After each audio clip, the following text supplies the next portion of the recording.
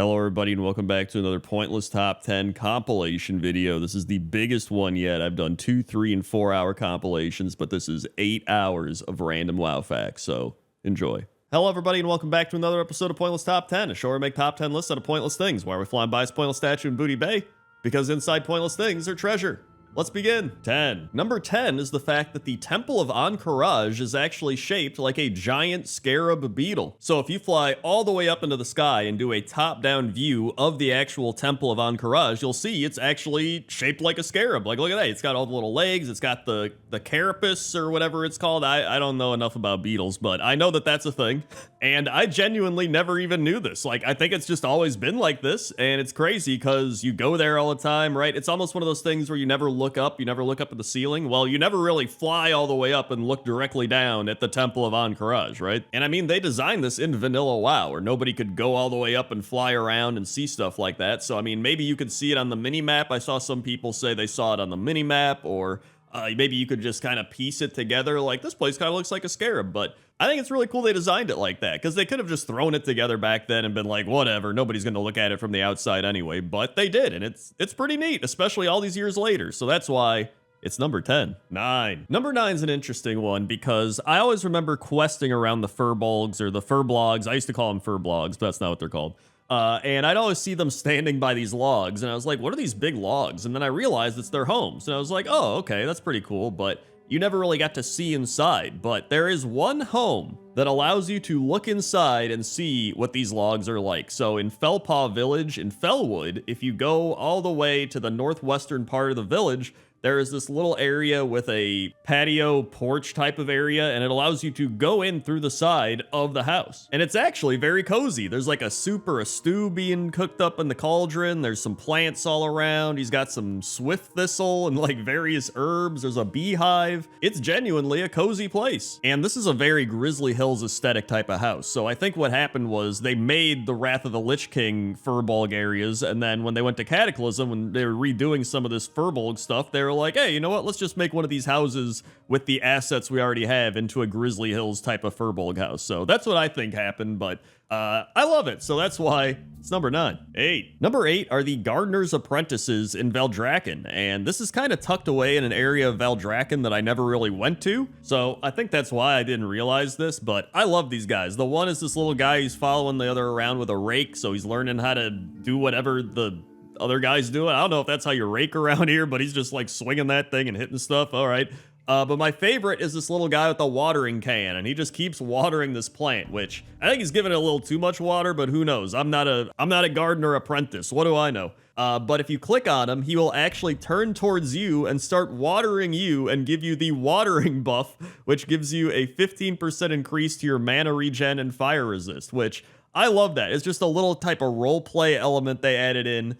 And, you know, I think a lot of people are always like, oh, they've taken roleplay elements out of WoW. But I think, you know, this shows that there's actually a lot of cool little things in WoW that I think people just don't go out of their way to find or notice. And I think it's pretty cool. So that's why the Gardener's Apprentices are number 8. 7. Number 7 is the Dalaran Mailroom. And I wanted to put this on the list because unless you played Legion or are a pet collector to go get the pet you can get from here, most people completely forgot about the Dalaran Mailroom. Or even if you did go to the Dalaran Mailroom back in the day, you've probably forgotten about it now. I know I did. I did the quest here, and I still forgot that Dalaran has a mailroom. And so this place is below Dalaran. You have to click on a letter and start a quest line, and then you click on this tube in the back of Dalaran, and it warps you down here, and there's the Postmaster, and he's in charge of sending mail to characters and retrieval of items that were not rewarded into players' inventory, usually because their inventory was full. And he uses mail elementals to sort the mail, which happens to be the pet that you can get from here. And the Postmaster's office actually has tubes for delivering mail to all of the game's continents except Draenor. So that's kind of funny. He's not sending it back in time.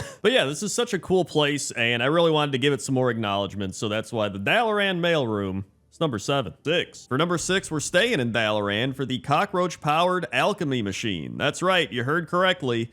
The cockroach-powered alchemy machine. And I don't remember this at all. Like, this was added in Legion, I believe, because this is in Legion Dalaran, and it's in the Horde area right next to the Horde Inn where you walk up the stairs.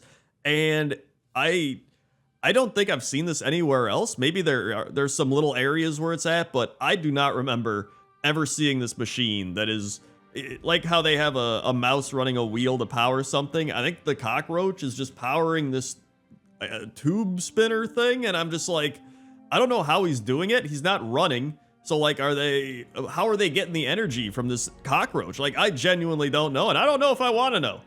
And it's kind of weirding me out. And that's why I put it on the list, and that's why it's number 6. 5. Number 5 is Dock 1 Exports, which is a store located in Borealis, which is a reference to Pier 1 Imports, which used to be a big retail chain located all over. You've probably been in one.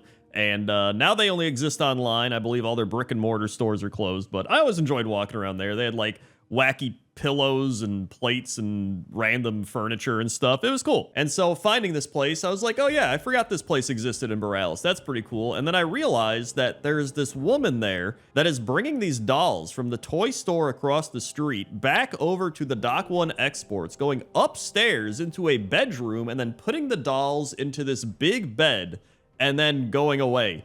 And I don't know why. I don't know why this is happening. I don't know if this is a reference to something, but I genuinely couldn't find anything, and I'm just curious as to what this means. What is happening? Is this some weird, like, creepy horror movie thing? Like, I don't know, but I didn't even know this was a thing up until now. And so because of that, I had to put it on this list, and that's why it's number 5. 4. Number 4 is the Laval Rock Isle, and Laval Rock Isle is a small island in the Fatigue Zone off the southern coast of the Azure Span, and it's a very rocky landscape littered with dead plant life, piles of bones, and crabs. Crabs specifically wearing dragon skulls and dragon vertebrae on their backs. And I believe their leader is Crustostio, who is located in one of the caves on the island and has blood on his claws and is wearing a big dragon skull. And for any hunters that want to tame one of these crabs, to have a crazy dragon skull crab, it will get rid of the skull, so you'll just have a normal crab, so you can't do that. And I don't know, that's it. I mean, I looked all around the internet, I couldn't find anything about what this place means or why it's here or if it's a reference to something, so if you know, post it in the comments section below, because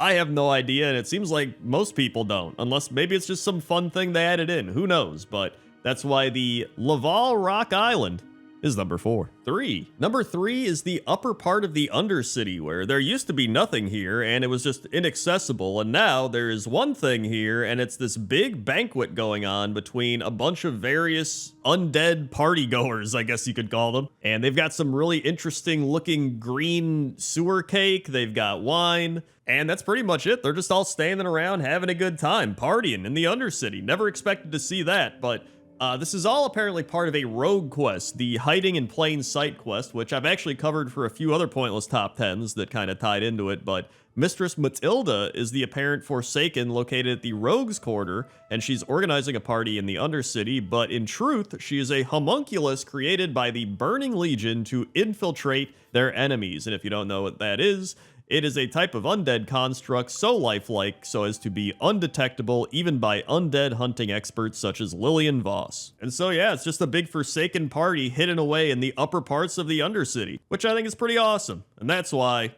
it's number 3. 2. Number 2 is the Hidden Tanara story, and this is a cool one because there's no quests about this, there's nothing that really tells you what happened, but you can use your imagination and your mystery solving skills, if you want, to kind of figure it out for yourself. So if you go to Gadgetson and you go out one of the gates, you'll see that there's a bunch of footprints in the ground and a bunch of tracks, whether they're goblin, animals, Kodo, like whatever. And you can follow these, and they start out with like a bunch of them, like this big expedition, and slow enough, they start to dwindle. They start to just slow down. There's bones that start to appear, so clearly people died on this journey. There's supplies that are stuck in the ground, and then you see some smaller tracks. So clearly the party is dwindling, right? And they're just kind of going off on their own paths, and then one of the animals looks like they die. There's one where this guy is clearly by himself, and he's just like dropping his axe, then he drops his shield, and then you just see his bones there, so he's dead. And then you can go down some other paths, and there's one where you see a guy going out, and then he tries to turn around and U-turn his way back to Gadgetson, but dies halfway there, which it's kind of funny because Gadgetson's like 30 seconds away, but I guess, you know, in terms of like the actual story and roleplay scale of the game, this is like a big trek for them, right? And so a lot of people theorize that deeper into Tanaris, there's this big camp and it's got a bunch of collapsed tents and skeletons. So maybe this was a caravan that was supposed to go out there and bring them supplies and rescue them, and they just couldn't make it. But it's honestly really cool when they put stuff like this in the game because it leaves it open to interpretation. And I love that about it. So you can go to Tanaris for yourself and kind of scout it out, but it's one of my favorite things from the zone. So that's why it's number 2. And number 1 are the cave painting rocks in Mulgore. And I remember way back in the day questing in Mulgore and seeing these rocks and being like, well, those are pretty cool. But I never put thought behind it as to how are these things created? Like, we have some buffalo rocks that I don't think there's any buffalo in the game. So I don't know if this is like an ancient Tauren or something, like a Tauren before they became a Tauren. They used to walk on all fours, and then they're like, wow, we started walking with 2 feet with magic or something. Like, I don't know the origin of Tauren, but maybe. And then there's another weird one. Looks like there's horseshoes and a weird llama horse thing. I don't know what that is either. It's a really weird thing to find in the game, and it's just been around forever, so I'm curious to what everybody else's interpretations are of these rocks. And so while there might be some other stuff on this list that you think should be number 1 in comparison, for me it's just the nostalgic value of these rocks. I always love Mulgore, and then just the mystery behind these too. Like, what are these cave paintings? Are these like old Tauren thing? Like, I don't know. It's really cool, and I've always wondered, so that's why the Mulgore rocks are number 1. 10. Number 10 is this small Tortolan riding a crab around the Seeker's Vista in Stormsong Valley, and it's pretty much what you think it is. It's a Tortolan riding a crab.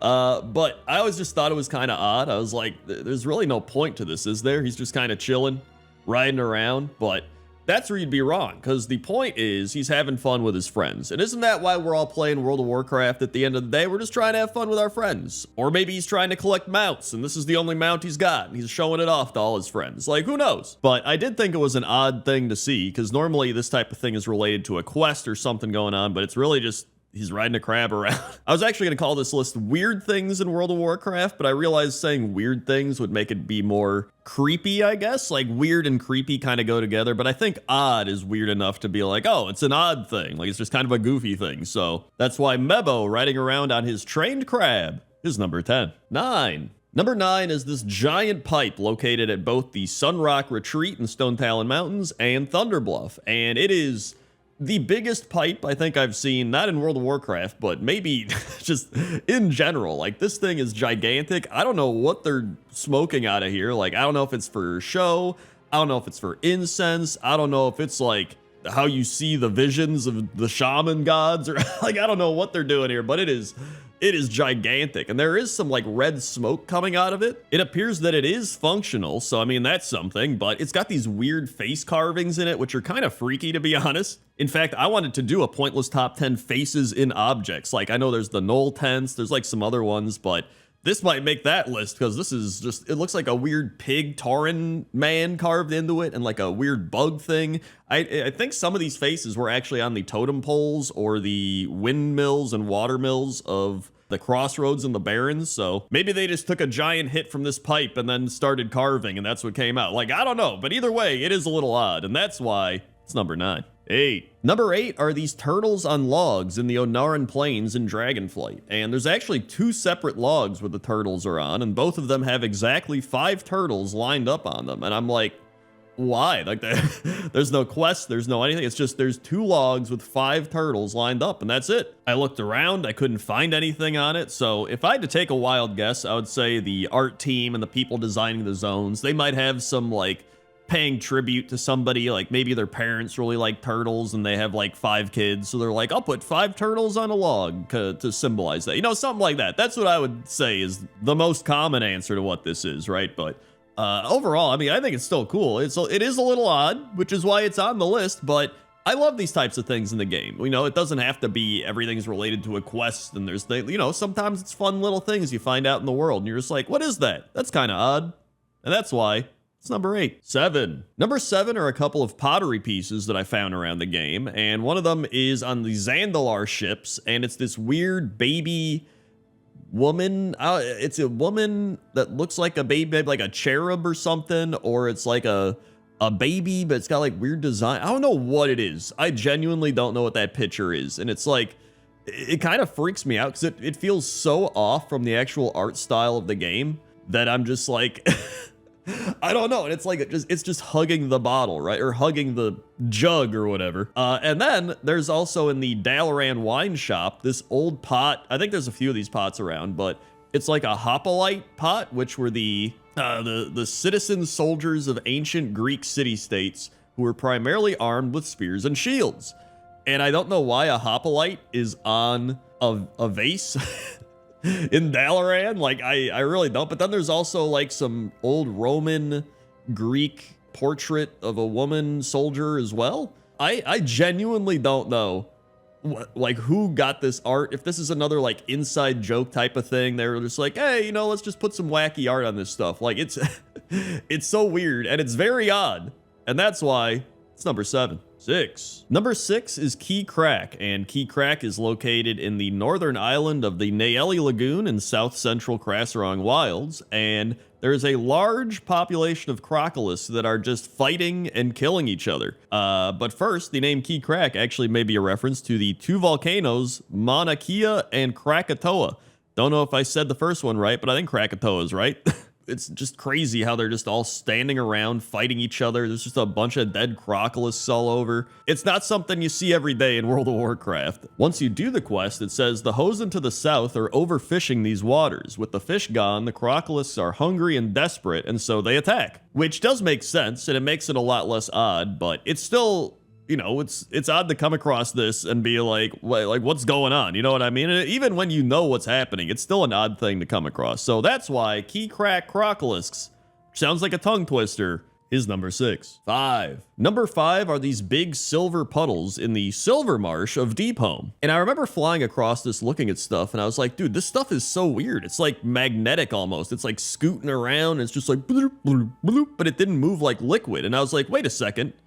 Is that mercury? And then I was like, oh, wait, it is a mercury-filled rock marsh on the upper shelf of Deep Home. And I was like, it is mercury. And there's also mercury elementals around. And I completely forgot all about Deep Home and Cataclysm stuff. Like, it's crazy how much of Deep Home I just had no recollection of. And this actually really got me looking into mercury. And it was interesting learning a lot about it and watching YouTube people play around with it and stuff. Because, like, I'm not touching it. That shit's, like, super toxic.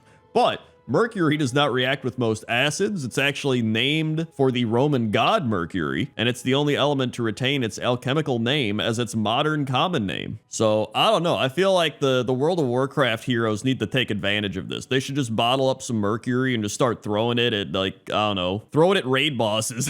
Like, I don't know what'll happen. Can you imagine? We just, like, bottle up some mercury and just throw it at, like, a evil dragon. He's like, ah, this shit's toxic. But anyway, that's why the mercury pools in Deep Home are number 5. 4. Number 4 are the monkeys located in the Tavern in the Mist hot tub behind the tavern. And a lot of people know about the Tavern in the Mist. If you don't, it's located atop the Path of 100 Steps on the Veiled Stair, which is just kind of in the mountains of the Mist of Pandaria. And most people probably know about the Tavern in the Mist because of Rathian, who's located here and has the big legendary quest chain. But the big thing here is the hot tub out back. And sometimes there's nobody at the hot tub, but usually around 8 p.m. every day, give or take, there are these monkeys that show up and they just go crazy. There's one hanging from the light post. There's one sitting on the thing that shoots out water to fill the hot tub. There's 3 of them that are in the hot tub and they're all just like slamming the ground like, bleh!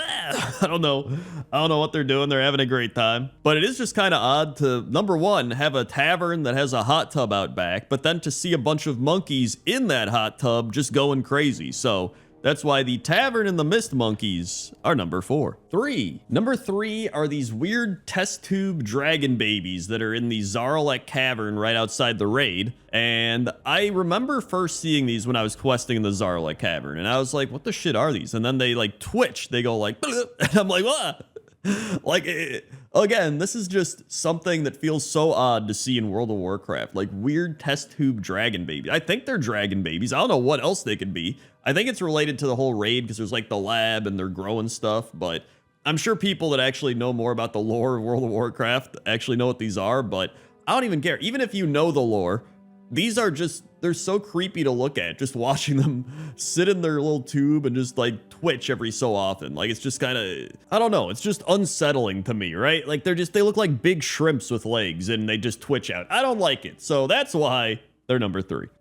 Number 2 are the Mulgore critters fighting each other. And this is one that you can see for a long time. Like, for over a decade, people have been like, did you know that there's critters up in Mulgore having a big battle? So I think most people know about this one, but the weird thing is now a lot of them are just normal, and then they'll morph all of a sudden into a critter that's like ready for war. Like, the mice will just morph into these skull gun mice. The prairie dogs will morph into like army helmet knife guy. Like, now they just warp into it. And some people theorize that because the critter models got revamped, that it messed everything up here. So I don't know if they had to recode things.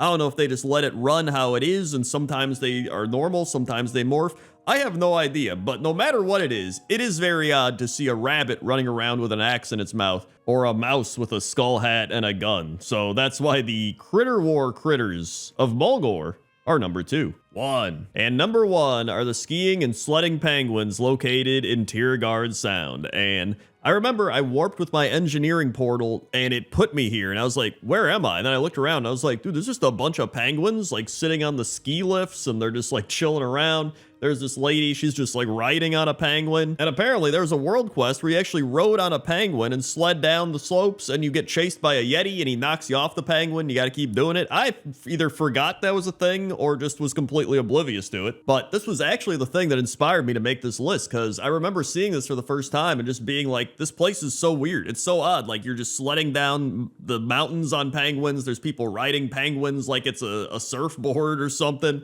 There's the ski lift, which like nobody's even skiing here. So like, that they like stop skiing and they turned it into a penguin sledding place. I have no idea, but it's pretty odd. And that's why it's number 1. Number 10 are the roaster rats, and the roaster rats are located in the Legion Dalaran sewers. And these roaster rats are being used to make some, all natural coffee, if you will. So you can see here that they are all lined up and they are being milked of sorts, although it's not really milking. It's like, it looks like they're being shocked, and then they're like, you know.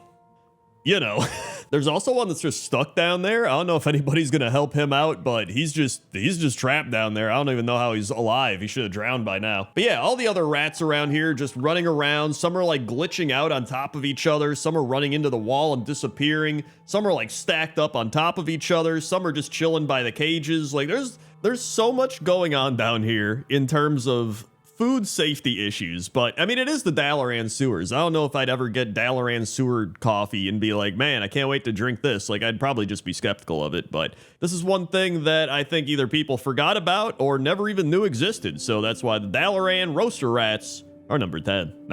Number 9 is this large sea monster located underwater off the coast of the Azure Span. And what's so cool about this to me is there is somebody that's like caught on the tooth of this monster. So I don't know if this is a sea monster or a dragon or whatever this might be. Part of me thought it was a dragon at first, but then I was like, maybe it's just a sea monster. I have no idea, but it looks like it tried to bite into somebody and then they got trapped in its tooth or mouth, and then I guess they both died and went into the water, and then they've just been in here for I don't know how long.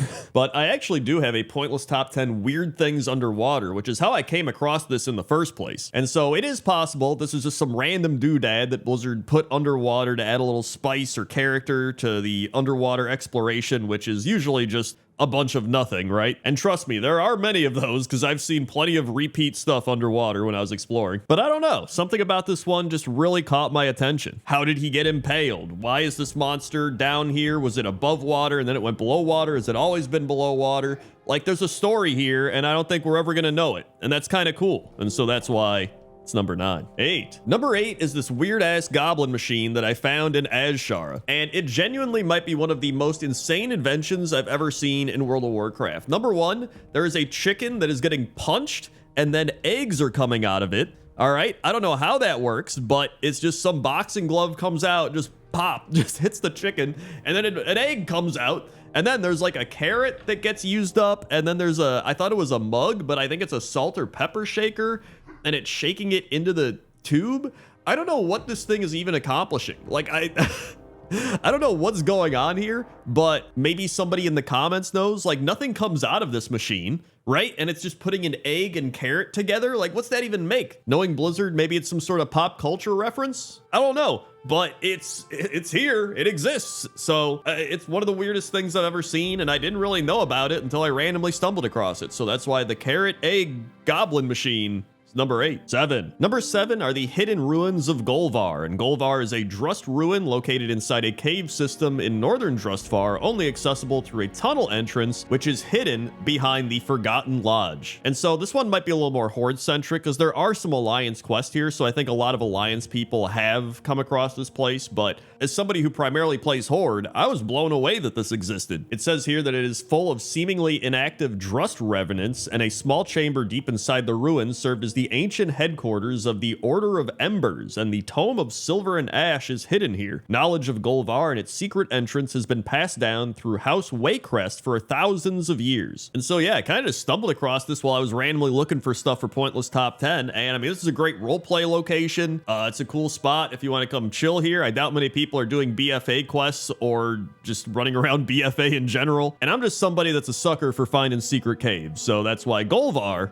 is number 7. 6. Number 6 is the secret location located at Fizzle and Pozik's speed barge in Thousand Needles. And the only information I can really find on this place is on the WoW wiki, which says that an underwater maintenance room accessed from below the barge, a hangout spot with 3 chairs, can be found.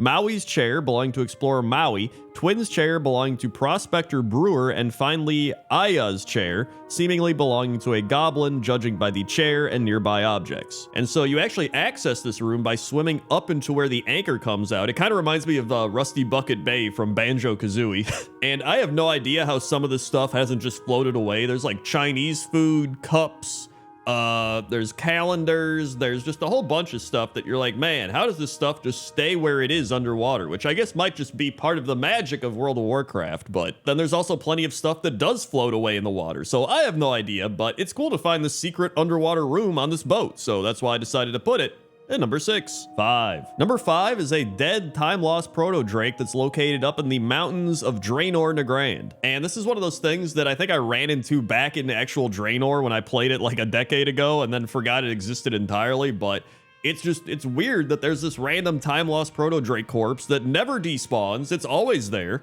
And I guess it's probably an Easter egg to the fact that we traveled back in time in Draenor, right? So they just put it up there as like a, hey, it's time lost, like it got lost in time, right? Going back to Draenor. I guess that's the only thing I can think of, unless there's some other random reason, but I'm pretty sure that's what it is. But the time lost proto drake is a mount that I'm still trying to get. There's been 2 times where I've gotten really close. One, I saw him die like right in front of me. I was like, are you kidding me? And then 2 other times I saw his corpse. So I was like, you gotta be kidding me. I'm sure one day I'll just randomly stumble across it and get the mount and it'll all work out, right? I'm sure it'll happen.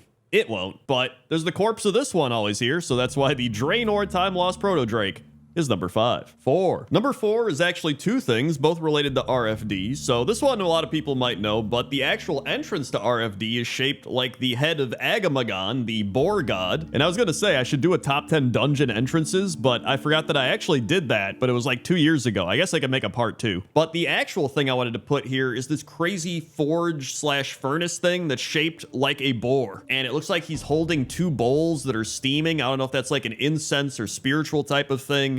And he's got these 2 big cannon looking things on the side. I don't know what they are. And then he's got his large tusks, and you've got his, chest on display there. And then there's the firewood underneath him. It's just, I've always just thought this was one of the coolest things that they've designed, especially in classic WoW. Like I think it's so cool in RFD. And a lot of times I don't even think people notice it because they're just running around doing the boss fights and everything. But if you actually look over here and look up and analyze this crazy Quillbore furnace forge thing, it's pretty cool. And so that's why I decided to put it at number 4. 3. Number 3 are the Caverns of Consumption, and the Caverns of Consumption are a secret area on the northernmost point of the coast of Winterspring, and this is actually where the Sun Darter hatchling pet can be found by those who can bypass the puzzles within. And so I personally do not have the Sun Darter hatchling. I might get it after this, but there's 16 different steps to acquire the Sun Darter hatchling, which was added in Legion. And so as you can see here, if you do not know any of these steps and you randomly show up here, you will be silenced, and there's this big wall of fire that you can't get past. And obviously once you put everything together and figure out the secrets, you're able to get past this and not be silenced. But the reason I put this so high up on the list is this feels like such a surreal area to me. You know what I mean? Like, we have Winter Spring and there's Moonglade over there, and this feels like the edge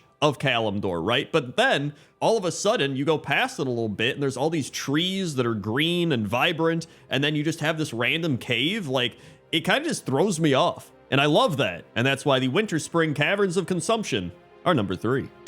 Number 2 is the Duck Cave, and the Duck Cave is an unnamed cave in the upper frostlands of the Azure Span, guarded by a duck, and mages can actually blink through the wall, where you will be met by numerous other ducks and the one and only Millhouse and Maleficent Manastorm. And so I'm sure in Dragonflight, plenty of people saw this and were like, why is this duck standing up here in front of a bunch of rocks? Whatever. But like I said, it turns out if you're a mage, you can blink through and you'll gain access to the Duck Cave, where you learn Polymorph Duck, and you get to talk to Millhouse Manastorm, who says, yeah, you found my super secret lair. You want a medal or something? I'd watch where I step if I were you. These ducks are real slobs. And then on the other side, you have Maleficent Manastorm, who is creating some sort of robot duck army. And when you ask Millhouse about it, he's just like, who knows? Your guess is as good as mine, but it's probably something to do with robots, like always. And so yeah, this place really has everything. It's got ducks, it's got Polymorph Duck, it's got Millhouse and Maleficent Manastorm, it's got robot ducks, and it's just hidden away in the Azure Span. So for all those reasons, that's why I had to put it at number 2. And number 1 is in Darkshire and Westfall, and this one actually blew my mind. I've never seen this or heard about this ever. So in Westfall, if you go outside the town hall in Moonbrook, you will find a sign, and it says Westfall, and there's a skull with a sword in it. And then if you go to Darkshire, you'll see a sign when you're entering Darkshire that just says Darkshire, and you might be like, Crendor, what's so weird about that? Well, these are the only 2 instances that I know of that use the English language in World of Warcraft. Because, I mean, think about it. Anytime you find anything in the game with some sort of lettering or spelling, it's usually in a weird language with weird symbols or runic shapes and all that type of stuff, right? There's never really anything in English. Now, there are things that have English lettering, like there's the license plate that says Pwn. There's like something that says WoW. I think the Elite Taran Chieftain have ETC written on it on their drum, right? But aside from that, like abbreviations, there's no actual English words. And so one theory that I saw is they started designing the game, because these are some old zones, right? And they put that in, and then they decided to stop using the English language in the game, but they never really changed this. So that's probably the most likely theory I read, but either way, it's pretty crazy. And so that's why I decided to put it at number 1.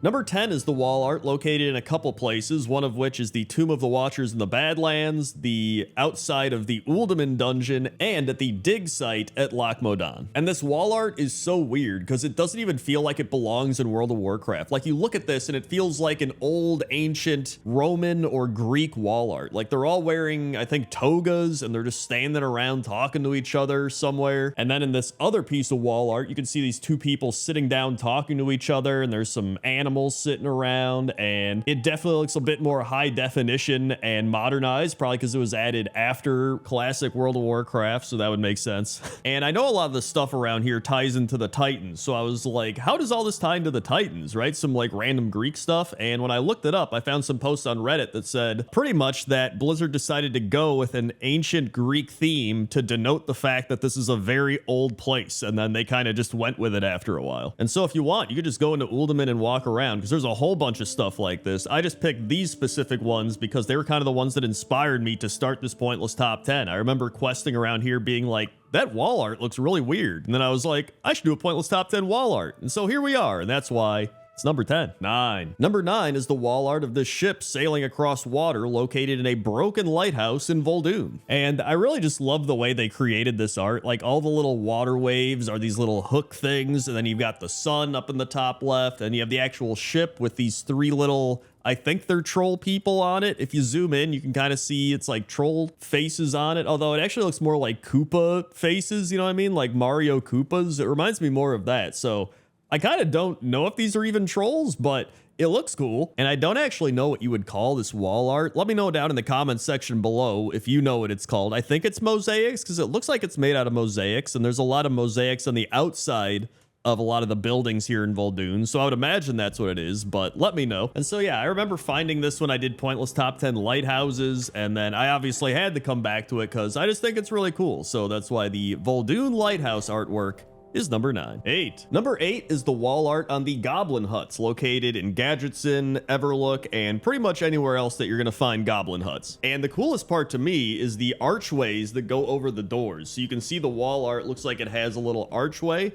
So every time you go into a building, it's like you're walking under an archway. It's really cool. And it even looks like the arch has some symbols on it. Like you can see there's a couple symbols up there, and then it's got a bunch of weird patterns and designs. And then on top of that, you actually have a bunch of zigzaggy patterns all over the tops of the huts and all over the walls.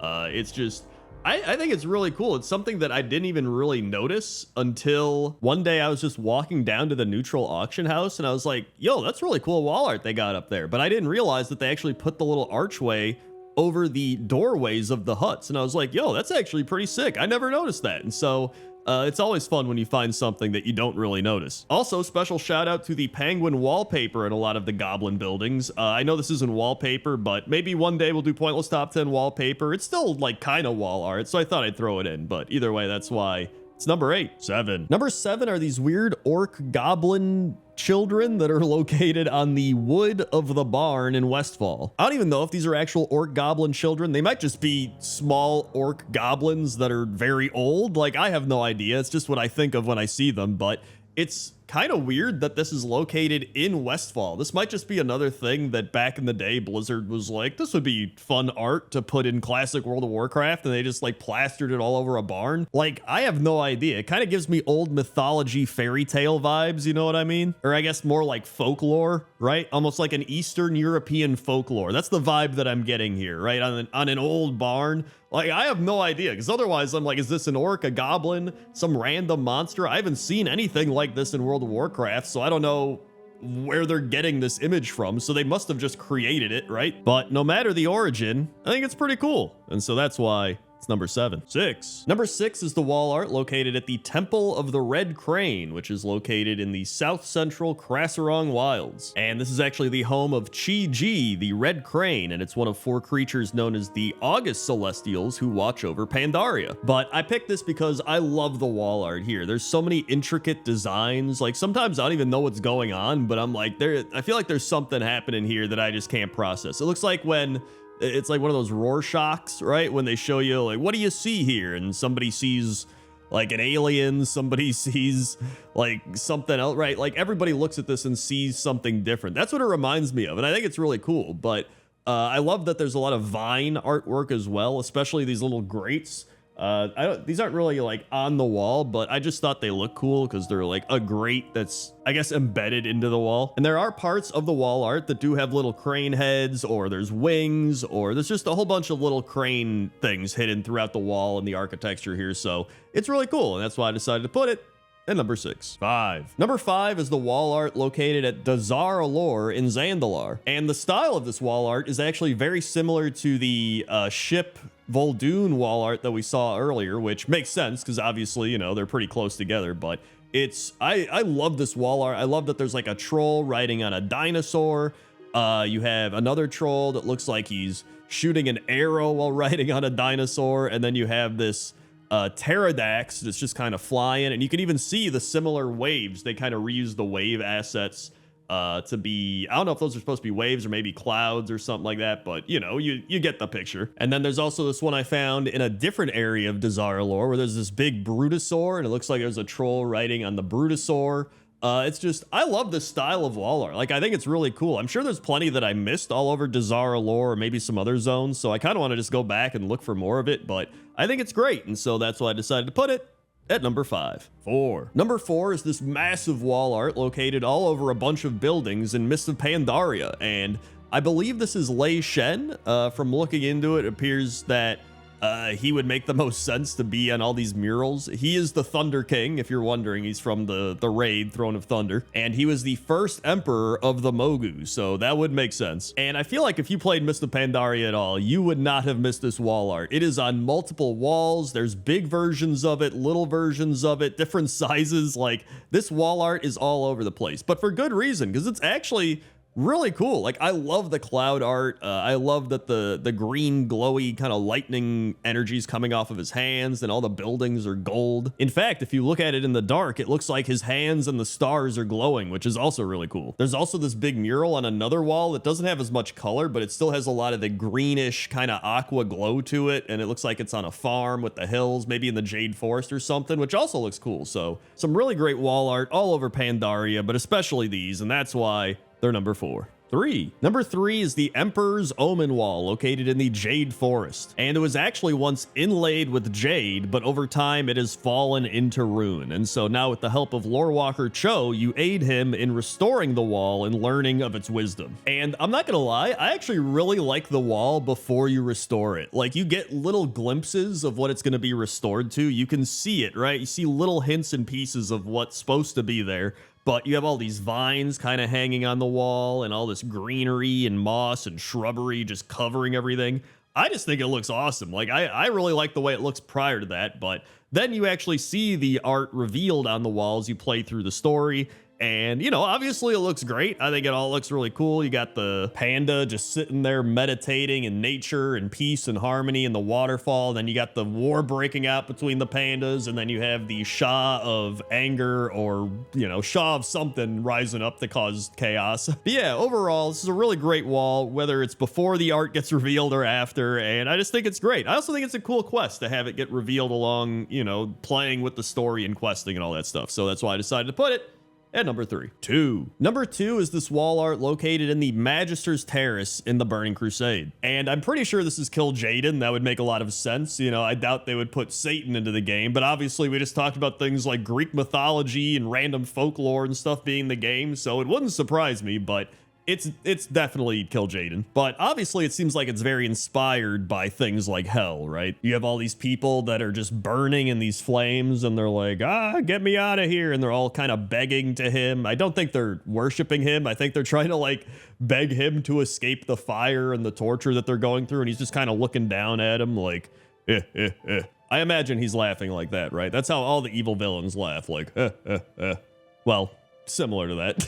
Although I will say, all the people in this image look very similar. It's not like there's Tauren and orcs and humans and trolls or everything. It's just they all kind of look the same. I have no idea. If you know anything about this, just post it in the comment section below. Somebody will be like, this is the ancient race of the Titan children or something. I don't know. Let me know down in the comment section if you know, but this picture is really cool. This is an awesome mural, and that's why it's number 2. And number 1 is probably some of the best wall art I think I've seen in the entirety of World of Warcraft. This giant mural is amazing. Like, this big tentacle monster. I don't know if it's an old god. I think it is, but it's just sitting atop this temple or all these stairs, and then you've got his army standing at the base of the stairs as, like, squid people and tentacle monsters and bugs and, like, I think dragon or spider people. Like, there's a whole bunch of soldiers, and this is actually located in the City of Threads dungeon. And so when you get to the final boss here, the fight happens in front of this big piece of wall art, and it's just, it is an unbelievable thing to witness. Like, I remember the first time I saw this, I was like blown away. I was like, this looks amazing. And the cool thing is, this might actually be a hint to something that we don't even know about yet. And so maybe in the future we'll look back and be like, oh, this is blah, blah, blah, right? But for now, it's just really cool. And I love when they do stuff like this and they tie art into it as well. So that's why I decided to put it at number 10. Number 10 is the Jewel of Hellfire. And the Jewel of Hellfire is a toy that you find on an orc skeleton on the northern coast of the Tannin jungle. And using the toy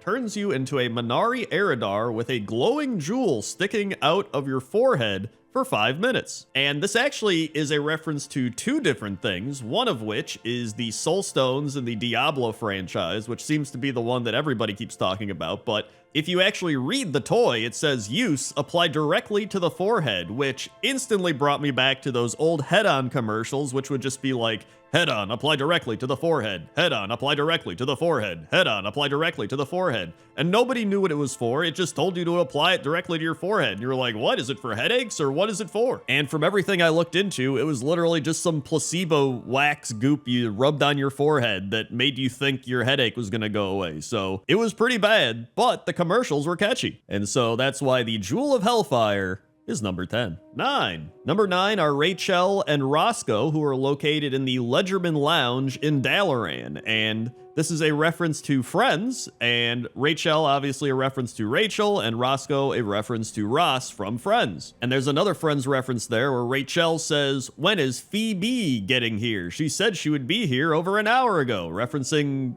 Phoebe. I also kind of thought the girl behind the coffee bar counter looked like Monica, but that's just me. There's no actual reference to her there. And I didn't watch a whole lot of Friends, but I've seen a fair amount of Friends, and I always remember they were in a coffee shop talking all the time, so obviously that is why they're in a coffee shop in Dalaran. And I'd also like to use this time to give a shout out to the Ledgerman Lounge in Dalaran, because I actually think it's a really cozy coffee shop, and they have a bunch of really cool coffee things. You can actually click on the espresso machine back there, and it'll be like, so that's pretty neat. I legit didn't even know about this Friends reference until I was starting to research stuff for this video, and I was like, yo, this is actually pretty cool. So that's why Rachel and Roscoe are number 9. 8. Number 8 is Adele, and Adele is a Pandaren of the Golden Lotus found at the Widening Deep in Townlong Steppes. And if you couldn't put it together, she is rolling in the deep, which is, you know, the song that she made that everybody knows, where it's like, rolling in the deep. I don't have to sing it. But she's literally in the widening deep and she's rolling, so rolling in the deep. You get it? Ho, clever. And I wouldn't even say I'm that big of an Adele fan. I mean, in fact, I wouldn't say I am a fan. I'm just kind of indifferent. I'm not, you know, for or against her music or her, but I'm just kind of like, whatever. But I think this reference to her is just amazing. Like, I love the fact that she's just rolling around. She's literally just rolling around everywhere, can't be stopped. Just non-stop rolling. You look around like, wait, what is that thing rolling? You're like, oh, it's just Adele. Oh, okay. Oh, okay, that makes sense. And so I think this is one of their more clever pop culture references, and that's why Adele is number 8. 7. Number 7 is Gordon Tramsey, and Gordon Tramsey is a human chef located at the Steam Pools Resort in Feralus, and if you could not guess, it is a reference to Gordon Ramsay. And I actually am a big Gordon Ramsay fan, which is why I put him on this list, but I do feel like they did him a disservice by not giving him some crazier lines. Like, you talk to him once and he just goes, do you have what it takes to stay in my kitchen? Like, they could have had him, like, flip a table. They could have had him been like, get out of here, you donkey. And then had an actual donkey, like, walk away with you or something. Like, I don't know. There's a lot of things they could have done. I even saw somebody on Wowhead say they could have put him in Hellscream's kitchen, and he could have been yelling at everybody in Hellscream's kitchen. Like, there is so many ways they could have went about it, but you know, I guess it's better than nothing. In fact, we probably need a collaboration between Gordon Tramsey and Nami, the panda chef that burns everything. That would be pretty cool. Or pretty hot, because burning stuff, Hell's Kitchen. Sorry, we're gonna move on. That's why Gordon Tramsey is number 7. 6. Number 6 is Logan, and Logan is the leader of the Snowfall tribe of Wolvar found in Dragonblight, and Logan is a reference to Logan, who is Wolverine in the Marvel comics. And you can even see, if you look at his weapons, he has those Wolverine claws attached, which is kind of funny, because I think he already has claws, because he's like a Wolvar type of guy. I don't know, but I do think it's funny that they gave him the super claws that Wolverine has. And just like actual Wolverine, he does keep coming back to life, right? He just spawns every time you kill him, he comes back. You kill him, he comes back. It's just, this is probably the most accurate representation of Wolverine we've ever seen. And funnily enough, I think I've done this quest like numerous times and I never pieced it together that this guy is a reference to Wolverine. I don't know why. It's just one of those things where you put your mind on autopilot and you're just like, slay Logan. All right, I did it. Anyway, next quest. And then once I was looking up references, I realized that this guy's a reference. I was like, wow, I just glanced over this numerous times in a row. But I'm not glancing over it anymore. And that's why Logan is number 6. 5. Number 5 is Charlie the Unicorn, and Charlie is a dead unicorn found lying atop Eldrinil Peak in Azuna, and next to him are the treacherous stallions Devious Sunrunner and Sinister Ley Runner. After you defeat the treacherous stallions, you get a treasure of 70 order resources and an enchanted Sunrunner kidney next to Charlie. And so this is a obvious reference to Charlie the Unicorn, which was the insane video back in the day where he goes to Candy Mountain and they take his kidney in there. And going back and watching that video really reminded me of some of the weird stuff that even we grew up with. Like, everybody talks about the kids and their skibbity toilets and all that, but we also had some pretty weird stuff, even like salad fingers and all those things. So finding this reference really did send me down a weird path of memory lane and nostalgia, and I'm kind of glad about that. So that's why Charlie the Unicorn and Azuna is number 5. 4. Number 4 are Larion and Muigan, who are references to Mario and Luigi. And back in Classic WoW, they used to ask people to kill the blood petal lashers, which pretty much resemble piranha plants, but now they sit at 2 watchtowers at Marshall's stand just looking around. And then if you talk to Larion, he says, "Ugh, these pests keep me busy night and day. Haven't you seen them? I wish I could just jump down a pipe to get away from them." And that's really it. They don't do anything anymore. They just stand up in the watchtowers. They used to give out all these quests, and now they just don't. There also used to be the Lincoln quest. This is, I believe, where Lincoln would be located, which is based off the Zelda franchise, obviously. And then there used to be the Donga, the Kodo. There's actually quite a bit of Nintendo references in World of Warcraft. But even with all the Nintendo references throughout the game, I think the Mario, Luigi, and Link references in WoWCrendor are probably the most well-known and the ones that date back the furthest, so that's why I decided to put them at number 4. 3. Number 3 are 3 Ogrons standing around a campfire in the Spires of Iraq, and they're named Tomb, Bort, and William, and these are references to The Hobbit, where there's 3 trolls that they run into named Tom, Bert, and William. And that's not the only reference. There's actually a Ogron plunder treasure nearby, and if you loot it, it contains 12 dwarf beard rings and a burglar's vest, which that's about as clear-cut of a reference as you're gonna get. That's like 3 things tied into one. And this is just another really cool reference. I forgot this was completely in the game because I've only quested through Spires of Iraq like once. So I also just realized that I think they're barbecuing a dead bird because we are in the Spires of Iraq, and I didn't even realize this. I just did pointless top 10 barbecues, so I'm very aware of barbecues, and that is definitely a dead Spires of Iraq bird being barbecued. So a little bit of a unexpected thing to see there, but you know, maybe there were some Spires of Iraq birds in Middle-earth, who knows? But that's why Tomb, Bort, and William are number 3. 2. Number 2 is Robin, and Robin is a Djinn found in the South Sea in Draenor Nagrand. When you free him from his ever-burning lamp, he proclaims phenomenal cosmic powers before shrinking back down and adding itty-bitty living space. And this is clearly a reference to Robin Williams, who played the genie in Aladdin as well as numerous other roles. In fact, they do actually have other references around here referencing Mrs. Doubtfire, Mork and Mindy, and I think a couple other things. And I think this is just one of the coolest pop culture references that they've done. It's just a really cool tribute to Robin Williams, making him the genie from Aladdin and showing off so many of the things that he's been in, and then giving him a really big space, actually. He's got like practically this whole island. And from the things I was looking into, it appears that Robin Williams also was a fan of the Warcraft series. I don't know if he specifically played a lot of World of Warcraft or Warcraft stuff, but it seems like he was a fan. So that's pretty cool too. So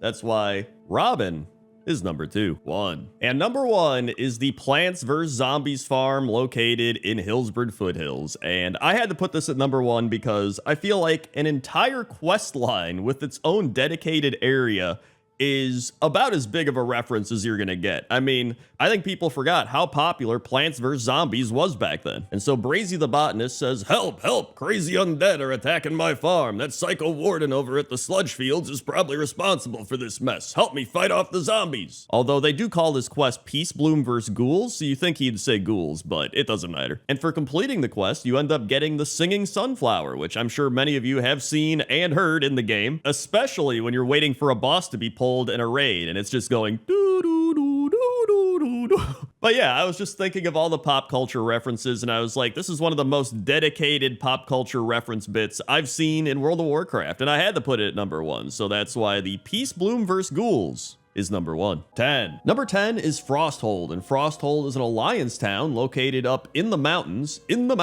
of the Storm Peaks. And I love this place because it's such a unique town. Like most towns are out and about, they're out in the open, you can reach them really easily, but this town is actually only reachable by flying, which back in Wrath of the Lich King, not everybody had flying, especially not when you were leveling. And so one of the ways was actually you talked to this goblin at K3 in the Storm Peaks, and you did a quest line, and she was like, we need to get you there, but I don't know how. And then she's like, wait, hold on, we'll put you on a rocket. And so you literally take a rocket to this Frosthold location. But yeah, then the actual town itself is really cool. Like, it really does feel like it's buried within all of the ice and snow, and there's ice crystals sticking up all over, and then there's big dwarf houses kind of built into the ice. It's actually really cool. There's also Bragg's pet Snorts here. He's having a great time. Big fan of Snorts. And so yeah, I think overall this is just a really unique town that's hidden away in the ice and snow of the Storm Peaks and kind of forgotten about. And so that's why Frosthold is number 10. 9. Number 9 is Darkhaven, and Darkhaven is a town found in southeastern Revendreth in the Shadowlands. And one of the reasons I put this on the list is it actually gives me a modern Darkshire vibe. Like, it's just this small little quaint gothic town that's located up on a hill next to Castle Nathria.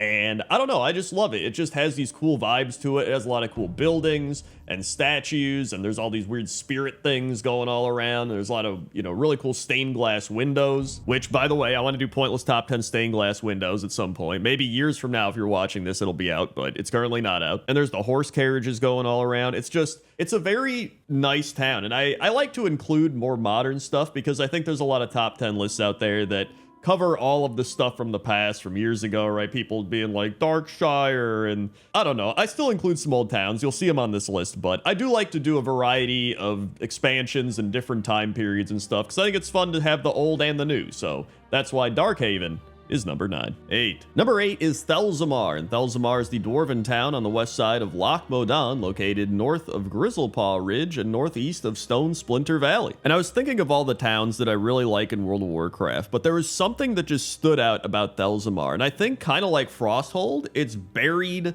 within the land, you know what I mean? Instead of being buried within the ice and snow, it's kind of just buried within the grass and the dirt and the mountains. And there are other places like this, kind of like in the Twilight Highlands and stuff, but I feel like this was just one of the originals, you know what I mean? And so back in the day when you were questing, in Dunmorrow, and you were a new dwarf or a gnome, and you got out of that zone, you came to Loch Modan, and it was just, I think it gave you that kind of hobbity Lord of the Rings feel to it, you know? Like all the houses are buried in the hills, and then you got the tavern here with the big keg on top and all the kegs on the side. I don't know, it's a very cool type of fantasy town, and I'm giving it props because it was one of the first ones in World of Warcraft to really hit me on another level with those cozy fantasy vibes. And I don't know what it is, because like you would think I'd get it in Dunmorrow, and I still got it a bit in Dunmorrow, but I think the dwarf houses in the hills really do give it that hobbit vibe, and I think that's what spoke to me the most, and so that's why Thelzamar is number 8. 7. Number 7 is the Crossroads, and I know right after Darkhaven I was like, yeah, I'm not going to include things like Darkshire, all these old towns. Now I've got like 2 old towns in a row, but these are 2 old towns that are really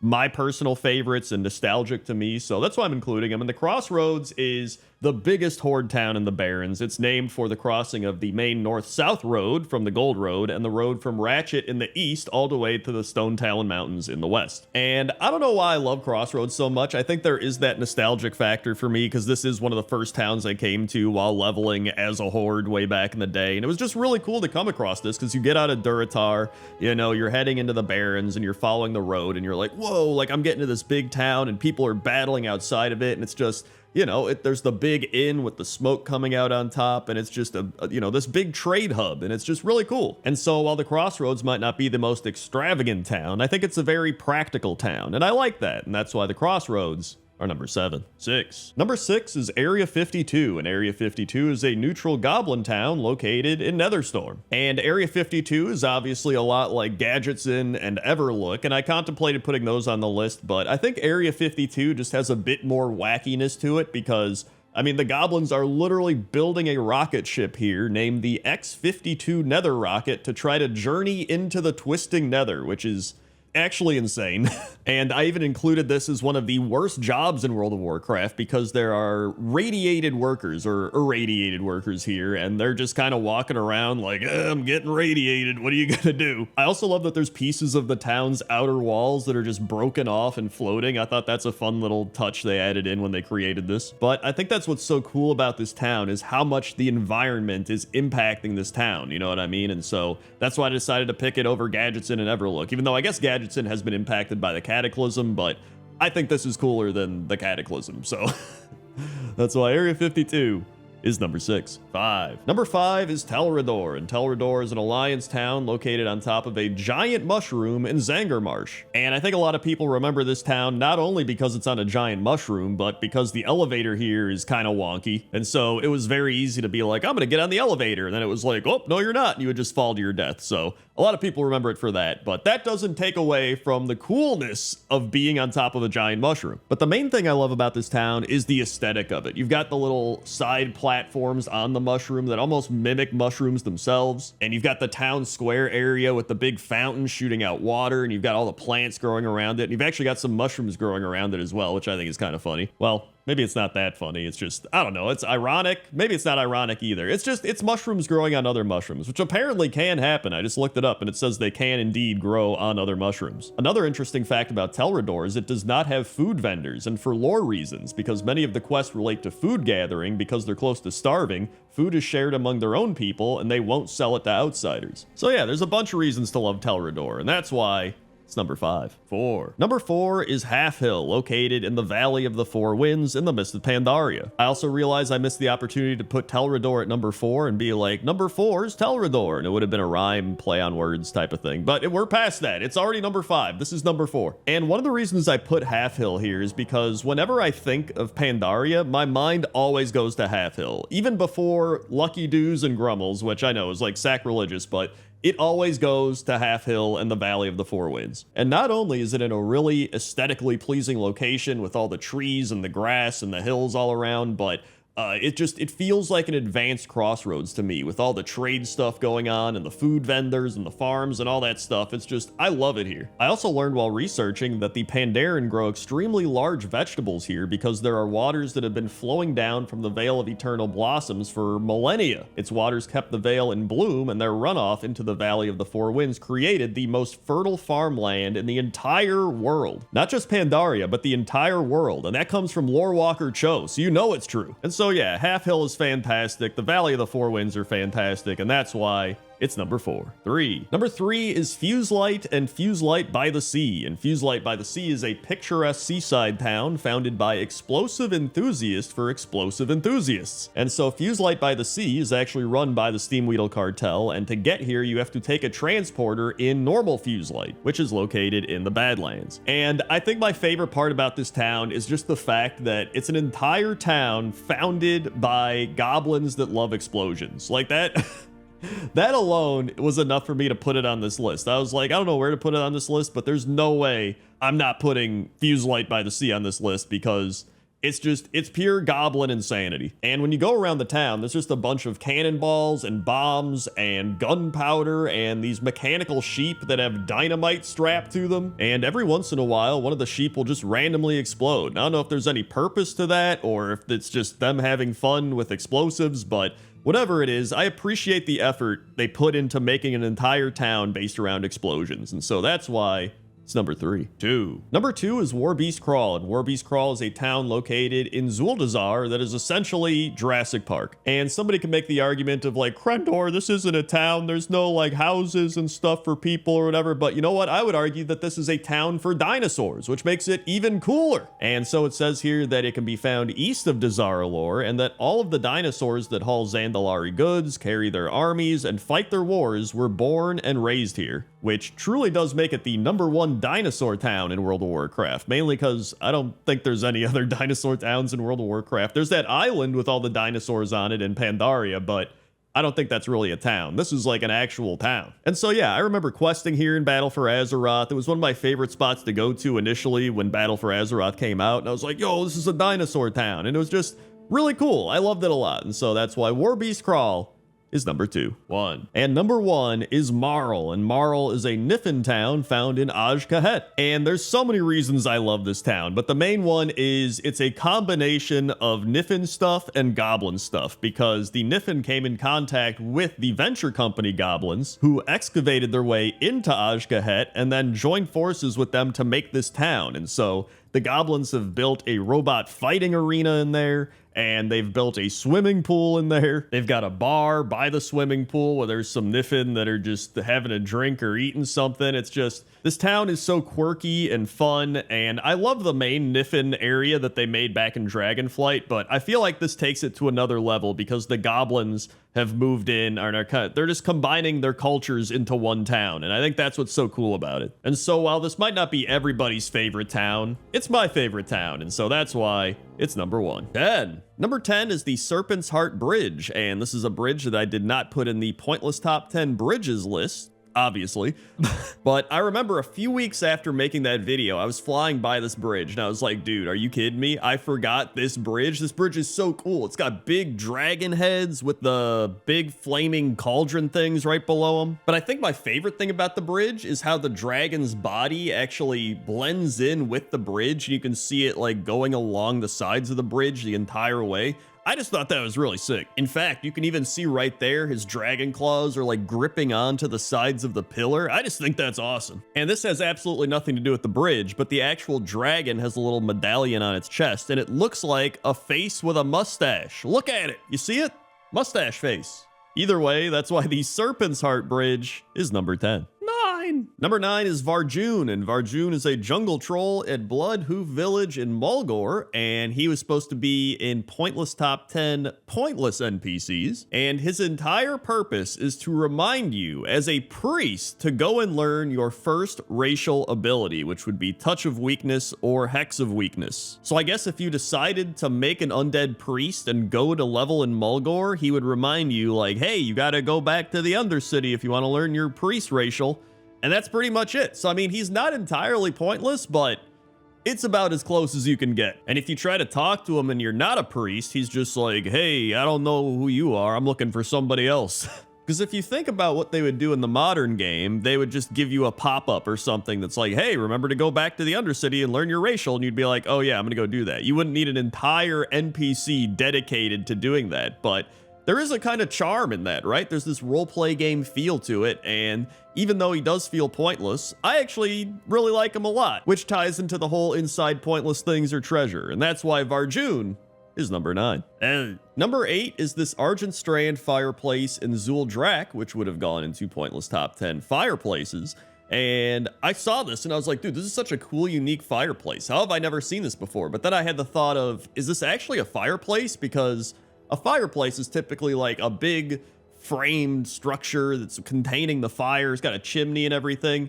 And I looked it up on the Merriam-Webster dictionary. It says a framed opening made in a chimney to hold an open fire. So I was like, oh, I don't think this would be. But then the second definition is an outdoor structure of brick, stone, or metal for an open fire. And so here we are. We've got ourselves an actual, by definition, fireplace. And what I love so much about this is that it has like one big log and then it has this purplish kind of fire, almost like a shadow flame. And it just feels very unique, like I said earlier. So there's not much more to say about it, but I like it a lot. And I would have put it in pointless top 10 fireplaces. So that's why it's number 8. 7. Number 7 are Grungus and Bungus, who would have been in the pointless top 10 Yeti list. And I love the fact that there's really no meaning behind either Grungus or Bungus, but they're just chilling out. And one is wearing a mining hat and just mining away at this frozen waterfall. And then Bungus is just carrying his bindle, waiting, I guess, for him to finish mining the waterfall. I have no idea. I really don't understand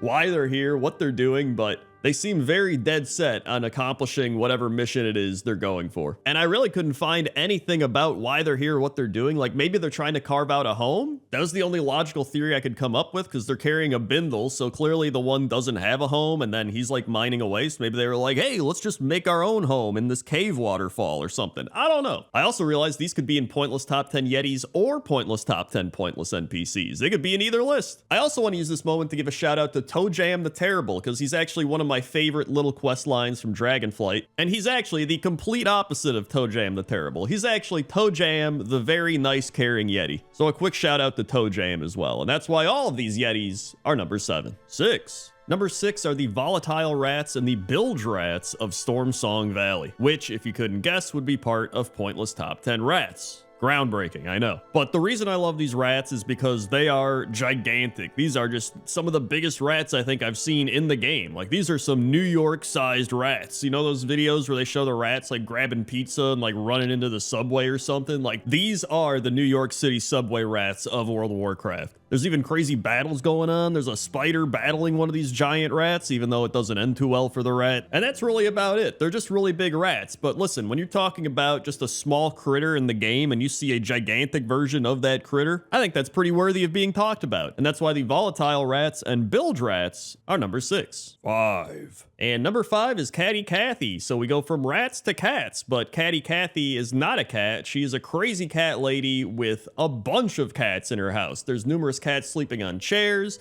There's a cat going up and down the stairs. There's a cat watching the fish tank. There's a cat on a table next to potions and a book. There's a cat on a bookshelf. And she's holding a cat. And I forgot to mention that Catty Cathy is a reference to Chatty Cathy, which was a Mattel toy back in the late 50s, early 60s. And if you talk to her, she says, it started with 3 cats. 3 cats! That seemed reasonable. But then a friend moved away and needed to rehome her cat. Then I found a sad-looking stray on the street. A neighbor passed away. One had kittens. A couple just showed up. I love each and every one of them. I wouldn't trade any of them for the world. And although I do keep talking about Cathy herself, the cats are the ones that would make the pointless top 10 cats list, especially the cats that are playing with the fishing pole and the cat in the box. I like those cats a lot. And that's why the cats in this house are number 5. 4. Number 4 are the dinosaur skeletons surrounded by roses in the Vale of Eternal Blossoms, which would have made the pointless top 10 skeletons list. And nobody really seems to know what this is, aside from the fact that it is dinosaur skeletons surrounded by roses. But if you look in one of their mouths, it looks like there is a head inside of there, so maybe they ate somebody. And there is actually an archaeology site nearby here, so maybe it's tied into that in a way, but it's such a random thing to find that nobody can really piece together why it's there. One other thing I did notice though is it almost looks like the roses are a projectile flame shooting out of the dinosaur's mouth. You kind of see that like it's a cone, like a breath of fire, but it's roses. You get that? Am I crazy or am I actually onto something here? And then it looks like he's also holding some sort of rose as well. So it really is a big mystery, but I do think the only conclusion we can come to here is that these were rose-breathing humanoid dino dragons. Now, I don't know how they ended up here. Don't ask me to go that far, but I think we can decipher that much at most. And that's why they're number 4. 3. Number 3 is this fountain in Suramar City, and this would have made pointless top 10 fountains because this is a phenomenal water fountain. I can't believe I missed this one. It's almost like a glorified sprinkler, which I guess makes it sound like it's not a great fountain, but it is a cool fountain. You've got all these little buckets shooting out water. You've got the big lotus flower in the middle, also spinning around, shooting water out. And it looks like you also have water kind of overflowing on these big side things. I don't know what those are called, but you can see the water kind of dripping off of it. I actually couldn't tell at first if that was like the shadows of the water or if it was just water itself. And then there's just the blue and purple colors of the fountain and all the foliage all around. It's a very beautiful fountain. In fact, the lily pads in the water are kind of in the same shape of the fountain, so maybe that's what they based it off of. But either way, I can't believe I missed this fountain because this would have been like a top 3 fountain in pointless top 10 fountains, and that's why right here it's number 3. 2. Number 2 is the Shipwreck Cove Lighthouse, and I can't believe I missed this lighthouse because it is actually an insane lighthouse. It is this big totem pole and it has a light up at the top, but I really don't even see where the light is. It's just there. I don't know. Maybe there's like some sort of Earth Mother shamanistic magic going on, but it's a very foggy area, a lot of murlocs and torches and rain all around. But then you have this big totem pole that almost looks like it's really jankily built. There's all these platforms all around hanging off of it. And then there's pieces of a ship that are also attached to it. Maybe the murlocs did this. I have no idea. And it's just somehow casting light out into the waters. Like, I don't know. I can't believe I missed this. I can't believe this is an actual lighthouse. I was flying on a flight path for scouting out flight masters, and I was like, dude, is that a lighthouse? And then I went and looked. I was like, oh my god, this is a lighthouse. How did I miss this? But luckily now we can go back and look at it and appreciate it for the cool lighthouse that it is, and that's why it's number 2. 1. And number 1 is the Nashal the Watcher statue in Stormheim. And I think this might have actually been number 1 in pointless top 10 statues. Like, this statue is so cool and I can't believe I missed it. It is just this big, massive statue up in the mountains. But not only that, you're able to go underneath the statue into the mountains where there's a bunch of Viking ghost guys, and then there's some cool mushrooms that might have even made pointless top 10 mushrooms.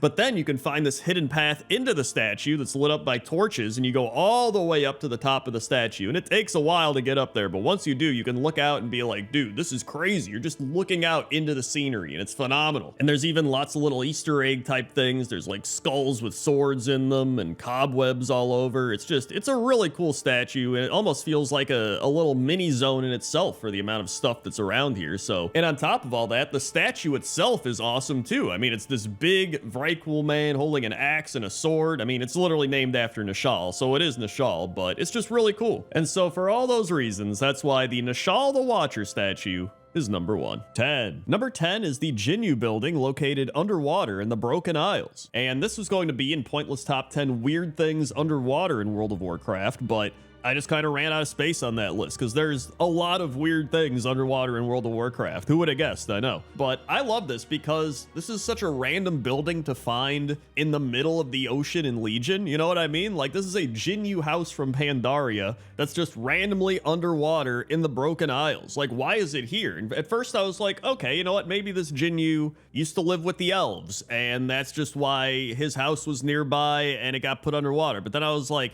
how did he get all of the resources he needed to build this house from Pandaria over here? Or maybe they used to be from here? I have no idea. And I think it's just a random Blizzard asset that they put underwater, which would probably make the most sense, but it's fun to kind of theory craft about it. And it's a weird thing underwater, so that's why I decided to put it at number 10. 9. Number 9 is the Banana Cave located in the Dread Waste in the Mist of Pandaria. And I think it's pretty easy to see why I put it on this list. There are giant bananas here with a sleeping rare spawn or rare mob monkey in the middle. So I take it this is his cave. I imagine he went out and got these bananas, or maybe he's been growing these bananas here, which I don't know how the bananas are growing here. Bananas grow on trees, I know that much, so I imagine he did just steal the bananas and bring them back here, or he figured out some crazy magical way to grow bananas in a cave. Who knows? It is World of Warcraft. These are also some very ripe bananas, very yellow. They got some brown spots appearing on them, probably perfect for banana bread, but definitely not my kind of banana. I like the bananas where they're kind of green still. They had some green at like the top, at the bottom a little bit. You know, they just started getting ripe. That's usually my favorite. If they're too overripe, they're a little too sugary and mushy, and I'm just like, bleh, you know? But yeah, this cave's still pretty cool.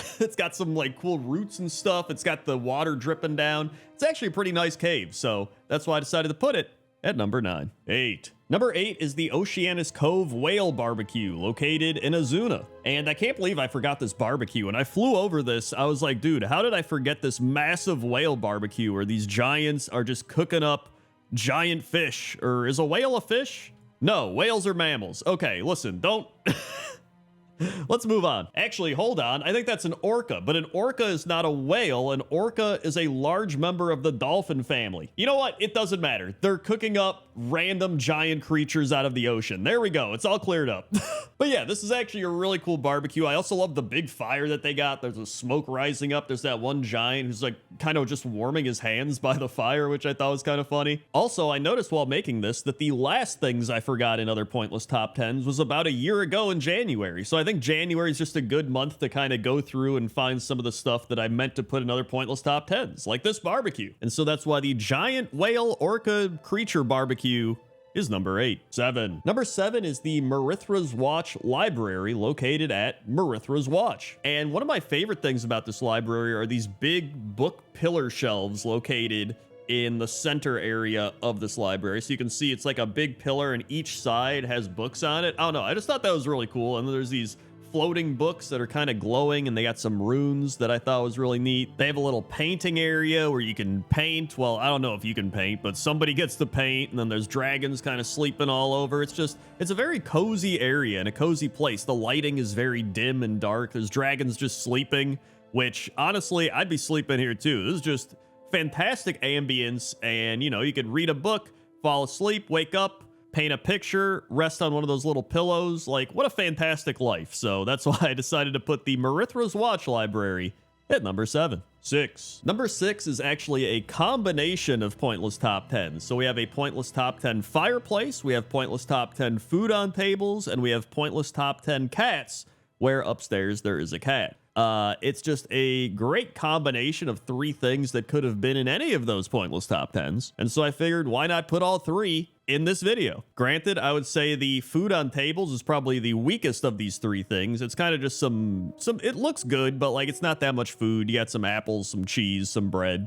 Nothing too crazy, but it looks nice. Now the fireplace is really cool. It almost looks like it's shaped like a castle, you know what I mean? It's got the pillars on the side and a little gate there with the fire in it. Honestly, the weakest part of this fireplace is the actual fire. It's just a bunch of sticks in there stacked up. Like, I don't know. And the weird part is it is going through the ceiling or the floor. So you can see the smoke is actually just, there's no chimney. It's just going through the floor, which terrible for carbon monoxide and various other things. But who knows? You know what? World of Warcraft, maybe carbon monoxide doesn't exist. You know, it's not our world. Who are we to say? And then upstairs, there's an orange cat and there's a black cat. And you can pet the cats. They're very good cats. And hopefully the smoke is not harming them in any way. So that's why the fireplace, food on table, cats, and Stormwind are number 6. 5. Number 5 is the seat of the Primus located in Maldraxxus, and it is the Covenant Sanctum for the members of the Necrolord Covenant. And this kind of checks 2 pointless top 10s for me. It checks pointless top 10 thrones, and it checks pointless top 10 statues. And although people may have not liked Shadowlands that much, there is some cool art in Shadowlands, and I think this is one of the coolest things that they designed in the expansion. And I would say that my favorite part is probably the hand rests, or the arm rests, whatever you want to call them, and it's these big green orbs that are radiating this smoke or energy coming off of them, and I just think it looks really cool. I also read on the WoW wiki that Shem Dawson is responsible for making the exterior of the seat of the Primus, which he calls the Throne of the Necrolord. The interior design was made by Louis Armstrong Torres, and the orbs on the throne were made by Jordan Powers, which when I read that, I was like, yo, I know Jordan Powers. I interviewed him and Maria Hamilton back with Zone Design and Exploration when War Within came out, so you can go check that out if you want. But I thought it was cool that he designed my favorite part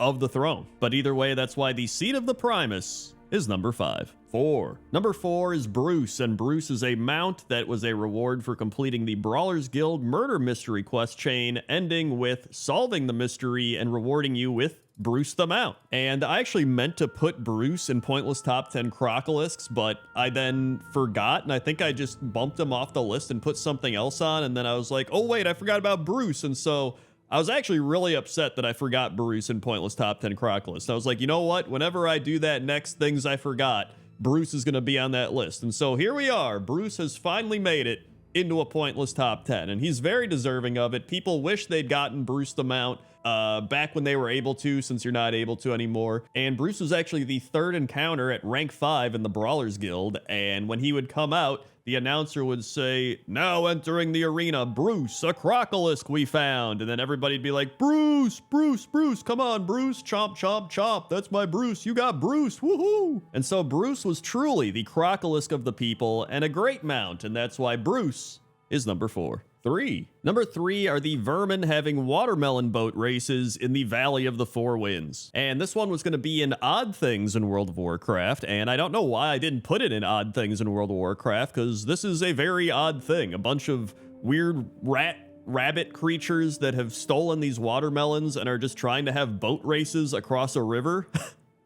Like, it's pretty odd. And this is actually part of a quest for Aang Thunderfoot, who wants you to go obtain 5 stolen turnips and 5 stolen watermelons. And he says he spent all morning fighting off the vermin, and he managed to clear them off his property, but they got away with the crops, and he has no idea what they're doing with them, but it's probably not eating them, which I do think it's funny that he knows them well enough to know that they're not eating them. But they do actually have a lot of boat quotes. They say, my boat winning. Watermelon boats float real easy. Look how slow your boat go. I think my boat's stuck and gonna need more boats soon. And so yeah, I'm glad I could finally give the watermelon boat racing vermin a spot on pointless top 10, and that's why they're number 3. 2. Number 2 is the cat house located in the Storm Song Valley, and Jim Wick is a human that is located at the Brenadum Cat House, and him and his cats are likely references to the level design team, with Jim Wick being a reference to James Chadwick, and all of the cats being references to numerous Blizzard employees. And there's actually a really cool fireplace as well. So this is kind of another 2-for-1 where we get the cats and then we also get the fireplace. But I did not know the amount of cats here, which is insane. There's so many different cats. There's a cat that's literally laying on top of his face, which I think is pretty funny. He's trying to sleep and the cat's sleeping on his face, which if you own a cat, you've definitely had that cat sleep on your face at some point. That's just, it's part of owning a cat. But yeah, I thought the crazy cat lady house in Stormwind was wild, but this is above and beyond. Like, there's cats on beds, cats on shelves, cats on pillows, cats walking around, cats on people, different size cats. There's a litter box outside that all the cats use, which that seems like not enough litter boxes for all these cats. Maybe they're going out into the wild. And the fireplace is pretty cool, so that's why I decided to put this at number 2. And number 1 is the Weeping Bluff Shipwreck in Stormheim. And this is no ordinary shipwreck. This is an air shipwreck, and I just think this is just a really cool shipwreck that I never really noticed. And I was like, how did I not put this in Pointless Top 10 Shipwrecks? Because the one part of the ship has the waterfall flowing under it, which I think looks really cool. There's various parts of the ship that are just scattered about. You know, you got bolts and propellers and bridges, and there's actually other ships that are also crashed in this area. This was actually one of those things where I was like, how did I not put this in the last things I forgot in Pointless Top 10s? And then I realized the first video I made after that last things I forgot in Pointless Top 10 was shipwrecks. So this is about as far back as you can go. And I'm glad I finally get to mention this shipwreck, because I've had it written down in my notepad for almost a year at this point. So that's why the Weeping Bluff Shipwreck in Stormheim is number 1. Number 10 are some weird skeletons and dragon bones located in Drustvar. And this probably could have made it in the numerous different Pointless Top 10s. Things like top 10 skeletons, top 10 odd things in World of Warcraft. There's probably some other ones, but I really love this because it's such a weird, mysterious type of thing, but it's really cool. So you can actually see the big dragon skeleton like going through the mountain and the snow and coming out the other side, and it's like kind of odd because you're like, how did this dragon get through this ice mountain? And so I imagine he either crashed through it so hard that he died, or maybe he crashed and then the ice kind of formed around him. Those are my 2 theories, but I have no idea. But the other weird part here is that these people have set up a campsite or some sort of shrine, because there's an actual little stone tablet of a dragon. It's got a bunch of candles and torches around it, and these people are just sitting around here, or skeletons, I don't know what they were. Like, they've got jars of stuff that they were drinking maybe, or there's somebody that's like in the campfire. So I don't know if these are like cult dragon people or like what's going on, but it's really weird, and I don't know if it's part of a secret or anything, but let me know in the comments section if you know, because I have no idea, but that's why it's number 10. Number 9 are the beaches of Stranglethorn Vale. And back when I made Pointless Top 10 beaches, I had so many people being like, Crendor, I can't believe you didn't put on the Stranglethorn beaches. Crendor, where's Stranglethorn? Crendor, why didn't you put the beaches of Stranglethorn? And so here we are. And, you know, thinking back on it, I do kind of wish I put the beaches of Stranglethorn on, because they're like so iconic. You know, whenever I think of beaches, I always do think Stranglethorn pops into my head, but it was just, at the time, I was just trying to think of all these different beaches, and I was like, you know, there's some cool ones here and there. You know, everybody's going to expect Stranglethorn, but sometimes people are going to expect something, and I do need to put it on the list because it is that notable and that impactful. And I think the Stranglethorn beaches really are some of the best beaches in World of Warcraft. I mean, you can go up and down the beaches all over the entire peninsula of Stranglethorn Vale, and they're beautiful, they're iconic, and they're just great. And so I had to put them on this list, and that's why they're number 9. Number 8 is the Krasworks, and the Krasworks is a goblin town located off the shores of the Twilight Highlands. And I actually got this one from a YouTube comment, because I did top 10 coolest towns in World of Warcraft, and the comment said, my favorite town is the goblin town Krasworks in the Twilight Highlands. It was supposed to be a town in a box, but got deployed at the top of a mountain, so the entire town just tumbled alongside the cliff. With the smoke and zeppelin circling around it, it's a really unique vibe. And I agree. This is a really unique town. I love that it's just a bunch of goblins running around, and then the Wildhammer dwarves are just fighting them. Like, why are you here? And they're just like, I don't know. Also, I don't know if you can see it, but this weird looking exhaust man kind of looks like a cowboy. He's got like a hat and stuff. I don't know. Maybe I'm crazy. And, you know, this town is like barely operational. I don't even know if they have any like NPCs. According to the WoW wiki, it says there are a couple NPCs at the inn and a small area below Zeppelin Towers, but even then, it's like there's like nothing here. But it's such a funny Warcrafty type of thing, right? Like these goblins are like, hey, we gotta get this town down, right? This town in a box, and then they just accidentally drop it, and then it's on a mountain. It's just, I love it. It's very unique, it's very funny, and that's why I was like, you know what? I gotta put this on the list, and so that's why the Krasworks is number 8. 7. Number 7 are the Gorlock huts, and Gorlocks are Murloc-like creatures that are located in both Sholazar Basin and the Azure Span, as well as I think a few other locations in both Dragonflight and Wrath of the Lich King. And what I love most about these huts is they're very Murloc-esque, but almost taken up a notch. It's almost like the Murloc huts evolved, because the Murloc huts back in, Pointless Top 10 huts are these structures that are like kind of open, and they just go up on them to like sleep and, whatever. They're kind of basic, but the Gorlock huts are, a step above. They've got a bunch of leaves all over. They've got little crystals. They've got ladders. It feels like they're more structurally sound. You know what I mean? And I actually think they did a good job of carrying that style over to Dragonflight as well. And so, yeah, aside from all that, I just think the Gorlock huts are just very simplistic, very nice. And there's also this Gorlock who's like in love with a wooden statue thing. I don't know, but either way, that's why the Gorlock huts are number 7. 6. Number 6 are the Drakeljin Ruins, located in Grizzly Hills, and this could kind of fit into 2 categories. It could be in Pointless Top 10 Ruins, or it could be in Pointless Top 10 Wall Art. I actually mainly wanted to put it on here for the wall art, because I think there's a lot of cool wall art just looking around. There's like these trolls. I don't know if they're worshiping the fire or doing a ritual or something, and you can see the fire has smoke coming out of it, and they're just sitting around it. I just think it looks really cool. And then there's various statues and other types of wall art with like the troll gods and stuff, but then the actual ruins themselves are really cool as well. So I'm sure a lot of people remember questing here back in Wrath of the Lich King. This is actually where you do a big Harrison Jones quest line, and he goes into these ruins, and well, you don't actually see him go into the ruins, but you meet him in the ruins, and then you escort him out, and you free Adara, his friend, and then you defeat a giant cobra, Tekahuna, and then that's the quest line. And so yeah, this place has some really cool quests, some really cool wall art, and it's just a cool place in general, and that's why the Drakeljin Ruins are number 6. 5. Number 5 are the Chimneys of Loam, and Loam, or Loam, is the main town of the Niffin in the Zarlek Cavern. And first off, it was fun just doing Pointless Top 10 chimneys in general, because that's just one of the things in World of Warcraft that nobody ever really notices or really pays attention to. You don't just go walking around and go, man, that's a cool chimney right there. But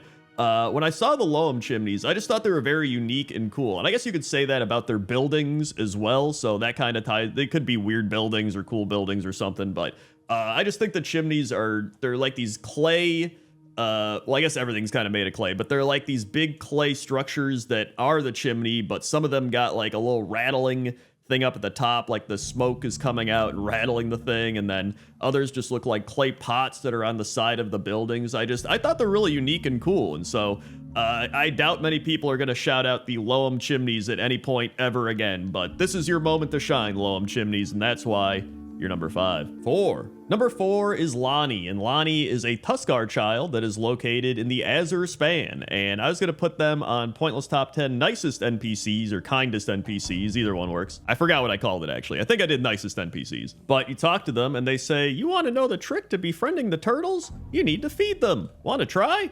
And then you ask them for some turtle bait, and then you can go around and you can feed the turtles. And it's great. Now, I was curious if this had any other implications aside from just being, a little Tuskar kid wants to feed the turtles. And on Wowhead, it says, it's a tiny, repeatable little quest you get from the Tuskar child. If you talk to him, you can get some seaweed or whatever, and it creates a battle pet to appear at your feet when you use it. And you can keep doing this until you get a rare blue chalk shell turtle battle pet to fight and capture. So yeah, this does allow you to actually get a rare battle pet as well, but I like to just think that he's just feeding the turtles, and he's like, this is fun. The turtles just want to eat food. He's just throwing the food all over, and you're helping him feed the turtles, and he's just a very kind NPC, and so that's why Lonnie is number 4. 3. Number 3 is Bazran, and Bazran is a Bakar who serves as Sansok Khan's hearing dog in the Onaran Plains. And this clearly would have been on Pointless Top 10 Animals with Jobs, which I just made like not that long ago, so it's pretty wild that I forgot to put this on the list. And when you talk to Okir, he says, Bazran, he's a very good Bakar, trained specifically to be Sansok Khan's ears. He alerts her for many sounds in different ways, working as an extension of her senses. While on a hunt, Bazran supports Sansok Khan by signaling the direction and intensity of different environmental cues to her.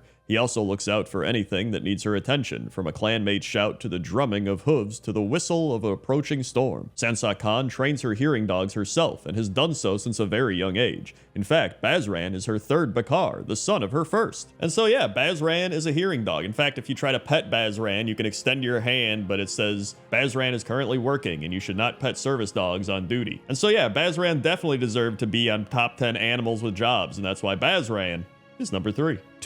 Number 2 are gnolls, and that's because gnolls would have been on my pointless top 10 races that should be playable. And I'm sure when a lot of people think of gnolls, they think of Hogger, right? Hogger is definitely the most famous gnoll in World of Warcraft, but gnolls have been around for the entire history of World of Warcraft. Like, obviously we had them in classic World of Warcraft in a lot of the Alliance zones, and then recently we had them in Dragonflight. And I think the biggest problem we'd have with trying to make gnolls an allied race is they're just kind of crazy, right? Like, even on the WoW wiki, it says, though highly aggressive, gnolls are notorious for being extremely unintelligent and prone to infighting and love to let others do the hard work for them. And I think the way you would get around this is doing kind of like what they did with centaurs, where it's like, oh, you know, there's like the centaurs of, you know, Desolus and stuff like that, but then there's like the Onaran Plains centaurs that are actually really cool and like highly intelligent, right? I think you would do something like that, like, oh, these gnolls are dumb, but here's some really smart, cool gnolls that they descended from or something, right? Like, they could probably do something like that, but I just want to play as a gnoll, man, and so that's why gnolls are number 2. And number 1 is Gracchus, and Gracchus is an ancient that is located in numerous spots all over the Dragon Isles. And one of those spots is at the big Tuskarr soup event, and he says, "The migrating duck spoke of soup in the azure span. I had to see for myself, for you see, I love soup. Some call me a great drinker of soups. Too much fish in this soup, though. Not enough vegetables." And as you heard him say in the soup quote, he talked about the migrating ducks telling him about the soup. And that's because Gracchus loves ducks and ducklings. And so there's a few quests where you actually have to help him feed the ducks. And one of the ducks is named Pilot, and apparently she's always jumping off of something. In fact, Pilot becomes so attached to you that you actually get Pilot as a battle pet. But you only get Pilot as a battle pet after you rescue firequackers who went down the river and apparently got swallowed again. And so you have to fight this big hornswoggle frog that swallowed him and get him out, and then you go back to Gracchus, and he's like, "Oh my goodness, you've saved firequackers. He has much to learn, but Pilot has taken a liking to you, so take care of my sweet duckling." And so then you get Pilot. And so yeah, overall, Gracchus would have made pointless top 10 ancients, pointless top 10 nicest NPCs, and he's just a great guy. He loves animals, he loves soup, and he's great. So that's why Gracchus is number 1. Number 10 is this house in the Stone Talon Mountains, and it's about as far northwest as you can go in the Stone Talon Mountains. It's a little bit west and north of Stone Talon Peak, more west than north, and it's just randomly out there in the open.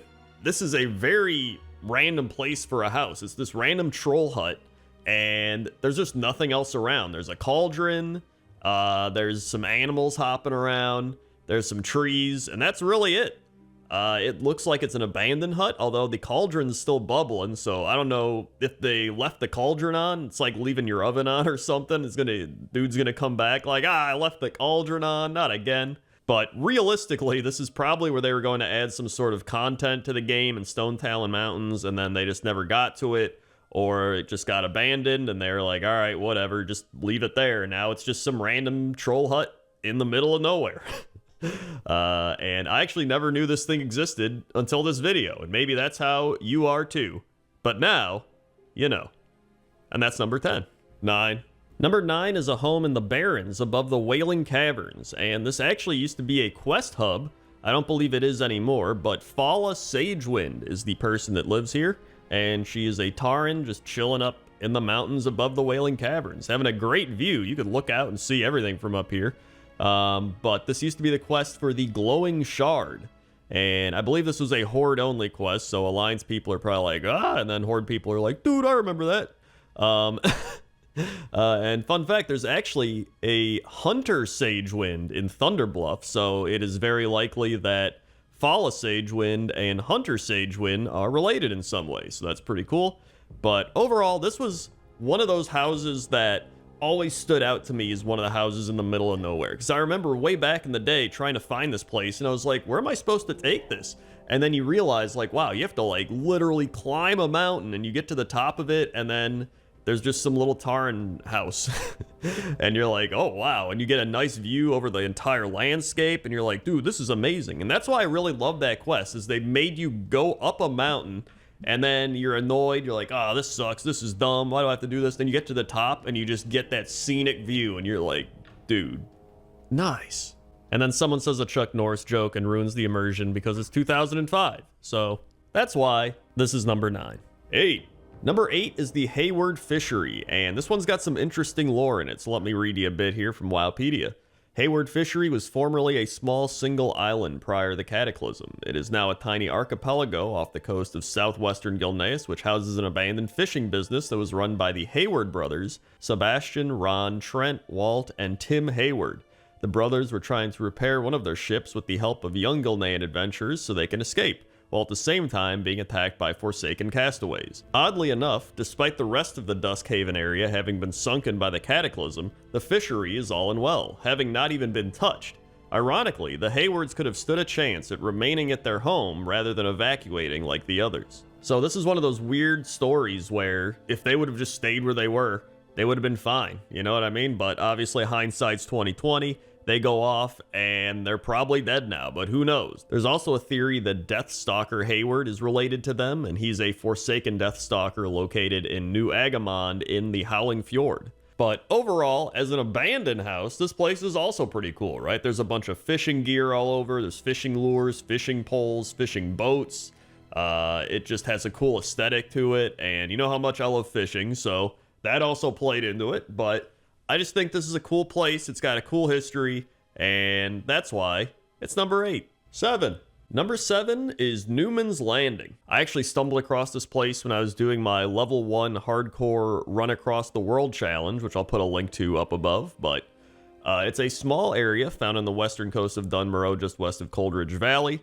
It holds a dilapidated human building and a dock. At the building, there is alcohol, several boxes of grains, some bone piles, and a sign that says Newman's Landing. In patch 3.02, the goblin named High Admiral Shelley Jorek was added to the dock, along with 2 Booty Bay bruisers, but they were removed in Legion.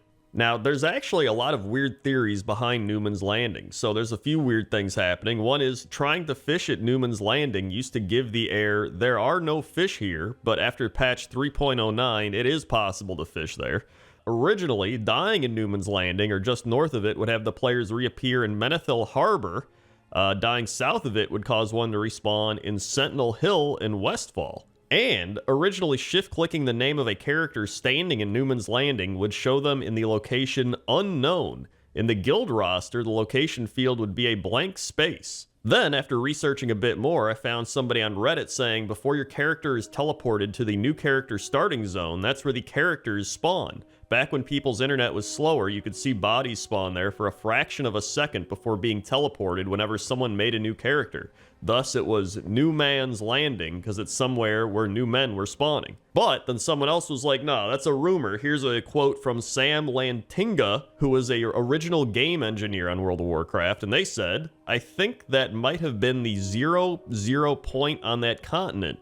We had a bug where if a player died when crossing a zone boundary between physical servers, that they would be loaded with a 0 position. We would quickly fix them up, but they would already be in the world at that point, and well, ghosts abound. So whatever the case may be, this house is still a pretty cool house in the middle of nowhere, and it has a ton of history, a bunch of theories and rumors, and a whole bunch of stuff, and that's why it's number 7. 6. Number 6 is this dwarf house / farm on the eastern coast of the Arathi Highlands. This used to be a place where there was absolutely nothing. There was just a dwarf, maybe 2 dwarves, just some animals, and no quests or anything. It was just here.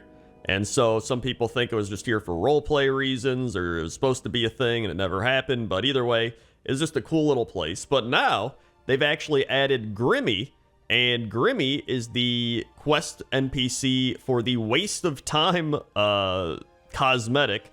It's just a belt cosmetic, and it's a clock because you've wasted your time. There's like 40-something things you have to do. It really is a waste of time, but it is weird going to this place after being like, it's this calm, relaxing dwarf farm in the middle of nowhere. And now it's just this gnome skeleton that's like, hoo-hoo, greetings. In fact, he has a few quotes. He says, oh my, visitors, and I haven't a thing to wear. and I would treat you to a smile and a toast, but alas, I have neither skin nor ale, and don't hesitate to make yourselves at home. So Grimmy's a little weird, and he was actually added in Battle for Azeroth, so this isn't that old of an addition to the game. But I mean, I'm a sucker for Arathi Highlands. I always loved Arathi Highlands, one of my favorite zones, and so having a house in the middle of nowhere in one of my favorite zones, I was like, this one's got to be on the list, especially now with this weird-ass gnome skeleton. And so that's why it's number 6. 5. Number 5 is this gnome house in the ruined reaches of Azshara, kind of near Durothar. And this one's kind of a crazy one, because Bingham Gadget Spring is here, and there's a quest that Hobart Grapplehammer sends you on to go deal with Bingham and his fellow gnomes that are a thorn in the side of the local goblins. So you go there, he sends explosive sheep at you, and all the gnomes try to fight you. It's a great time. But there's actually some crazy Gadget Spring lore.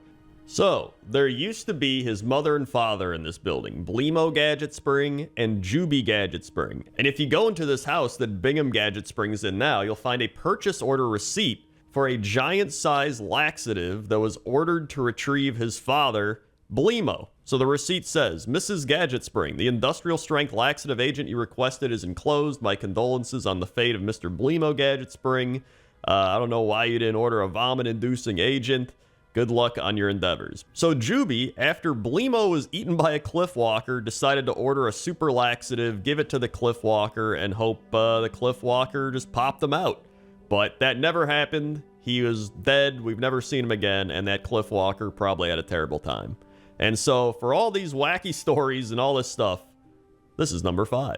4. Number 4 is a house in Stormheim, west of the Agrimar's Vault, and it is owned by Tigrid the Charmer, that is the enchantress here, and you would have to go here for enchanting stuff back in Legion, but she probably doesn't get that much business anymore, and so it's just a random Stormheim house in the middle of nowhere. But this is a really cool house, which is why I put it so high up on the list. It's got really nice aesthetic. There's candles, there's books laying around, there's a fireplace, and just a bunch of little knickknacks here and there, and just there's just a lot of cool things all around, which is, you know, you would expect that from somebody that's really into enchanting and all that, right? You would have a bunch of magical stuff laying around, but it's just, for being this old rundown place in the mountains, for being a house in the middle of nowhere in the mountains, it's got a very cozy aesthetic to it. And so it doesn't have crazy lore like some of the other houses, but it's a very nice location. There's rams and birds all over. There's even a bird that like sits on top of the entrance to the house.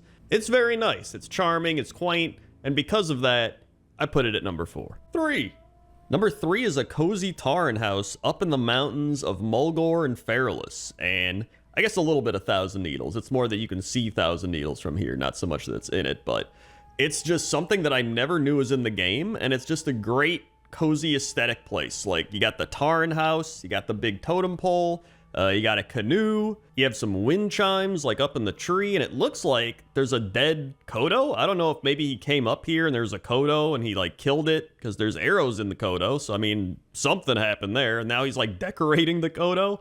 Like, I have no idea, but this dude was determined, right? This guy was like, I'm gonna go up here and I'm gonna make my getaway house to escape from reality, go up into the mountains. He's probably gonna smoke that Tauren weed that they make you smoke as part of that quest chain to get heritage armor. Just look out over the landscape and be like, man, life's good. And now we have no idea who lives here or where this Tauren is or anything. It's just a random abandoned house up in the mountains, but it's fantastic. I love this place. I'm glad I found it because I never knew it existed. And it's one of those places that has no lore, and yet so much lore. Damn. That's why it's number 3. 2. Number 2 are the houses in the Caverns of Time. And ever since I saw these houses in this path years ago, I knew I wanted to do something with them, right? I was like, these are just so cool.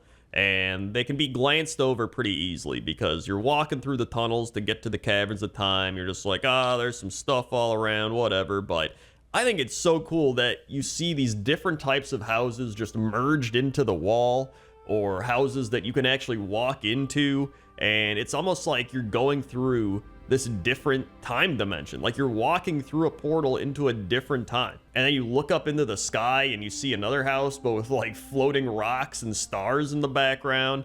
It's just, it really makes you feel like you're walking through time. And that's what I enjoy most about these houses. Like they may not be, they may not be the coolest houses, they may not be the most aesthetic houses, but it's a variety of houses just scattered throughout the Caverns of Time entrance and making you feel like you really are walking through time. And for those reasons, I decided to put them at number 2. And number 1 are the underwater gnome houses in Tanaris. And these actually have a crazy history where they were in the game way back in Alpha, and then they were moved down along the coast for the Encourage opening quest. And then after that, they kind of were just useless, and they were just sitting under the water after Cataclysm. And then as of Legion, they made these a part of the engineering quest chain. So they've changed what they are throughout history, but I think these really represent why it's so much fun to find random stuff out in the middle of nowhere, right? Like these random houses, and it's because, they've had their purposes changed over time, but the main thing is people find these and they think they found some sort of hidden treasure, and in a way they have. And I think it's really cool to explore a world, and then when you find something that you think nobody else has found, or even if you find something someone else has found, but you can figure out a different meaning for it, or you know something about it, it really just adds to the history and the fun and the richness of the world. That may sound like a bunch of fluff words, but I think you understand what I'm saying. And so that's why these are number 1. 10. Number 10 is the Raptor House in Northern Val'sharah, and I picked this one because it is one of the weirdest buildings that I haven't really seen anywhere else in World of Warcraft. Like, even in this area, I couldn't find another building that looked like this. And I guess you could say it's not really like a building per se, because it's a bunch of trees kind of joined together, but it looks like they made a house out of it. I don't know how these raptors did it. Maybe they've got some good architect raptors over here, but it's clearly got the big log roof and then all the little side pieces. There's even some old boards or something, so maybe some humans or some elves used to live here, and then everything got, washed on shore, or like a storm happened and then the raptors took over, because there are a bunch of like bottles and things here too. So it's really unique, and I haven't even seen any other buildings in this area that look like this, let alone in the game or in other spots. So if you've seen anything like this, let me know in the comments section, because I haven't seen anything like it. But it is a pretty weird building, and that's why it's number 10. 9. Number 9 is the Troll Temple at Bombala, and Bombala is a horde encampment just outside of Zul'Gurub. And I actually picked this because there's not many other troll temples that look like this in the game. Like, there's a bunch of skulls all over, and this big skull statue with these candles all around it. There's a lot of cool wall art of, various trolls and snakes, and it actually looks like there's a little Illidan guy. At least that's what I see. Do you see it, the little Illidan guy? There's snake statues all over. It's a really cool, unique type of building. Or I guess it's kind of a weird building, because that's the title of this video. But I was going to call this video like unique buildings or odd buildings, but I settled on weird because I was like, I don't know. But just because a building is weird in World of Warcraft doesn't mean it's cool. In fact, I think all of these buildings are really cool, even though they are just, they're a little weird. They're not normal compared to a lot of the other structures in World of Warcraft. That's really the main point of the video. One other thing I did learn about this, though, is Bombala actually uses all the objects from Yojamba, which is the isle that used to be attached with Zul'Gurub and everything. So these are essentially reused assets added in Cataclysm. So I guess this would actually be the Yojamba Isle Temple. But you know what? This is actually more pointless. So I think it's more fitting for this series. So that's why it's number 9. 8. Number 8 are the Umbrafen tents, and the Umbrafen tents are located in both Zanger Marsh and Nagrand, and maybe even a couple other places, but these are the main areas I found them in. There might be some in Terakar, but I love these buildings because they do look really weird. They almost look like big hats, you know what I mean? Like big pointy wizard hats or something, and they got the big curl up top. I think they look really cool, but they are very weird. Like, you look all over the game, I don't see anything even close to resembling these tents, but I actually like them a lot. And every time I kept flying by them, I was like, dude, I want to put these in a list, and I just couldn't figure it out. And then when I was making this weird buildings list, I was like, dude, these are some weird buildings. I gotta do it. Even the big main headquarters type of building. It's like the biggest of all the tents, and then there's a big staircase going up to the top, and usually they have the leader guy there for a bunch of quests and stuff. That one's really cool as well, even though it doesn't look as kind of weird and crazy as some of the other ones. But I really do love these, even if they are weird and kind of wacky looking, but I think they're really cool. And so I had to put them on the list. And that's why the Umberfen buildings are number 8. 7. Number 7 are the Tuskar buildings located in the Howling Fjord and Dragonblight. And I picked these specifically because there's a lot of places where Tuskar have buildings that look kind of like this, but I always remember these were like the first ones I ever saw way back in Wrath of the Lich King, and I remember being like, dude, these buildings are so crazy, right? And they were just very unconventional and weird compared to a lot of the other buildings you'd see in World of Warcraft, but they made sense, right? Because the Tuskar are fishermen. They're making buildings out of things that look like fish. Like this one looks like a squid crab. You can even see the little crab eyes. They even put crabs inside, so I'm pretty sure it's based off a crab. But a lot of the buildings actually have these like tentacle like structures coming out of them. I just think it's really cool. And so yeah, the Tuskar just got some great architecture. And I know I say it wrong, all right? I can't say it correctly. Architecture. I don't know how to say it right. Architecture.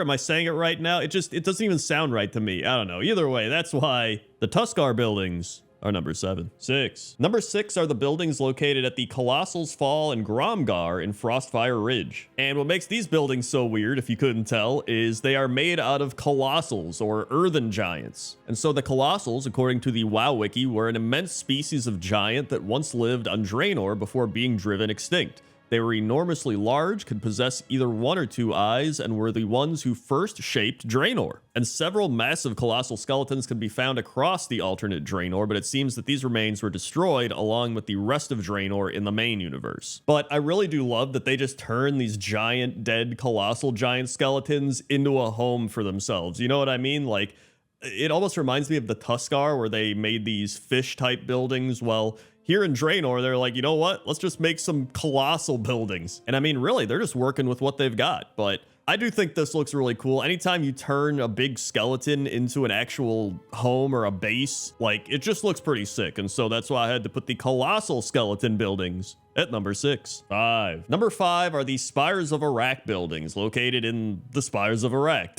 And these are buildings that I always thought were really cool, with all the stained glass and the bird statues and the sun orbs and stuff like that, but they did always just feel very weird to me. Like all these buildings that are up in the actual mountains and the spires, and again, compared to a lot of other World of Warcraft structures, it always felt like these were a little weird, you know? And even though I do think they're really cool, in fact, they're some of my favorite structures in Draenor, they do just feel weird. And I think what really amplifies that is they are just kind of up in the mountains, you know what I mean? In the mountains. They're just like up in these spires attached onto them, and it creates this very bizarre and kind of strange atmosphere for these buildings, because you don't normally see this type of thing anywhere else in the game, which makes it weird, which is why it's on this list. And so that's why the Spires of Iraq buildings are number 5. 4. Number 4 is the Garvin's Reef building. And at first you look at this and you're like, wait, this isn't a building, this is a cave. But you go inside of the cave and lo and behold, there's a building inside that cave. There's a lemon behind that rock. Simpsons reference. And it's a bit of an odd looking building as well, so it's almost like a weird building inside of a weird location, making it such a weird building. And this place actually belongs to Captain Jonah Sterling, which is a Long John Silver reference, and Annie Bond, who's another pirate, wants you to go and kill Captain Jonah Sterling. And so for the quest, you go in here, you kill him, and then he's like, I'm getting out of here, you have to fight my bear. But then the bear actually eats him, and that's the whole quest. But another weird part about the building is if you go inside and look down, you'll see a prison area where there's 2 dead gnome skeletons in there. So that's also very weird. And really, this entire area is unlike anything I've seen in World of Warcraft, especially the building inside of a cave outside of maybe like the Caverns of Time.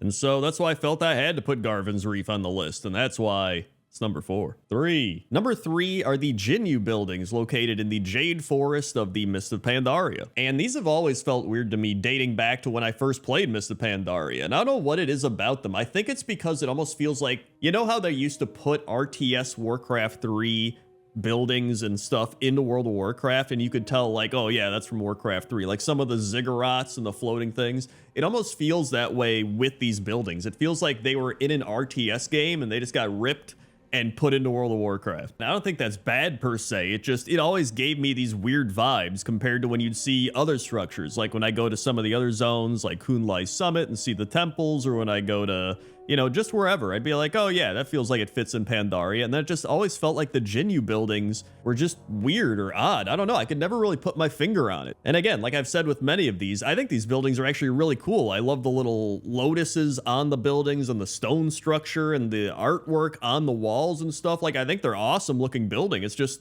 they just feel weird. I also just said they're awesome looking building, like a singular build. They're awesome looking building, but they are weird, and so that is why I put them at number 3. Number 2 are the buildings of Zareth Mortis, specifically the half pyramid structures that are in this weird futuristic desert environment, and they have these like diamond symbols and orbs and like a bunch of gold plating on the stone. It's kind of surreal and weird, especially for World of Warcraft. And Zareth Mortis is one of those places that I hated, much like a lot of Shadowlands at the time, but now being able to fly around and go back and kill stuff in one shot, it's actually a lot more enjoyable. And I don't know if that's saying a lot, being like, yeah, now that I don't have to do the actual mechanics of the zone, it's really cool. But that's what got me to put this on the list, because I was going back and doing all this stuff so I could access the mount construction or whatever it's called. I don't know. But I was realizing while I was doing all these quests, like, yo, these are some weird buildings. I should put this on my weird building list, because I was kind of constructing it at the time. And I was like, there's really nothing like these in World of Warcraft. And I think part of that is due to the fact that Shadowlands almost feels a little more sci-fi than fantasy from my perspective. And the only other time I really got that was probably Legion. Maybe even a little Burning Crusade, but it still felt like Burning Crusade was very Warcraft. I felt like at times Legion almost felt like it was its own thing with like spaceships flying around and stuff. So maybe that's why I think this was Shadowlands. But either way, these are some weird buildings in World of Warcraft. So that's why they're number 2. And number 1 are the Mantid buildings located in the Dread Wastes in the Mist of Pandaria. And these are the buildings that inspired me to make this pointless top 10, because I would always fly by these buildings in Pandaria and be like, they just feel so weird and like not even out of place, but just odd to be in World of Warcraft. And it's these bug people that have created these weird towers of insectoid windows and structures, and like, I don't know, it always felt very weird to me. And so I was like, I gotta put it on the list. And the more I thought about it, the more I was like, you know what, this is number 1 for me. These are just the weirdest buildings in World of Warcraft. Even this one where you can see the side of the tree, and this building has like 12 windows on it, and then there's another building with like a bunch of windows. It feels like I'm looking at a hotel, but it's been created by these mantid creatures. And you know what, maybe I'm underselling the mantids. Maybe they are like amazing architects and I'm just like making fun of their construction abilities, but you know what, it's just weird to me. And so that's why it's number 1. Number 10 is the Dark Iron Entrepreneur. And the Dark Iron Entrepreneur is a Dark Iron Dwarf, as you might have guessed, that is a specialty goods vendor located by the Thandal Span in the Arathi Highlands. And you can see he's got his little tent set up, as well as numerous barrels of explosives. He's got a little wagon of explosives. He's got explosives behind the tent, in front of the tent. Like, this dude loves explosives. He's even carrying a little dynamite in his hand, I just realized. Also, I don't know if I'd be putting a campfire this close to all these explosives. And when you talk to him, you can see what he sells, and you can see here he sells red fireworks rockets, heavy dynamite, formula enchant gloves mining, and a green axe. And it appears that he can sell a few different green armor pieces, and he's got a few dynamites in his supply, but the formula enchant gloves mining and red fireworks rocket are always in supply. Also, prior to the Cataclysm, this guy actually used to be in Dun Modir in the wetlands, and then they moved him over here in the middle of nowhere. Now, I will say, post Arathi Highlands rework, this guy is nowhere to be seen. So I don't know where he went. Maybe he was like, oh, there's too much fighting here, I'm getting out of here. But hopefully one day we run into the Dark Iron Entrepreneur again, and that's why he's number 10.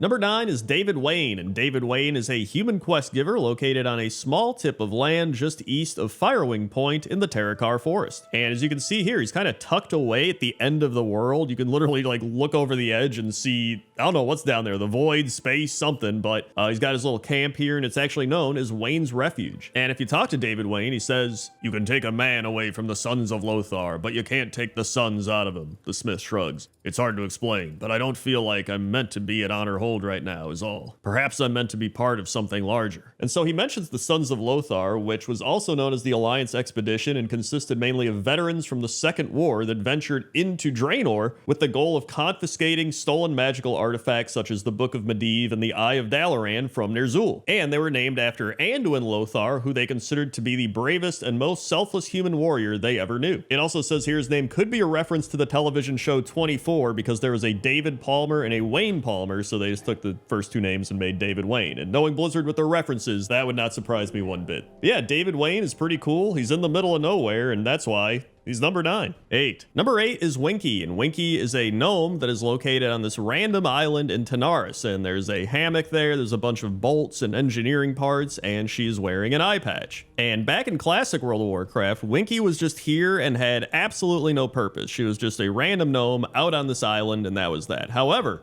they actually gave her a quest in Legion, which helps you learn the origin of Blingtron and create the Blingtron 6000. And it turns out that Winky is actually the granddaughter of Nopedo Bizfuse, who is the original inventor of Blingtron, like the original Blingtron. And so yeah, I mean, either way, whether she's got some quest she's given out post-Legion or prior to Legion where she was just out here, Winky is just a gnome in the middle of nowhere. Like, she's just on an island in Tanaris. She's got her chill little area, and it honestly seems pretty relaxing out here. But I do love the fact that they just took this gnome that was probably added in here just for like some world flavor or something, right? And they actually gave her a purpose. So that's why Winky is number 8. 7. Number 7 is Trainer Iris Greedsway, and Trainer Iris Greedsway is located on the western part of the Eye of Azshara. And she's just kind of tucked away in the side of the mountains where there's this ship that's crashed, and the only way in is like this little rock area where you can swim in through the water. And then she just has a bunch of battle pets. And I don't know if these are her battle pets or if she's like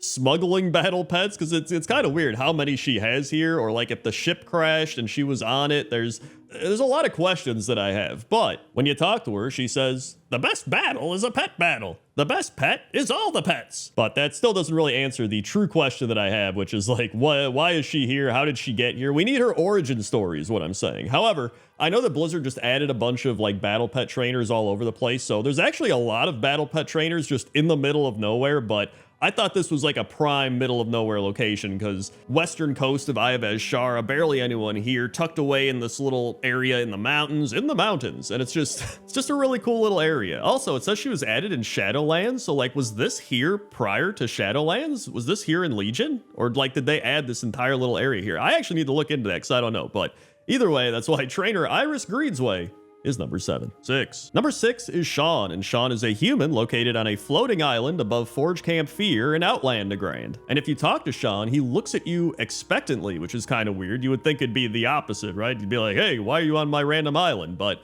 if you slash wave at him, he says, is it you, the person I've been dreaming about? Before you ask, I don't know what this person looks like. In my first, they were a night elf. In the second, they were a Tauren. And in the third, a night elf again. In these dreams, we'd adventure across Azeroth and Draenor, fighting demons, dragons, and old gods, and even murlocs. I'd never had a connection like this before. It seemed so real to me. In my last dream, I asked them to meet me here. I hope you find them. I'll keep waiting. I know they'll come. I've had the same dreams about you. Are you? You are. I have so much to tell you. Where do I get started? Since our first adventure, I could no longer focus on what our next adventure would be. My friends would tell me that you weren't real, that I was acting crazy, that you're only in my dream, and I knew they couldn't be right. The feelings I have are far more than a dream. Every adventure we've been on, every foe we've slain, and every chat we've had has brought me to this one question for you.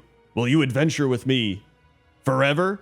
And if you say, I'm sorry, I just can't, he goes, I understand. But if you say yes, he goes, I don't have words. You've made me the happiest person. To our next adventure. And then he gives you a glowing diamond ring. And so you might be like, what is this even a reference to? Well, it's a reference to a Blizzard employee and his successful marriage proposal. And he says she did say /yes. So I don't know if they're still married, but they were in 2017. So that's why Sean is number 6. 5. Number 5 are the Young Orc Woman and the Young Orc Traveler located in the Frostfire Ridge. And this is actually a pretty sad one. So you find the Young Orc Woman named Magro located next to a burned out fire in an empty tent northeast of the Crackling Plains. And when you try to interact with her, it says, this orc appears to have been camping here for several days before succumbing to the bitter cold. Her face is frozen in a woeful state, gazing southwest towards the icy flats. Clutched to her breast is a neatly folded letter. And if you open the note, it reads, Magra, my huntress, another dull day at Stonefang Outpost. As I stare across the flats, I cannot help but think of you.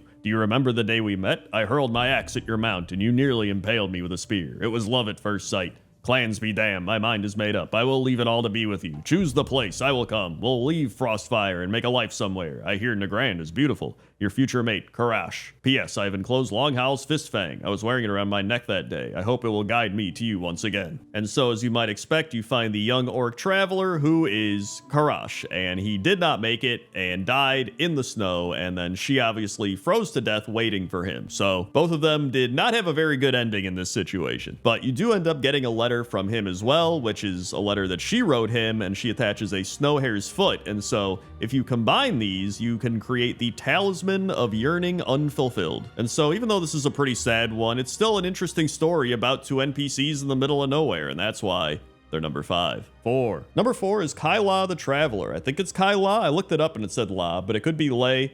I'm going to say La, because that's what the internet said. So Kyla the Traveler is a Pandaren from the Wandering Isle that's just chilling with a fishing pole on his own little island. And if you talk to him, he says, Here we are, in a land down under. It is just as beautiful as the stories I was told as a cub on the Wandering Isle, though the fish could be larger. And I believe this could be a reference to the Men at Work song Down Under, where they're like, I come from a land down under, right? I think it could be that. Knowing Blizzard, it probably is a reference, because Blizzard loves their references. And I don't know if this is supposed to happen, but he started just following me around trying to attack, or like, I don't know what he's doing here, but I'm pretty sure this is not supposed to happen. But aside from all that, it actually is a really nice little area in the middle of nowhere. He's got some nice trees, he's got his house, he's got the boat, he's got some fishing stuff, and it's actually a really relaxing area. So if I had to pick any of these areas to be at, this is the one I'd want to be at in the middle of nowhere. And so that's why Kyla the Traveler is number 4. 3. Number 3 is Donova Snowden, and Donova Snowden is a dwarf quest giver located in Winterspring. And if you talk to Donova Snowden, she says, Hello, what brings you to Winterspring? These cold, vast lands may seem dismal, but this is a place of many secrets. Which I also don't really think of Winterspring as a dismal location, but that's also just me. I love Winterspring. But yeah, if you've played Classic WoW at all, or you've played Retail WoW and quested through all the zones, you've probably quested with Donova Snowden before. She's involved with all the Furbolg, Firewater stuff, and High Chief Winterfall. And I would say she's a pretty well-known NPC, but she is in the middle of nowhere, right? She's just randomly in the western part of Winterspring by a fire, and it's just very tucked away, I would say, right? Like, it's off the road, it's in the southwestern part of the mountains, and she's just got her fire there, and it's actually, I think it's a pretty cozy little area, but it is pretty secluded here. The only reason most people know about it is because of all the quests. And so when I was trying to put together the list of NPCs in the middle of nowhere, I was like, you know what? I think Donova Snowden does belong on this list, and that's why Donova Snowden is number 3. 2. Number 2 is Leo Sarn, and Leo Sarn is a Forsaken enchanting vendor located in the hills by the Grey Mane Wall in the Silver Pine Forest. And when I talk about NPCs in the middle of nowhere, this dude is actually just in the middle of nowhere. He is like in a giant open area with a bunch of hills all around. Like, he's got nothing nearby. Apparently back in Classic WoW, he even used to have a tent, and now he doesn't even have that. He like got rid of his tent. He's like, I don't need this shit. Now he's just like standing out here, just in the middle of nowhere, hoping that somebody needs to buy some enchanting supplies. And I think that's what blows my mind about this guy is like, why is he even here? Like, is he just trying to not sell enchanting supplies? Like, you would think he'd set up shop along the road, or, you know, pick a spot where people would be like, oh, hey, he's right over there. Or even just have like a little path that leads here. But it's just, there's no hints that this guy's even out here. Like, this is terrible business. But one thing he's not terrible for is being on a list of NPCs in the middle of nowhere. And so that's why Leo Sarn is number 2. 1. And number 1 is Captain Hab, and Captain Hab is a human ghost located off the eastern coast of the Azure Span. And he's found just sitting on this small island, and you talk to him, and he's got a quest called Me Lucky Lure, and he says, You find me in a low place, dwarf, and it's not because I'm dead. I died on the hunt, making sure the beast that killed me crew wouldn't live to kill again. There's nothing wrong with that. It's what me pa would have wanted. No, the problem is that the fight was a draw. The beast spirit is still out there. As sure as I stand stand here before you, but being a ghost, I can't even reclaim me lucky lure from the critters that picked me body clean to have another go. Would you mind helping me out? But yeah, this is clearly a reference to Captain Ahab from Moby Dick, and you do help him get his lucky lure back, and then you help him fight the big fish that he wants to take out. But the best part is the fish is also a ghost, so you get to fight this big ghost fish for the ghost pirate. And so yeah, out of all the NPCs in the middle of nowhere, I just thought that fighting a ghost fish for a ghost pirate was the coolest one, and so that's why Captain Hab is number 1. 10. Number 10 are the Blood Venom Slime Slaves, and these can be found at Blood Venom Post in Fellwood, and these were former inhabitants and guards of the post that were mutated by the experiments of Winna Hazard. And so you can go here in Classic WoW and see all the people at Blood Venom Post without slimes on their head, and Winna Hazard is actually the one in Classic WoW that gave you the quest to turn her kitten into a corrupted cat by giving it some flasks. So she's the one responsible for all of the slime slaves currently just wandering about the forest. And strangely enough, according to Wowpedia, while the inhabitants of the original pre-Cataclysm Blood Venom Post were many different races, the slime slaves seem to only be Tauren. So I don't know why the slimes only picked Tauren, or like maybe everybody else fled or they died. Who knows? But when I saw these slime slaves, I was like, dude, what is happening? It's such a weird mob to see in World of Warcraft, and so that's why I had to put it at number 10. 9. Number 9 is a soot-stained enforcer, and he is an ogre that is just doing sit-ups. And I remember when I first saw this, I was like, wait, what? Is he just doing sit-ups? And it turns out, yeah, he's just doing sit-ups. Now, I do think it's funny, he's just kind of doing the dance animation, but they like laid him down, so it looks like he's doing sit-ups. So I think they just had a fun time with, you know, development being like, it's kind of like he's doing sit-ups. Let's just put that in the game, and he'll be saying a bunch of random quotes like, what after one? Another one. This harder than I thinked. How many's tree? And there's also an ogre just like walks over here and he's just like, yeah, he's still doing sit-ups. I even thought it was funny, if you look up the soot-stained enforcers on Wowpedia, it just says, enforcers are ogres located at the soot-stained mining camp in Frostfire Ridge. One of them is doing sit-ups. And so not only is it pretty funny, but it made me be like, what is happening? And so that's why the soot-stained enforcer is number 9. 8. Number 8 is Jerome, and Jerome is a blood elf that hangs outside of Silvermoon City in Eversong Woods. And I remember first seeing this guy way back when, and I was like, what is happening here? Because you talk to him and he says, finally, someone came down to talk to me. Want to hear some of my rhymes? And you can either say no, or you can say yes, in which he says, walking down the street, looking at my feet, watching the leaves fall off of the trees. And it just feels like the ramblings of a madman. It's just like, what is happening here? Who is this? And so it turns out this is actually a reference to Blizzard developers. So Brian Morris Rowe is the lead interior artist for Blizzard, and his employee Jeremy Graves is a Dungeon City artist, at least they used to be. The reason for the rhymes is due to Jeremy having a knack for karaoke, rapping to the beats of popular rappers such as Snoop Dogg, Dr. Dre, and Eminem, and worker Morris Rowe is a blood elf in Silvermoon City trying to rebuild it, and he is with the Silvermoon Builders Association, and Jerome is his minion. So this is all just a reference to Brian Morris Rowe, who was the lead interior artist, and then his employee, who is essentially Jerome in the game. But either way, when I first saw this, I was just confused, and I was like, what? And so that's why it's number 8. 7. Number 7 is Niden, and Niden is a sea giant located in the Coral Forest in Nazjatar. And I remember first seeing Niden, and I didn't know what he was doing. I thought he was just like stirring some soup or something, and then I realized he's got this mortar and pestle, and really the mortar and pestle are just like big shells, which I think is pretty funny. But you can talk to him, and he says, Niden likes to smash things. Niden gets to do the things he likes now. And so really, he's just helping to make kelpberry wine. And later on, you say, could you please do some smashing for the kelpberry wine quest? And he says,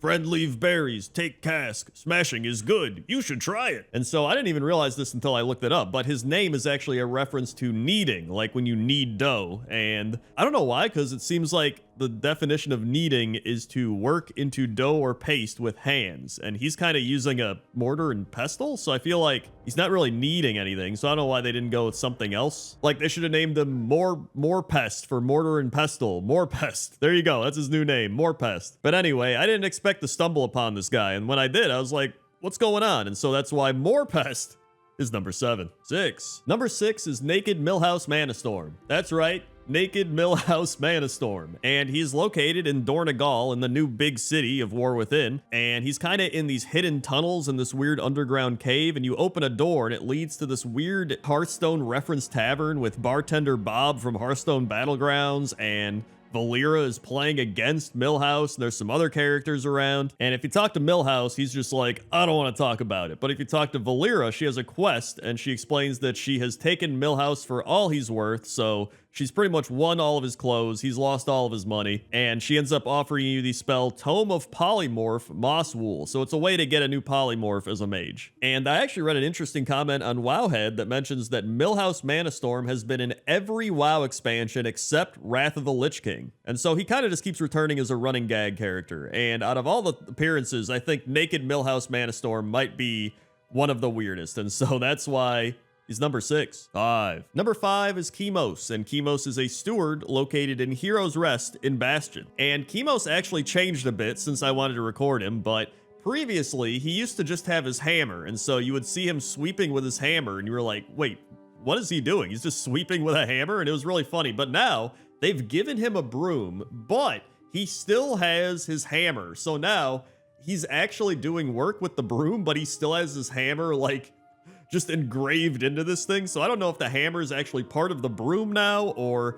he's just made a broom out of the hammer. Maybe he just glued like 2 sticks on top of that. I have no idea, but it's still pretty funny. But you are able to select Chemos as your steward of Heroes Rest, and a lot of people selected him just because he was sweeping with a hammer, and I couldn't even find him for a while. And it turns out I had to like do a bunch of quests, and it was dumb. I had to go back to Shadowlands. Let me tell you, it was not a great experience, but we found him, we figured it out, and that's why Chemos is number 5. 4. Number 4 are the human seedlings, and the human seedlings are the unfortunate survivors of the Hillsbrad fields who are now buried in the sludge fields. And there's a quest called Do the Right Thing, and it says, you have come upon a horrific scene. Someone or something has buried all of the humans up to their necks in a manner consistent with planting. The ghouls, which are seemingly tending the field to human seedlings, periodically jump to the nearest human and devour its head. You can end this right here and now. Take this shovel and save the humans. And so you can go up to the human heads and you either bash their head in with a shovel or pull them out of the dirt. And this is definitely one of the things that you see for the first time, and you're just like, dude, what is going on here? There are literal human heads like planted in the ground. I guess the humans are planted and the head is like they're sprouting in a way, but this is just such a weird quest. You know what I mean? I was going to put this in creepy things in World of Warcraft. I still might when I do the creepy things for Halloween, but I think the human seedlings have definitely earned their spot at number 4. 3. Number 3 are the Leper Gnome Laborers, and these are leper gnomes located in the Sanctum in Silvermoon City that are being forced to work by Serignano. I think that's how you say her name, Serignano, who is a succubus that essentially overlooks the entire sweatshop operation that's going on here. And funnily enough, this place is called Colleen's Trustworthy Tailoring Shop, and any place that calls themselves trustworthy is instantly untrustworthy. And by the way, Keelan's name is Keelan Sheets, which I think is a reference to clean sheets, if I had to take a wild guess. But yeah, this place is actually insane. Like, the succubus is just going up and whipping the gnomes. There's like leper gnomes in cages. They have a bunch of money and gold on the table to show that they're clearly profiting off the sweatshop work of the leper gnomes. And it's just crazy. This is not something you expect to find, I'll tell you that much. And so that's why the leper gnome laborers are number 3. 2. Number 2 is Marcus the Paladin, and Marcus the Paladin is found leaving the tent with a sleeping Tauren couple in it named Tanda Freeseeker and Bax Freeseeker, and as he's walking out, he says, well, that was certainly unexpected. And there's also a steamy chest on the ground of the tent next to the sleeping Tauren couple. And so putting all the puzzle pieces together here, it seems like the Paladin and the Tauren couple did some stuff, all right? That's all I'm gonna say. But it turns out that Marcus is actually the main character of the erotic steamy romance novel series, and Marcus has had flings with the human mage Nani, the forsaken rogue Atusa, the gnome warlock Tavi, and the Draenei Sula. And so if you want to go find any of these stories, they're all in game and they're all a part of a steamy romance novel. So if you just look up a steamy romance novel, you can probably go find all the locations, and the one for this specific scenario with the Tauren is called got milk. And so that reason alone definitely puts this at number 2. And number 1 is Jogu the Drunk. And Jogu the Drunk is a Jinyu and a member of the Tillers. But despite his near constant inebriation, he is a value member of the Tillers due to his ability to predict what crops will grow best on any given day. And when I first saw Jinyu back in the day, I was like, dude, it's just a drunk fish guy walking around and you have to buy him alcohol to help your crops grow. Like, this is this is such a weird character. Like, what's going on? But if you go around the town and talk to some people like Water Taster Cruishell, they say, our brother over there drowns his sorrows in apathy and wine instead of work and toil. Jogu's from a different tribe than us. He came far from the north and will not speak much of what led him here. And in a quest, A Gift for Jogu, Andy says, sometimes I feel sad for Jogu. He's the only Jinyu around, and I don't think he has any friends other than his smelly bottle, of course. It also seems like Jogu lost his family because if you do the Dish for Jogu quest, he says, my family used to make this. They're gone now, but I still love this dish. And so I think a lot of people saw Jogu and they're like, oh, he's just some drunk fish that gives you crop predictions, right? But he actually has a much sadder, depressing backstory, and he just wants friends. So I was like, you know what? The least I could do is put him at number 1 on my pointless list, and that's why Jogu the Drunk is number 1. 10. Number 10 is the art at the Dark Moon Fair, and the Art Moon Fair the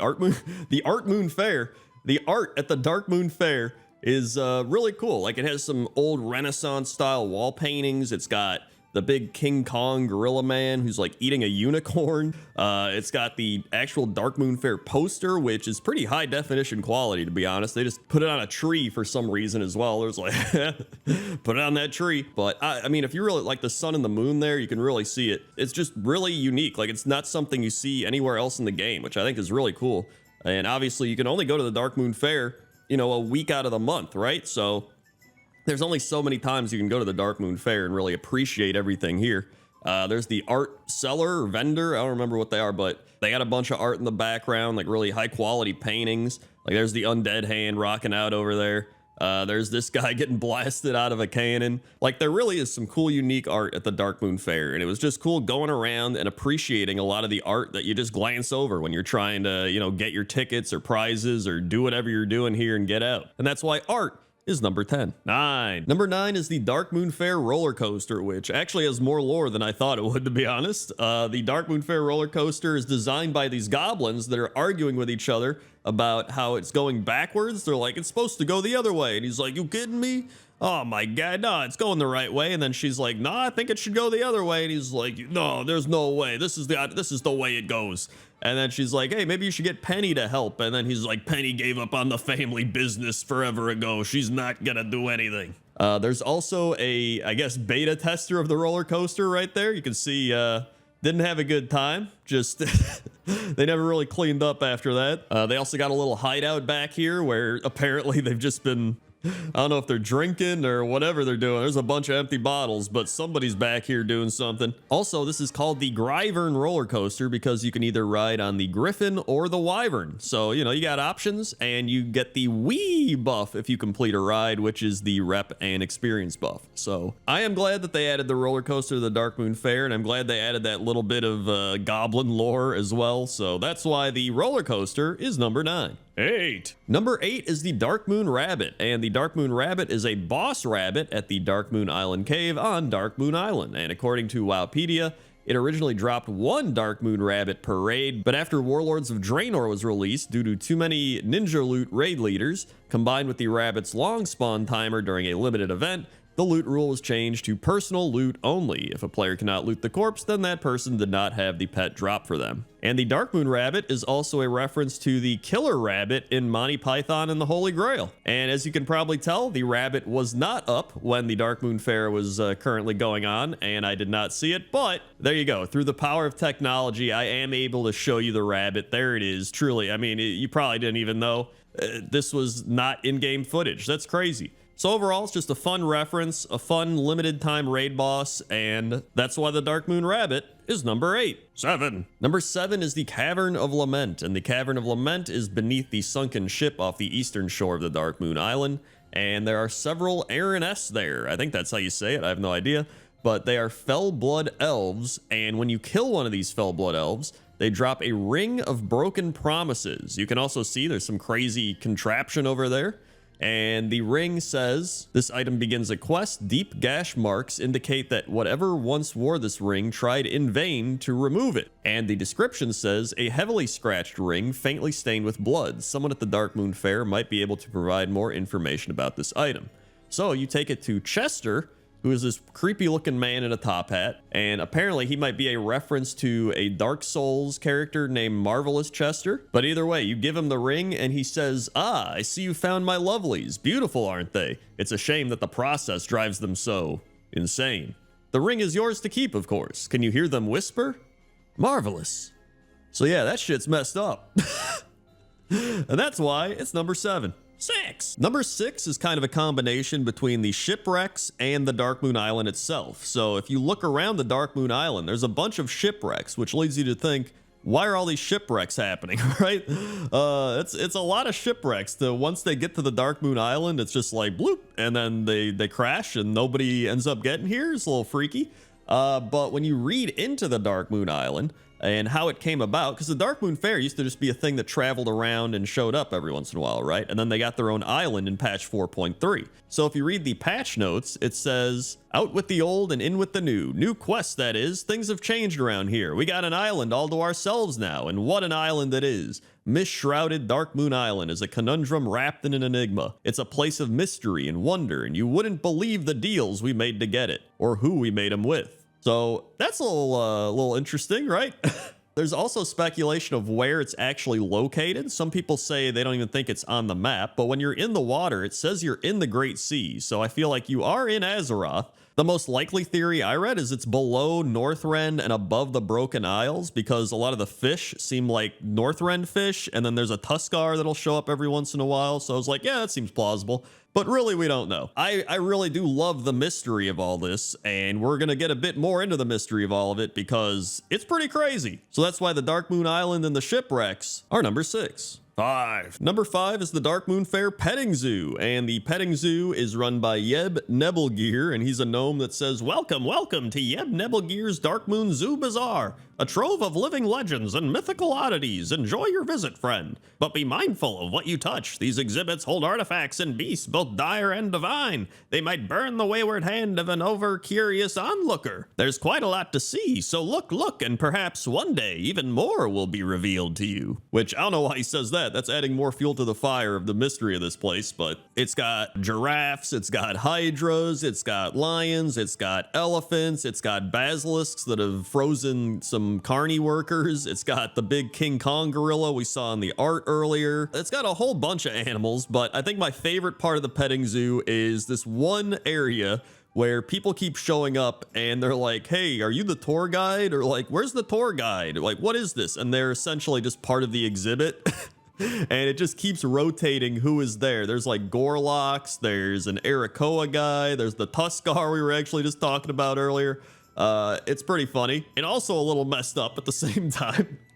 But isn't that just the entire Darkmoon Fair at this point? But either way, it's fun to walk around the petting zoo, see some references, see some goofy stuff, and that's why it's number 5. 4. Number 4 is the latest addition to the Darkmoon Fair, which is the Warlock questline. And you talk to Assistant Phineas and he's like, yo, get on this carriage, we're going. And he just books it straight to the Darkmoon Fair and you're just like, what? And before you know it, there you are, you're at the Darkmoon Fair, but it's a little bit different this time around. There's not really many people here. In fact, everybody here is just a demon or some sort of warlock.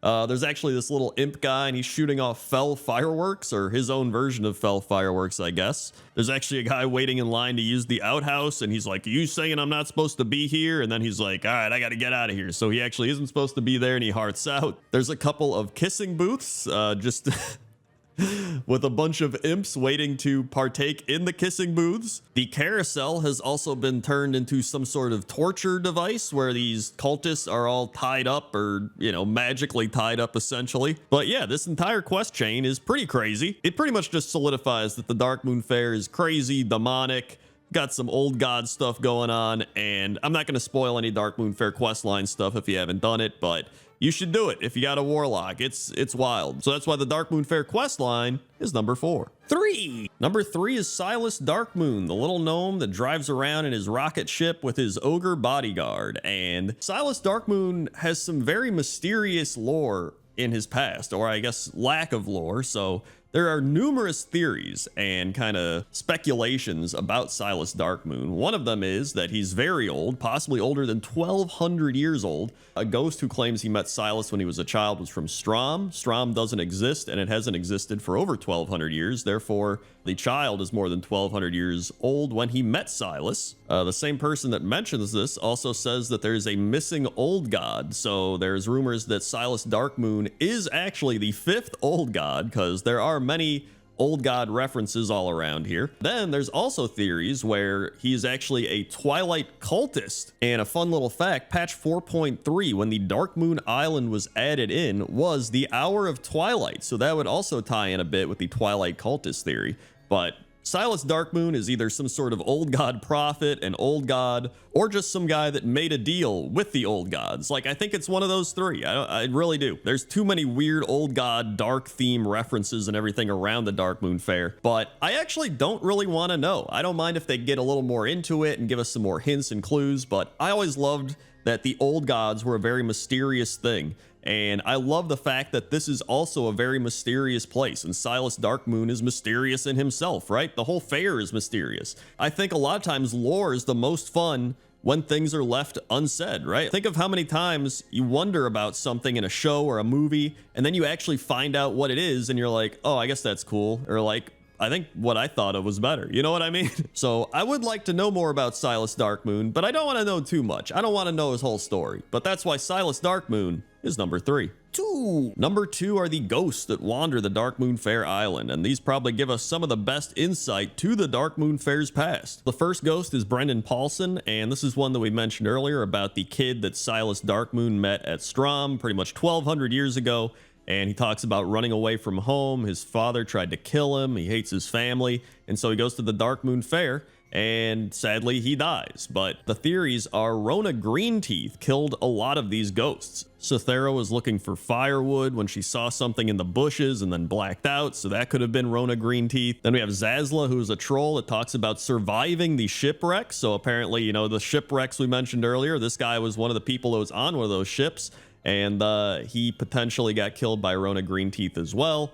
Then we have Arlen Sherhoof, who talks about watching over the camp and not leaving the camp over and over again. And then we had Cup Coincare, who is a goblin that talks about having a bunch of debt, and then he repays it by working at the fair, but after getting tired of working at the fair and attempting to leave, he dies. Rona Greenteeth actually doesn't sell any goblin meats, so it's possible he just died to the wildlife or something like starvation. And I mean, overall here, it's really weird. Like, there's a cannibal killing a bunch of people out here in the wilderness. There's like crazy werewolves and stuff out in the wild. Like, there's some weird shit in the forest, man. And so these ghosts are actually a really interesting part of the Darkmoon Faire lore that you can only see when you're dead. So that's why the ghosts are number 2. 1. And number 1 is probably the most prominent part of the Darkmoon Faire, the Eye. That's right, the Eye that is constantly browsing and looming over the Darkmoon Faire from various parts of the fair.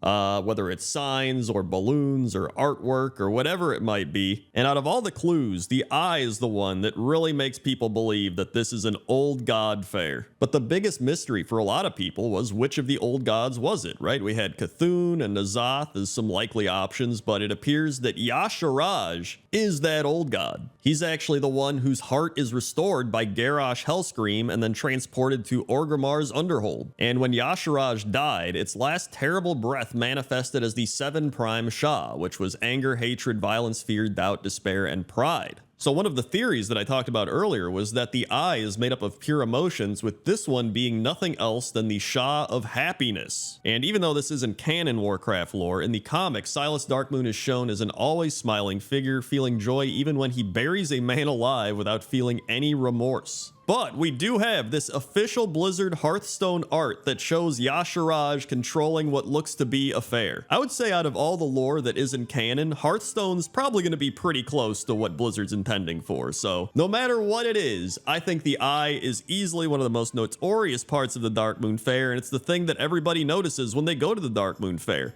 And that's why the eye is number 1. 10. Number 10 is Victor Ebenfall, and Victor is a Worgen druid in the first aid place in Dalaran, and he's just chilling in a bathtub. You walk in here and you look around and you're like, what? Is that a sea lion in the bathtub? But apparently he can't shapeshift out of aquatic form. If you talk to him, he says, what are you looking at? Ain't you ever seen a sea lion before? And you go, not like this. And he goes, yes, I'm a druid. And well, I'm kind of stuck like this for a while. I was patrolling the sea around the broken shore when an infernal crashed down into the water right on top of me. The blast was so strong and instantly knocked me unconscious. When I woke up, I was here in the care of the nurses. They say after a few days I should have the strength to shift back, but in the meantime, I'm stuck in this contraption to keep me from drying out. Do me a favor and don't mention this to any of the other druids. They'll never let me live it down. So yeah, that's pretty much it. He's just a druid stuck in aquatic form in a bathtub.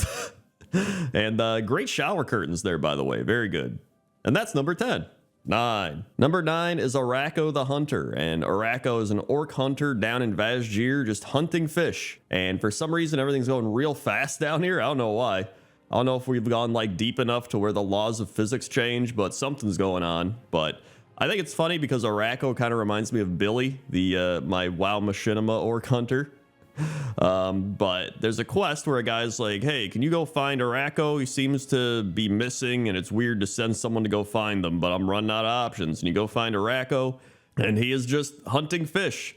And the reason for this is that his pet wolf got eaten by an eel and he won't go anywhere until she is safe. He also has the quote of, shooting fish in a barrel is easy. Shooting fish in an ocean is a little harder.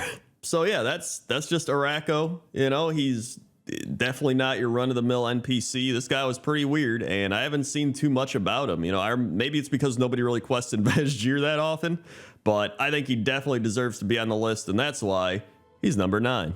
8. Number 8 is Silvermoon Harry, and Silvermoon Harry is a pirate who can be found at Scalawag Point, and he has an obsession with blood elves. It is really weird. So Alanya is his girlfriend, and if you talk to her, she says, this is the only way Harry will ever talk to me. I have to keep this stupid mask on all the time, which, listen, if that was a real life thing, you got to get out of there. That's a big red flag. And then Silvermoon Harry has to repay his debt, which is why you go talk to him, and he tries to fight you, and he's like, do not test me, scurvy dog. I'm trained in the ways of the Blood Knights. Which, if you don't know what a Blood Knight is, it's a Blood Elf Paladin, pretty much. And then he talks about how Blood Elf treasures, unlike any other, it's not just the gold or the silk or the gems used as materials. Sindori craftsmanship is valuable in and of itself. And so after that, you're like, all right, well, that guy was weird, but I'm never going to see him again. But then he reappears in Battle for Azeroth, where Harry is hired by the Alliance to help establish Fort Victory in Nazmir on Zandalar, and he's tricked into believing he'd be working with Blood Elves, but instead it was Blood Trolls. So overall, this guy's weird as shit. That's why he's number 8. 7. Number 7 is Idej the Wise, and Idej is a gnome mage in Drustvar, and he just lives randomly in the middle of nowhere in the mountains. I remember finding this guy being like, wait, who is this? Why haven't I seen this before? And I guess because I haven't really quested much in Drustvar, but he constantly just walks around a campfire talking to Tap-Taff, pausing to unsuccessfully test a fire spell on it. And once you kill him, you can actually get the Tap-Taff the Pig quest, which gives you Tap-Taff the Pig as a pet. So if you haven't gotten that yet, there you go. I just got you a free pet. And so while researching this, I was like, this is so weird. What does this even mean? So I found on Wowhead, somebody commented named Idej the Wise, and they said, hey, World of Warcraft fans, a message to all the players who found Idej the Wise and his little piglet friend Tap-Taff. I would like to thank everybody. 6 years ago, my brother and I came up for the concept for Idej the Wise one afternoon at Blizzard Studios. His brother works for Blizzard, and the idea was Idej was going to be a very small in stature with a bit of a punch fire mage who likes to drink and cast mixed up spells. Idej is actually Jedi, but spelled backwards. And Idej is actually an old modified AD&D character they created 38 years ago in 1985. And they are lucky to have him put in the expansion of the game back when, I guess, BFA was the expansion. So that was it. That's pretty much the lore of it does. You can read more about him if you go over there and read about him or just research it. But I just think he's weird, right? He's just this random gnome mage in the mountains. He's got a bunch of animals all around. There's like a raccoon in his bed. It's just like, what's going on over here? But I love it. I think it's, you know, it kind of reminds me of in the Hobbit, the Radagast the Brown a little bit, just having all these animals in his house and stuff. Although he is trying to like cast spells on them instead of actually saving them or whatever. But overall, he's pretty weird, and that's why he's number 7.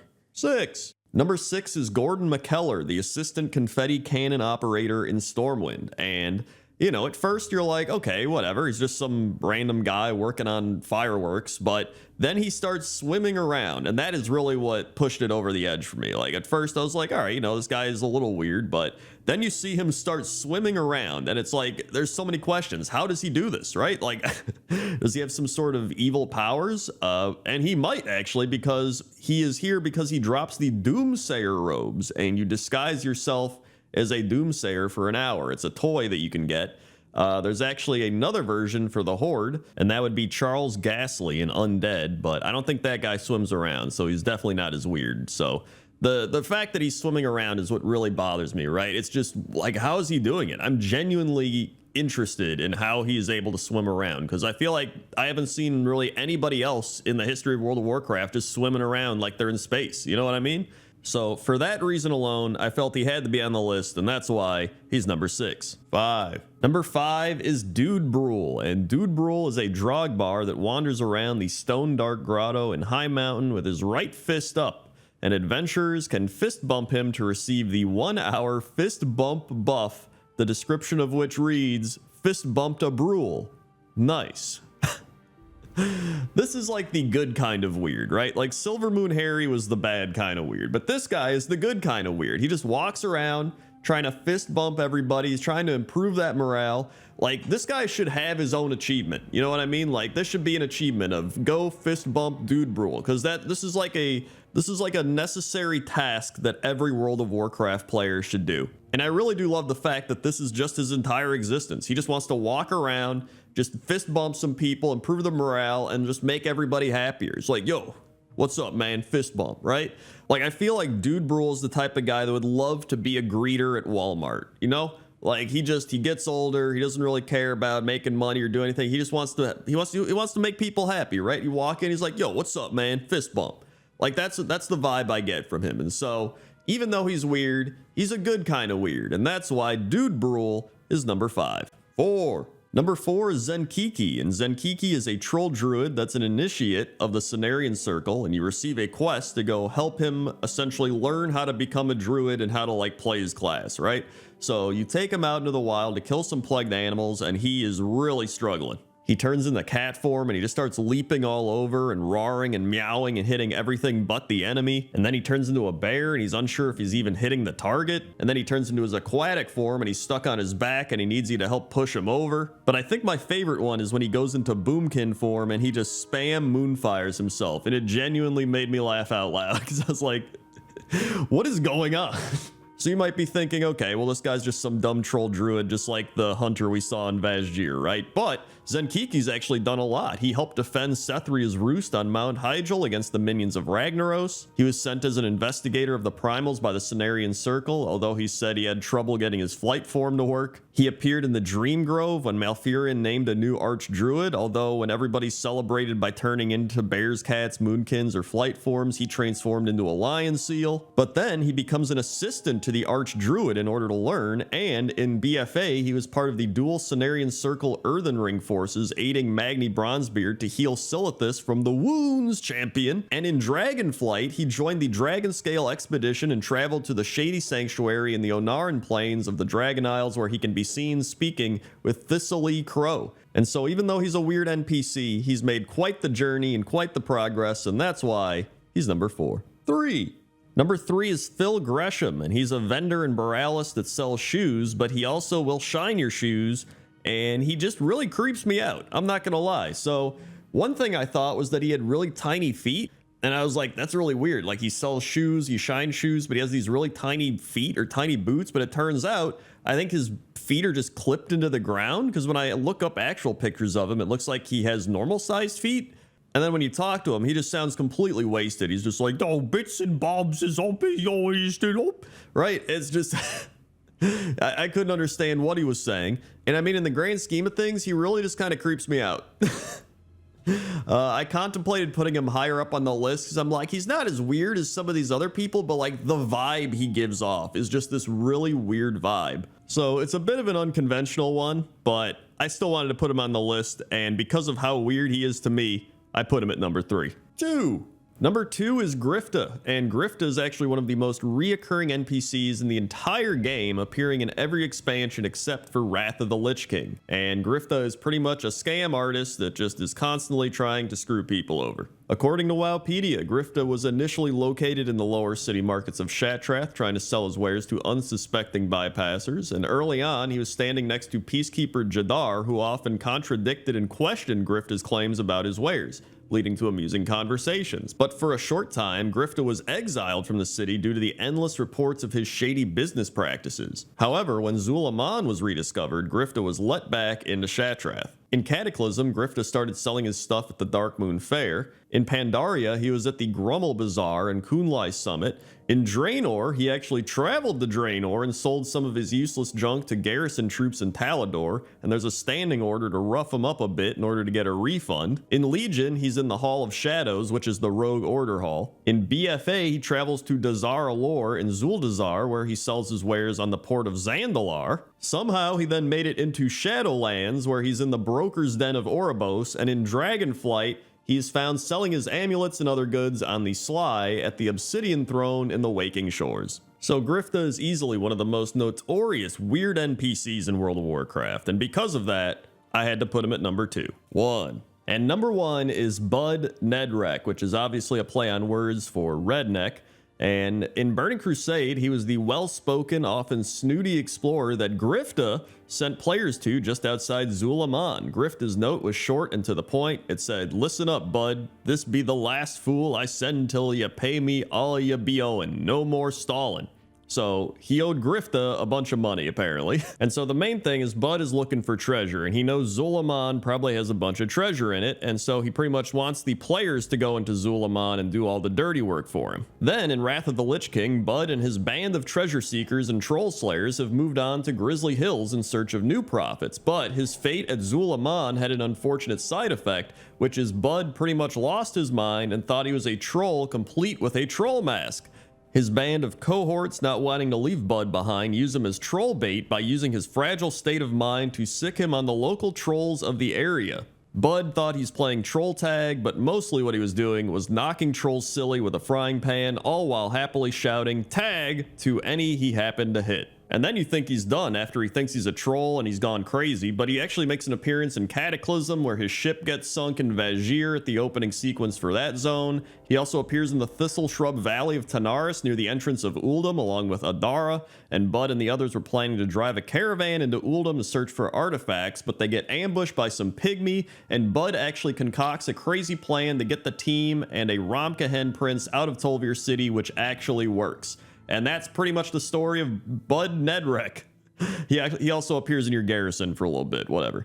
But he's just a really weird NPC that has this crazy backstory, right? Like he's in Burning Crusade, he's got a note from Grifta to repay his debt, but he becomes this big thing in Zulaman where he's hunting treasure, and then he's in Wrath of the Lich King hitting trolls. He thinks he's a troll, then he's like saving everybody in Cataclysm. Like, it's so weird. And I really do think he's like one of the most notorious weird NPCs in World of Warcraft. And for that reason, he's number 1. 10. Number 10 is Father Gavin. And Father Gavin is a human male located in the Misty Pine Refuge in the Dwarven Starting Zone Dunmorrow. And he's affiliated with the Argent Dawn. Now, I'm specifically talking about the classic WoW version of Father Gavin, because he is in the modern version, but he now has Kellen and Lowen Featherbreeze talking to him. And I guess that gives him a little more of a point.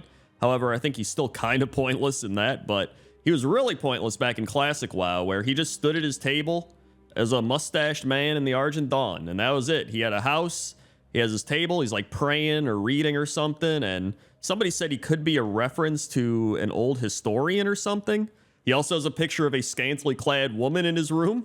But aside from that, he just has a bunch of dwarven stuff in his house. Like, you would just assume this is just a dwarf house. So, I mean, honestly, I don't even know if this is his house, but I guess it is, because he's standing outside of it. But either way, Father Gavin could be removed from the game, and I doubt many people would care, which means he's pretty pointless, and that's why he's number 10. 9. Number 9 is T'Challa the Witch Doctor, and T'Challa is a jungle troll ghost located in Bloodmaw Ravine in the Blade's Edge Mountains. And this is kind of a weird quest. So you meet T'Challa and it's his ghost, and he's just like, yo man, I wanted to help the ogres brew some beer, and then they pretty much got his recipe and buried him and stole his hookah, and then he died. So it sucks. Like, he just wanted to help the ogres get drunk, man, and then they screwed him over. So the whole quest line is you getting revenge on the ogres, and then he's like, yo, thanks a lot. You go get some loot from his grave. It's a really weird quest.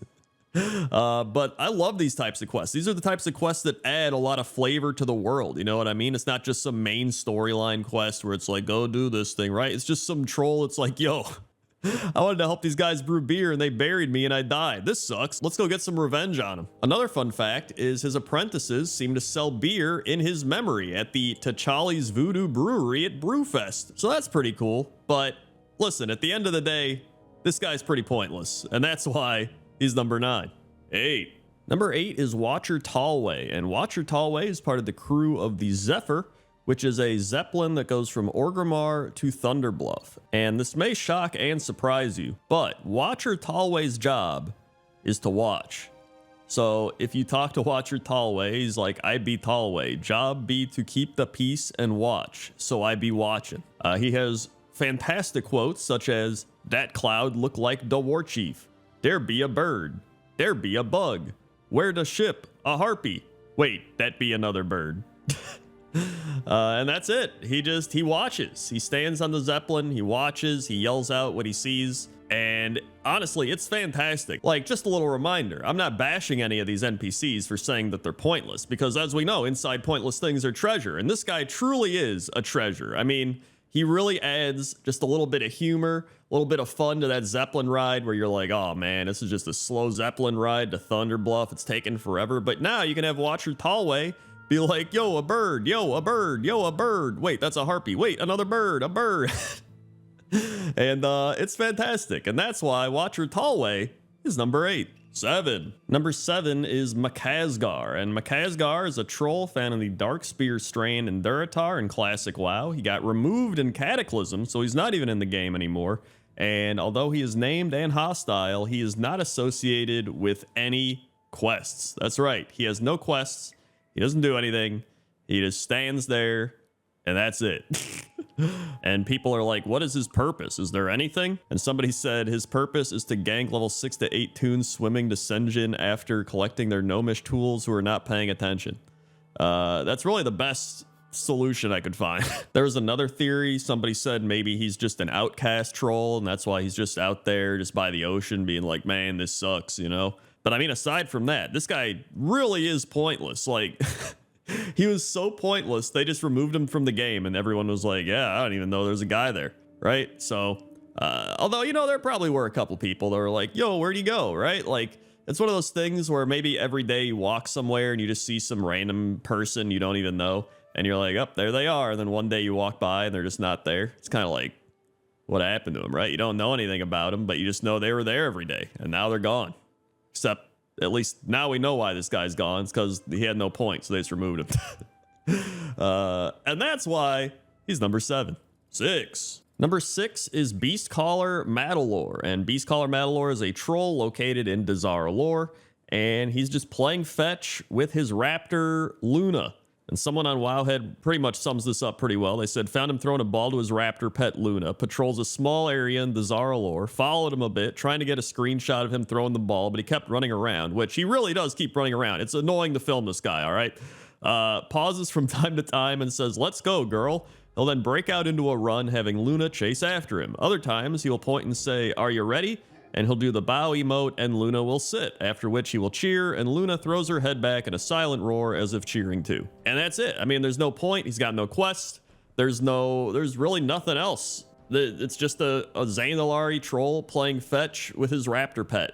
And again, that's fantastic. I love that it's adding some character, some fun elements to the city, right? You're like, oh, there he is. He's just playing fetch. But really, it's very pointless. Like, it's another thing where if it was removed, people'd be like, I didn't even realize that. Or they realized it, but not enough to like know that he was gone. But I really love that. I love that in this big city, there's all this stuff going on. There's like war happening. There's like magic and combat and spells and profession, everything. And this dude's just like, yeah, I'm just gonna play fetch with my raptor pet.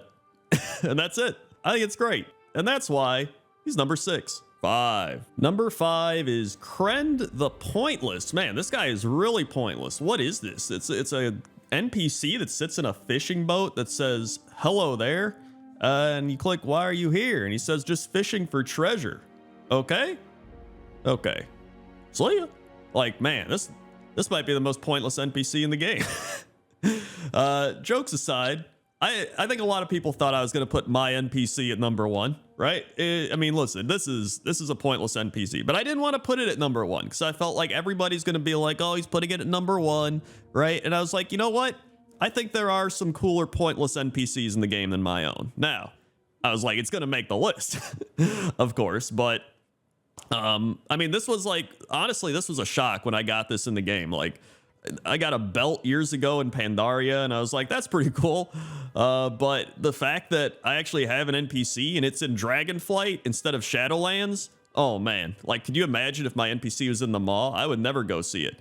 But now it's fantastic. I'm just chilling in the Azure Span on a small lake, and I'm just fishing. What's better than this? I made it, dude. But at the same time, extremely pointless NPC. But as we know, inside pointless things are treasure. And that's why Crend the Pointless is number 5. 4. Number 4 is Tiev Mordoon. And Tiev Mordoon was actually in one of my previous pointless top 10s. He was in pointless top 10 NPCs in the middle of nowhere, because he truly is in the middle of nowhere. He's in the west of the Sepulchre, on the ocean side of the Eastern Kingdoms, and he used to be a part of the Shaman quest, Call of Water, but now he literally just isn't anything. They removed that quest after Cataclysm, I believe, or they removed it at some point. It used to be in Classic WoW, but it is no longer, and so he's just there. He does have a very small purpose now, however. Apparently, if you don't speak to the minor manifestation of water before it despawns, bring him a water sapta and he'll bring it back so you can talk to it. So his whole purpose now is to bring back a water manifestation if you missed talking to it. Cool. I haven't actually seen that happen, so I don't know if that's true or not, but I guess that's what this person said. So, you know, he's not completely pointless, but man, that's pretty pointless. Like, you used to be a part of this really cool big shaman water totem quest, and now it's just like, oh, hey, I forgot to talk to this guy. Can you bring him back? And it's like, yeah, yeah, I guess I can. And that's it, right? Like, you could really live without this guy, but I decided to put him pretty high up on the list because he has been on a previous pointless top 10. He is pretty pointless, and, you know, I really do think he's definitely one of the NPCs where if you removed him, nobody would care. So that's why he's number 4. 3. Number 3 is Topper McNabb, and Topper McNabb is a human beggar and former farmer located in the trade district of Stormwind City. He can also be found on the Dark Moon Island at the pier on the southernmost point of the island begging for coins. In Legion, when the Uncrowned and the Veiled Hand infiltrated the city and caused lockdown, McNabb was seen sleeping in the auction house. And then in BFA, in the Vision of Stormwind, Topper is transformed into a rat, and once he is killed, he reverts back to his human form. The talking cat Tittles will then begin eating the corpse. So I always just assumed Topper McNabb was pretty pointless, right? He's just walking around Stormwind, he's begging for money, he says, help a poor bloke out, could you spare some coin, shine your armor for a copper, better get a move on, kid, that coffee's not gonna get any hotter. He actually has a reference to Wimpy from Popeye where he says, I'll gladly pay you on Tuesday for a hamburger today. But the thing that kind of blew my mind that I never knew is that Topper McNabb actually has a backstory. So in Warcraft 3, A common tactic when playing humans to prevent the enemy from easily destroying defensive towers was to place farms in front of them so that the enemy melee units would have to destroy the farms to get to that tower.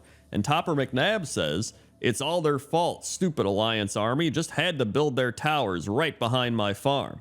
And then he also says, "Stupid orcs had to burn my farm to the ground." So Topper McNabb actually had his farmland and house and everything destroyed back in Warcraft 3, and that's why he's here in Stormwind. And that kind of blew my mind lore-wise. I was like, dude, I did not know any of this. And so just because of that, and because of how prevalent Topper McNabb is, I was like, I gotta put this high up on the list. And that's why Topper McNabb is number 3.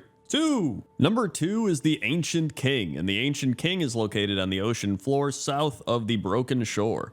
His purpose is currently unknown, and he is located under the death line. As such, reaching him is impossible. So, can't really get any close-up shots here, but it is actually kind of weird. I did not know about this at all. Someone tweeted this to me, so thank you very much for letting me know this existed, but these are really the types of things that I love. Just weird things out in the wild, right? Like, there's this guy called the Ancient King just trapped out in the fatigued ocean in the ground, and that's it. There's so many questions to be had here. Like, did the developers accidentally do this and then leave him there? Is this some weird reference to something? Is this an inside joke? There's so many questions, and we don't know it. Maybe we will one day. I mean, this guy could be the savior of Azeroth, and I mean, like, for all we know, this guy could be the strongest being in the world, but he's just stuck in a mountain. But I guess if he was the strongest being in the world, he wouldn't be stuck in a mountain, right? I don't know. To me, it's one or the other. It's either he's extremely important or he's not important at all. But one thing's for sure, and that's that this guy's pretty pointless, because if he got removed from the game today, I don't think anyone would care or notice, because they probably haven't noticed already. So that's why the Ancient King is number 2. And number 1 is Windle Sparkshine. And Windle Sparkshine is a gnome who stands outside the Silver Enclave in Dalaran, and every day at 9 p.m. server time, Windle walks around and lights the street lights of Dalaran with his wand. According to Wowpedia, he enjoys his job so much that he sells Windle's lighters so that others can experience the same joy. In World of Warcraft Legion, an image of his daughter Kindy Sparkshine appears on top of the lights in memorial to her death at Theramore. So this is one of those things where somebody was like, "Oh, you should check out the gnome that just lights lamps in Dalaran. He's pretty pointless." And I was like, "Oh yeah, that sounds pretty pointless." And I looked into it and I was like, "Dude, this is this is actually sad. Like, it's almost like a memorial. Like, he lights the lamps as a memorial to his daughter that died in the Theramore bombing. Like, that shit's crazy." And so in the Legion Dalaran, I think your wand doesn't actually work anymore. I guess that was in Wrath of the Lich King when you could buy the wand and use it. And so you say, "Windle, why doesn't my wand work on the lamppost anymore?" And he says, "Oh yes, terribly sorry about that. I like to light the lamppost myself, you see. It helps me. Let's leave it at that, please." And I mean, that is really sad, right? Like, this is the way he copes. Like, he copes with the death of his daughter by just lighting these lamps every night. And so to me, this truly had to be number 1, because this really is the embodiment of inside pointless things or treasure. You know, you see this gnome, he's walking around lighting these lampposts. You're like, why is this guy even lighting these lamps, right? Like, it's just turn them on. It's just the game, right? But then you read into it and you learn his story and you're like, damn, dude, light those lamps. So head over to Dalaran at 9 p.m. and see him light some streetlights, because it's pretty cool. And that's why Windle Sparkshine is number 1. Number 10 is Gornbrod Sharpeye, and Gornbrod is a high mountain Tauren that sneaks around the Drag in Orgrimmar. And when I first found him, I was like, this guy must be part of a quest, right? Like a rogue quest or something, maybe even a specific like Tauren rogue quest, you know what I mean? And that's not the case. He's just here. There's no meaning or purpose for this guy. He's just a Tauren that uses stealth to sneak around. Although he's not very stealthy, everybody can kind of see him, even though he is in stealth technically, and that's pretty much it. Like, he has no quest, no purpose. He's just here stealthing around. He does potentially have some relatives. There's Hark Sharpeye, who's located in High Mountain, and there's Yorick Sharpeye, who's located in the Vale of Eternal Blossoms as a rare NPC. However, there's speculation that Yorick may actually be Mr. Smite from the Dead Mines in disguise.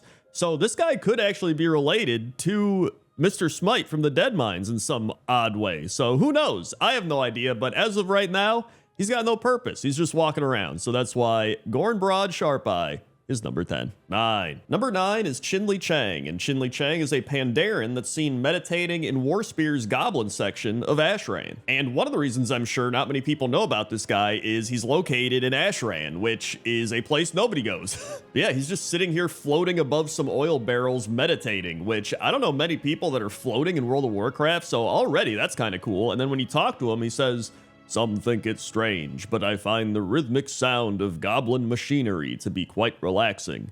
The smell, however, I could do without." And so I just love the fact that this guy enjoys goblin machinery noises. Like, he's straight up getting ASMR vibes from goblin machinery. Everybody else around here is probably like, "Oh, that noise is terrible." And he's just like, "Dude, this noise is awesome."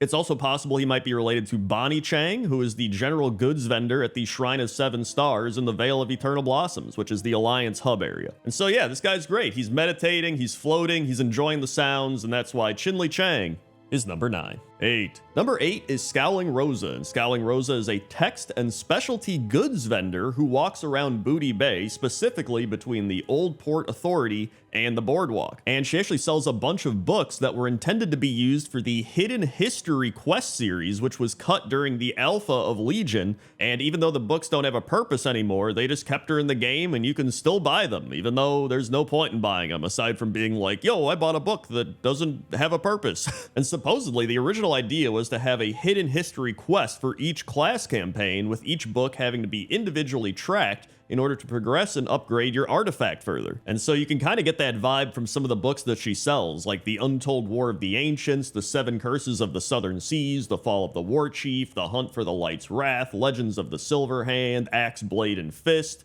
How to Meditate in a Hurricane, which I think Chinli Chang probably already read that one. But yeah, Scowling Rosa is just a really cool random NPC, and so that's why she's number 8. 7. Number 7 is Xiao Niao the Nightingale, and I'm pretty sure I said that correctly because I looked it up. And Xiao Niao the Nightingale is a Pandaren that is standing on the roof of Spice Master Jin Zhao's house. And she's just standing up on this roof with some unbelievable balance, and when you talk to her, she says, "Don't you just love watching the birds? I wish I could fly too." So she's clearly up here because she wants to be like the birds, and there's actually birds flying all around here, so it's kind of metaphorical, I guess you can say. And when I looked it up, it appears that Xiao Niao actually means little bird in Chinese. And I thought she was perfect for this list because when I try to find these NPCs, I try to find ones that you might have seen when you were just walking around the game, or maybe you're questing and you look up and you're like, "Oh, that's a random NPC. Maybe I'll have them for a quest later." But no, they don't have any quests. They're just a character that's there to add flavor to the world and the environment. And so oftentimes you just forget about these random characters. But you know what? That's why I created Pointless Top 10, so we can find these random NPCs or random things out in the environment or world that we just never noticed or forgot about. And so that's why Xiao Niao is number 7. 6. Number 6 are Ginger Ginger and Flap Flap, and these are winged Hosen located at the Hosen Throne in Dazara Lore. And they appear to be guarding the Monkey King, and if you talk to him, he says, "There are many secrets, both mysterious and divine. You have yours, and I have mine." And then when you talk to Flap Flap, he says, "Like me new wings, fast they may be. No slicky can hide from me. Wickets either, filthy wickets." And Ginger Ginger says, "Slickies of Zandalar are weird, too ook and salty, and they sometimes talk back." But yeah, I put them on the list because I don't think there's any other winged Hosen in the entire game outside of right here, and they actually get referenced by the Monkey King back in Pandaria in a quest called the Monkey King, where he talks about Sky Hosen. I'm also not sure how they even got their wings, because when you talk to Flap Flap and he says, "Like my new wings," that kind of implies that he used to not have wings, but then he got wings somehow, so I don't know if he was granted them magically by the Monkey King, or maybe he mutated them, or like, I have no idea, but that's what's so great about it. And that's why Flap Flap and Ginger Ginger are number 6. 5. Number 5 is Salisbury the Help, and Salisbury is a gnome quest giver located at Far Watcher's Glen in Stone Talon Mountains, and he appears to be a fan of the citizens of Gilneas who have turned into Worgen. And so not only does he dress like somebody from Gilneas, but he believes that if he manages to gain Hierophant Malik's trust, he will transform Salisbury into a Worgen. And I couldn't get the quest to pop up, but he wants you to go to the Charred Vale and collect a blazing heart of fire, and I guess somehow that'll help him to become a Gilnean Worgen. But then if you speak to Hierophant Malik, he says, I've tried explaining to Salisbury time and time again that there is no possible way I could transform him into a worgen. He refuses to listen, and he has instead convinced himself that if he gains my trust, I will let him in on the secret. Gnomes are very strange. And so yeah, it's just a really weird situation where there's a gnome that just wants to be from Gilneas and turned into a worgen. I don't get it, but that's what he wants, and so that's why Salisbury the Help is number 5. 4. Number 4 is Kevin Browning, and Kevin Browning is a human drink vendor, specifically a coffee aficionado, located in the lower city section of Shatrath City. And Kevin sells one thing and one thing only, and that's black coffee, and you can buy 5 black coffees for 64 silver, which in this economy, that's a pretty good deal. But I wanted to put Kevin on this list for a few reasons. Number 1 is I also am a coffee aficionado. I only drink black coffee. I'm not a big fan of any of the like fancy coffee drinks. Maybe once in a while I'll have one, but that's like a dessert to me. Like when I have coffee, I just want black coffee. That's all I want. I don't know. I guess that makes me a coffee douche as well, but I am what I am. And the other reason I put him on this list is I just never even noticed him. And I've been to Shatrath numerous times. I've played since Burning Crusade first came out, and I don't know how I just never noticed him. So that's why I decided to put him on the list, and that's why he's number 4. 3. Number 3 is Ermel and Sheldon, and Ermel is the Niffin riding atop Sheldon the Snail. And they are a part of the Marl Business Bureau, which I imagine is a reference to the Better Business Bureau. And they will just go around this city in a big circle looking at everything, and occasionally Ermel will stop Sheldon and get off, and he'll go yell at some of the businesses and be like, hey, are you practicing the right business etiquette? I don't know what he says. He doesn't actually say anything. He just makes a lot of noises. And then he hops back on Sheldon the Snail, and they just keep doing that over and over, going all around, hopping off, yelling at people, getting back on, going to the next place. And I'm surprised that there's like no comments about this guy. I thought this guy was so funny, and I looked all over the internet, literally no comments about him. I was like, dude, this guy is perfect for Pointless Top 10. How can there be no appreciation for Ermel and Sheldon making sure that our businesses are safe and functioning, specifically in Ajkahet?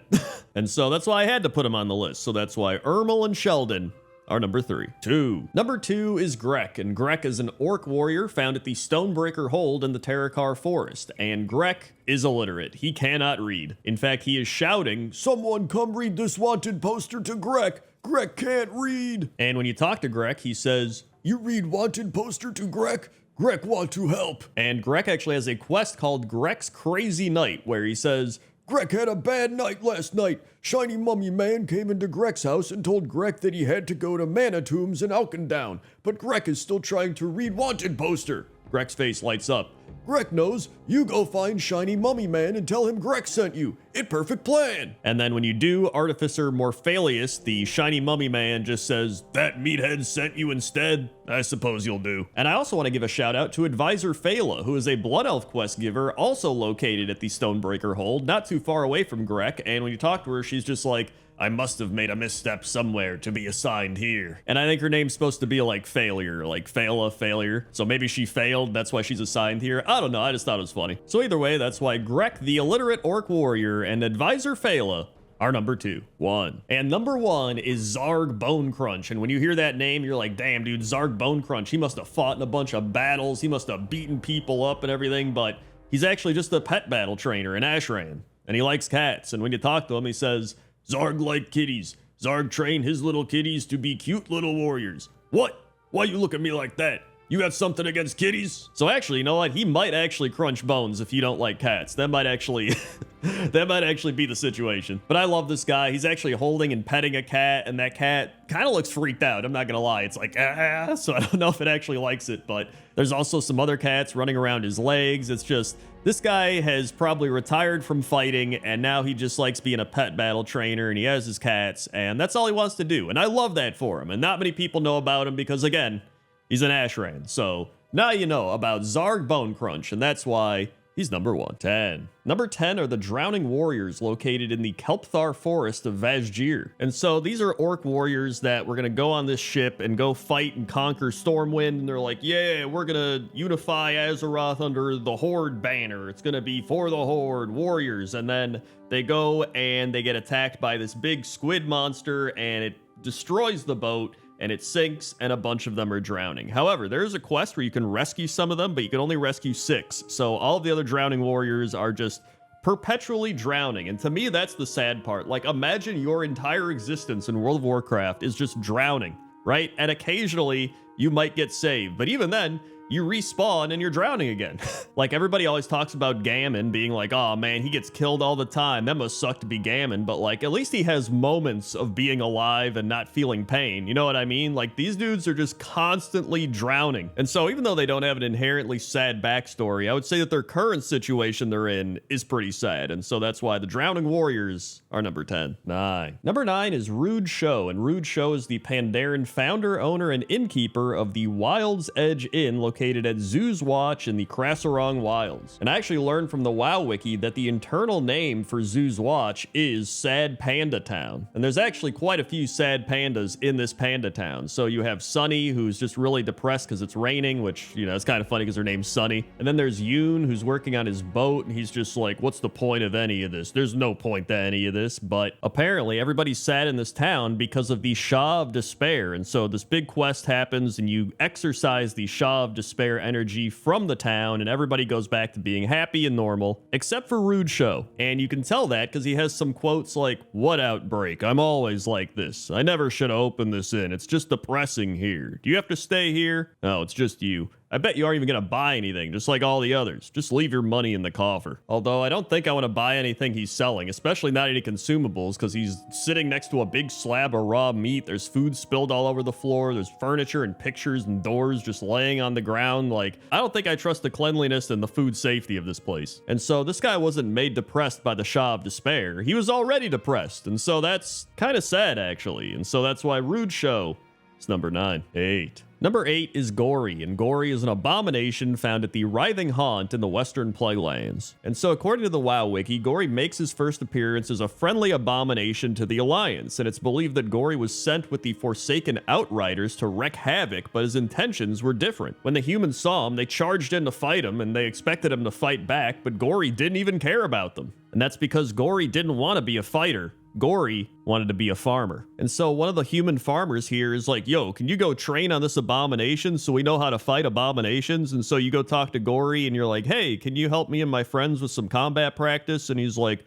you want to fight? All right, Gory fight. And then afterwards he's like, Gory give up, you farmers fight more good. But then the farmers that he trained up go out and they start fighting enemy abominations, and then the Forsaken are fighting back, and pretty much they're all just fighting each other, and it kind of gives Gory PTSD, and he just wanted to be out here on the farm having a good time, and he essentially helped them become a weapon, which is what he's hated. And so after the Alliance flees to Chillwind Camp, Gory becomes hostile to both factions. And it's really just sad. Like, he just wanted to be out here in the sun, being a farmer, having a great time, but he's essentially just used as a weapon or a practice weapon. And so that's why Gory is number 8. 7. Number 7 is Jeremiah Payson, and Jeremiah Payson is the Forsaken cockroach vendor that was located in the trade quarter in the Undercity. And Jeremiah's real name is Jeremiah Fellstone, and he became one of the victims of the Scourge and was raised into undeath. And then, in order to forget his former self, he changed his last name from Fellstone to Payson and became known as the Cockroach Vendor. And so in the Western Plaguelands, you actually talk to the ghost of his sister Janice, and she wants you to bring him a package, and she sends him a bunch of personal things as well as the deed to Fellstone Farm. Jeremiah declines to reclaim the farm and instead tells you to bring the deed back to her and find the other half from her husband, who's a ghoul that you have to kill, and it helps to put her soul to rest. Then we actually learn in the book Before the Storm that he had 3 nephews living with him in the Undercity, James, John, and Jacob Fellstone, and they actually leave him and go try to live with their living family members and are killed in the Arathi Highlands and then buried there by Anduin, which I actually mentioned last week in Pointless Top 10 Graveyards at the Gathering Graves. And so Jeremiah lost his own life, and then he lost the lives of everybody that he loved, and he really just has his cockroaches. And so that's why Jeremiah Payson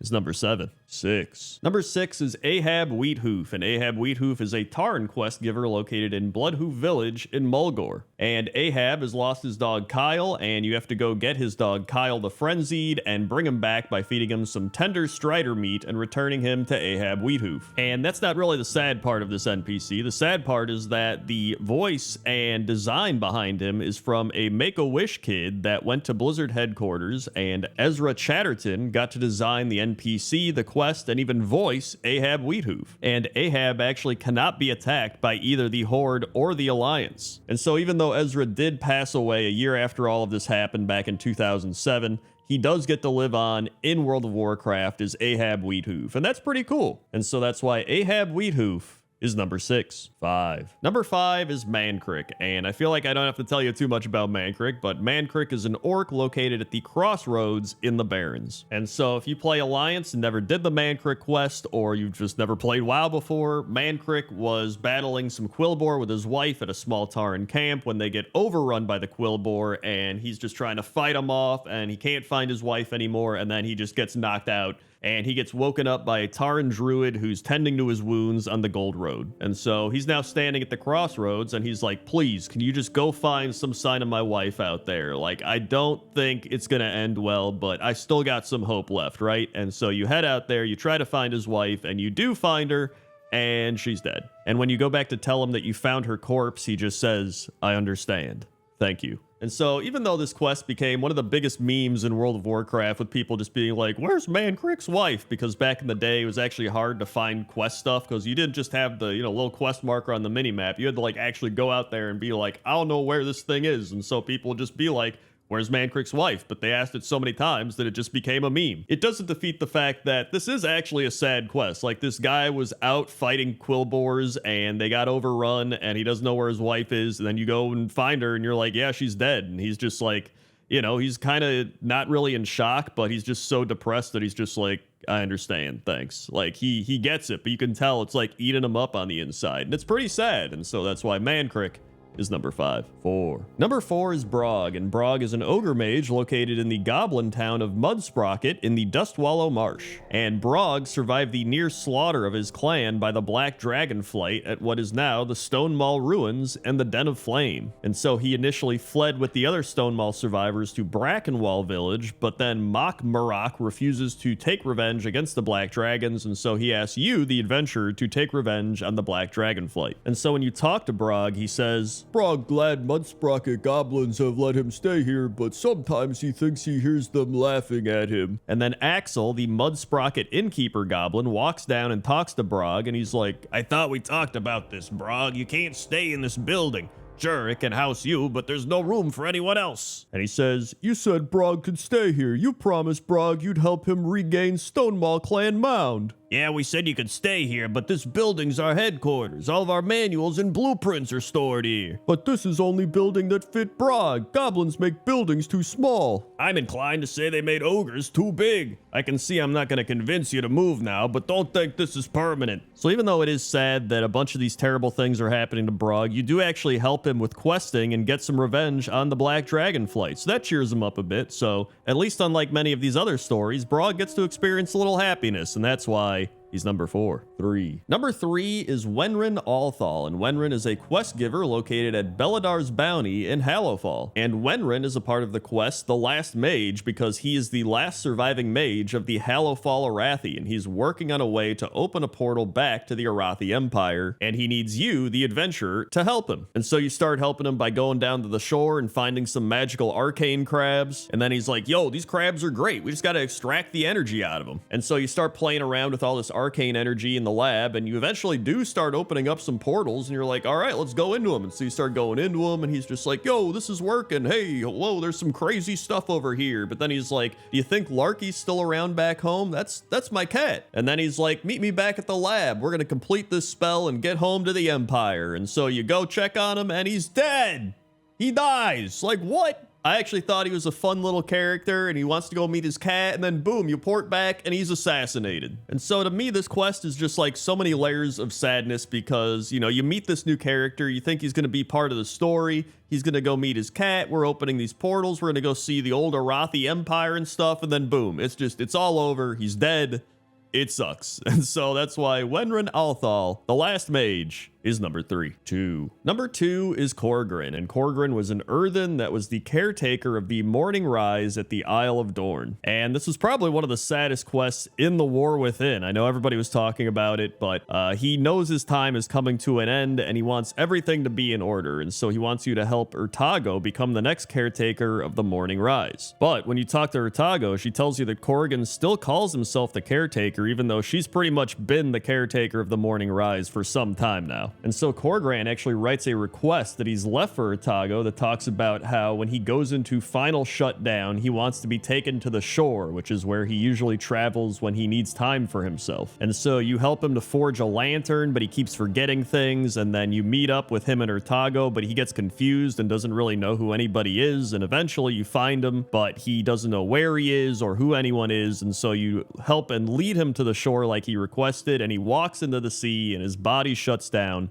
and he's there to this very moment holding his lantern up high. And so this is clearly a quest that's talking about dementia and Alzheimer's and, people getting older and just, it's about life, really. And I think that's why it's hit so many people so hard, especially if you've had any family members or friends go through these types of things. And so I'm actually thankful that they didn't phase him out or something after the quest is complete, and he's still standing there to this very day. And so that's why Corgran is number 2. 1. And number 1 is Lunk, and Lunk is a pacifist ogre involved in quests in the Searing Gorge, and he requests players do peaceful alternatives of what other quest givers have asked them to do. And so when you first talk to Lunk, he's like, Lunk came from the Badlands. Other ogres tried to make Lunk fight. Lunk hate fighting. Lunk want to learn. Lunk see machines to the south, machines made of gears. Maybe if you ask nicely, machines will give you some gears. Then maybe Lunk can have a gear and learn about machines too. But you do have to kill the machines to get the gears, and so when you bring him to Lunk, he's just like, you didn't kill the machines, right? Right? Why you do that? Why you kill? Lunk tired of all the killing. Lunk quits. And so Lunk then runs away and quits being a quest giver to go and find some real adventures. And so Lunk then randomly shows up to show you the more peaceful way to do these quests, such as riding on the spiders to get their spider venom, which this is probably one of the weirdest looking things I think I've seen in World of Warcraft, an ogre just belly riding on top of a spider in the Searing Gorge.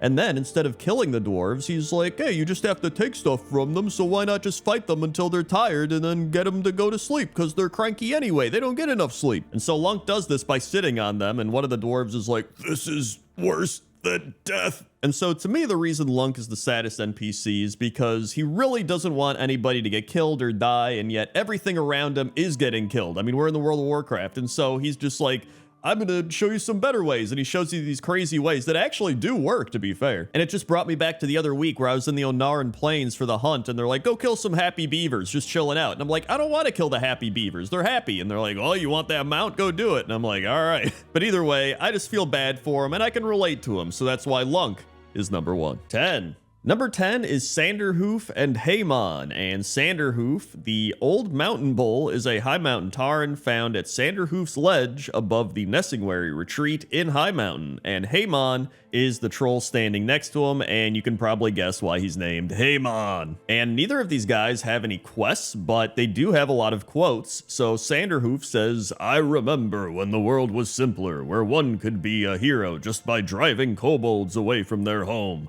And I remember a time when respect was shown to one's elders, a time before this troll outsider and his youthful trolling. He's also a level question mark, so this dude might just be a raid boss, like raid boss tier level, who knows. Meanwhile, Haemon says, "Dis old bull be mired in his old ways. He be too happy about it. I aim to fix that, man. There be some harsh truths about this world. Harsh truths that be wiping the smile off one's face like a slap from one's mama." And I almost contemplated naming this video NPCs you didn't know existed, but I assume some people would be like, I knew they existed, so I thought Forgot About was just more fun, even though you probably don't know some of the NPCs on this list. And these two might be on that, so that's why Sanderhoof and Haemon are number 10. 9. Number 9 is Got Weedlespan, and Got Weedlespan is the goblin located at the Steam Pools Resort in Feralus. And I almost put Gordon Tramsey on this list, but I was like, You know what? I think people still probably remember Gordon Tramsey. I don't think they remember Got Weedlespan. And he's the assistant resort director, and he says, "Can you possibly work any slower? I'm surrounded by useless idiots." And there's actually some weird stuff with Got Weedlespan, because back in the PTR of Cataclysm, it says, unless the resort had 2 assistant directors, he was originally intended to be named Dodd Finnert and would betray the goblins to the Twilight's Hammer, but this did not make it past 4.1 in the PTR. So the Steam pools are actually a pretty crazy place. I remember even coming here for the mysterious camel figurine thing where you had to get the reins of the gray riding camel here. There's actually a bunch of stuff with the Steam pools, but I'll probably go into that on a different pointless top 10. But for now, that's why Got Weedlespan is number 9. 8. Number 8 is Ralik the Drunk, and Ralik the Drunk is an ogre found in the World's End Tavern of Shatrath City. And I always remember going into this inn and seeing this ogre, and it was like the number one thing I'd see because he just stands out in front of everybody else. But the reason he's there is for the quest Cracking Some Skulls, where you have to fight Ralik and get the debt that he owes to Sal Salabim. Also, if you talk to Ralik, he just says, "What you want?" And that's pretty much all there is to him. He's just a drunk ogre sitting in the World's End Tavern, and he owes somebody money, so you gotta go make him pay his debts. That's really all it is. But I think probably just out of a nostalgia factor and the fact that, like I said, he's just kind of like the elephant in the room, or, you know, the ogre in the room, and he just stands out. So every time I pass by here, I'm like, hey, there's Ralik drinking. And I guess he's been doing that for over 17 years now. So his liver is probably not doing too great. And that's why Ralik is number 8. 7. Number 7 is Tarbin Hearthgrain, and Tarbin Hearthgrain is a Tauren located just east of the crossroads in the Barrens, and he's just cooking a bunch of bread, and he sells a bunch of bread. So this one's actually newer to me, because I didn't even know he existed until I played Classic WoW again, you know, a few years ago when it got re-released, and I was like, who is this guy? And I never even realized him back in the day, and he's just some Tauren dude baking a bunch of bread, and he's got this orc kid who's helping him out. I guess he's like an apprentice or something, but he's also related in some way to Moiraine Hearthgrain, who is located in Crossroads, and she also sells bread. She's the one carrying the loaf of bread. And, you know, I figure it's probably his wife or, you know, some other relative. I don't know. It could be his sister. Who knows? The one thing I did find odd about him is that he's selling all this bread, but then he sells you the recipes for smoked sagefish and sagefish delight. Like, why is the bread guy selling you recipes about fish? That doesn't make sense, right? Like, you would think he'd sell some fish dishes with bread, like casseroles or something. I don't know. That doesn't make sense to me. So that's the thing that bothers me the most in this situation. But aside from that, I think he's pretty cool, and that's why he's number 7. 6. Number 6 is Wally and Tic Tac, and Wally is a Tuskar, and Tic Tac is a Hosen, and they're found on a small island at the center of the north shore of Kunlai Summit. And Tic Tac is actually a carpenter, and this is all a reference to The Walrus and the Carpenter, which is from Lewis Carroll's Alice in Wonderland. And if you talk to Wally, he says, "Welcome, my young friend." And you can say, "How did a Tuskar get the Pandaria?" And then he will actually give you one of many randomized quotes, which are all these like World of Warcraft-ified quotes that are referencing Through the Looking Glass in Alice in Wonderland. So in this one, he says, "The time has come, my goblin friend, to talk of other things, of Hosen and Grummels, and how my tummy rumbles." Meanwhile, Tic Tac's over there, and he's just working on building a boat.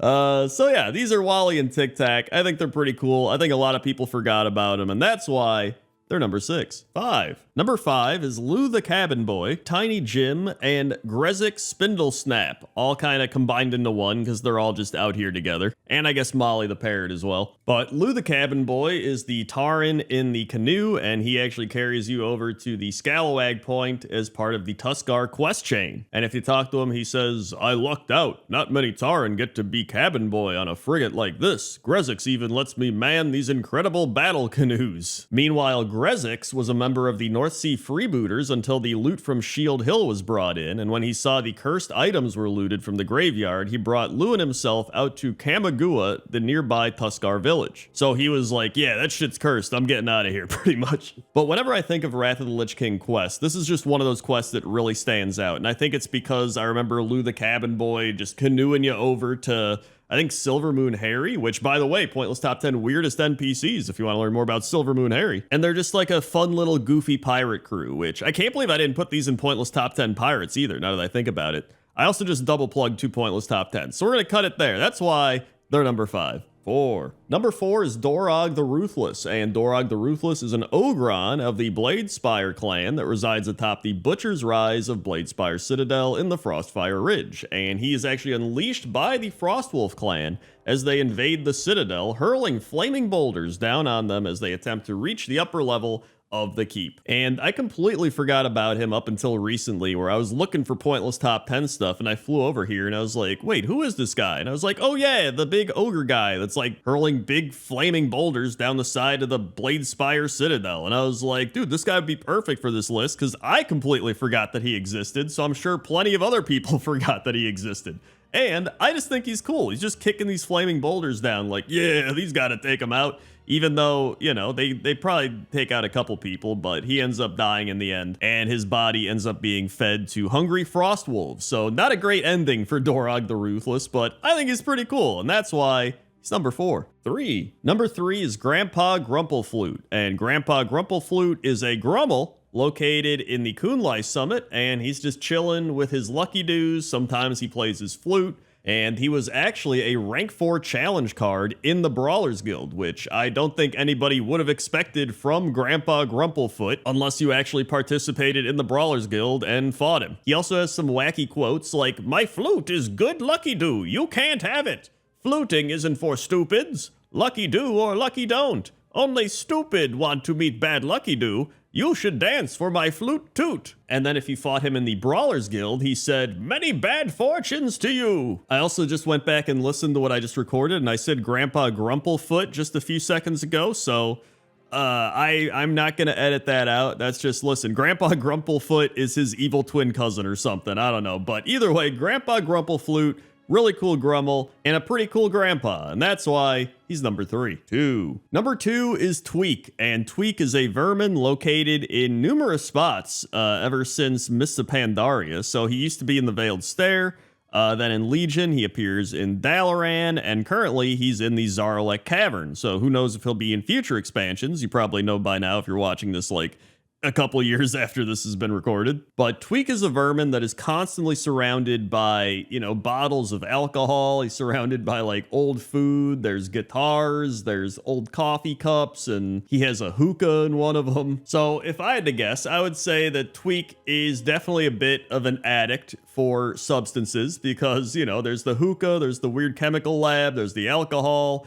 there's the mushrooms growing, there's all the food everywhere. Like he's got some issues, but you know what? He's still going. Every expansion, he shows up. You know what? I hope one day Tweak is just like, he's clean, he's good, he's just like, "Greetings, gentlemen. I have quit all the substances, and now I enjoy partaking in, I don't know, professional boat racing in the Howling Fjord." I don't know. Either way, that's why Tweak is number 2. 1. And number 1 is Jerkin Joe and Skidmark. That's right. You may have never even heard of these NPCs, but Jerkin Joe is a Murloc located in the Dalaran sewers, and Skidmark is a guy standing right near him selling sausages, or at least standing near the sausages. But one of Jerkin Joe's quotes is, "Get your warm beer and cold sausages. Ask for Skidmark and tell him Joe sent you." And some of his other quotes are, "My wife left me for a flounder. Things can't get worse, can they? What's that smell? And has anyone seen my brother Daryl?" Which apparently his brother is Dirty Daryl, a Murloc located at Margos's retreat in Dalaran. So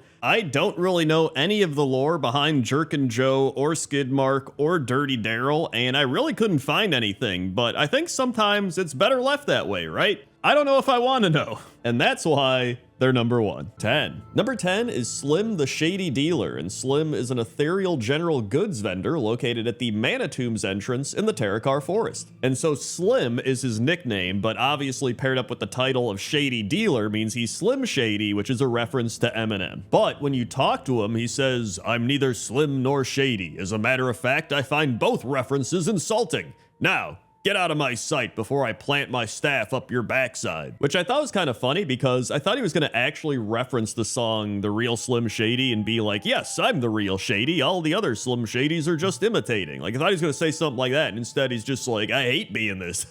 But I don't know. I think he's pretty cool, right? It's a fun little nickname. His nickname is Slim. By the way, the nicknames are anything in quotations. So that's kind of how I went about this. Because I actually was going to make this pointless top 10 titles, but now that has to be a different video because I realized that the things I was thinking were titles were actually nicknames. So now we have pointless top 10 nicknames, and that's why Slim is number 10. 9. Number 9 is Toby Mother Goose Ironbolt, and Toby Mother Goose Ironbolt is a gnomish stable master located at Fizzcrank Airstrip in the Borean Tundra. And so I put him on the list because I just thought the nickname Mother Goose was funny, but I was like, why is he even nicknamed Mother Goose? And so when I was looking into it, there's some comments on Wowhead that said Goose from Top Gun would stick, but Mother Goose? But then somebody else said it is from Top Gun. In the beginning of the movie, when Maverick and Goose go to the bar, Iceman calls him Mother Goose. I've never actually seen Top Gun. People are going to be like, how have you not seen Top Gun? I haven't seen the old one or the new one. However, maybe I should watch it, and then when that part comes up, I'll be like, dude, Mother Goose, just like the gnome stable master.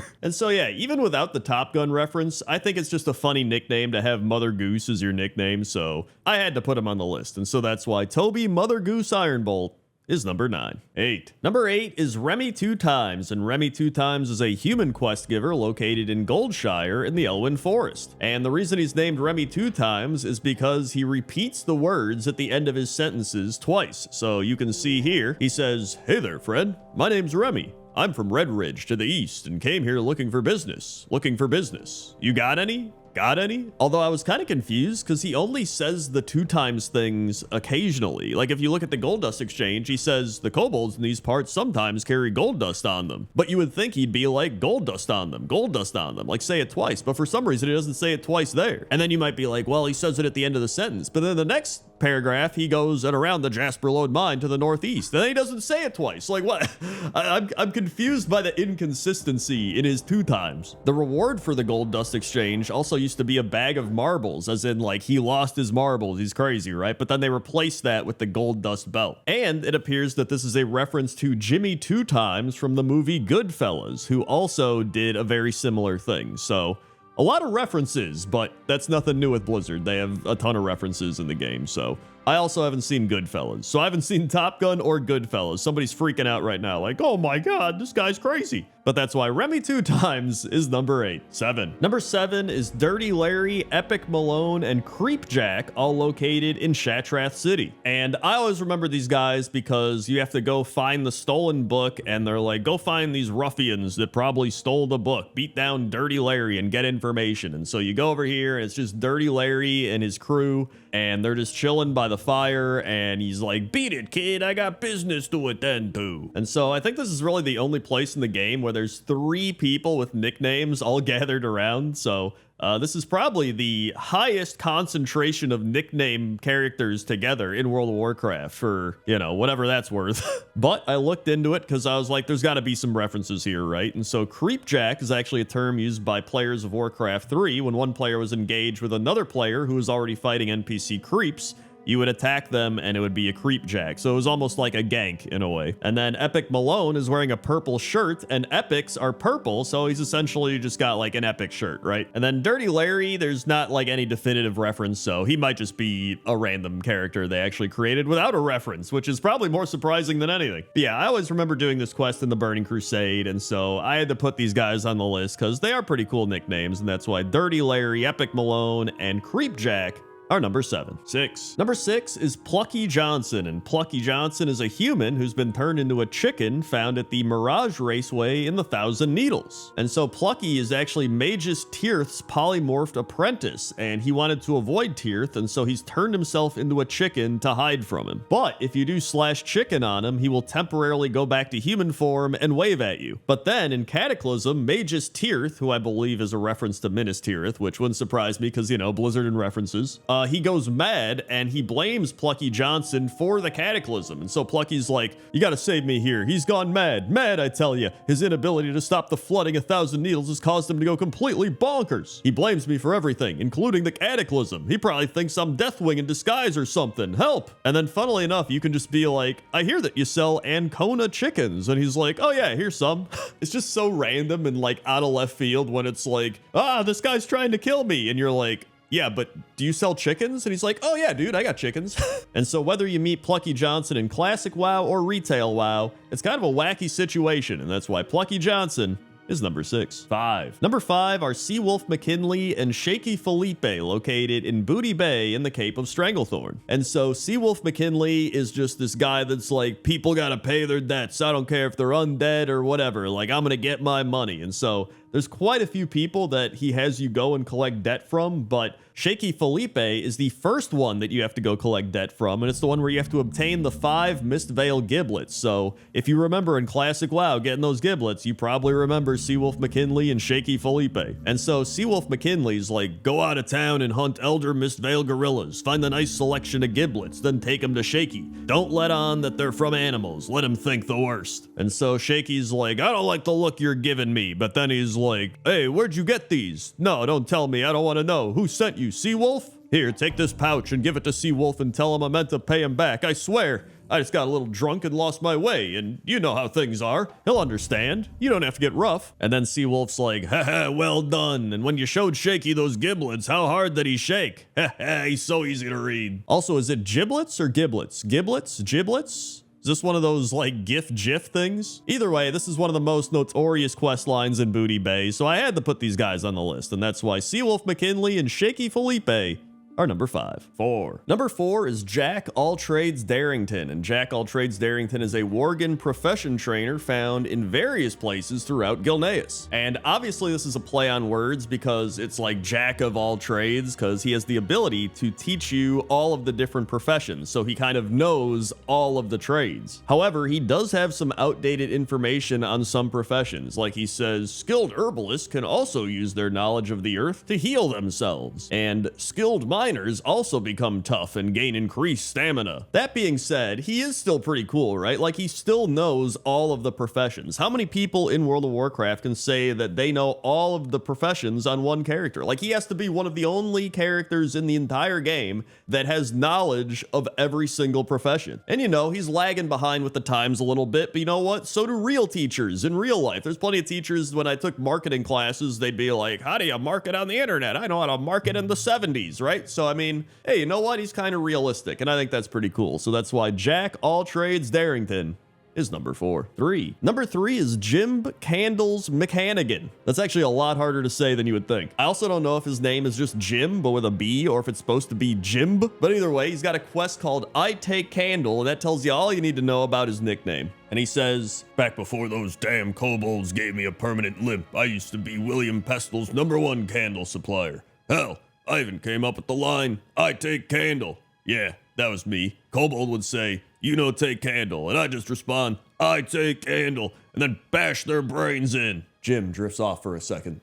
Good times. The best times. Now, can't even use the bathroom without assistance. You want to help me? Kill some kobolds. You'll find a good load of them in the nearby mine. There's also an issue of the Moonbrook Times that you find on the ground that talks about how he was an eyewitness to seeing people get murdered, which I think were his friends, but I have no idea. Either way, Jim has had a very difficult life, but you know what? He's still going, and so props to him, and that's why he's number 3. 2. Number 2 is Sloppy Joe Joe, and Sloppy Joe Joe is a human captive found in the northern part of Shipwreck Cove in High Mountain. And so Sloppy Joe has been captured by Murlocs, and you rescue him and free him, and he goes, bless you, I owe you my life and a good meal. We better get out of here before their leader comes, or we'll end up like... And then the Murloc spawns, and he's like... And then Sloppy Jojo is like, no, save yourself! And he starts running away, and then he despawns, and then you get attacked by Merkler, is his name. But yeah, I think everybody can figure out why I picked this guy. His name is literally Sloppy Joe. His nickname is Sloppy Joe, so he's Sloppy Jojo. And it's just really goofy and dumb, and I love it. Like, I don't know how he got that nickname. I don't know why they're just like, you know, we should call Sloppy Joe? Sloppy Joe. Call him Sloppy Jojo. Like, I have no idea, but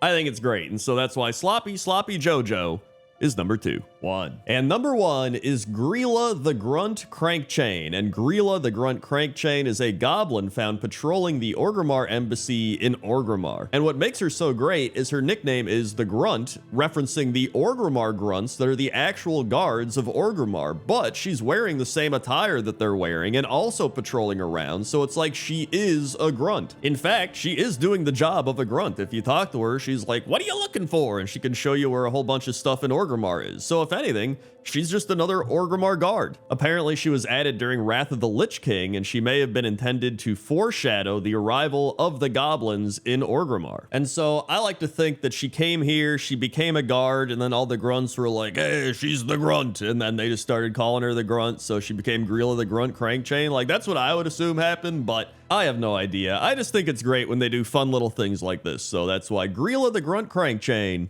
is number 1. 10. Number 10 is Warden Moi BFF Jill, and Warden Moi BFF Jill is a broken quest giver located at Talar in the Grand. And this is actually a really old reference to a Singular Wireless commercial from 2007, where this girl would talk as if she was texting. And so the mom's like, "What are you saying?" And the girl's like, "IDK, my BFF Jill." But I wanted to make this less about pop culture references and more about actual names that I just thought were cool. And so the reason I picked this guy is there's actually more to his name than you would think. So he actually used to be named Warden LOLOL, which is what you would think his name was, but it turns out his name was Warden capital IOLOL. So it looked like LOLOL, but it was actually an I, making it extremely confusing. I don't know why they did that. Maybe they did that to be confusing. I have no idea. But he actually mentions how a secret vote was passed around town that resulted in him having to change his name. And if he didn't, he would have had to go the way of Corky, who is the guy that's captured in cages all over Burning Crusade. And so, yeah, he's had 2 unique names, which is kind of cool. So that's why Warden Moi BFF Jill and Warden IOLOLOL is number 10. 9. Number 9 is Meggie Peppenrocker, and Meggie is a goblin located at Everlook in Winterspring. And this is probably the only time Meggie Peppenrocker has ever been in a top 10 list or World of Warcraft video about literally anything. I can't imagine anybody who's like, "We need to get Meggie Peppenrocker in a video," unless it was like a WoW leveling Let's Play, right? But when I saw Meggie's name, I was like, dude, this is such a cool name. Meggie Peppenrocker, like, I don't know. It's just, it felt fun to say. Meggie Peppenrocker, even just Peppenrocker, right? Just what a fun name. And so Meggie used to have a quest in Classic WoW called Trouble in Winterspring, and it was the quest that brought you to Donovan Snowden. But after Classic WoW and Cataclysm, they removed that. So now Meggie just walks around doing nothing. But yeah, I like Meggie Peppenrocker. She's got a fun name to say. She used to be relevant, and now she's just pointless, which makes her perfect for pointless top 10, and that's why Meggie Peppenrocker is number 9. 8. Number 8 is Dense Louie, and Dense Louie is a house cat located on a balcony at the Keeper's Terrace in Dornegal. And Dense Louie is a big cat. You might even say he's a dense cat, because you can try to pick him up, but you can't pick him up. He's just too dense, he's too big, and you try to do it, and then he just goes back down, and you're just like, oh my god. For some reason, you can fight the most insane bosses in World of Warcraft, but you cannot pick up Dense Louie. And I was trying to figure out why there's an envelope under Dense Louie, which was kind of weird. And apparently there are numerous heavy cats and petable cats in Dornegal, but Dense Louie is the only one with an envelope under him. And somebody said on Wowhead, that rhymes. That's not what they said. They said I might be crazy on this one, but I think Dense Louie is a Princess Diaries reference. Princess Mia's cat is Fat Louie. When she tries to run away at the end of the movie, she picks up Fat Louie to find a written letter from her father who had passed away before the movie, or it could be a part of a secret, who knows. So it's possible that Dense Louie is a reference to Princess Diaries, or part of a WoW secret. We don't know, but either way, I like Dense Louie, and that's why it's number 8. 7. Number 7 is Faux Show Knuckle Bump, and Faux Show Knuckle Bump is a Pandaren at the Stone Plow Fields in the Valley of the Four Winds. And Faux Show, along with Koyan Na and Juru Elderblade, are fighting against Ick-Thick Slicewing. I guess all those probably could be on this list as well, but Faux Show is the one that's on the list, and he can also be seen on the Timeless Isle. And during the war in Draenor, he could be hired as a follower in Garrison. But nobody cares about garrisons. And Faux Show is just beating up these Ick-Thick Slicewings. And I thought Ick-Thick Slicewing was an actual name of one of the Mantid, but it's just what a bunch of the Mantids are called. You know, the same way you have, like, Druids of the Grove. That's kind of a bad example. I don't know. You could figure it out. But yeah, Fosho Knuckle Bump also has a quote where he says, "First we get into a fight, and then someone brings us beer. Can today get any better?" Which, highly agree, Fosho. I would love to have a beer with Fosho Knuckle Bump. He's also likely related to Show Nuff Knuckle Bump in the Vale of Eternal Blossoms, and I'd probably say they're related. I can't imagine there's many other Knuckle Bumps out there. But either way, he's pretty cool. He's got a great name, and that's why Fosho Knuckle Bump is number 7. 6. Number 6 is Torchunk Two Claws, and Torchunk Two Claws is an orc quest giver located at Thunderlord Stronghold in the Blade's Edge Mountains. And there's a few reasons I like Torchunk Two Claws. One is when you talk to him, he says, "Bah, do I look like I have time for idle chit-chat?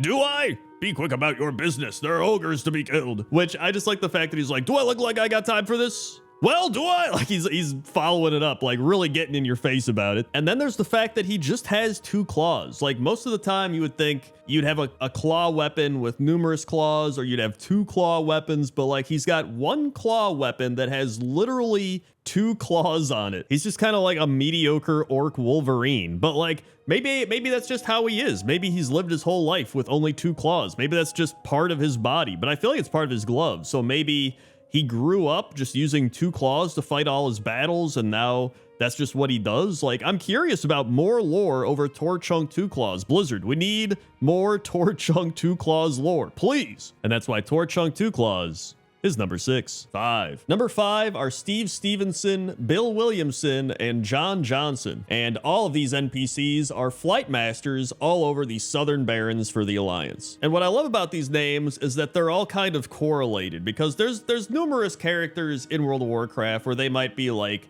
Jimmy or something like that, right? But the fact that all 3 of these NPCs are located so closely together means that there is some sort of predetermined planning to be like, yo, let's have 3 flight path NPCs that all have first and last name being very similar, right? They also all look very similar, but slightly different. Like you would think that they're brothers or something, but clearly they're not brothers because they all have completely different names. But yeah, there's really not that much more to it. They all just have first and last names that are similar, which I think is actually more common than people would think. It's also that type of thing where if you had to make up a name on the spot, a lot of people would be like, my name's Steve Stevenson. I don't know. It's just kind of a dumb, funny thing. And so that's why I had to put Steve Stevenson, Bill Williamson, and John Johnson at number 5. 4. Number 4 is Hepzibah Sedgwick, and Hepzibah is a Forsaken found patrolling the Undercity, traveling through the Rogues Quarter and the Trade Quarter. And just what a phenomenal name that I don't think many people have ever really seen in World of Warcraft, even though Hepzibah has been around since classic World of Warcraft. Hepzibah Sedgwick. Like, that straight up sounds like the most made up name ever. And for some reason, she's got fist weapons on. And so you would assume, being in the Rogues Quarter, like, oh, okay, well, she's a rogue then. But she has mana. And so you're like, oh, well, maybe she's a shaman or something. But then it's like, that doesn't make sense. There's no shaman undead. So maybe she's a hunter? But then why is she in the Rogue Quarter? And then, I don't know. There's a lot of weird questions surrounding Hepzibah Sedgwick. And I mean, outside of that, there's really nothing else we know about Hepzibah. Like, there's no quests. There's no other lore. Nobody talks about Hepzibah. She just walks around with her claw weapons, and that's it. But you know what?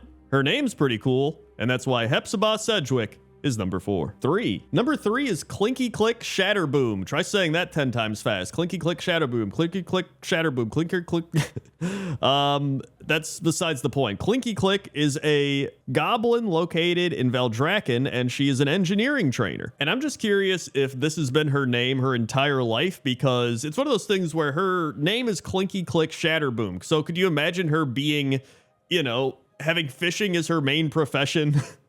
You know what I mean? Or like alchemy. It's like if we had somebody named Sizzle Pop Kettle Boil and they weren't a chef. They were just like a blacksmith. It just makes sense. So it almost feels like she was destined to be the engineering trainer. It's also pretty likely that Blizzard just named her after engineering stuff. But I'm thinking of in-game lore reasons as to why she's doing what she's doing. She does seem like she's somewhat of a perfectionist in engineering and cares about what she's doing, because she says, absolute garbage quality. Last time I'll ever trust a dragon with a spanner. These fittings are trash. How am I supposed to outfit this unit when I'm given such lousy quality material? She's kind of like the Gordon Ramsay of engineering, actually. But you know what? She has a great name, and so that's why Clinky Click Shatterboom is number 3. 2. Number 2 are Innocent Jim, Hugh Man, and Punchy Lou, all located all around Dalaran. And the reason I included them all together is they're all part of a quest given by Archmage Khadgar called Enemies Everywhere. And so Khadgar is like, don't you just notice that there's some citizens in Dalaran that just seem a little too mundane, almost inhumanly so? Spies serving dark masters. Root them out, but try and keep it quiet. And so there's actually 8 different ones, but my favorite were Punchy Lou, Hugh Man, and Innocent Jim. And I think Innocent Jim is my favorite because the fact that he's named Innocent Jim just makes you automatically assume that he's up to something, right? Like, oh, that's Innocent Jim. He doesn't get into trouble at all. Like,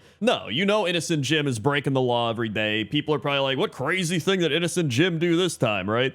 And then obviously we have Hugh Man, which, you know, human, right? But I think it would have been funnier if he wasn't human and you'd be like, wait, Hugh Man and he's not human? That's a missed opportunity there, but I still think it's pretty good. And then there's Punchy Lou, and I feel like Punchy Lou's name is really magnified by the fact that he's a hosen that is sitting at a wine bar reading a book. Like, it's just obviously he's a spy, so it's kind of weird that he's doing that. He's probably not even reading it, but it's still pretty funny. But yeah, I love these names, and that's why Punchy Lou, Hugh Man, and Innocent Jim are number 2. 1. And number 1 is Ice Sickle. And Ice Sickle is a bound water elemental located in Highland Pass in Stormsong Valley. And Ice Sickle has trapped 3 Stormsong hunters in blocks of ice. And so Ice Sickle is a rare world quest and is part of the criteria for Adventurer of Stormsong Valley. But, I mean, let's be real here. The reason he's on this list is because his name is a play off of Icicle, and he is an ice sickle. He's got a sickle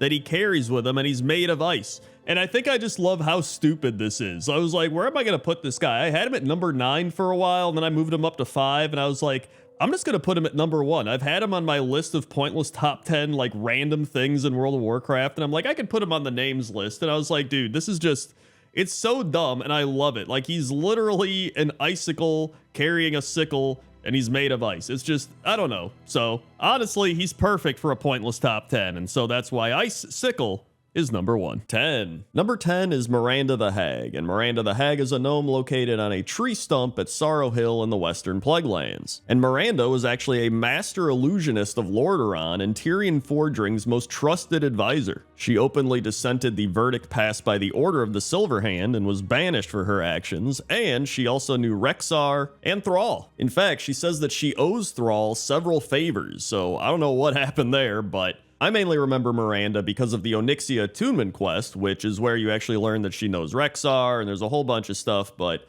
Miranda's such a weird character because she used to be one of the best illusionists in probably all of Azeroth, and then, you know, she knows all these big, powerful characters, and then we haven't seen her again. So the fact that she's an illusionist means, is she still around? She's just disguised? Like, who knows? Maybe she'll show up and help Thrall again with these future expansions and these favors she owes him, or maybe she'll never appear again. But either way, I love how mysterious she is, and that's why Miranda the Hag is number 10. 9. Number 9 is Darkon Drathir, and Darkon Drathir is the high elf that helped Arthas and the Scourge get past the defenses of Kel'Thalas, betraying his people for power and immortality. Oddly enough, Darkon has one of the highest canonical death rates in World of Warcraft, dying 4 times, execution by Arthas, vaporization by Anvina, killed with an enchanted arrow by Lorthamar, and then he got killed by us, the adventurers. And there's actually a lot of theories on why he keeps coming back, and it seems like the most common one is that he is part lich or necromancer or something. There's a theory that he tasted some of the Sunwell before Kel'Thuzad's remains were thrown into the well, and then Kel'Thuzad came out as this lich necromancer, so he got like part of that.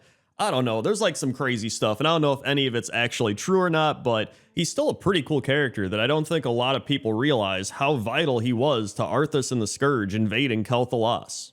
And that's why he's number 9. 8. Number 8 is the great Akazamzarak. I don't know how you say it. Akazamzarak? Akazamzarak. I can't say it. He's a goblin magician, normally found entertaining people in Dalaran, and he's actually an expert with portals and teleportation and is recruited by the Tiras Guard to teleport its members inside the Hall of the Guardian. And according to the Warcraft wiki, he was notably capable of opening and maintaining 8 separate portals to various locations scattered across 3 continents, which was a feat unprecedented by a single mage in the game. He also does magic tricks. So he stands in Dalaran and he pulls rabbits out of his hat. He makes flowers appear out of his sleeve. He asks you to pick a card, and then it's like a Hearthstone reference because the guy's like, wow, a golden Dr. Boom. And then he's like, hey, not that card, give that back. And then he also gets mad and says, hey, how about you help me with a new trick? I just need to find that saw. Or, yeah, sure, keep that up. You might just disappear, bub. And he also has a Futurama reference where he says, screw this, I'm making my own mage order with Hearthstone and succubi. So overall, he's just a fun, goofy NPC that's also insanely strong with the amount of portals he can create and hold open. So that's why the great Akazam Razrak is number 8. 7. Number 7 is Helcular, and I put Helcular on this list because a lot of people know about Helcular's Rod, the classic WoW quest, but not a lot of people know about the actual Helcular that rod is from. So in the current version of the game, Helcular is a forsaken necromancer at the ruins of South Shore, and you can actually find him in the old Hillsbrad foothills in the Caverns of Time dungeon where him and Kel'Thuzad in their human forms are walking around together. And they pretty much have a conversation like it's Star Wars with the Emperor and Darth Vader, and he's just like, what is this necromancy? And he's like, it's not something the Crendor wants you to know. And so after all this, Helcular was preparing to transform himself into a lich when a group of humans from South Shore found the cave where he was performing the ritual and murdered him right there. After that, he was buried in the South Shore graveyard, which leads us to the Helcular's Rod. Novice Thivand, which was one of Helcular's apprentices, tells you to go get Helcular's Rod and begin the process of resurrecting him so he can have his revenge on the people of South Shore that killed him. And so since then, in the Cataclysm, he was trying to find a way to remove the Worgen's immunity to the Curse of Undeath, and then in Legion, he actually led the forces of Azeroth against a bunch of demons. So he's actually doing pretty great. And that's why Helcular is number 7. 6. Number 6 is Zanzil the Outcast, and I'm sure you've seen Zanzil the Outcast plenty of times. He was in Classic WoW, where you had to do Zanzil's Mixture. He was in Zul'Gurub, the 5-man Zul'Gurub. But the actual Zanzil is pretty crazy. So according to WoWWiki, years ago, the Gurubashi exiled one of their own from Zul'Gurub, a troll by the name of Zanzil. The reasons aren't all that clear, but it had most likely something to do with Zanzil's tendency to administer powerful, behavior-altering drugs to anyone he saw. So yeah, that's a pretty good reason. He was like, hey, what's up, Zanzil? He's like, hey man, drink this. And you're like, okay. I don't really want to, but he's like, no, dude, just come on. But yeah, his mixtures pretty much turn everybody that drink it into strong but feeble-minded zombies that obey him. Then in Cataclysm, Zanzil attempts to unite the troll tribes of Stranglethorn into an army under his rule. He's then brought back into the Gurubashi tribe by the Shade of Jindo to help him restore Zul'Gurub to its former glory by resurrecting both High Priestess Jekik and High Priestess Vanaxis using his special elixirs. He's then killed in Zul'Gurub, failing at his attempt to redeem himself. But just think about this. He's an insane alchemist that gets exiled from a bunch of crazy trolls because they're like, this guy's too crazy. And then after a while, he gets brought back in because they're just like, listen, we need you to be crazy and make some crazy alchemy potions. And he's like, yeah, I could do that. Like, his actual lore is pretty wild, and that's why Zanzil the Outcast is number 6. 5. Number 5 is Tabitha, and Tabitha is a human quest giver located at Tabitha's farm deep in the Quagmire and Dustwallow Marsh. And I actually covered Tabitha in Pointless Top 10 Farmers in World of Warcraft. However, I wanted to bring her back for this Pointless Top 10 because I found her so interesting. So she's this powerful mage that's living with 2 apprentices right now, but she's been training generations of apprentices at her farm from both Alliance and Horde, though this shouldn't be possible as the humans only arrived in Kalimdor within the last decade. So already it's getting a little suspicious. She's also an alchemist, just to throw that in there, because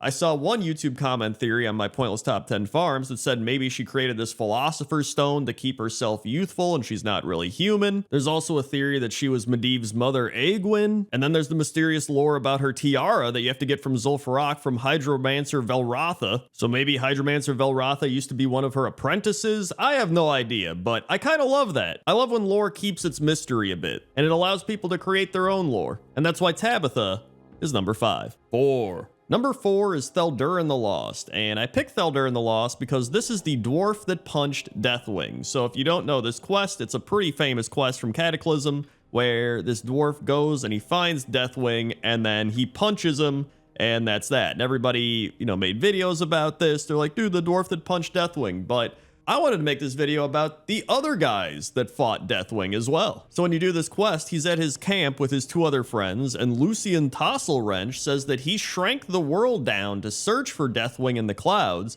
but then finds Deathwing in the sun, gets sunburned hands getting Deathwing out of the sun, and then launches Deathwing to Kalimdor, which I actually think is better than punching Deathwing. And then there's Martek the Exiled, who says blood was raining from the skies and there's all these fans around, and he takes one of his fans and his motorcycle to go knife fight Deathwing, but then when he goes to fight Deathwing, Thaldurin shows up and starts punching Deathwing, and he's like, hey, get out of here! It's definitely one of the dumbest, best quests in World of Warcraft, but I just wanted to give some love to the other guys with Thaldurin, because I think their stories are also pretty great, so that's why they're number 4. 3. Number 3 is Gunther Arcanus, and Gunther Arcanus to me almost feels like a Tom Bombadil from Lord of the Rings. So Gunther was a student of the Kirin Tor, but he was also a necromancer, even though necromancy was illegal among the Kirin Tor. He also had his Kirin Tor apprentice friends Bethor Ishard and Thul Ravenclaw. However, during the Third War, Gunther and Bethor were killed by the Plague of Undeath, while Thul willingly sided with the Lich King.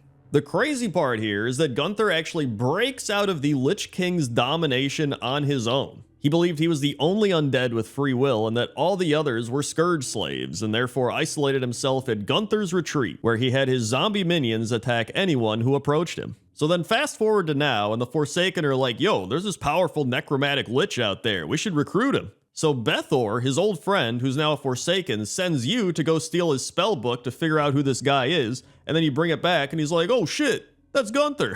So then Gunther asked the adventurer to defeat Scourge agent Lilith Nefera, I don't know how you say it, to prove that they were also an enemy of the Lich King. So after that, he agrees to join the Forsaken, and you bring a nether gem to Bethor so that he can communicate with his old friend. But it's very likely that this guy was one of the first free-thinking Scourge, which is insane. Like, he just broke out of the Lich King's domination on his own. And that's why Gunther is number 3. 2. Number 2 is Joran Deadeye, and Joran Deadeye is the son of the late Kilrog Deadeye and is the current leader of the Bleeding Hollow clan. He also ritualistically removed one of his own eyes to see a vision of his death, which is pretty badass. And when you talk to him in the Grand, he says, do you know who we are, stranger? The Magars, survivors. Survivors of a fallen dynasty. Survivors of the Red Pox. Survivors of a shattered world. And something that I learned that I actually forgot about when I was questing back in Burning Crusade is that Joran Deadeye actually goes to Garrosh Hellscream for help, and Garrosh refuses to lend him assistance. I was also kind of curious what class he is, you know, like Thrall's a shaman, but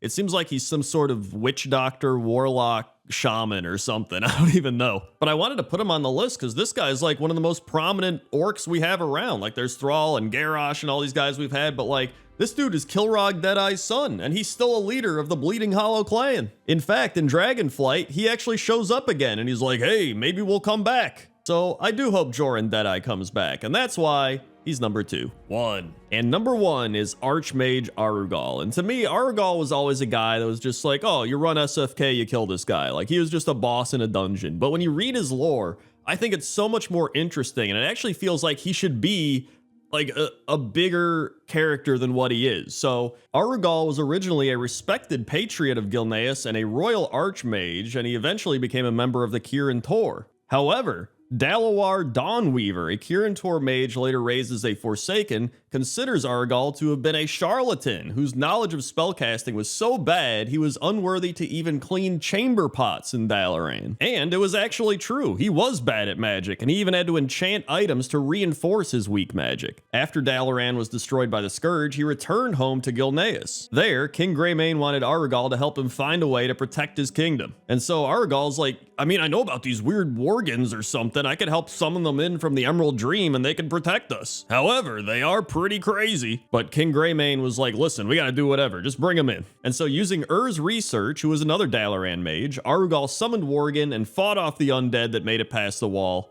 until they started killing the people of Gilneas. And then they started spreading the Worgen curse all throughout Gilneas, and then we know what happened after that. Eventually, Arugal then starts his own Worgen cult, and he goes crazy and tries to keep the Worgen under his magical control. And then, of course, you go there and you find him, and that is what he's doing. Another cool fact was that Arugal had access to enchantments that allowed his favorite Worgen servants to retain a fair deal of their human intelligence. So after learning all that, I was like, dude, I should have read more about Arugal. This guy's crazy. It's awesome. And that's why He's number 1. 10. Number 10 is Captain Crick Wrenchnozzle and the crew that commands the Maiden's Fancy, which is the boat that sails between Ratchet and Booty Bay. And when you talk to Captain Crick, he says, "Hey kid, you're aboard the Maiden's Fancy. The name's Captain Wrenchnozzle, and you've got the privilege of sailing on the pride of the Blackwater Raiders. The blood sail don't come near us, not with my sharp crew and the large amounts of gunpowder in the hold. Insurance, you know." And you've got quite a few people on the crew. You've got First Mate Masker, who is the human on board. You've also got Navigator Tari, who is usually navigating the ship, a troll. And then you've got Engineer Torque Spindle, who is an engineer goblin. And then there's Galley Chief Steelbelly, who is a dwarf that's also the ship's cook, and he carries around a big piece of meat and a hatchet. And then there's obviously all the other goblin crew members. And then most importantly, there's Treasure the Parrot, who belongs to Captain Crick and flies around the ship, apparently annoying all of the members of the Maiden's Fancy except the captain. But yeah, a lot of us take the boat between Ratchet and Booty Bay and have done so for years and just kind of assume that it works. But you know what? There's a hard-working crew behind that ship, and so that's why the Maiden's Fancy crew is number 10. 9. Number 9 is Senior Peon 2, and Senior Peon 2 is an assistant of Skagit, and Skagit is a goblin assistant of Monty Gaslow. So we have an assistant of an assistant, and these two are located in your garrison if you're Horde. And there's a few reasons that I really like Senior Peon 2. Number 1 is that it implies that there was a Senior Peon 1 who either died on the job or just, I don't know what happened to him, but he's gone now. And that he is wearing an insane outfit. He has got like some crazy shoulder pads with metal on, or they're not even shoulder pads. It's like a back piece, and then he's got on these goggles, and he's just carrying big things of lumber. And so I'm really impressed that he just stands here in the garrison day and night holding these logs, and he just doesn't get tired, dude. He just constantly holds them. You would think he'd put them down or something, but no, he's just always holding these logs. They may as well be part of it. And so even though Senior Peon 2 is just stuck in the garrison holding logs, I hope one day he gets to graduate to a higher ranking position where maybe he's in charge and then he gets assistance, or maybe he'll just get replaced by Senior Peon 3. I don't know. But either way, that's why Senior Peon 2 is number 9. 8. Number 8 are all of the NPCs holding open portals to Tol Barad, and that goes for both Alliance and Horde, because they are both in Orgrimmar and Stormwind. And back a while ago, I made a pointless top 10 worst jobs in World of Warcraft, and one of the jobs on that list was people that hold open portals, because obviously you just stand around holding open a portal. I don't know if you get any breaks. Maybe they have rotations where different people have to rotate in to hold open the portal, but I never really see that happening, so they're just always channeling portals for everybody to take. And so that got me to thinking, what would be the worst portal you would have to hold open? And there's quite a few of them, but I thought that holding open the Tol Barad portals would just be one of the worst jobs, because not only do very few people actually use your portals, but most people just queue for Tol Barad anyway if they wanted to do it. And I don't really know anybody that's actually queuing for Tol Barad. But you know what? If somebody wants to go get their Tol Barad rewards, or if they want to just walk around Tol Barad, they have the option thanks to these hard-working NPCs holding open these portals. And so that's why they're number 8. 7. Number 7 is Sweepy Mo, and Sweepy Mo is a hobgoblin that runs around the Undermine with a broom, sweeping, hence the name Sweepy Mo. And I think people do not give this guy enough credit. Like, he is here day and night, running around with his broom, making sure that the streets of Undermine are clean and, you know, safe to run around. Nobody's gonna be slipping on any dirt or anything, right? Like, we just had the big Diablo event. I'm sure there's a bunch of coins scattered all over. He was probably really busy during that event. And it's just nice that we have somebody making sure the streets are clean. In fact, Sweepy Mo is so dedicated to his craft of making sure the streets are clean. He'll even clean you off the streets. If you stand in front of him, he'll just bump into you and get you out of the way. He's like, "Oh, I'm sweeping here." And then he just sweeps you out of the way, because you know what? Sweepy Mo doesn't have time for that. He's got to keep sweeping. And if you're in the way, he's getting you out of the way. And so, yeah, Sweepy Mo is fantastic. Great guy, keeping the streets of Undermine clean. And that's why he's number 7. 6. Number 6 are Brog Huntsworn and this random Warspear peon located in Ashran. And these two are pretty much right next to each other, but Brog Huntsworn is carving a cleft hoof, but he's doing so in maybe the slowest animation I have ever seen for somebody carving something. He's just like,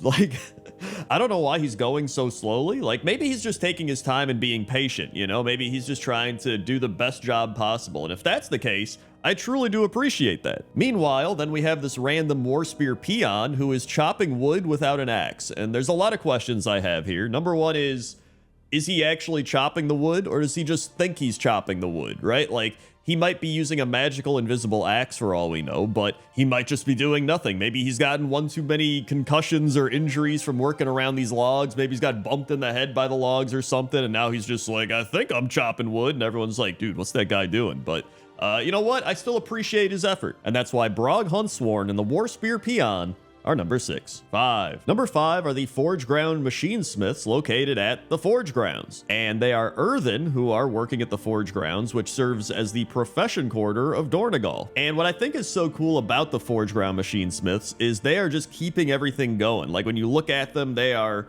you know, doing some sort of magic with like a little fireball above their head, or they're actually pulling the chains with magic. Like, these people are super underappreciated. Like, they are keeping this entire building going. This entire forge is powered by these machine smiths. And even when I was trying to find more information about them online, there's like absolutely nothing. They had other types of machine smiths, but all I found is that they have the ability Molten Chain, which is the ability that they're doing that you can see right there. But just overall, I think these guys are extremely underappreciated. You know, they're keeping everything going.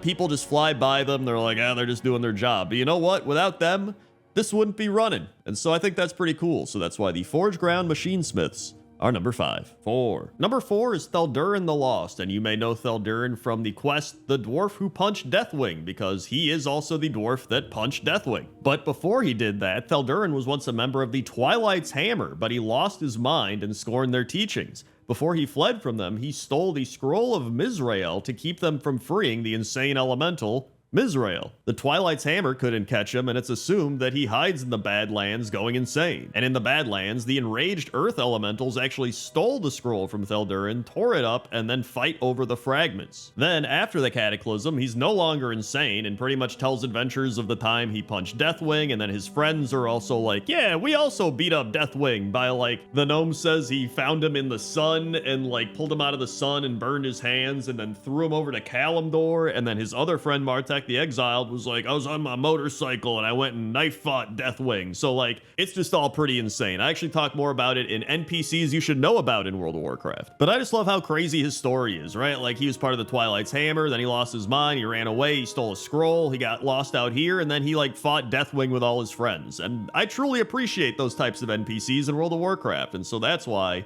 he's number 4.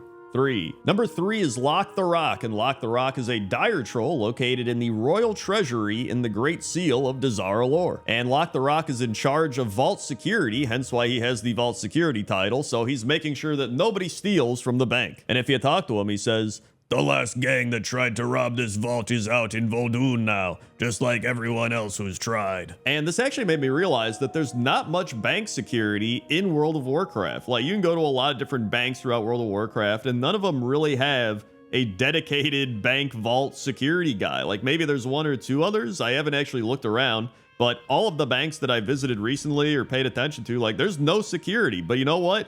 In the Great Seal in Dazar'alor, they got Lock the Rock. He's got a great name, and he's ready to protect your bank. Even though not many people go to this bank anymore. There's probably still some. I see people here and there, but this is where you need to do your banking, because you got Lock the Rock protecting everything in there, and that's why Lock the Rock is number 3. 2. Number 2 are the NPCs atop the Grand Expedition Yak, which are Cousin Slowhands and Mystic Birdhat. And the reason I picked them is because these are 2 NPCs that I think have been clicked on more than anyone in World of Warcraft's entire history. Like, the amount of people that just mount up onto their yak for repairs, buying reagents, transmogging, like, it has to put them up there amongst the most clicked on NPCs of all time. And even if you yourself don't have the mount, which I think pretty much everybody does, somebody else is probably using the mount, and you've probably clicked on the NPCs on their mount. They also have some fantastic quotes, such as, maybe you could do a barrel roll. I feel like a blood sausage. I'm just a pathetic creature of meat and brew. I was going to have a party and invite Mystic Birdhat, but you dismissed him. Your yak is in another stable, and a minute is all I need.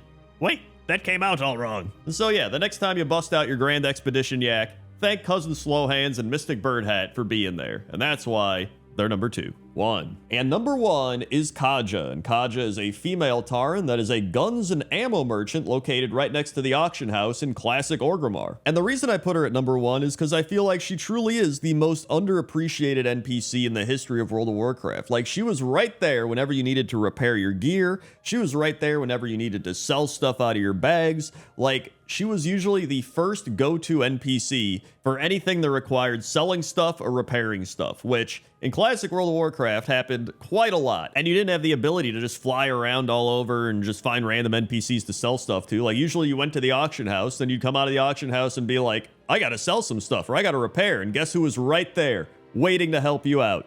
It was Kaja. And so I'm sure she was happy with the spot she got right next to the auction house, being like, oh man, I'm gonna sell a bunch of ammo and guns for everybody. Turns out she just ended up buying a bunch of random stuff from people and repairing armor. But either way, that's why Kaja is number 1. 10. Number 10 is Anton, and Anton is a Forsaken meat vendor found patrolling the roads southwest of New Agamond in the Howling Fjord. And Anton is a meat merchant. He has the meats. He's like the Arby's of World of Warcraft.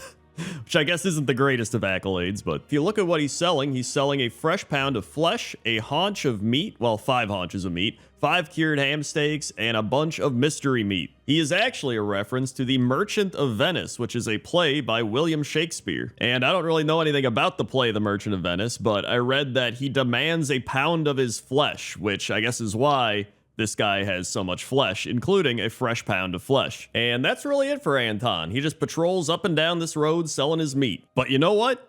Somebody's got to sell the meat.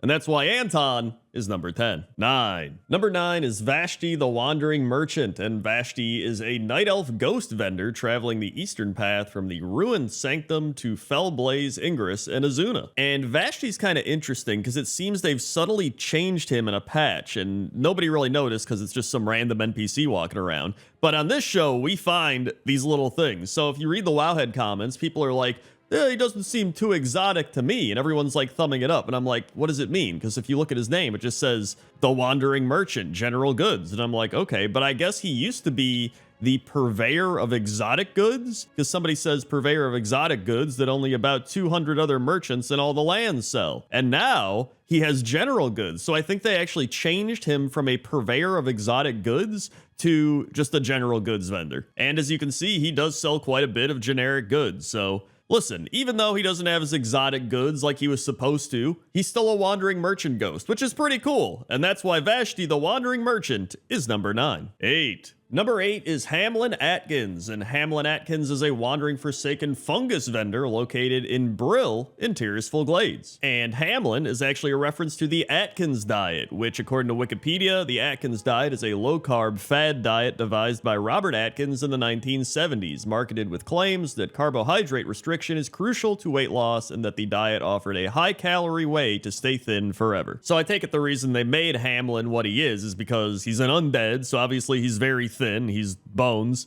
and then he's selling fungus because mushrooms are extremely low in carbohydrates. And if you look at what he sells delicious cave mold, which I think is a pretty subjective opinion. I don't know if everybody's going to say cave mold's delicious, but maybe it is very delicious cave mold.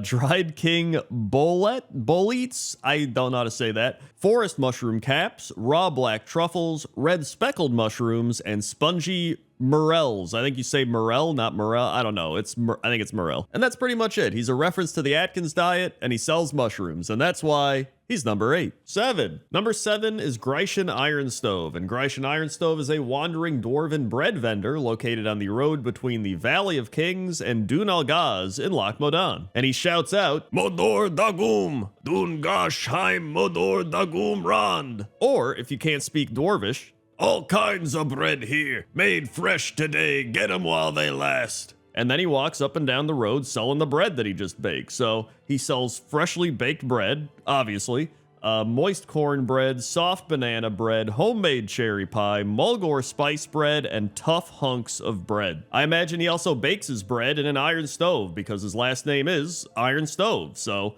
I guess it would be weird if he didn't use an iron stove. He also gets pretty dressed up to sell his bread. Look, he's got like a vest and dress pants on and everything. I thought he'd be dressed as like a baker or something, but Either way, that's why Grecian Ironstove is number 7. 6. Number 6 is Craggle Wobbletop, and Craggle is a gnome that pushes around his cart full of toys in Stormwind. And Craggle was actually added in Cataclysm, selling his toys, but in Battle for Azeroth, he appears in the vision of Stormwind and manages to avoid going mad by using his robot toys. But the main reason I love Craggle is he's just a gnome pushing around his cart of toys. Like, that's just what he's doing. I mean, if you look at what he's selling, he's actually selling quite a bit. He's got the swine skin, so it's like a football, then he's got like a football.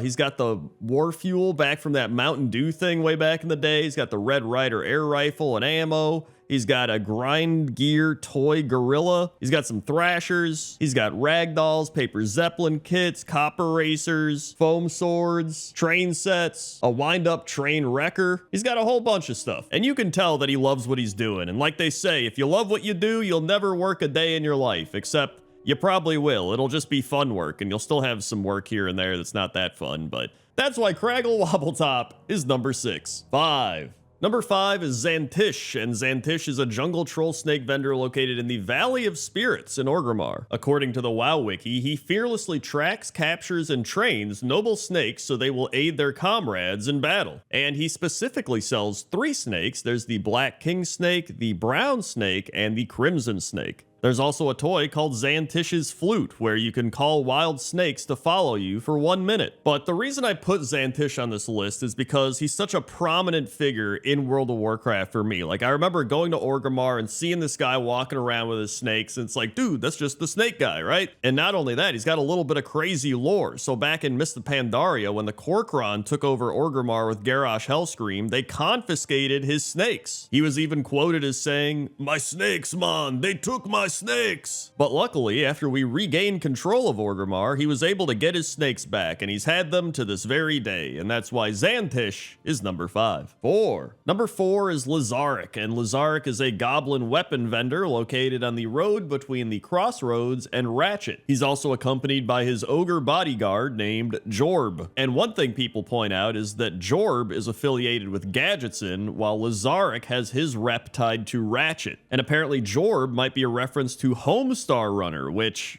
that takes me way back. That's like when I was in high school 20 years ago, which I'm old, Gandalf. Man. But they added a quest for this guy back in Battle for Azeroth where he's like an investor in Venture Co. business, but aside from that, I just remember him walking up and down Ratchet to Crossroads being like, hey, it's the guy with the ogre. And that's really what I remember him for. And he sells a bunch of weapons. He's got claymores, swords, maces, hatchets, you name it. He's also got some potions for some reason. I guess he just got them from somebody and was like, hey, I got these too. I don't know. So the main reason he's high on this list is he's a goblin with an ogre bodyguard. That's pretty cool. And I'm pretty nostalgic because I always remember him when I was questing back in the early days of WoW. So that's why Lazaric is number 4. 3. Number 3 is Antonio Pirelli, and Antonio Pirelli is a human exotic goods vendor that travels from Red Ridge to Westfall to Elwyn Forest to Duskwood and then does it all over again. And as far as I know, this guy probably travels the most out of any traveling NPC. Like, he literally goes between 4 zones, and before he goes to each zone, he's like, here I am back in the good old Red Ridge Mountains, or he's like, Duskwood, this is gonna be a scary time. And it's pretty cool, actually. And it would have been really cool to get his entire path, but he has been bugged in World of Warcraft for quite some time because I went on Wowhead and everyone was like, hey, is this guy like bugged or something? Like, I can't find him, I can't interact with him. It literally took me like 3 laps before I found him, and then he just despawned. And I was like, what is it? What? And then I went into Classic Wrath, and then I found him in Classic Wrath. So like, Blizzard, can you fix Antonio Pirelli? I just want to go watch this guy walk around and sell me stuff, but instead, he's bugged out. Also, he's apparently a Sweeney Todd reference, where there's a sailor named Anthony and a traveling barber named Adolphus Pirelli, hence Antonio Pirelli. And there's also a Silvio Pirelli located in the Caverns of Time instance Old Stratholme, so maybe they're related. Either way, I don't know. Fix Antonio Pirelli, and that's why He's number 3. 2. Number 2 is Zixel, and Zixel is a goblin specialty vendor located on the path between Tarren Mill and South Shore in the Hillsborough foothills. He can also be found in the tower near Tarren Mill with his robotic guardian, Overwatch Mark 1. And believe it or not, Zixel is the one that made me want to create this traveling merchant pointless top 10. And he kind of reminds me of the goblin with the ogre bodyguard from earlier, but I think he's actually cooler because he actually built this robot. In fact, if you go to the old Hillsborough foothills in the Caverns of Time instance, you can actually see him creating his Overwatch Mark 0. So he's been working on this robot for quite some time. And he's got some great quotes as well. When he's leaving the ruins of South Shore, he says, "No point in wasting any more time here. Ghosts don't have money." He also says, "Now you've gone and done it. I thought you were better than the people at South Shore. They would have bought all my wares. Too bad they're all dead." And damn, loss of potential revenue is devastating. So, you know, he's your classic goblin, but he's pretty funny. I think he's cool. He's got a robot. He's obviously creative. So that's why Zixel is number 2. 1. And number 1 is the Mad Merchant. And the Mad Merchant is a gnome vendor who occasionally appears in the Wonderworks in Dalaran, and he sells several unique items for extremely high amounts of gold. And he's on a random spawn timer, but will spawn region-wide for an hour at a time. And so this guy is clearly one of the craziest traveling merchants around, highly sought after, extremely rare. And I have a funny story about this. So my wife, who you may know as Toaster Woman or Mystery Woman from back in the day, she films these pointless top 10s, and so I give her what I want to be on the list. I'm like, all right, go film the Mad Merchant. But you know what? He's like really rare. He's crazy. He's mad. He's probably not going to be there. So just film the area and I'll like Photoshop whatever in. And she was like, oh, he was there. And I was like, what? And it's crazy. So he actually was up. And it's all because she was filming something else and these role players were role playing and they were getting in the way of the shot. And so she's like, I'll go look for the Mad Merchant, and logged in and boom, he was there. I was like, you kidding me? This is crazy. So there he is, the Mad Merchant. I didn't expect him to actually be here, but we got him, folks. Ladies and gentlemen, we got him. And he sells Madman's Luggage, Prismatic Bauble, Celestial Calf, and Bloodfang Cocoon. Somebody on Wowhead also said the Dalaran music changes to silly circus music when he spawns. So that's pretty funny. So that's why the Mad Merchant is number 1. 10. Number 10 is Leyrana, the half-melted dryad, and she is located at the Lost Light Grotto in Valshara. And so pretty much the owl beasts have gone crazy. They're disconnected from Elune, and Leyrana is like, you gotta go help the other dryads before they pretty much get melted by these owl beasts. And then after you save them, you have to power up Leyrana's Dreamcatcher, which allows you to break the owl beast barrier and gain access to Keeper Remulos and help save him. But by the end of all this, Leyrana has been melted down into just this puddle of goopy jelly or whatever she is at this point. She's dead. It's also kind of funny because they didn't change her voice lines to be like, I'm melting. She's still like, the great outdoors, as she's like half melted. So it's weird. It's unsettling. And I think it's a quest that a lot of people have forgotten about. And so for this top 10, I really wanted to find some stuff that aren't in many other top 10s, because a lot of other top 10s at this point with creepy stuff in them are repetitive. It's just a bunch of stuff from back in the day. But I was like, you know what? We need some more modern creepy stuff in these top 10 lists. You know what I mean? And so I think this is very fitting for it. And that's why Leyrana is number 10. 9. Number 9 is this painting located at the Barrow Knoll Cemetery in eastern Drustvar. And apparently the spirits of the dead lurk around these grounds. And the cemetery is crawling with grave bloom, which is an herb that grants the living the ability to see spirits. But that's not what brought me here. What brought me here was this painting. And if you look at this painting, it just looks like some guy that sailed the 7 seas or a pirate guy or whatever. But if you wait long enough, his face starts to turn into a skeleton face. And I tried to find information about it. I don't know who this is. I don't know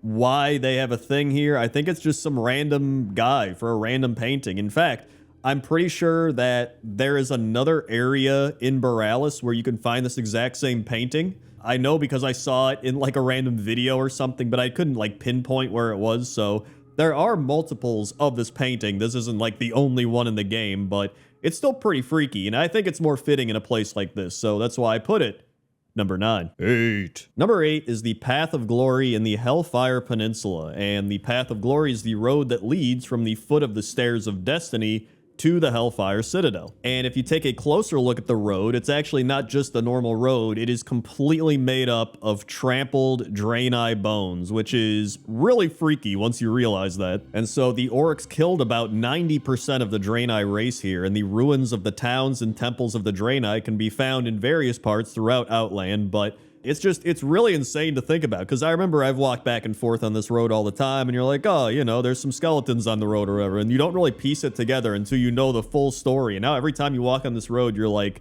this is insane. You know what I mean? Like, it truly is. And Varrock Sourfang, in fact, considered the road one of the Horde's greatest shames. And so for all those reasons, that's why I had to put the Path of Glory at number 8. 7. Number 7 is the World of Warcraft Wicker Man. And there's actually a few Wicker Men in World of Warcraft, but if you don't know, a Wicker Man was a large wicker statue in which the druids sacrificed humans and animals by burning, and the actual main evidence for the Wicker Man stems from Julius Caesar in his commentary on the Gallic War. And so when you first come across this Wicker Man cult in Drustvar, it's kind of freaky. Like, they're all standing around kind of worshiping it, and you're like, okay, this is kind of freaky, but the quest line actually gets kind of goofy. So it starts out with these two parents that have lost their son Edwin, and they're like, I think those Wicker Men cultists took him. And so you go and find Lord Autumnvale, who's like the leader of the Wicker Man cult, and he's like, listen, those people sent you. I told you, if you wish to know his whereabouts, you got to prove that you do. So you have to go find some offerings and bring the offerings to the Wicker Man. And so you bring him the offerings, and you bring him like fruit, and they're like, nah, he doesn't like fruit. What are you thinking? And then they're like, herbs? These aren't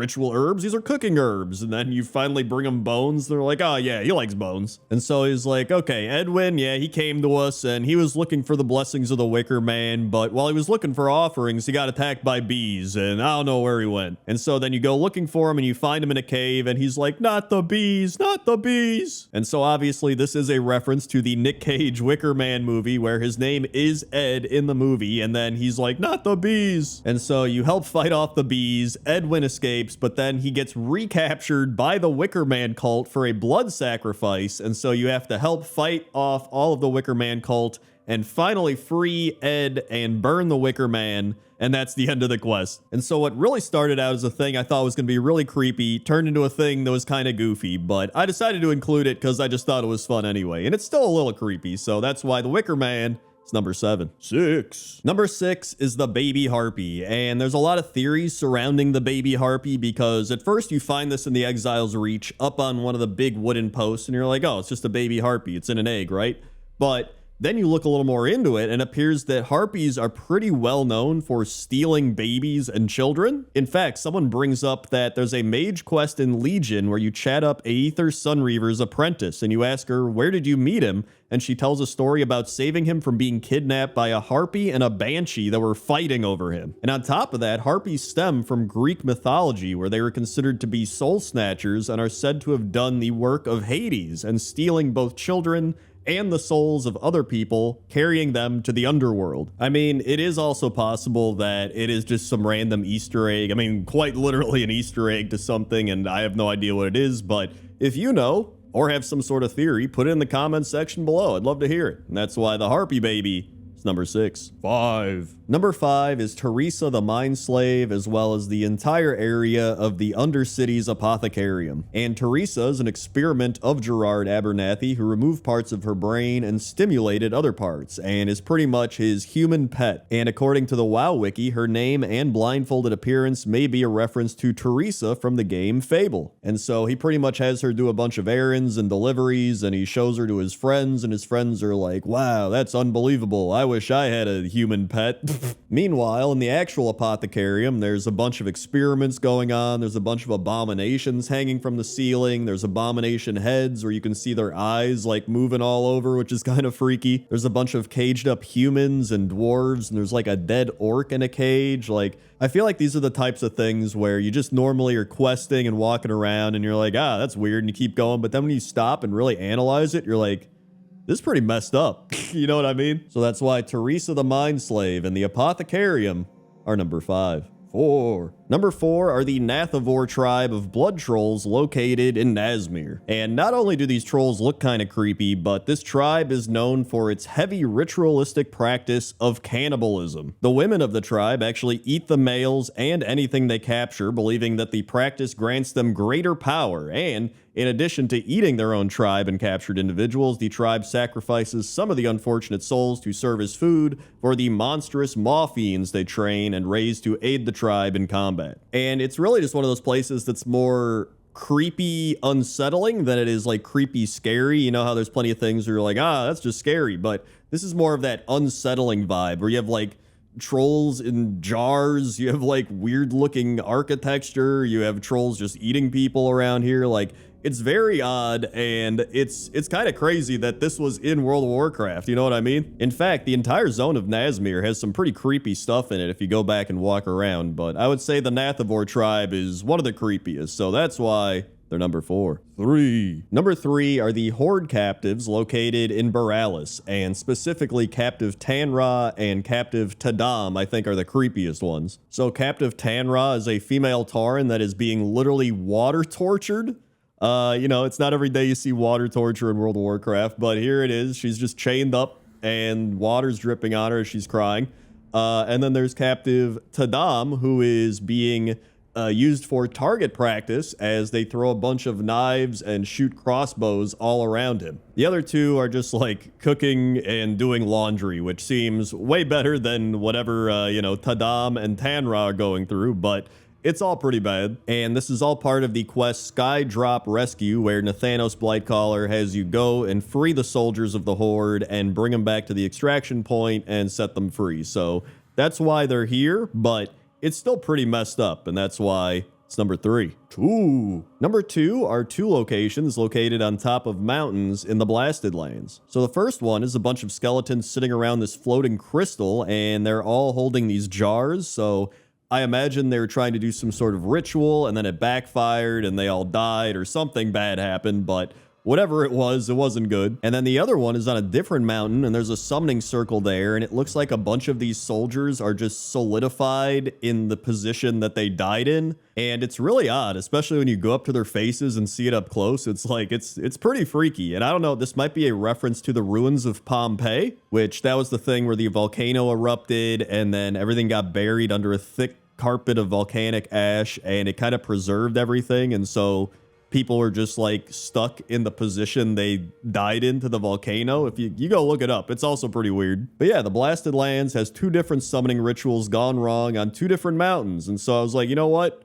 Let's put it at number 2. And number 1 are the Forgotten Crypts of Karazhan, specifically the Upside Down Sinners. And I know that I mentioned earlier that I try to avoid things that have been on other creepy lists in the past and stuff like that, right? But I feel like this area, specifically the Underwater Sinner area, is like truly insane. Like, it's one of the craziest things in World of Warcraft. These like dead underwater chained up bodies just hidden away in this vacant large area that you have to explore under Karazhan to find. It's just, this is not something that you would ever really expect to ever find in World of Warcraft. And a lot of people had a bunch of theories about the crypts, why they were here, why they were never finished, but in a 2018 AMA, John Stats, who I fished with in a Fishing with Crendor, stated that the crypts were meant to be a questing area, but it turned out they were never needed, and so they were never finished, and that was pretty much it. But I would say this is one of the most creepy, well-known areas in the game, and that's why it's number 1. Number 10 is Deadwind Pass, and I know a lot of people always talk about the Karazhan crypts, and they're like, dude, Karazhan crypts, the creepiest places ever, the Karazhan crypts. I'm gonna tell you right now, they are not on this list.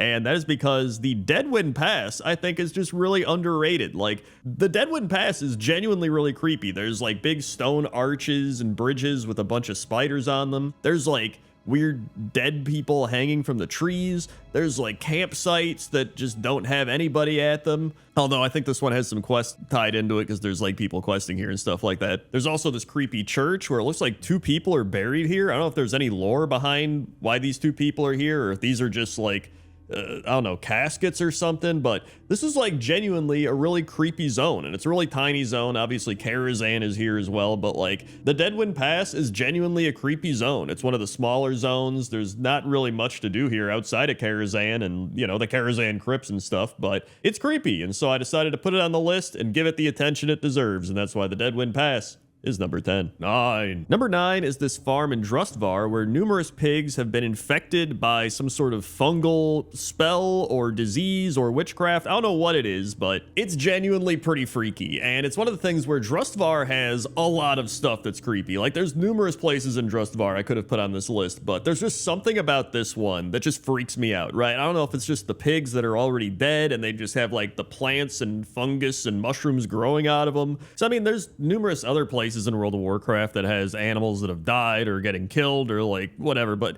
this one just freaks me out. Granted, like just seeing mold and fungus growing on stuff tends to also kind of freak me out. It's just, I don't know, because it usually grows on like dead or old stuff, so maybe that's just some sort of visceral reaction to like, this is not good, like this is not safe, like your brain is like, get away from this thing, right? Like, I have no idea. And there's also these birds that are eating the pigs, but there is actually a pig that is okay. He's just running around having a good time, but I don't know if he realizes what's going on here, but he's got to get out of here, man. So that's why this area in Drustvar is number 9. 8. Number 8 is the Forgotten Shore located in Dragonblight. And this one's probably already known by a lot of people, but I do think it's worth putting on the list because I do think it is one of the creepiest areas in World of Warcraft, primarily because of the history here. So this is where Arthas was trying to hunt for Mal'Ganis, and he couldn't find him, and then he gets an emissary from Lordaeron arriving, and they're like, hey guys, you gotta go home. And Arthas is like, I am not going home. And so he hires these mercenaries to go burn the ships that take them home. But when him and his men get to the ships, he's like, look what these people did. They burned our ships. And the mercenaries are like, what? You told us to. And he's like, no, I didn't. These guys are crazy. And so they end up just killing all of these mercenaries. And so this was pretty much a lose-lose for everybody, right? Like the mercenaries get killed, and then the soldiers that aren't able to get home have to stay here with Arthas, and they're just stranded here, and they're looking for Mal'Ganis, and so they all pretty much get killed. And then that really just leaves us with this haunted, forgotten shore. And so it's really sad. I think it's just people kind of see this area and they've seen it so many times. There's like, yeah, you know, it's the Forgotten Shore, it's Arthas, but like really thinking about it, it is pretty messed up. And so that's why the Forgotten Shore is number 8. 7. Number 7 are the dead dragons located at the Blade's Edge Mountains and at the Obsidian Citadel. And obviously these aren't like your standard creepy areas, but I do think they are creepy in their own way. I always remember going through Blade's Edge Mountains and seeing all these dragons impaled on the big spikes and all these dragon bones all over, and I was like, why is this a thing? And so after looking into it, it appears that Deathwing pretty much brought a bunch of black dragons to Draenor, and then after the planet was destroyed and became Outland, all of the dragons stayed and were then hunted by Gruul and his sons and various other Gron, leading to them getting impaled. In fact, Netherwing drakes are just black dragon eggs that were infused with energies of the twisting nether and mutated. Meanwhile, at the Obsidian Citadel, they're just like literally butchering the dragons. Like they're hanging them up on chains, they're cutting them up, there's like dragon heads there. Like it's genuinely not something you would expect to see in World of Warcraft, especially in Dragonflight, where it's just kind of like, yeah, very whimsical and fun. And then you go to a place like this and you're like, oh, this is very much the opposite of that. And so, yeah, overall, these are both very creepy places to me, not in like the haunted house spooky type of way, but in the like unsettling type of way. And so that's why the Blade's Edge Mountains and the Obsidian Citadel dragon areas are number 7. 6. Number 6 is this creepy witch house located at the Fernwood Ridge in the Tiergard Sound. And I really like this area as a creepy area in World of Warcraft because it has a lot of the stereotypical creepy stuff you would expect out of a creepy type of house, right? It's got the painting with the eyes that follow you around, which honestly, I don't even think you need the eyes to follow you around for this to be a creepy painting. Just like her eyes open that wide, staring down at you is freaky enough. But then located inside of the house and outside of the house, there's just a bunch of skeletons in cages, and it seems that they're being used for sacrifices or something like that. There's also a cave out in the back with a bunch of bones in it, and then there's the actual witch who's standing out in front of the house and just like, yeah, yes. I don't know, she's just standing there. I don't know what she's thinking about. And so, yeah, it's really just the vibes that this place is giving off on top of all the little creepy features here and there, and I think it's just a really spooky, haunted house type of thing located in World of Warcraft. I'm sure there's some quests and lore behind this place, but I was like, you know what? I don't even want to look into it. I think it's creepier just being like, dude, there's just some witch that lives up there that like sacrifices people to her gods or whatever. I have no idea, but that's why the Fernwood Ridge Witch House is number 6. 5. Number 5 is Crendor, and Crendor is an island and a ruined keep located on Darrowmere Lake in the Western Plaguelands. And so there's actually a ton of lore behind Crendor, but the creepy parts really start with the Barav family. And so the Baravs were an extremely wealthy family in Lordaeron, owning land which comprised Crendor, Brill, South Shore, and Tarn Mill. As we got closer to the Third War, the Aristocrats became depressed, greedy, and rageful, and after decades of rule, in order to preserve their fortune and hold of the land well past their lifespan, the Baravs made a deal with the human mage Kel'Thuzad. And I'm sure if you've played World of Warcraft at pretty much any point, you probably know who Kel'Thuzad is. And because of all that, that's how Crendor secretly became the school of necromancy called Scholomance. And there's actually a quest chain where you get a spectral essence trinket that allows you to see the spirits wandering the island of Crendor. And so yeah, that was a very brief rundown of the history of Crendor, but I think it's just really creepy because obviously there's a lot of unsettling history here on top of the fact that it's just this old abandoned fortress. Well, I mean, Scholomance is still here, but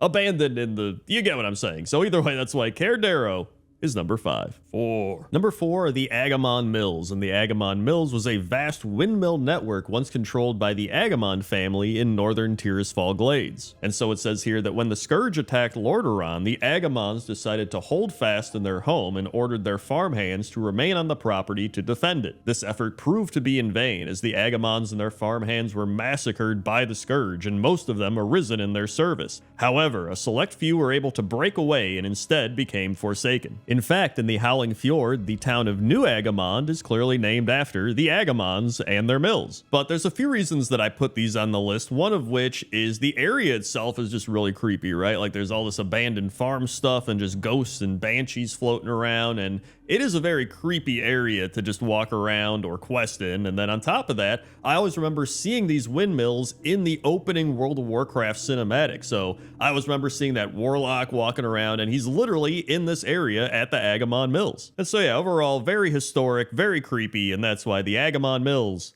are number 4. 3. Number 3 is the Ice Spider Cave located in the Azure Span. And obviously the creepiness level of this place depends on your fear level of spiders, but I would say a lot of people are going to be freaked out about this place. Like you walk in here and then it is just numerous ice spiders just dangling from the ceiling. I would say for some people, this might be number 1. This probably is the creepiest place in the entirety of World of Warcraft. And one of the reasons I love doing these pointless top 10s is it allows me to add my own spin on, you know, top 10s that everybody's already done, right? There's plenty of videos out there like top 10 creepy places, scariest places in World of Warcraft. And it's always like the Karazhan Crypts, the Naxxramas, right? It's just like a lot of people know what to expect, but I try to go outside the box a little bit to find stuff that you're normally not going to find in those videos. Hence, like, you know, talking about the dead dragons and stuff like that. Now talking about this, you know, just things that can give you that creepy, unsettling vibe that's not necessarily just like some haunted area. And I think the Ice Spider Cave is the perfect example of that. Like, this is a place that you just go to, and it can be one of the scariest places in World of Warcraft. So that's why the Ice Spider Cave is number 3. 2. Number 2 is the Ravenhill Cemetery and the Dawning Wood Catacombs. And so the Dawning Wood Catacombs lie beneath the Ravenhill Cemetery in Duskwood. And so the Ravenhill Cemetery is the graveyard located near the town of Ravenhill. And I would say this cemetery provides some of the creepiest aesthetic in World of Warcraft. Like, a lot of people think of Duskwood when they think of creepy stuff in World of Warcraft. I'm saying this after just talking about being like, I go out of my way to find the unconventional stuff. But really, I still have to include some of the actual creepy stuff because it really is creepy. And just walking around here, there's a bunch of ghouls and spiders and grave robbers and a whole bunch of stuff that's trying to kill you. And then nearby, in the Dawning Wood Catacombs, there's like a whole bunch of ghouls and ghosts down there as well. And I actually just made pointless top 10 crypts in World of Warcraft, and I was curious, what's the difference between a catacomb and a crypt? And apparently a catacomb is a vast interconnected network of underground tunnels used as a cemetery, while a crypt is a smaller self-contained underground chamber typically located beneath a church or monastery. So there you go, you learned something today. But yeah, overall, I had to include some Duskwood stuff on this list because it really is one of the creepiest zones in World of Warcraft, and that's why the Ravenhill Cemetery and the Dawning Wood Catacombs are number 2. 1. And number 1 is the Imperial Chamber, otherwise known as the Lordaeron Throne Room. And I actually picked this place for a few reasons. One reason you probably won't expect, but If you don't know, this is where Arthas Menethil killed his father back in Warcraft 3, and ever since then, this place has pretty much been haunted by that memory. In fact, if you go here and turn up the volume, turn down the music and everything, you can actually hear the voices of Arthas's father going through his entire, like, "What are you doing here, my son?" before he gets killed.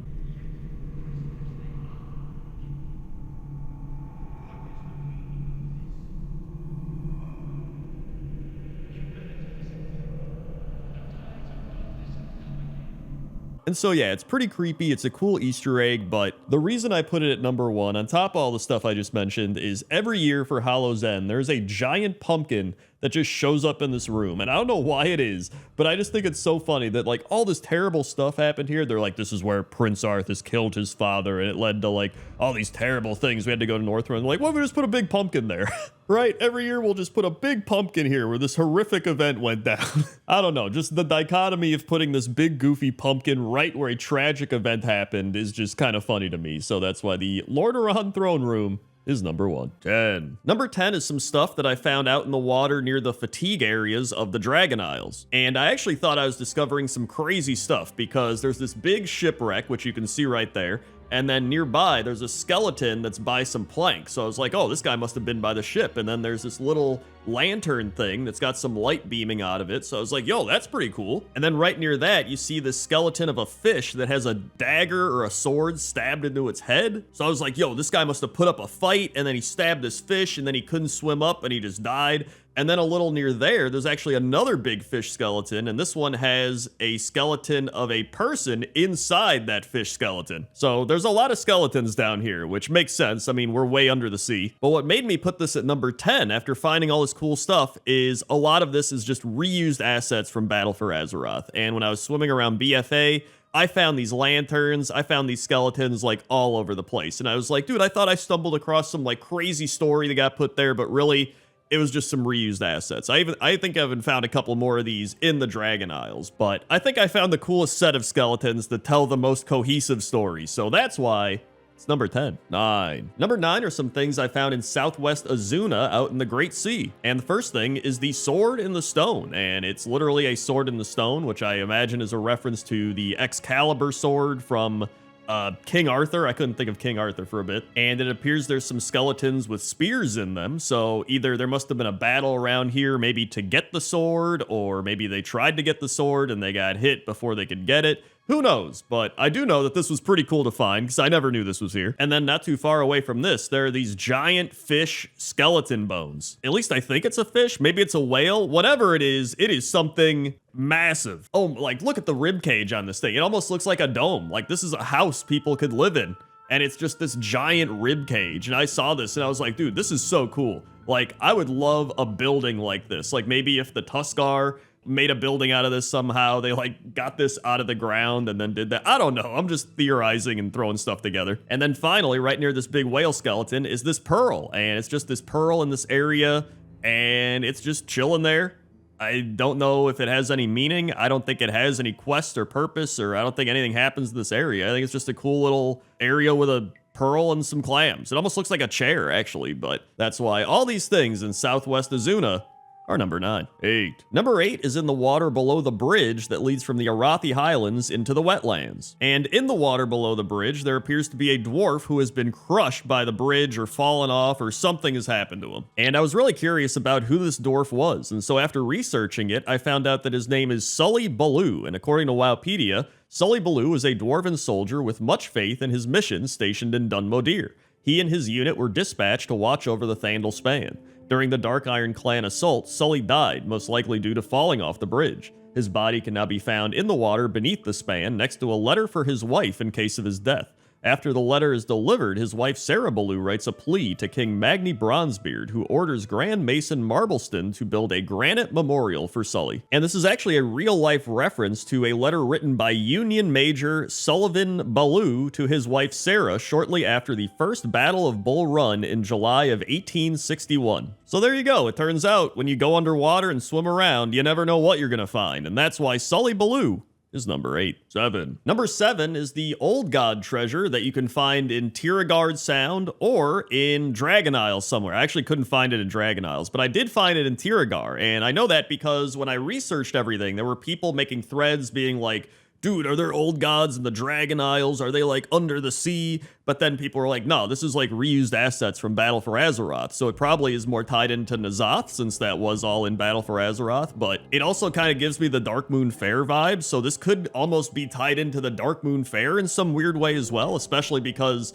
a lot of that was tied into like, we don't know where the Darkmoon Faire Island actually is. So this could be a reference to that. Like, who knows? There's so many theories about this treasure. But one thing's for sure, and that's nobody has any idea of what it actually is, except the fact that it's an old god eyeball, potentially, and it's just around a bunch of treasure. However, this might be the perfect opportunity to say inside pointless things are treasure, but we don't actually know if this is pointless or not. So that's why I couldn't put it higher up on the list, and it's reused assets. So that's why it's number 7. 6. Number 6 is some cool stuff that I found northeast of High Mountain and Stormheim out in the Great Sea. And I'm kind of cheating here because I'm like putting multiple things at every spot, but there was so much cool stuff that I found underwater that I was like, I got to include a lot of these. So I just started grouping things that were pretty close together in their own category. So there's actually a ton more. I can make a whole nother video on this, but for now, here's what appears to be a Vrykul ship being eaten by this giant dragon skeleton thing. I think it's a dragon. It kind of looks like it, and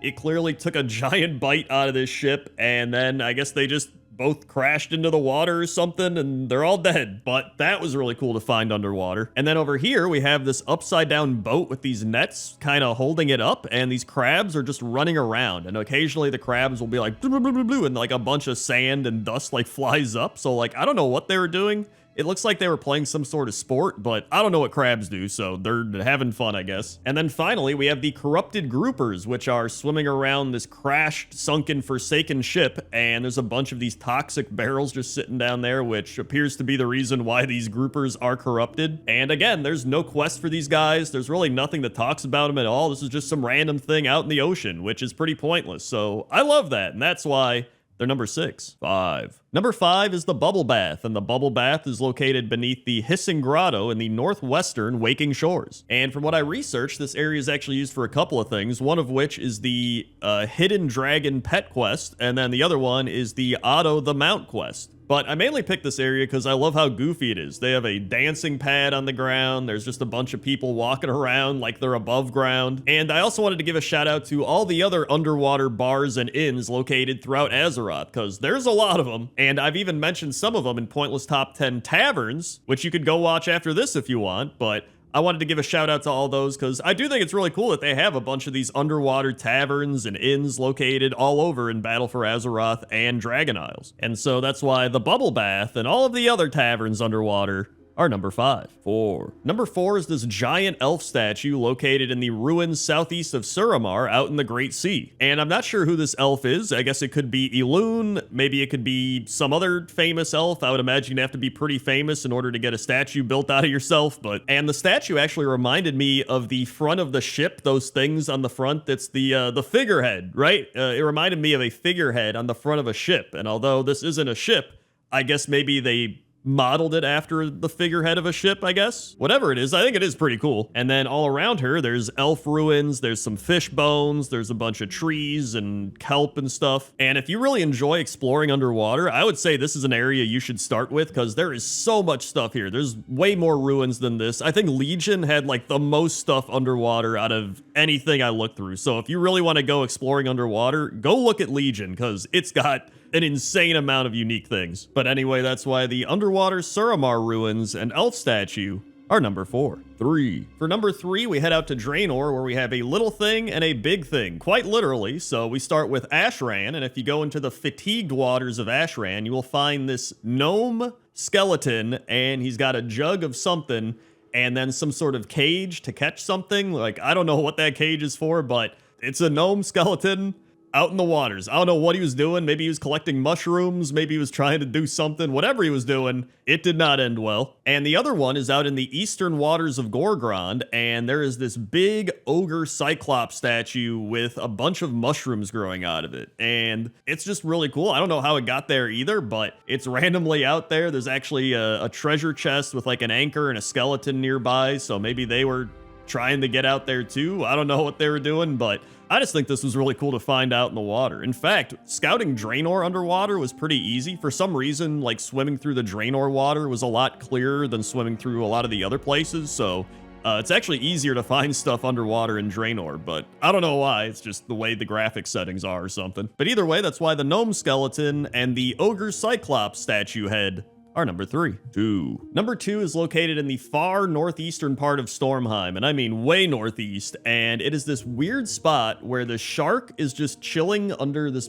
big rib cage, and there's some pirate ship stuff around here, and then there's a bunch of dead murlocs. In fact, these are called lifeless murlocs. And when I looked it up on Wowhead, there were only 2 comments, and they were just like, yeah, I mean, these are just lifeless murlocs in this really weird area, and there's really nothing, relevant about this place. It's just, they're just here. And so if I had to make some sort of assumption, I would say the shark probably did it, right? I think the shark probably killed all of them. I don't know if they were on the boat. I don't think murlocs know how to sail a boat, so I don't think they crashed it here. Maybe they came here after somebody else shipwrecked and they were trying to loot it, and then the shark came over and was like, yo, I'm gonna kill all these murlocs, and then it did. I have no idea. It's such an odd thing to find out in the water in the middle of nowhere, and that's why it was perfect for number 2. 1. And number 1 is the Writhing Leviathan located at Haemon's Hideaway in Vol'dun. And I think a lot of people already know about this one, but I just think it's really cool. So the Writhing Leviathan is this big kraken, and then there's this horn,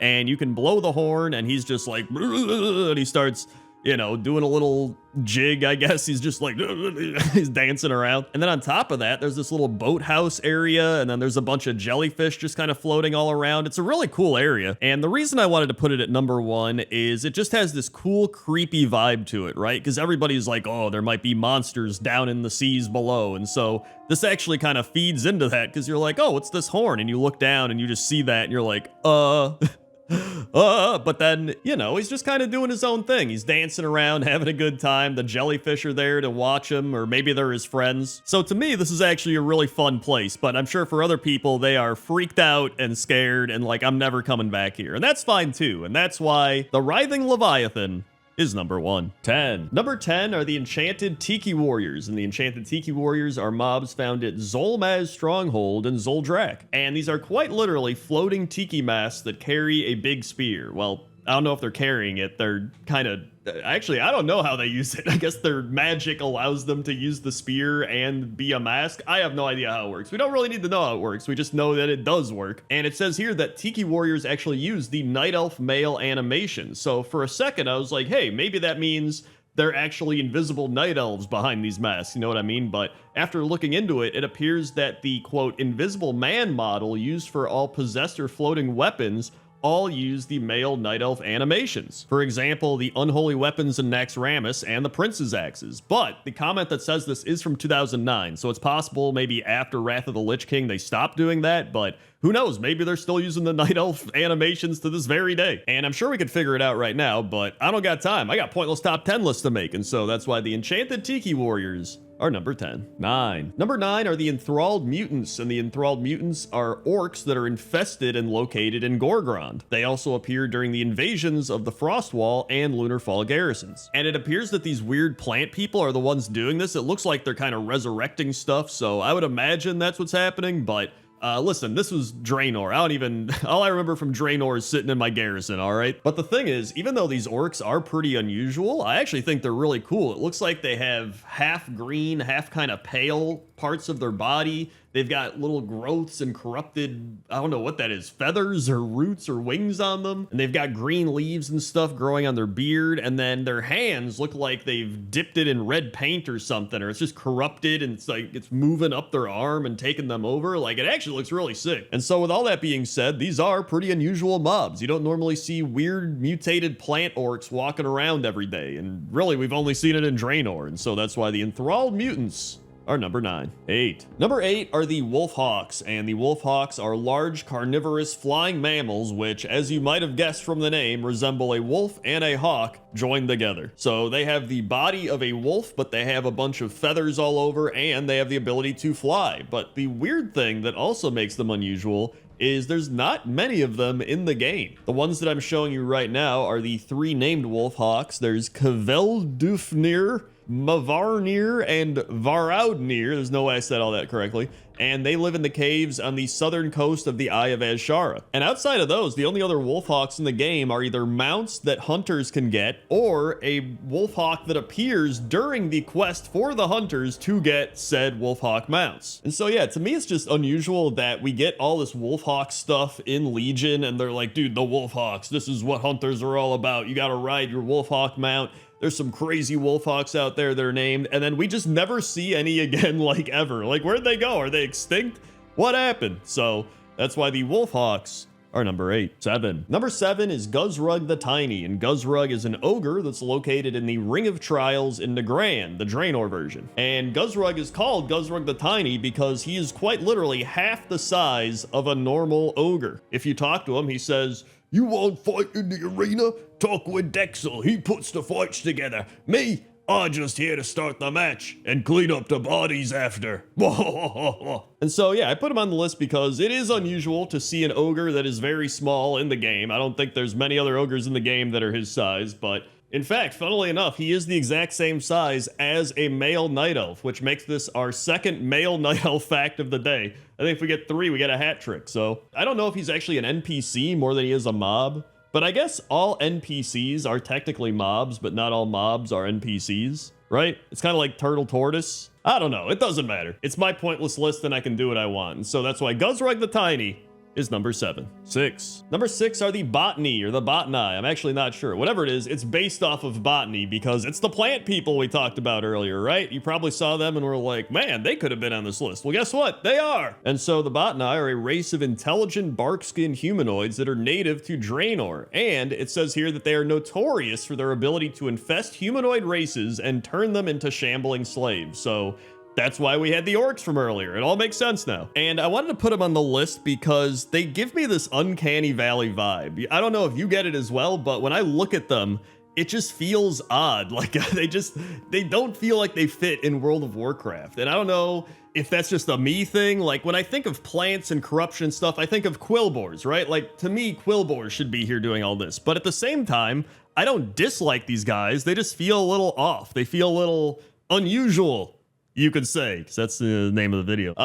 Yeah, that's why I wanted to put them on the list, and that's why the botany are number 6. 5. Number 5 are the Bile Scourge, and the Bile Scourge are flying demons located all over Argus. And the Bile Scourge mostly feed on the corpses of victims of the Legion, but since the arrival of the Army of Light, they have also developed a taste for demon corpses as well. And so really, these guys are just like the vultures of Argus. Like they go around looking for corpses and just feasting on them. But what I think is so cool is just their design. They've got these ridges on their back and these big decaying wings, and it almost looks like there's a skull that's trapped inside of a demon bat. You see that? Like the skull is engulfed inside of the demon skin. And it kind of gives me a Zerg vibe from StarCraft. And there's actually quite a few unusual and weird mobs located all over Argus, especially some of the demons, but these were just some of the most unique ones I found. In fact, there is a pet you can get called Ear Seeker that is a Bile Scourge that you can get in the Antoran Wastes. I don't know why he's seeking out ears, but I don't want to know. And so that's why the Bile Scourge are number 5. 4. Number 4 is actually one of my favorite ones. It is the Crabby Relic Seekers located on the Isle of Dorn. And there's nothing special about these crabs from the looks of it. They're just normal crabs, but all of them are for some reason attacking these relics. They are just snipping away at the relics. They're not actually hitting them. They're like kind of far away from the relics, but they just keep attacking all these various relics all over the area, and I don't know why. There's no quests all around here, at least no quests that involve the crabs. And when I looked into it, there was no comments about these crabs. There's no, these crabs are an objective of blah, blah, blah. It's quite literally just, these are random crabs that are called relic seekers that are, I guess, trying to get these relics. And I'm like genuinely curious. This is a better plot line than Shadowlands. Why are these crabs trying to get these relics? Is it the old gods? Do they just find the relic shiny and they like shiny things, so they just start attacking them? Maybe they think shiny things are enemies? I have no idea, but I just want to know and I'm curious, and overall it's pretty unusual, and so that's why the Crabby Relic Seekers are number 4. Number 3 are pretty much all of the mobs in Drustvar. Like, these are some extremely unusual mobs that you aren't really going to see in World of Warcraft. We have the Beastmen, which mostly resemble pigs, but there are some other animal hybrids here, and they are stitched together out of the corpses of humans and animals. And I actually talked about them in Pointless Top 10 creepy NPCs as well, and typically I try to not use things over and over on different lists because people will be like, oh, he already talked about this on a different list, but I thought these were unusual enough that they should make this list. And then there's also the curse-formed Ravagers, which are like the Wicker Men looking guys that look pretty unusual. In fact, there's also some curse-formed Ravager looking dogs. They're like weird Wicker Man dog creatures. I have no idea. Wicker dogs. But yeah, overall, this entire area is just filled with really unusual stuff, including some really unusual mobs. And so I had to include them all on the list. And that's why the unusual Beastmen, curse-formed Ravager, Drustvar mobs are number 3. Number 2 are the sloth skin nymphs located in Maldraxxus, and these are, I don't even think I remember these mobs. Like, obviously, because they're in Maldraxxus Shadowlands. Not many people remember much from Shadowlands or even just going back there or whatever, but these are just these weird bug creatures that are located in the, I guess it's like the mushroom swamp, because a sloth, I believe, is a swamp. I looked it up. It says a place of deep mud or mire. And it's just these really unusual bug creatures. They got little antennas that zap this little green, I don't know if it's energy or swamp juice or I don't know what it, acid. It's something. It always goes like, and it just dissipates after that. I don't know if this is them like getting some sort of energy inside of them out. I don't know if it just is a defense mechanism. I don't know what it is, but I haven't really seen anything like it in World of Warcraft. And they're like eating flies and they're running around with their bug kids. Like, I don't know what this place is, and I don't really want to find out, but it's pretty unusual, and so that's why the sloth skin nymphs are number 2. And number 1 are the Deep Striders, and these are without a doubt the most unusual mobs I've seen in World of Warcraft. They are these tall, very slender, deer-like beasts with extremely long legs, and they're located in the Zaralek Cavern and in the Ringing Deeps. And this Deep Strider is really cool. It's got these green and yellow glowing legs and tail, and it is a named Deep Strider called Alhaenir. There's actually a couple quests tied into this guy where you have to kill it and take its skull, but then its ghost starts attacking the town, and you have to kill all the slimes around it and get the skull out of the town. And this is all a reference to Princess Mononoke, if you've ever seen that. And if you haven't seen it, I'd suggest watching it, because it's a really good movie. But yeah, these are just really unusual mobs. Apparently, they're not even tameable by hunters due to technical issues, and they found that the extreme dimensions didn't work as a pet, which that sucks, because I would love to have one of these things as a pet. That would be pretty cool. And it also says here that Deep Striders are internally nicknamed Long Dogs. So I think that the Long Dog Deep Striders are the most unusual mob in World of Warcraft, and so that's why I put them at number 1. Number 10 are the Plague Spreaders, and the Plague Spreaders are these small necropolis-like buildings located in Zuldrak that are flying around and spreading the plague. And this is just a weird mob because you wouldn't expect a small building to be considered a mob. Like, you would almost consider it to just be part of the environment or like something that's part of a quest, but it is genuinely a mob. Like, when you look on Wowhead, there's people saying that they death gripped it to the ground, they can fear them. People used to farm their throwing skill on these. And then on top of all that, they can't actually attack. They just spread the plague. They can't attack at all. And so yeah, it's just, these are just a really weird mob because it's like, it's literally just a small building spreading the plague. Like, when I first saw these, I was like, is that even a mob? And then I realized that you can click on it, you can attack it, and it's genuinely a mob. And I don't even remember these from Wrath of the Lich King, to be honest. Like, I must have just completely glanced over this area or whatever, but when I found this, I was like, this has to be on the list. And so that's why the Plague Spreaders are number 10. Number 9 are King Soggle and King Wurgle, which are two Gorloks that are located in the Waking Shores, riding a wind elemental and a water elemental. Well, He's not really riding the water elemental, he's kind of just stuck in there. And they're part of a quest called a Sledgehammer of a Solution, and this quest says, I fear this elemental bombardment won't stop until we've dealt with the Gorloks. If I were Tharu and thinking actionably, I would go straight for their leaders. Without anyone to rally around, the fighting should dissipate and no longer threaten the wetlands. And not only are these two weird mobs, because we have the two King Gorloks trying to use elementals for war, but it's just chaos all over, right? Like, the entire situation is weird. Like, how did Gorloks even just start summoning these elementals to begin with, and the area is going crazy and nature's getting involved? But quest chain aside, I think it's just really funny to have two Gorloks that are, you know, riding an air elemental and then stuck inside of a water elemental. It's really weird, but I think it's funny as well. So I had to put them on the list. So that's why King Wurgle Gurgle and King Soggle Moggle are number 9. 8. Number 8 are the Ogre Magi in the Abyssal Depths. And these Ogre Magi are channeling these big beams of energy directed at these big tentacles. And these Ogre Magi are actually part of a quest involving Lagorek. And Lagorek is a creature referred to as an ancient and a god by individuals at the Promontory Point located in the Abyssal Depths. And the ancient creature is slowly dying from the Twilight Hammer's activities inside. And so it says here that in the Undershell, which is where we are, the Ogre Magi are performing a ritual to connect him with a powerful creature far below. So I think they're trying to like connect him with an old god like Nazoth or something. I don't remember which old god's here, if there is one, but I think that's what's happening. But yeah, I put this on the list. I even wrote it way back in the day. I didn't know what to categorize it as, so I wrote it down in my pointless top 10 big document of stuff as tentacle ogres. And then I was like, tentacle ogres? When did I write this down? And I went and found them and I was like, oh yeah. And I was like, you know what? These are pretty weird mobs, even though they themselves aren't like that weird, but I feel like the whole situation is weird. So that's why the tentacle ogre mages are number 8. 7. Number 7 are the satyrs riding terrorfiend bats and throwing bombs around Valshara. And so satyrs, in relation to Legion here, it says, with their master Xavius returned once again, satyrs broke out of their imprisonment under Sheldrasil, and they had overrun both Valshara and the Emerald Dream as they spread the corruption of the Emerald Nightmare for Xavius, helping the Burning Legion along the way. Now, I've always thought that satyrs themselves are kind of weird mobs, so that's one of the reasons I wanted to put them on the list. I know satyrs are an actual, like, mythological thing that Blizzard just took and put into World of Warcraft, right? But I just love the fact that these satyrs are riding on bats throwing bombs. Like, it's such a weird combination. Like, number one, they're riding bats around, which is already, you know, kind of wacky. Satyrs riding bats. That's not really what I think of when I think of satyrs. And then on top of that, they're just like throwing bombs down, like these glowing red bombs. So like,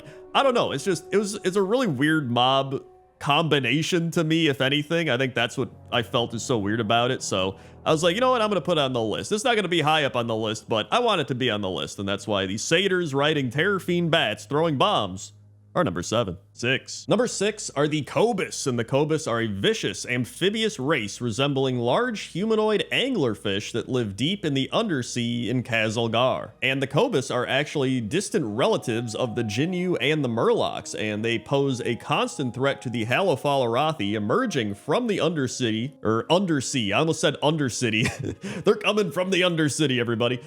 To raid settlements in Halofal to eat or reanimate the dead, because apparently the Cobus actually have necromancers, which I did not expect from these like anglerfish people. And so yeah, I don't know, man. These are just some weird looking mobs, because it's like you can see the Jinyu and the Murloc vibes going on, but they really feel like they're from way down in the depths of the ocean. You know how whenever we see science and stuff that's like, we found some crazy fish down in the depths of the ocean, it's like some really weird looking fish.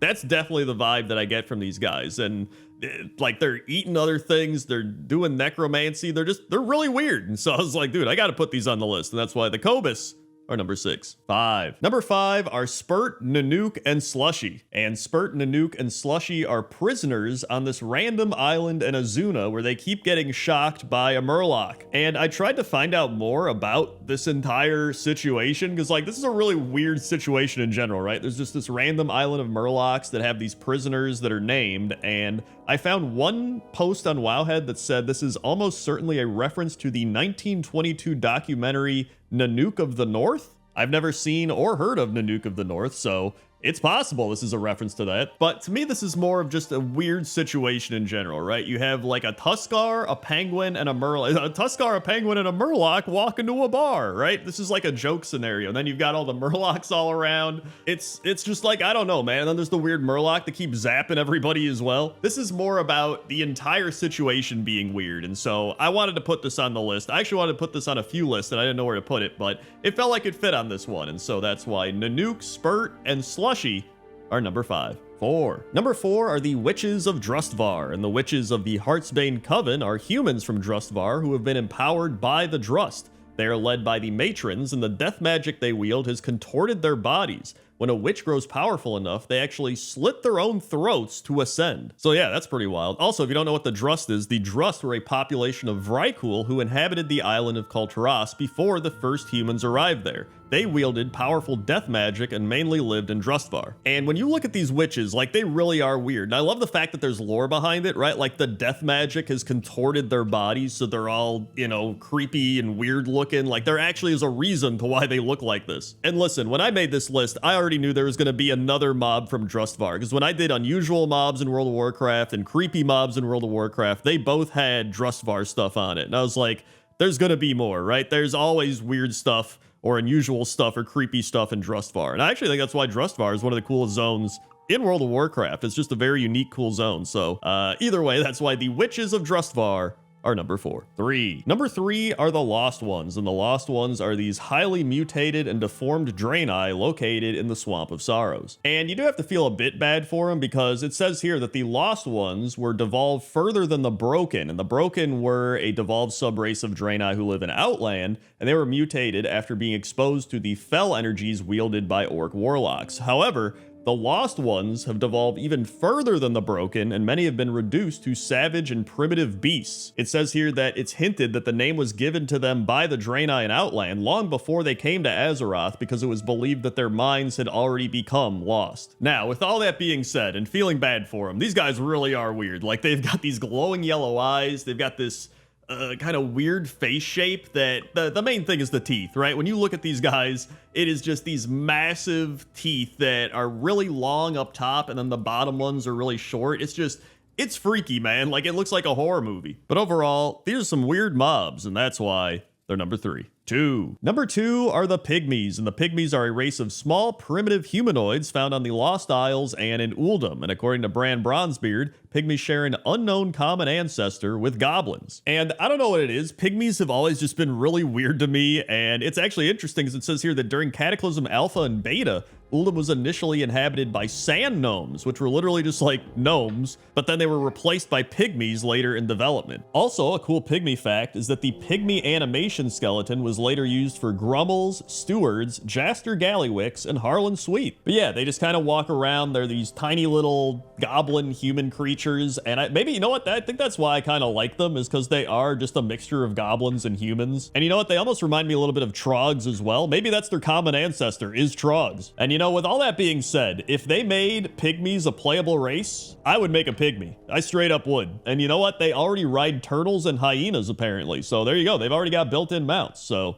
that's why the pygmies are number 2. 1. And number 1 are Trogs. And just since the beginning of World of Warcraft, I've always been kind of weirded out by Trogs. Like, they just look creepy, they're weird, and Trogs are a race of brutish cave-dwelling humanoids, originally descendants of the first type of Titan-forged manufactured by the Forge of Wills. Known for their low intelligence, Trogs often come into conflict with their distant dwarven relatives. And we actually got some fun Trog facts here, well, you know, as fun as it can be. Trogs are a reference to the word troglodyte, meaning caveman, and Bran Bronzebeard theorized that kobolds actually evolved from Trogs. And they did actually update the Trog model in retail World of Warcraft, but I decided to just mainly use the classic World of Warcraft Trogs, because that's the ones I think of when I think of Trogs. Like the low polygon, hair all over, warts and boils growing on their bodies. Like, I don't know, man. In the history of World of Warcraft, these have always just been the weirdest mobs to me, and so that's why Trogs are number 1. 10. Number 10 is this Kodo pulling a gnome prisoner cart in Ashenvale. And you know, there's a lot of animals pulling carts in World of Warcraft, right? When I thought of this list, I was like, we're gonna have some animals pulling carts. But when I found this one, I was like, this is probably the most insane one. So first off, there's like screaming gnomes in the back that are like, ah, help us. Ah, there's some that I think are either passed out or dead. I have no idea. But then on top of that, the wheels are spinning at an insane rate to the point where it looks like it's spinning faster than the cart is even going. I don't know what is happening here. And then the Kodo also just goes into the ground at one point. And I just remember coming across this for the first time in my video series, Things You Might Have Missed. And I was doing Things You Might Have Missed in Ashenvale. And I was just so blown away. I was like, dude, I can't believe this exists in World of Warcraft. I've either never seen this or I don't know. But I was like, hey, you know what? That's an animal with a job. He's got to pull this insane cart. And so that's why it's number 10. 9. Number 9 are the tame pack goats. And the tame pack goats are goats, as you might have imagined, that are all over the place in Camp Nowhere in the Azure Span. And I contemplated a lot of different pack animals, because there's a lot of pack animals in World of Warcraft. And I want to have an entire list of like, here's a pack animal, here's another pack animal, right? There's like a lot of different animals I could use, but I just really like the pack goat because he gives me Crendor vibes. Like, he truly feels like he could be a spirit animal to me, or my spirit animal. I worded that weird, but I love how he's just chilling, you know, they got him on a rope and he's walking around like, I'm a pack goat. And then there's other pack goats that people are riding on, and you know, they're carrying stuff. They're pack animals, but they got a little bell underneath that, I don't know, that might get annoying if they're walking around and the bell's like clang, clang, clang, clang.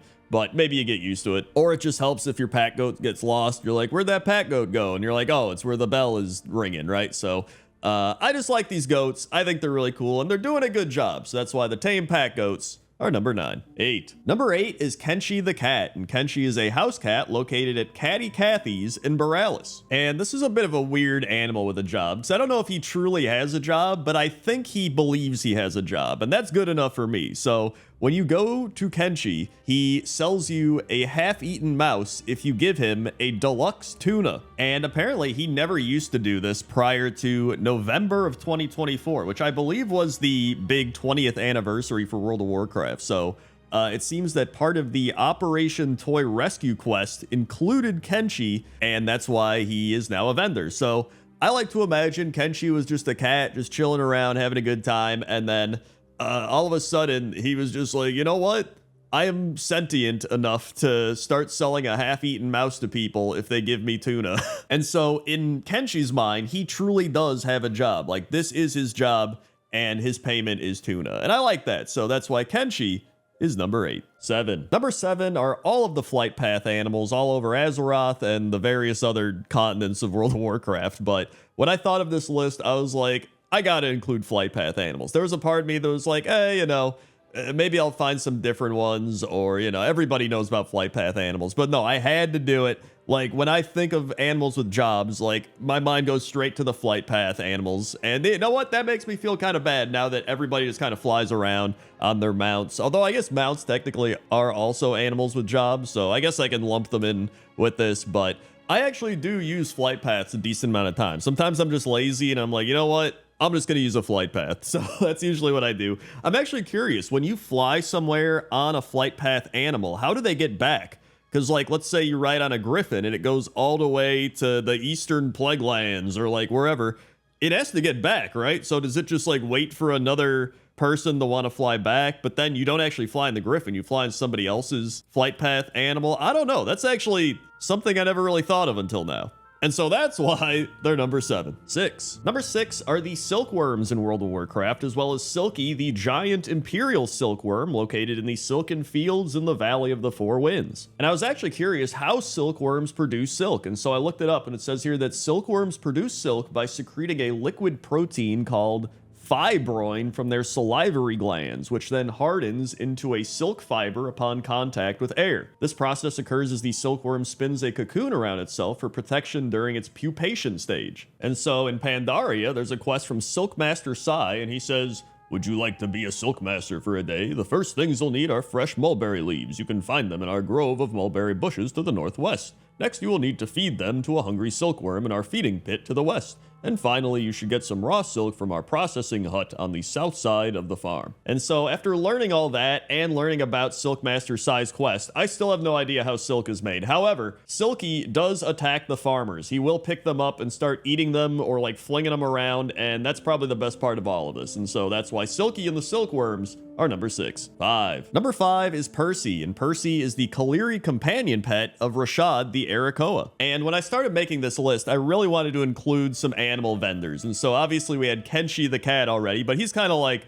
part of a secret, you know, he's still a vendor, but he's not like a profession vendor, that type of thing. But then we get to Percy, and he actually is a type of profession vendor. So he's carrying scrolls on his back, and he's got a scroll in his talons, and then he's selling inscription stuff, which I think is just really fun, right? Like he's just a little inscription guy. And I actually do want to give some Kaliri facts because they're actually pretty cool. So they are a species of bird that's bred by the Arakoa as their attack pets or guardians, and the females tend to be more rare than the males. Since they were hunted near extinction for their feathers, the Kaliri have developed very keen senses. Kaliri take flight immediately after hatching, and they feast on grubs when they're young, eventually graduating to anything smaller than themselves. And unlike other birds, Kaliri mothers don't chew their hatchlings' food for them. So yeah, I just thought that was pretty cool, and I think Percy's pretty cool, and so that's why it's number 5. 4. Number 4 are the Caravan Brutosaurs, and the Caravan Brutosaurs are located all over Dazar Alor. And these Brutosaurs pretty much carry around everything you can imagine. They've got a bunch of different trade profession goods like tailoring materials. They got a bunch of crates that they're throwing down to the floor. They carry around, you know, trolls and people, obviously. There's some that are carrying around watermelons and various types of food. They're carrying a whole bunch of stuff. And I love the Caravan Brutosaurs because, I mean, they're just big dinosaurs that carry stuff. And I just think that's cool. Like, I don't think there has to be that much more explanation for it. You know, they're an animal doing their job, but not only are they just any animal, they are a massive dinosaur. And not only that, I think they're one of the friendlier dinosaurs because they're just going around doing their thing. There's obviously that quest where she's like, something has spooked one of the Brutosaurs, so they get scared and stuff. So I think they're just a friendly dinosaur as well. But either way, I like the Caravan Brutosaurs, and they're doing a good job, so that's why they're number 4. 3. Number 3 are the Snuffle-Nose Gophers that are a part of the Blue Leaf Tubers quest located in Ratchet. And so it says that the Blue Leaf Tubers are a delicacy around the world, and the only place to find them is in the Barrens, deep in the earth, and Razorfen Kraul. And even then, they're impossible to find unless you know where to look, and that's why the Snuffle-Nose Gophers are here, because they can sniff out a tuber from 50 paces away. And this quest dates back all the way to classic World of Warcraft, so these are some of the hardest working animals you're going to find. They've been working for over 20 years at this point, sniffing out these tubers. And one thing that's actually pretty fun that I never really appreciated is the Snuffle-Nose Owner's Manual, which you can kind of read through. And I remember back in the day, I'd just pick it up as part of the quest and be like, all right, whatever, I gotta pick this up. But if you actually read through it, it tells you some interesting stuff about the Snuffle-Nose Gophers. It's got some funny little roleplay dialogue in there. It's just a fun little book. So overall, the Snuffle-Nose Gophers are doing a fantastic job of sniffing out these blue leaf tubers. They've been doing it for over 20 years, and that's why they're number 3. 2. Number 2 are the turtle transport boats, and I'm sure everybody has ridden on a turtle transport boat at one point or another, but they are located in numerous Tuskar locations, because usually these are used by the Tuskar, and they work by having the carrot on a stick dangle in front of the turtle, and then the turtle chases the carrot, and then they get the transportation. However, I don't actually know if turtles like carrots or how this really works long term. I feel like the turtle would figure it out at some point, but you know, what do I know? I'm not a Tuskar that created a turtle boat. Also, I found some interesting information about the turtle boat from a WoW Insider interview way back in the day, and it says, the turtle boat, if you look at Northrend, the continent is shaped a little bit like a crescent with the 2 starting zones, Howling Fjord and Borean Tundra at the ends. There's a port located in the middle of the coast between these zones, and we wanted to have an easy method for traveling between the zones. The method of transportation we settled on is a giant turtle with a deck mounted on top of its shell, very much like turtles from Warcraft 2. It's simple, effective, grounded in Warcraft lore, but it's also one of those light moments that are so important to create the iconic Warcraft feel. So there you go, the turtle boats are actually based off Warcraft 2 turtles. I thought that was pretty cool, and so that's why the turtle boats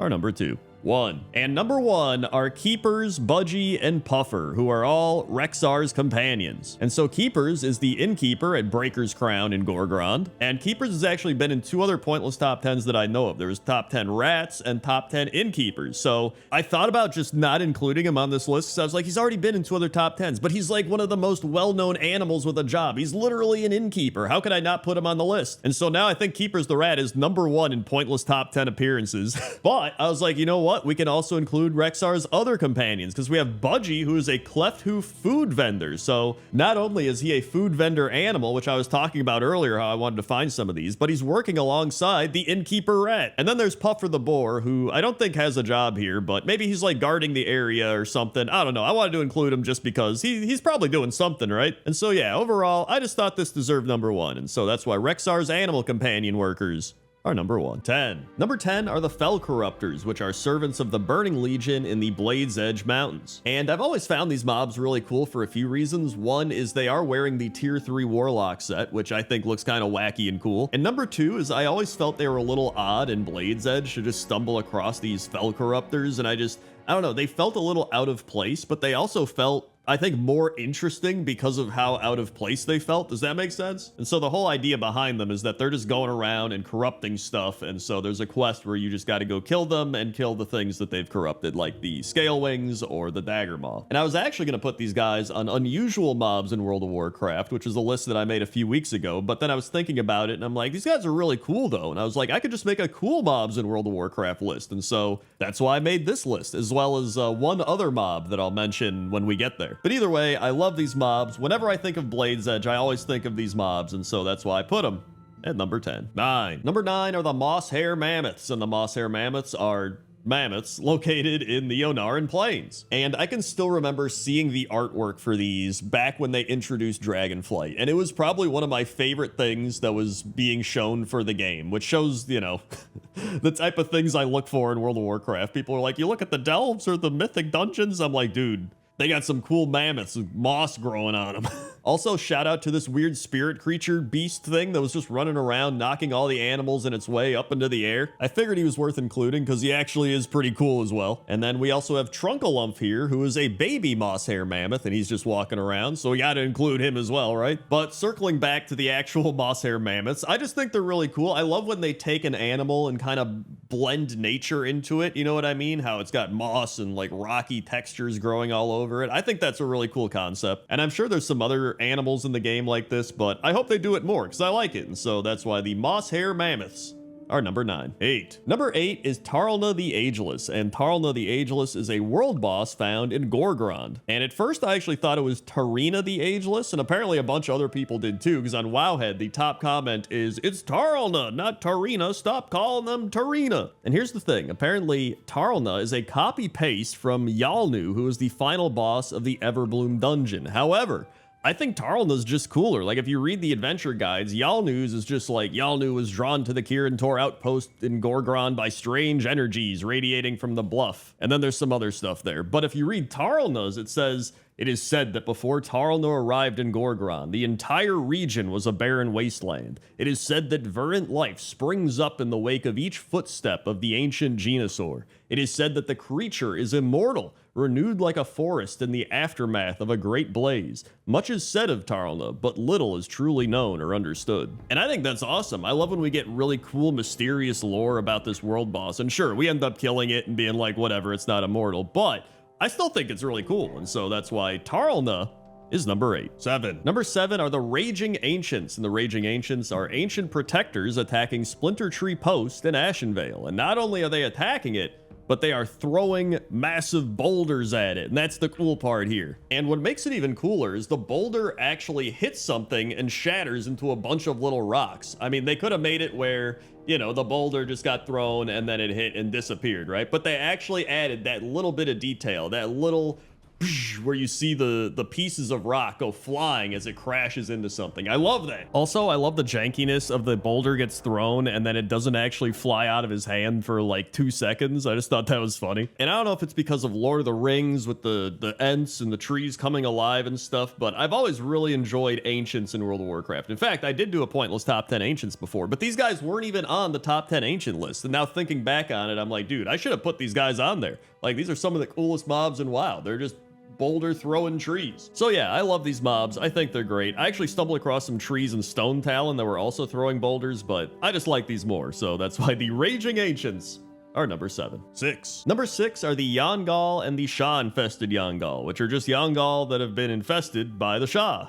And I actually stumbled across these guys the other day when I was looking for something else for Pointless Top 10, and I was like, dude, I forgot all about the Yongal. Like, they're actually really cool. And it does seem that Yongal is a mixture of Yak and Mongol, which, you know, Mongolian Empire. So, well, I guess it would be the Yongols then, not the Yongals. But, you know, tomato, it doesn't really matter. Although there's probably gonna be some guy in the comments like, technically the Mongol, I don't care. Although, you know what? I don't like when people say tomato. It's weird. Like, just say tomato. Like, I actually don't know anybody that says tomato. Do you know anybody that says tomato? Comment down below.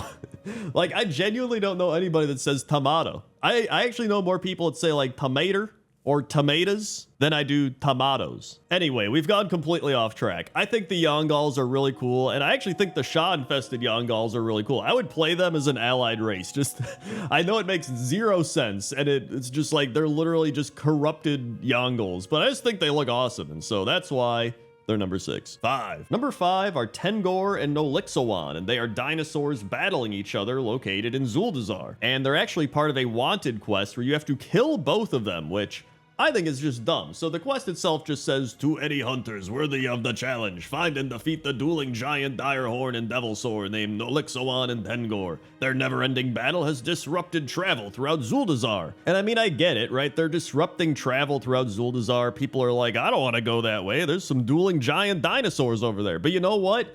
That's so cool, right? You have these two massive named giant dinosaurs. They have just been battling it out just for like who knows how long. They've been fighting for just, it could be years, it could be who knows how many years, right? And they're just still duking it out. They're in this intense battle, and then you just end it. You're just like, guys, calm down, we're shutting everything down. It's like, no, just let them keep fighting, dude. They could have just turned it into an event. They could have went HBO. They could have been like, come one, come all to the dinosaur fight. Like, it would have been awesome, but instead, they just take the easy way out. So you know what? That's why they're two of the coolest mobs in the game, and that's why Nolixowan and Tengor are number 5. 4. Number 4 are the Fel Totem Tarans, and the Fel Totem are part of the Blood Totem tribe that have allied with the Burning Legion, at which point they consume the blood of demons and become Felsworn, and then known as Fel Totem. And these are actually the other mob that I mentioned earlier, how I said 2 mobs inspired me to make coolest mobs in World of Warcraft, and this was actually the second one in addition to the Blade's Edge guys. So actually, that just made me realize that both of the things that inspired me to make this cool mobs list were corrupted by Fel energy. So I feel like if I was a mob in World of Warcraft, I would probably be corrupted by Fel energy. I'm not gonna lie. And I mean, they really do look cool. They have this green energy radiating from them. They have their horns, which are all morphed and jagged now, unlike the normal horns. They've got big claws. Like, who doesn't want big claws? It gives me Warhammer vibes where you get to like pay points or get stuff, and then you upgrade your guys to have claws or different types of mutations like prehensile tails. Like, it's awesome. But I'm also the guy that always found bad guys cooler. Like, I always hated the boring good guys. They were just kind of generic, but the bad guys had all the cool weapons and armor and all that stuff. So I don't know what that says about me, but I think it's cool. So that's why the Fel Totem Taran are number 4. 3. Number 3 are Devilsaurs, and Devilsaurs are these massive dinosaurs that are primarily located in the Ungoro crater. And I guess we technically had a Devilsaur on this list already when they was fighting the other dinosaur, but you know what's scarier than even fighting another dinosaur is having a massive elite level mob fighting you when you're not even a high enough level, especially if you're in hardcore WoW and you're like, I can't die, I'm like in the low 50s, high 40s, and then all of a sudden you hear the Devilsaur stomping around and you're just like, uh-oh. In fact, I was able to find one of the most well-known dinosaurs here, King Mosh, who's also in Hearthstone. Although at this point, who isn't in Hearthstone? In fact, there's actually a ton of Devilsaurs in World of Warcraft at this point, like numerous named ones, there's a bunch of different mounts and a whole bunch of stuff. but there's just something about these initial Ungoro Crater Devil Swords that really hits the most as like the coolest mobs, because you really get that immersion sense of this is their jungle, they're the king of the jungle, they're marching around, and if you get in their way, they are going to try to kill you. And I always thought that was really cool, so that's why the Devil Swords and Ungoro are number 3.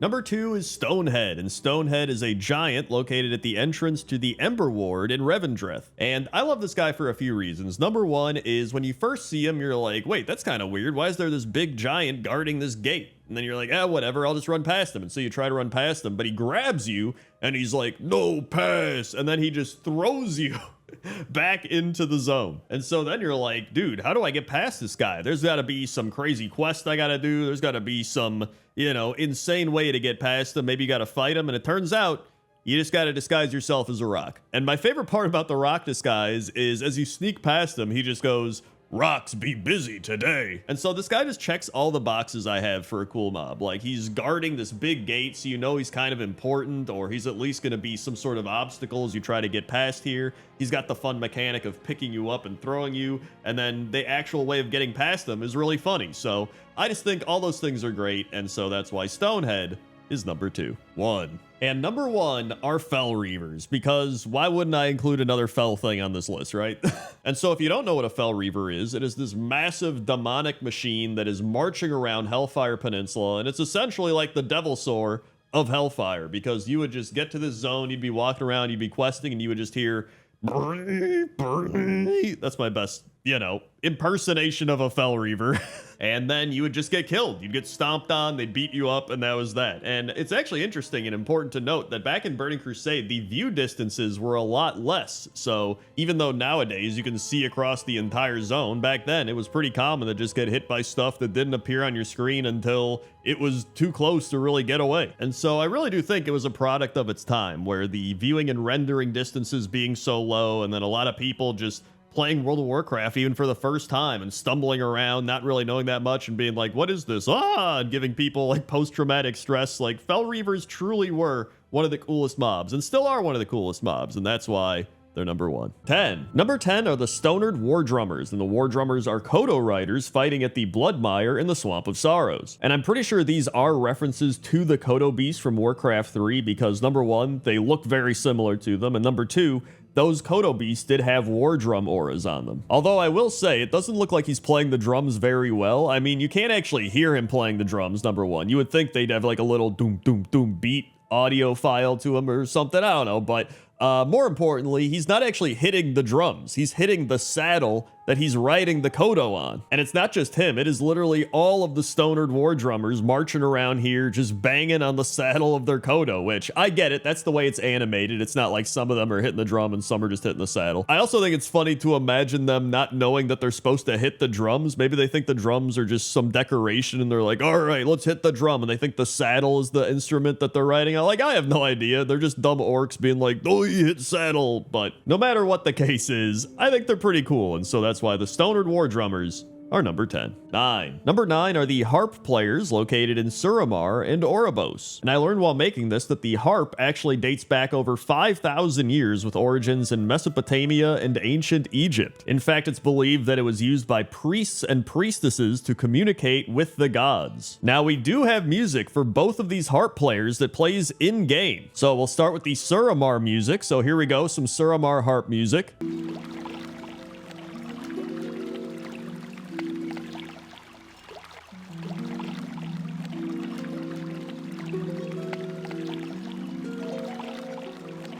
And then here's the Oribos music.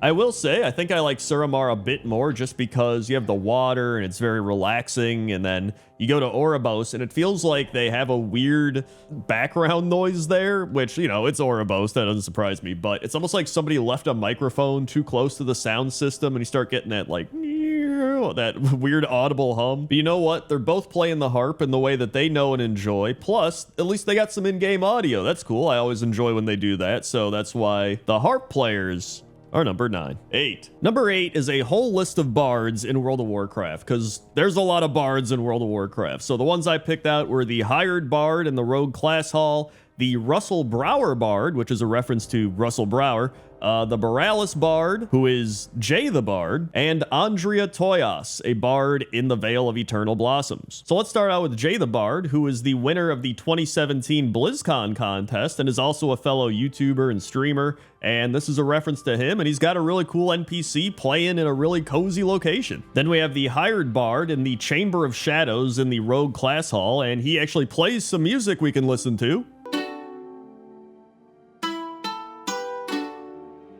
So there you go, a little bit of that. And listen, it's not much, but we got a lot of bards and a lot of musical NPCs to get through, all right? And then we have Russell Brower, who pretty much composed all of World of Warcraft's amazing music back in the day, so obviously he deserves a reference, and it almost kind of looks like him, actually. And then we have Andrea Toyas, a Pandaren bard that is a reference to the Blizzard casting and voice director, Andrea Toyas. Although I will say, I think she is playing this lute backwards. I don't know what happened, but I think it used to be the other way around, and now it just looks like she's playing it one way, but it's not the correct way. But you know what? It makes it funnier and greater for Pointless Top 10. And so yeah, we got a great selection of bards. There's actually a lot more bards in the game, but these were some of my favorites, and so that's why they're number 8. 7. Number 7 is Grenja, and Grenja is a member of the Gold Tusk gang at the Gold Tusk Inn in Vol'dun. And Grenja is actually the inn's resident bard, so you might be like, Crendor, why didn't you put Grenja with all the other bards? Well, that's because Grenja exclusively plays drums because she likes smashing things. And so unlike all the other bards who are just standing around playing their lutes, Grenja is just like, nah, dude, we're going with drums. And if you've seen some other Pointless Top 10s, you might be thinking, Crendor, haven't you mentioned this before? And I did. I actually mentioned Ranka in Pointless Top 10 Innkeepers, and there's a whole big quest line, and at first you can't actually see Grenja, but then you drink some potion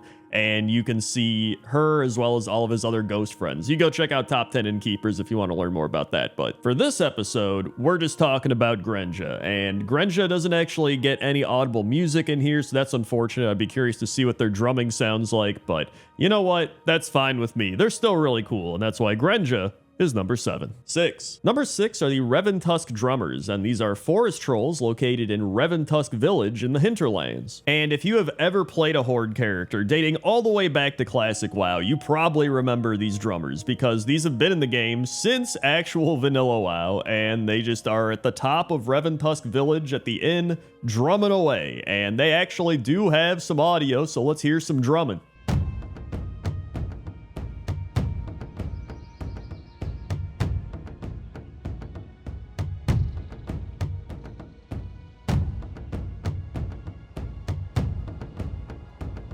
So there we go, that's some drumming from the Revantusk drummers, but one thing I never noticed is the actual drum has this big metallic troll head on it. I didn't even realize it until I made this video. And so yeah, whenever I think of NPCs playing music in World of Warcraft, I always think of these drummers in the Hinterlands, and that's why I had to put them on the list, and so that's why the Revantusk drummers are number 6. 5. Number 5 is Mordresh Fire-Eye, and Mordresh is an elite skeleton found in the Razorfen Downs, and he actually used to be an orc shaman. If you read through his dungeon journal entry, it says, through necromantic magic, Death Speaker Blackthorn was able to rekindle the flames of Mordresh Fire-Eye's soul, returning him to undeath. As a former shaman, Mordresh has exerted his twisted control over the elements. He burns and scorches all those who threaten the Death Speaker's works. And he shouts out quotes like, "Soon Aminar will return. Our conquest of Kalimdor begins and nothing will survive our wrath." But aside from all that, he's just rocking out on top of this big pile of skulls. There's like fire going off behind him, and then there's a bunch of skeletons rocking out, and they're like, yeah! Also, it is pretty funny because they do have orc shaman skeleton models available after Warlords of Draenor, but they've just kept him as a male Forsaken. But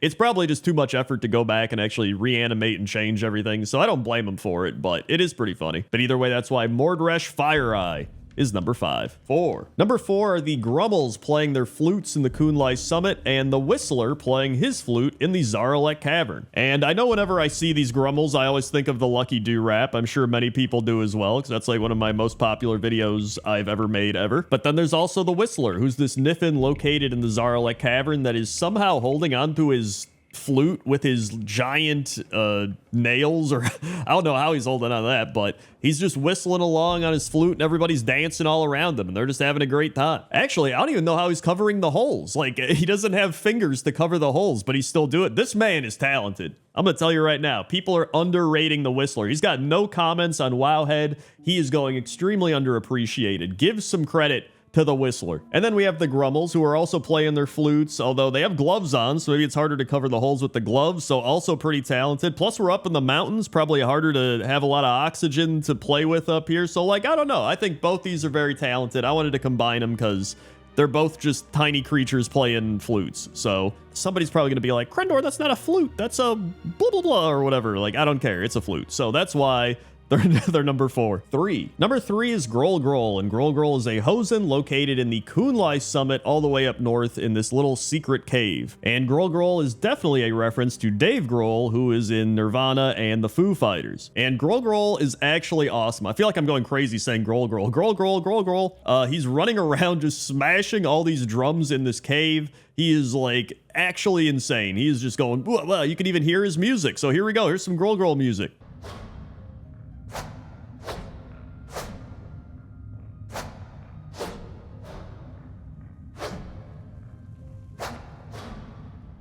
And so there we go. Not the greatest of drum beats, I would say, but you know, he's doing it. He's making his own music. That's all that matters, right? I mean, I can't be one to talk. I'm literally making a video about NPCs playing music in World of Warcraft. If anything, that's the equivalent of what Grol Grol is playing on the drums right now. So anyway, that's why Grol Grol is number 3. 2. Number 2 are the bands located on the Dark Moon Island, which are the Elite Tauren Chieftain and the Blight Boar. And I'm sure many of you already know who the Elite Tauren Chieftain is, as they originated as a band of Blizzard employees doing cover songs and eventually graduated to performing their own unique songs, including one that they perform in the game, which is called Power of the Horde. I would play it here in this video, but I'm not sure if it's going to get a copyright strike, so you can go listen to it in-game, or you can look it up on YouTube. And then the Blight Boar are the Forsaken death metal band at the Dark Moon Fair, playing at the Cauldron of Rock in the eastern part of Dark Moon Island. And their enemy is the Death Metal Knight, and their fans are known as Blightheads, and so you have to defeat the Death Metal Knight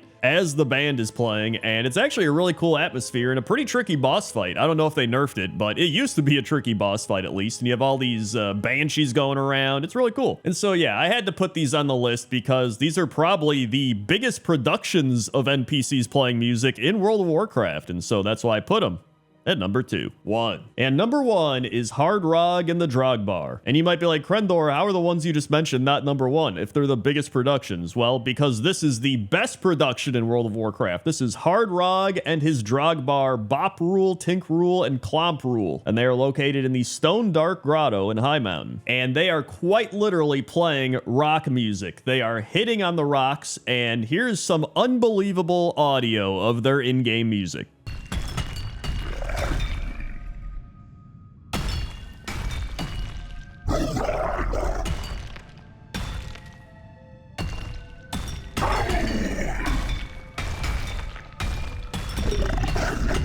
And so I think you can see why I put this at number 1. It's a great goof. Hard Rog is, I imagine, hard rock. That's what it's supposed to be, and they're literally playing rock music. Like, how can you not put literal rock music at number 1? Plus, look at that. They all got some great headpieces on. It's just a phenomenal experience. So that's why Hard Rog and the Drogbar are number 1. 10. Number 10 are all the mobs in the Fields of Honor, which are located around the front of the Black Rock Stronghold in the Burning Steppes. And I'm not gonna lie, I barely quested in the Burning Steppes to begin with, so I kind of just forgot the Burning Steppes had stuff in it to begin with. But I think one of my favorite things about this is it gives that Lord of the Rings vibe, like when Saruman's looking out at all the Uruk-hai and he's like, whoa, and they're all like, ugh. Like, that's kind of what I got from this on a, you know, far lesser scale, obviously. But yeah, you've got the Blackrock Soldiers, you've got the Smolder Thorn Assassins, and you have the Firegut Flame Speakers, and these are all part of the quest objective Chisel Grip, the Heart of the Steppes, where you have to go and kill 15 Blackrock troops on your way to Chisel Grip. And there's really nothing special about the mobs. It's just, I think they're lined up in cool battle formations, and that in itself is kind of memorable, but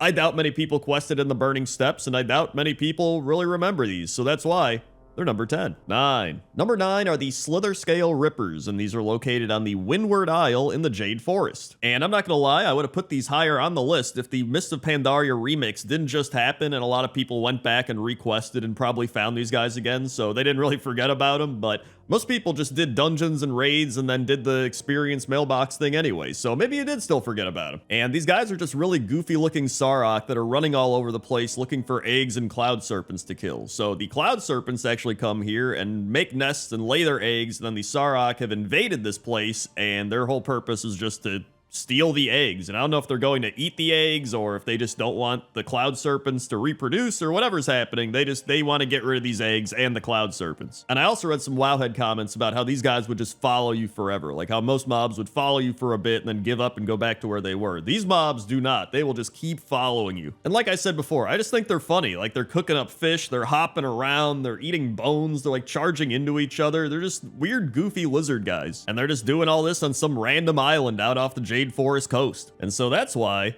they're number 9. 8. Number 8 are the Hounds of Kuluthas and the Eyes of Kuluthas, located at the ruins of Farallon in Netherstorm. And the ruins of Farallon are pretty far north up in Netherstorm, and it was once a Draenei settlement comparable to Telmor or Karabor. And a dreadlord named Kuluthas broke away from the Burning Legion and killed all of Sakrathar's Burning Legion demons in the ruins, and then summoned his own demons, which were called Hounds of Kuluthas and Eyes of Kuluthas. And a fun fact, Farallon was actually the old name of Netherstorm. But I actually love the Hounds and the Eyes. You've got the Hounds walking around with a bunch of eyes all over them, which is kind of funny. And then you have the actual eyes that look like they're headbanging to a metal song or something. They're just like, oh, yeah, like they're in the mosh pit. And then you got Kuluthas up there being like, with the crystal, I am a god, which is apparently the Atamal crystal, a powerful Draenei artifact, which he retrieved off the dead Burning Legion after they excavated it. So yeah, there's actually a lot of little cool lore tidbits up here, and I think the mobs are really goofy and fun, and I think a lot of people forgot about them, so that's why they're number 8. 7. Number 7 are the Iron Horde Scouts, and these are orcs located at the Moonlit Shore in Shadowmoon Valley. And I'm sure, like many things in Draenor, these guys have been forgotten about, specifically because there's really not that many of them. And these guys were part of an objective for a mission called Spy Games, which stemmed from Inscription. So that's even more reason why people would either never do this or just completely forgot about them. And you can find them just walking around the shore in this specific area in Shadowmoon Valley. And they actually do look really cool. They got a bunch of cluster bombs in their back, and they got some cool looking weapons and gear, and I actually think they look awesome, but there's really not that many of them. I'm sure there's other mobs that have similar art style that are just called different things, but I think they look cool. And these were actually one of the mobs that inspired me to do this pointless top 10, because I was just exploring around here and I was like, dude, I don't even remember these guys being a thing. Like, I forgot they existed. And I was like, dude, how many mobs like there are? There's probably a lot. And so that's why the Iron Horde Scouts are number 7. 6. Number 6 are the Sawblade Clearcutters, and these are gnome bots located on Mechagon Island. And this is part of a quest called Aid from Nordrassil, where you help kill the Sawblade Clearcutters to save the animals and the nature of the Mechagon Island from being overrun by all of the gnome bots. And the mecha gnomes, I guess. They're the ones making the gnome bots and doing all this. And I wanted to put these on the list because I remember always coming to Mechagon and seeing these guys and doing the quests, and they were just always chopping trees down and walking around being like beep, beep, boop, bop, beep, and chasing people around and stuff. And they actually do look pretty cool. They got their big spinning saw blade arms, and their heads are spinning around sometimes. They actually remind me of a modernized, kind of roided up Harvest Reaper from back in Westfall. So unless you're coming to Mechagon all the time for mount farming or pet collection or something, I feel like a lot of people forgot about these guys, and that's why they're number 6. 5. Number 5 are all the mobs located at the Mildenhall Meadery in Stormsong Valley. And you have the Flowing Honey Slimes, the Honey Crazed Maulers, and the Bubbling Mead Elementals. And this place is, I think, one of the coolest places in Stormsong Valley. It's actually one of my favorite places in Battle for Azeroth. And that's saying something, because I actually love a lot of the Battle for Azeroth zone design and art styles. And I love how the elementals are just sucking up these big puddles of honey, and then you have the Honey Crazed Maulers that are actually actually eating the slimes, which is, I think, making them crazy, or they got a sugar high. I don't know what's happening, but they're honey crazed. In fact, it kind of gave me flashbacks to the honeycomb cereal mascot, if you remember that guy, and he would like go crazy for honeycombs. That's what these guys remind me of. And the only reason I didn't put this higher on the list is I'm sure there are people that go back here because of the bee quest, and I think you do have to go into this area for the bee quest. I never got the bee, so I'm not sure, but I'm pretty sure it starts around this area. But for people that don't care about the bee mount or already did it, you probably did forget about these guys, and that's why they're number 5. 4. Number 4 are the Apexis Guardians located in the Spires of Iraq. And first off, I love that they're kind of just skipping around like they're having a really fun time, like la la la la la. It's like, that's what they're doing. A bunch of them are just skipping around. I think it's really funny. And these guys are powered by solar energy, and they are based on excavated Apexis constructs. The Apexis Arakoa had always been arrogant, and they had been even more so after their victory against the Primals. They deemed those who walked the surface to be unclean and used their constructs to mine and gather other resources from the ground. 1,200 years later, the golems were reactivated from within the Apexis excavation near Skyreach. The ancient Nest Guardians were originally built as automated caretakers for young Arakoa, but with the conflict escalating between the adherents of Rukmar and the outcasts, many have been repurposed as instruments of war. So there you go. There's your Warcraft wiki Apexis Guardian lore of the day. And I just wanted to put them on the list because I figured people forgot about them for the sole reason they're in the Spires of Iraq and Draenor, and I highly doubt many people are going back to there, so that's why the Apexis Guardians are number 4. 3. Number 3 are the Kavaldir, or the Valdir, I don't know if the K is silent, located at Hrothgar's Landing. And Hrothgar's Landing is a small island located off the northern coast of Icecrown. I think it is so cool that it's really just its own sub-region located north of Northrend.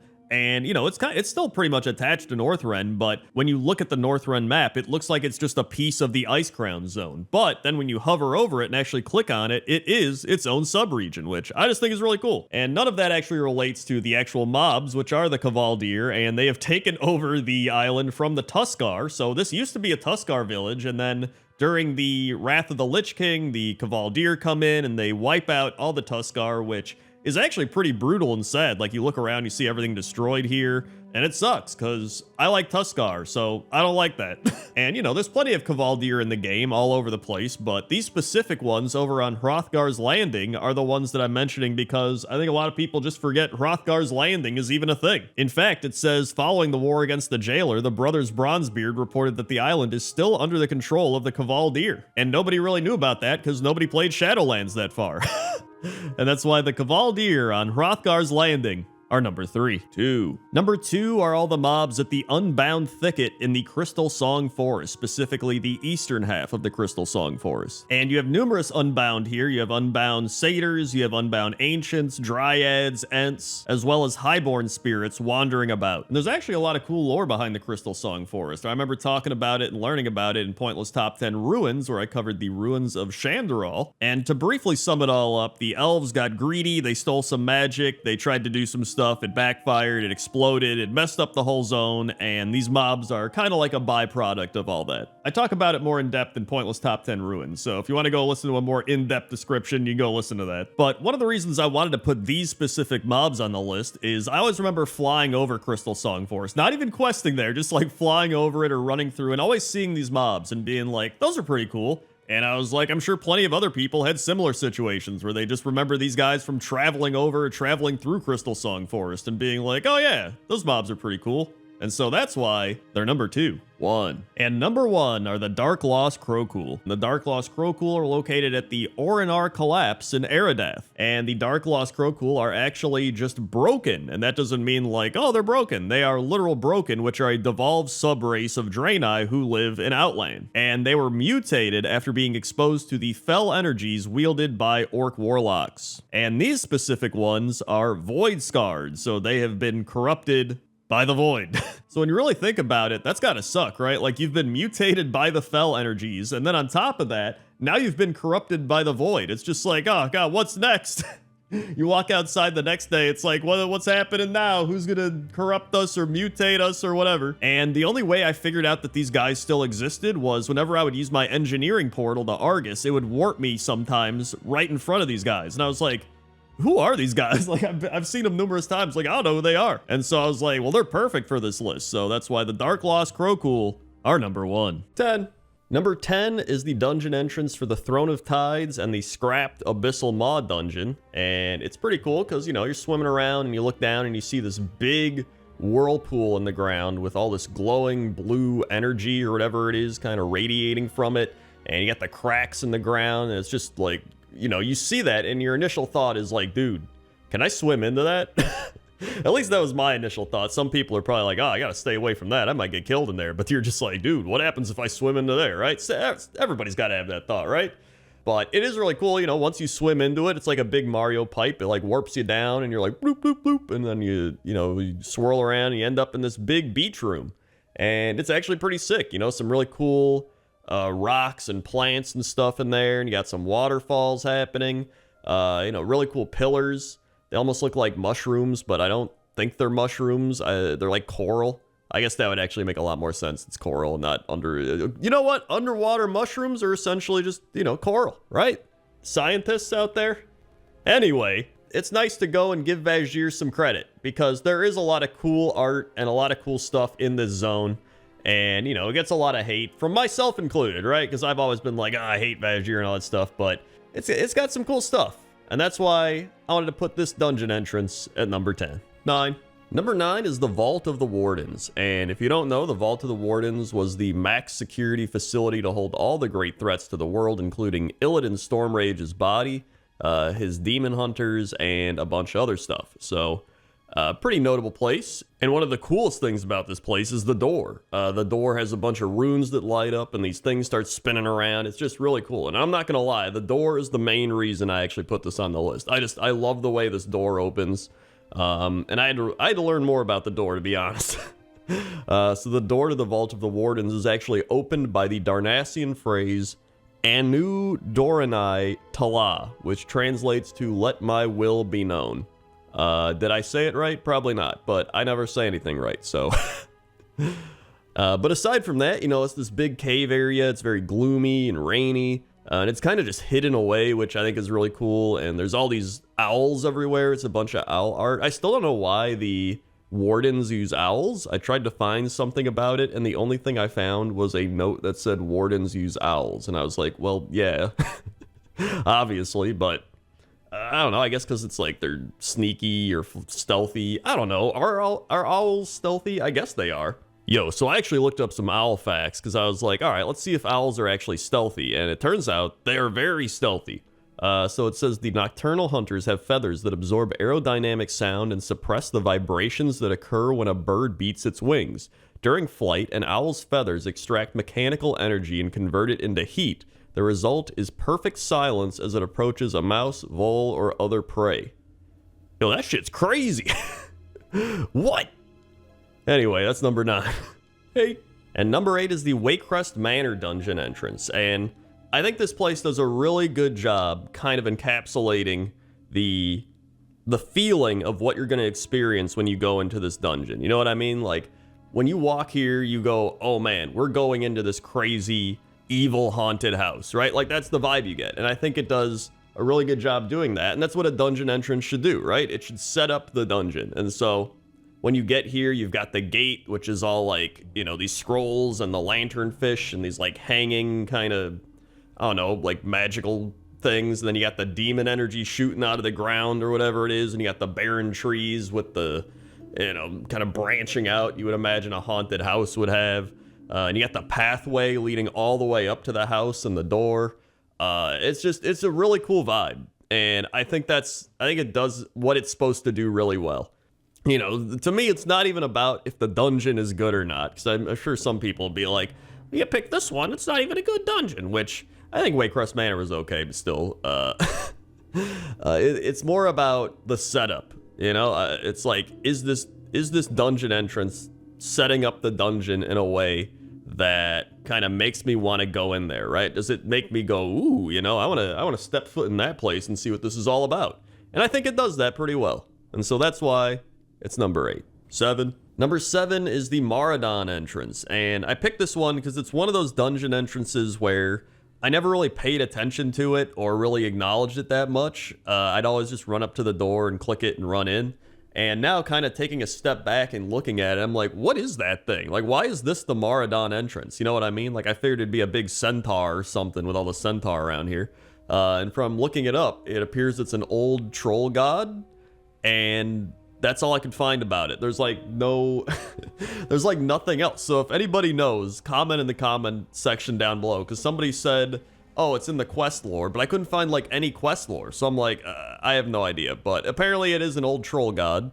And you click the door and you go into this big cave system, and it's got a bunch of crystals and water and kind of cool statues and artifacts in there. It's actually a pretty awesome kind of dungeon entrance area that really builds up the lore. And I'm not gonna lie, back in the day, I didn't really care about any of this. I was just like, let me get through. But now kind of looking back on it, I'm like, yo, this is actually pretty cool. You know what I mean? And so I was looking up more lore, and it says, following the Horde's rise to power, Theradros worried that her centaur children might be driven to extinction. She infused them with her power and drove them to claim new territories outside of Desolus. Horde adventurers traveled to Desolus and learned from the Magrum clan, the only clan not loyal to Theradros, that the Maradon was the source of the corruption in the region. The Horde's champions helped the Magrum suppress the other clans in Desolus before traveling into the depths of the burial ground and defeating every creature inside of it, including Theradros. This ended the spreading corruption in the region and eased the Centaur's violent bloodlust. This also freed Zaytar's captive spirit, but he chose to remain in Maradon. Pretty cool lore. I always just was like, oh man, this dungeon's long and boring, and it's in the place where we have to grind centaur rep. You know what I mean? But then when you actually don't care about doing any of that and you sit back and look at it from a different viewpoint, you're like, yo, this is pretty cool. And that's what this series is all about. And that's why this is number 7. 6. And number 6 is the Wailing Caverns dungeon entrance. And I had to put this on the list. One of the reasons is because whenever I think of the Wailing Caverns, I think of the dungeon entrance more than I think of the actual dungeon. And this really is one of those places with that. And I mean, it's just really cool. There's this big skull, like animal-like skull. I don't know if it's like a snake or a something. I don't know what it is, but I remember back in Classic WoW, you had to go up into the eyeball, and that's where you could get some like leatherworking pattern and some other stuff, and there's quests there, but that was pretty cool because you had to like walk around and fall down and go in there. And then you would go in, and there's like all these little quests you could do. There was like some stealthy goblin guy, and you had to kill raptors and stuff, and then it was just a big cavern, right? And then much like all the other things I mentioned, where it builds up the ambience for the actual dungeon, it really did that well. Like, you do all these things, and then you go into the actual Wailing Cavern, and you're like, woo, this is cool. And then you spend 10 years in there, and you come out, and you're like, I never want to go in there again. I thought about doing some lore for the Wailing Caverns, but like, dude, this episode is gonna be like 30 minutes long if we do that. You know what? I'll give you a little synopsis. So there's Gnarlex. He goes into the caverns. He's like, this place is pretty cool. I need to meditate here, connect to the Emerald Dream. He tries to do it, but he connects to the Emerald Nightmare instead. And then all his friends go crazy. All the wildlife and the waters go insane and become corrupted. And then you have to fight them all. That's pretty much it. Which is still pretty cool. I always wondered why we had to fight the Druids of the Fang or whatever. I'm like, how'd they get here? That's like the substitute teacher version of the Wailing Caverns history. It's like you're back in class. Ricky, put that down. All right, your parents might let you do that at home, but you're not doing it in my classroom. All right. 5. Number 5 is the Stormstout Brewery entrance, and I picked this one because I always see this building when I fly over the Valley of the Four Winds, and it's like impossible to miss, right? It feels like one of the biggest landmarks there. And it in itself is a dungeon entrance, right? Like, this building is all a dungeon entrance into the actual brewery. And when you go into the dungeon, it has some of the best lore. Like we just talked about, old gods and druids and the Emerald Dream and the Nightmare and all this stuff. And then this is just like, hey, Vermin and Hosen have overrun the brewery and they're destroying the beer and we gotta save it. So can you like go save it? And you're like, yeah, I guess. And so that's pretty much it. But the Stormstout Brewery has all those things I was talking about previously, right? Where it's like you walk up to the dungeon entrance and it feels like you're already a part of the dungeon by being there. You know what I mean? It has all the barrels and it has the hops and it has all these pandas kind of working and trying to, you know, make beer and can't wait to go drink it later. And, you know, you feel like, you know what? I gotta help these pandas get drunk. You know what I mean? Because if I don't do it, their beer is ruined. And so this unbelievable lore paired up with this big landmark building and a lot of really cool aesthetics like the water mill and all that stuff make me put this at number 5. 4. Number 4 is the Dead Mines dungeon entrance, and I think a lot of people probably put Dead Mines at number 1 on their dungeon entrance because I'm sure there's a lot of nostalgia involved, and, you know, back in the day, this might have been the first dungeon you ever did, you know? I played Horde, so I don't have as much nostalgia with it, but I do have a pretty big appreciation for it, because I think it does a really good job of setting up the dungeon, right? You just walk into this town, and you are like, oh, it's just some town, right? But then you go into a building, and you're like, oh, okay, so this leads somewhere, and it's almost like a secret passage, you know what I mean? And then before you know it, you're going down into these tunnels, and into more tunnels, and then it goes down into these caves, and then there's like, oh, the actual dungeon entrance. Then you keep going down, right? And it really is the Dead Mines, right? You keep going deeper and deeper. And so I think it does a really good job setting that up. And it all starts from wandering into some building. Like back in the day, you have to think about that. Like now we see the building, we're like, oh, it's the Dead Mines town entrance, right? But back then, you didn't know anything, you know, you're just some random new player to World of Warcraft, and you're like, oh, here's a town, and you just stumble in here, and you're like, dude, what is this? Where am I going? And before you know it, you're like, this is crazy, you know?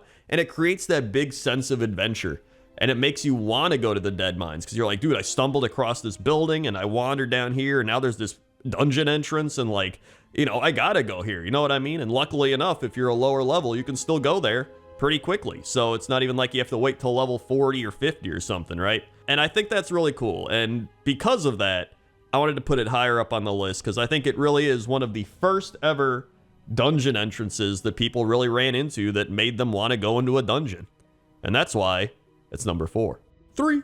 Number 3 is the Temple of Sithralis dungeon entrance, and this was actually going to be on the Pointless Top 10 Statues list, which I'll put in the cards up there if you want to click on it. But I was like, you know what? This would actually probably be better as a dungeon entrance. And I was like, why don't I just do dungeon entrances? And that's really what sparked this entire video. So I love this thing. It is a giant snake that keeps getting hit by lightning or electrified, whatever. I don't know what's happening, but it just looks really cool, especially at nighttime or the evening or dusk when all the little blue glowy lights are lit up and then it's just like, bzzz, and everything just gets zapped. It's just, I love it. It's fantastic. And it's really the landmark of the entire zone of Vol'dun. And fun little fact here, the snake symbol in the Temple of Sithralis and the Ouroboreal sash are inspired by the real-life Ouroboros symbol depicting a snake or dragon eating its own tail as a representation of the cycle of life and death. So, there you go. But overall, I just like the fact that it's a really big snake that keeps getting zapped by lightning. I think it's sick, and that's why it's number 3. 2. Number 2 are the Caverns of Time dungeon entrances, and there's a lot of dungeon entrances in the Caverns of Time, but I really like what they do because it ties into what I've been talking about this entire video, right? Where it kind of gives you a glimpse of what you're about to experience when you go into the dungeon, and it has to because otherwise you're like, which dungeon is which, right? Unless you look at the map, which you can, but it's much more interactive and fun if you see it for yourself by walking up to it and being like, oh, I guess this is this place because it has things from that dungeon on the outside of it, right? And apparently all the things that are here are, this is according to Wowpedia again, the caverns are littered with artifacts and buildings such as statues, weapons, the half-buried bones of a gargantuan beast, a guard tower from Lordaeron, a dwarven domed building, a temple from Stormwind, dour orcish chieftain quarters, a stranded ship, armor from the reign of the first king of Stormguard, and the statue of an elven cleric. Apparently, Nosdormu spent years gathering and cataloging this mismatched collection of antiques. Which, when you hear that, you're like, oh, Nosdormu was collecting stuff. But in my mind, I picture Nosdormu going into like an antique shop being like, ooh, this would fit very well in my cavern. But overall, I put this at number 2 because not only is it numerous dungeons that are kind of tied into this one area, but I always just really enjoyed the zone. Well, it's not even a zone, but I enjoyed this area. It just always made me feel like almost like a homey feel, like a very comforting feel. And I don't know why, because it's not like a comforting place, but I've always just really enjoyed being in the Caverns of Time. You know, even when they did the big WoW anniversary thing, I always enjoyed coming here. And so I put it higher on the list for that reason, but I think it belongs up here. And that's why it's number 2. 1. And number 1 is Zul'Farrak. I don't know if anybody saw that coming, but Zul'Farrak always just stood out to me as my favorite dungeon entrance. And I can always remember going back to my Billy character, my hunter back in the day. And I remember stumbling across Zul'Farrak and just seeing the entrance to it and being like, yo, this place is crazy, right? And it just right away, it tells you like, this is a dungeon, right? But being able to see behind it, being able to see like, oh, that's how the dungeon starts, and literally going into the door and seeing like, oh, wow, this is the dungeon, right? The merger of the two worlds, I think, was kind of mind-blowing to me. And that felt like, I think that was the first time it actually happened, because now there are some dungeons like that, but this was the first one that I feel like it actually did happen with it back in classic WoW, because I know now you can like fly over Zul'Gurub and like there's some other ones, but I always loved that. A little Zul'Farrak history for you. Tanaris used to be a jungle and territory of the Gurubashi Empire, and Zul'Farrak was a city there. When the Great Sundering shattered the ancient landmass, the area swiftly became the desert of Tanaris. The Faraki tribe of trolls were stranded here and eventually adapted to their harsh new environment, becoming sand trolls. But yeah, I mean, there's really nothing else to it. I always really enjoyed the Zul'Farrak entrance. It's one of the most notable in my mind. It's the one that always comes to my mind when I'm thinking of dungeon entrances, and I still love the dungeon to this day. I did it in Classic WoW, I did it in Vanilla WoW, I've done it so much, and I still love it. And that's why it's number 1. 10. Number 10 is Chris Angler and his family, found in the Krasarong Wilds. And this is a place where everybody is fishing. There's people on the beach fishing. There's a Pandaren chilling in a fishing boat. There's a Pandaren that's meditating and fishing, which is kind of fun. And then there's his whole family, which is, you know, the kids, where I don't know if they're his actual kids or like his nieces and nephew or whoever, right? They're just fishing with him. Or they're just kind of running around sitting there. And then there's the dog with the squirrel on his head, which I wish that squirrel was fishing. That would really cap this all off. But that squirrel is actually from Pointless Top 10 Squirrels, by the way. I also don't know if this Angler Chris is a reference to Chris Angel, because I mean, this is kind of Pandaria. I think that's when Chris Angel was actually popular, but I don't know, maybe it is, maybe it's just a coincidence, but I thought of that. But the other reason I put this on the list is it's just a nice, relaxing area, right? You've got this beach house with the lanterns and all the fishing gear all around. You've got the sunset and the water and the trees. It's just very majestic, I would say. And then, you know, everybody's just chilling on the beach fishing. It's just a very relaxing, ambient area, except for the Crocodilus fighting people in the background. Ignore that. And that's why Angler Chris and friends are number 10. 9. Number 9 is Old Man Barlow, and Old Man Barlow is located at the Silmir Lake in Terakar Forest. And Old Man Barlow is well known because he used to be the fishing daily quest giver back in Burning Crusade. And he would give you quests ranging from bait bandits to crocolisks in the city, fell blood fillet, shrimpin' ain't easy, and the one that got away. And then that would give you a bag of fishing treasures, which would contain numerous fishing treasures, as you might have guessed. There was the 2 ring, which was a reference to the One Ring, Lord of the Rings. There was numerous companions, there was a fishing hat, there's a whole bunch of stuff you could get. And I mean, Old Man Barlow's just an old man fishing. That's all he is. He's just standing there in his fishing boots with his fishing hat and his fishing gear, and he's just fishing. And there's a bunch of basilisks all around, but they don't attack him for some reason. I guess they're just like, that's Old Man Barlow. We can't attack Old Man Barlow. And so for all those reasons, that's why Old Man Barlow is number 9. 8. Number 8 is Urk, and Urk is an orc child located near the Watchtower a little north of the Crossroads in the Northern Barrens, and he has a pet wolf called Fang, and they just kind of run around this area and have a little fishing story. So he'll walk into a pile of supplies in the room, and he's like, where's my fishing hook? Oh, there it is. And then he walks to the pond, and he's just like, let's see if the fish are biting. And then he tries to see, and then he's like, I think I need better bait. And then he checks his father's wagon, and then he's like, Quillbore scraps, these should do the trick. Fish love Quillbore. And then he walks back to the pond, and then he's like, caught one. I'll see if the guards are hungry. Come on, Fang. And then he runs to the tower, and he's like, I caught a fish. And then they're like, oh my god, you bring honor to the horde, thank you. And then he's like, zug zug.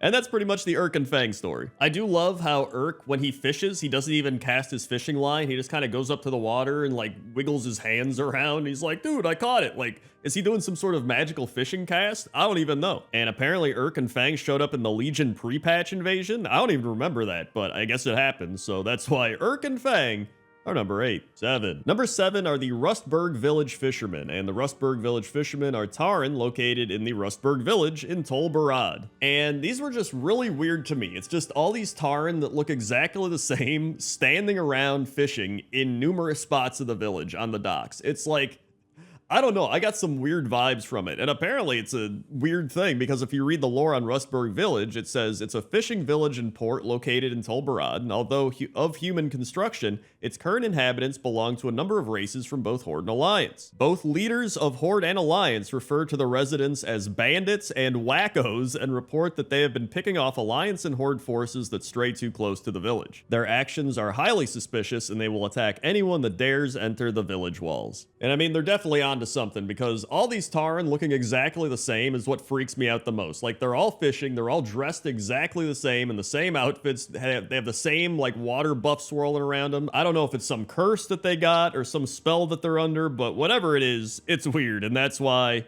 they're number 7. 6. Number 6 are the Iskara fishermen located at Iskara, which is in the southwestern Azure span. And I really wanted to put some Tuskar on this list, and I was looking through all the different Tuskar villages from, Wrath of the Lich King and Dragonflight, and the reason I picked the Iskara fishermen is they have boats.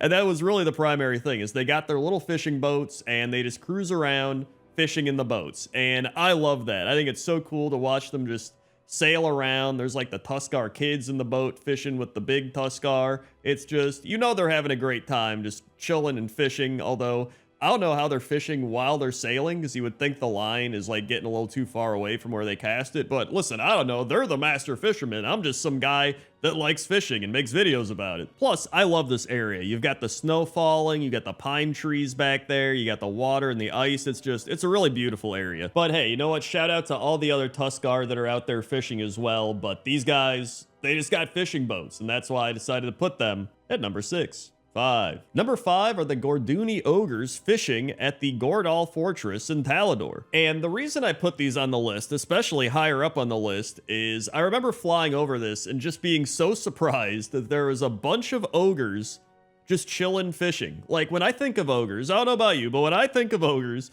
I'm like, yeah, smash rocks, right? They're just like, oh, me do hard work, me beat you with giant stick, me go fight in war, right? I don't really think of ogres as like, come on guys, let's go fish. Like, it doesn't feel right. I don't know. I think I'm judging a book by its cover here. And you know what?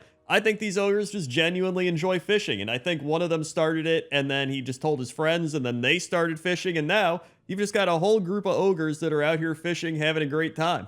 And I love that. And that's why the Gorduni Ogres fishing in Talador are number 5. 4. And speaking of ogres, Jack the Hammer is number 4. Although I don't think he's an ogre. I think he's a hobgoblin, right? He's something like that. But he's still a large-looking ogre man, and he has his giant mallet that he beats people with, but he has stuck a fishing pole into it, and he goes fishing with it. And I love the innovation. Just true engineering genius from Jack the Hammer. And if you don't know about Jack the Hammer, he was initially found in Kazan, and he owed the cartel money, and he was hiding out in the slums. And after that, he joins Gazlo and his grease monkeys, and currently he can be found fishing in Orgrimmar. But I chose to record him in Mechagon because this is initially where I saw him fishing with his weird fishing pole contraption. And I love the fact that when you talk to him, he says, fish here too crunchy, which I guess there's probably a lot of robot fish here and he tried to eat them or something. I don't know. It's Mechagon. I guess he could have also caught like spare parts and tried eating those, but either way, that's why Jack the Hammer and his awesome fishing innovation is number 4. 3. Number 3 are Nat Pagle and all his friends at the Angler's Wharf located off the southern coast of the Krasarong Wilds. And I chose this Nat Pagle out of all the other versions of Nat Pagle because I really like all the people at the Angler's Wharf. You've got the Tuskar guy, you've got the panda guy fishing off the dock, you've got the monkey hosing with a fishing pole, you've got the panda guy passed out with the bamboo fishing pole on top of him. You got everybody here. But obviously I had to include Nat Pagle on this list. I mean, he is one of the most famous fishermen, if not the most famous fisherman in all of Azeroth. Nat Pagle also has his own line of fishing equipment and can be found in several locations around the world, offering training to aspiring fishermen who seek him out. But he states that he has no particular interest in fishing, but has been fishing for 20 to 30 years. He also says that fishing is a great excuse to drink. heavily. And therefore, he enjoys an occasional drink now and then. There's also this weird thing in Old Hillsbrid where Nat Pagel's fishing with Hal McAllister, the fishing vendor of South Shore, and he tells McAllister about his dreams of events that will happen in the future, like Tarn Mill being overrun by undead, Arthas killing his father, Thrall escaping from Durnhold Keep, and a bunch of other stuff that all comes true. So I don't know what Nat Pagel is, or how he has these dreams, or why he's all over the place, but he is, and that's why he's number 3.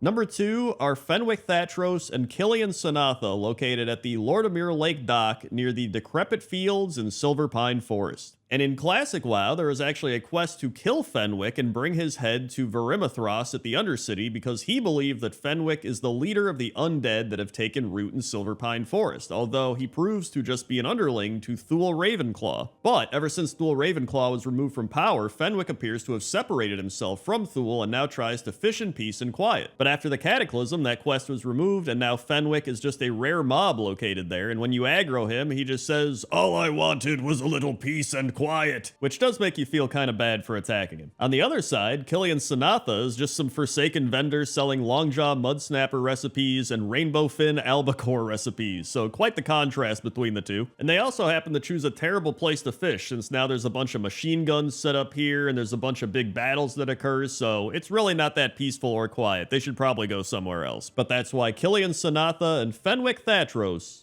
are number 2. And number 1 is, of course, my NPC, Kren the Pointless. No, I'm just kidding. And number 1 is the Pandaren Deckhand located at the Soggy's Gamble in the Dread Wastes. And I had to put this at number 1 because I just love the fact that this panda guy is just carrying these giant ass fish on his head like it's nothing. He's just walking around, he goes back over to the thing and he's like, well, time to get more fish. And I know technically he's not like fishing, he's getting fish that have already been caught out of a crate, which somehow they're storing these fish in these crates. Like, these are some tiny little crates and he's getting these giant fish out of them. So that's a feat in itself. But this guy is straight up taking these fish, jumping on land over to a rock, walking up a plank, going on the dock into the building, and then putting the fish away. Which, again, I don't know if he's putting it on the table or if he's putting it in one of the tiny baskets, but whatever it is, that's also insane. I also don't know how he manages to fit this fish through the door. Maybe some sort of fish magic, I don't know. And so just because he's not a, quote, fisherman, doesn't mean he's not a fisherman, right? Listen, this is a pointless top 10 anyway. I can do what I want. So that's why the deckhand carrying the big fish is number 1. Number 10 is Brother Daniel, and Brother Daniel is a human general goods vendor located in Northshire Valley in Elwyn Forest. He can be found next to his wagon holding a big loaf of bread, and funnily enough, when the Northshire Valley was attacked by the forces of Count Clessington, which I believe was for the Human Heritage Armor quest, Daniel remained at his usual spot and was in a fighting position with a hunk of bread in hand. So this dude was ready to throw down with his hunk of bread. And funnily enough, again, his tough hunk of bread is available for sale. He sells 5 of them. He also has spring water, rough arrows, light shots, crude throwing axes, and light throwing knives. You know, Brother Daniel, he's not completely bald, right? He's got the like side back of the head cut going on, but I think Brother Daniel's a pretty well-known bald NPC. I mean, he's in the human starting area, so most people that make humans have seen him before. They've probably bought some water or hunks of bread from him. Pretty notable bald NPC, and that's why he's number 10. Number 9 is Traveling Warrior, and Traveling Warrior is an orc in Orgrimmar, which I know there's a lot of orcs in Orgrimmar, but this guy is specifically a reference to Kratos from God of War. And I legit didn't even know he was in the game until I was like walking around and I was like, what?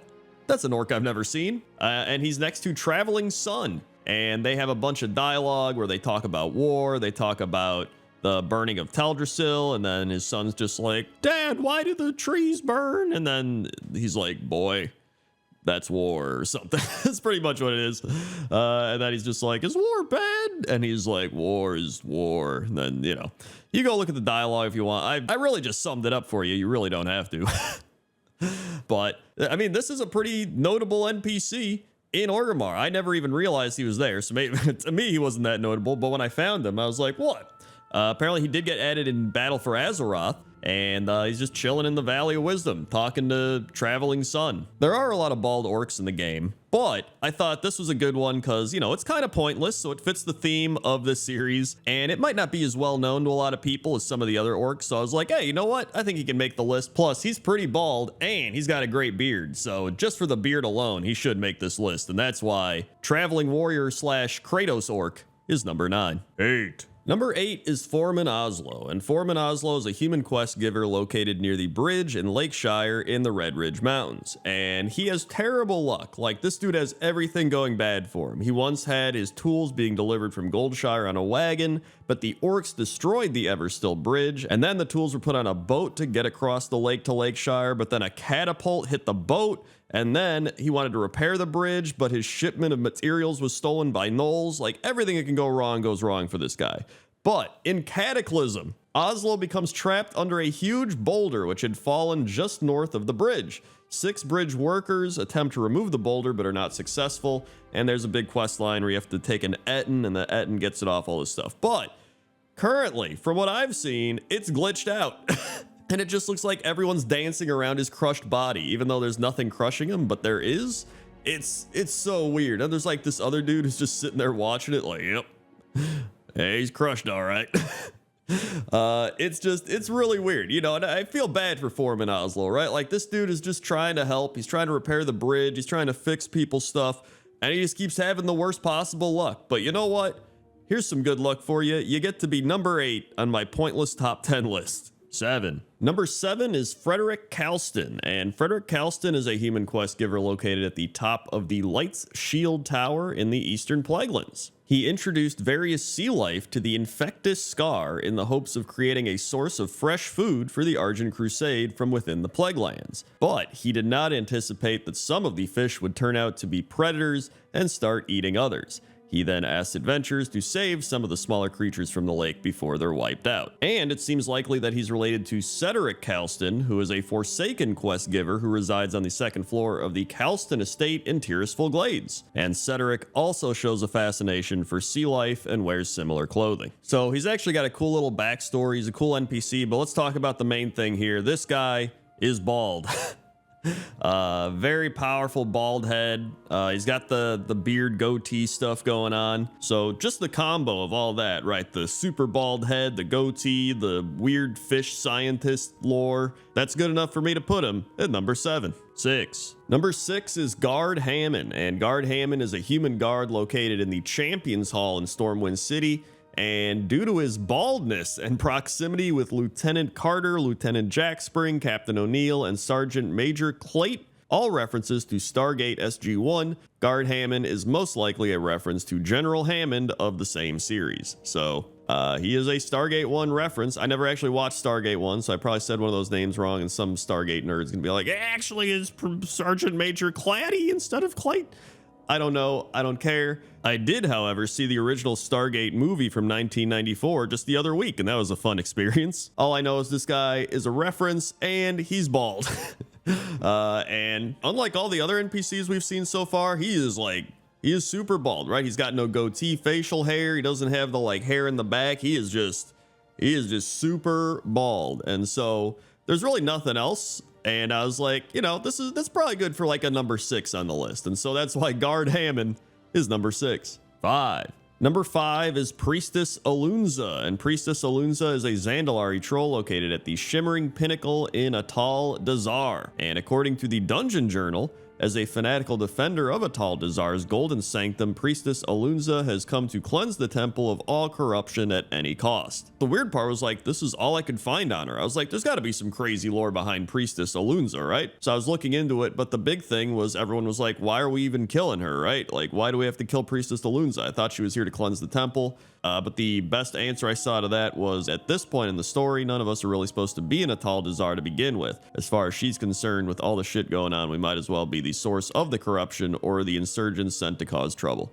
So I was like, yeah, but sounds about right. I don't know if that's what Blizzard thought of, but it sounds good enough for me. But the main point here is Priestess Alunza was actually really cool. Probably one of the coolest bald NPCs in the game. Like, she has a bunch of cool abilities like Spirit Gold, Corrupted Gold, Molten Gold, Transfusion, Tainted Blood. Plus, she looks really cool doing her big ritual thing up at the altar with all the orbs and stuff flying around. So I was like, yo, Priestess Alunza, you gotta be on the list. And that's why she's number 5. 4.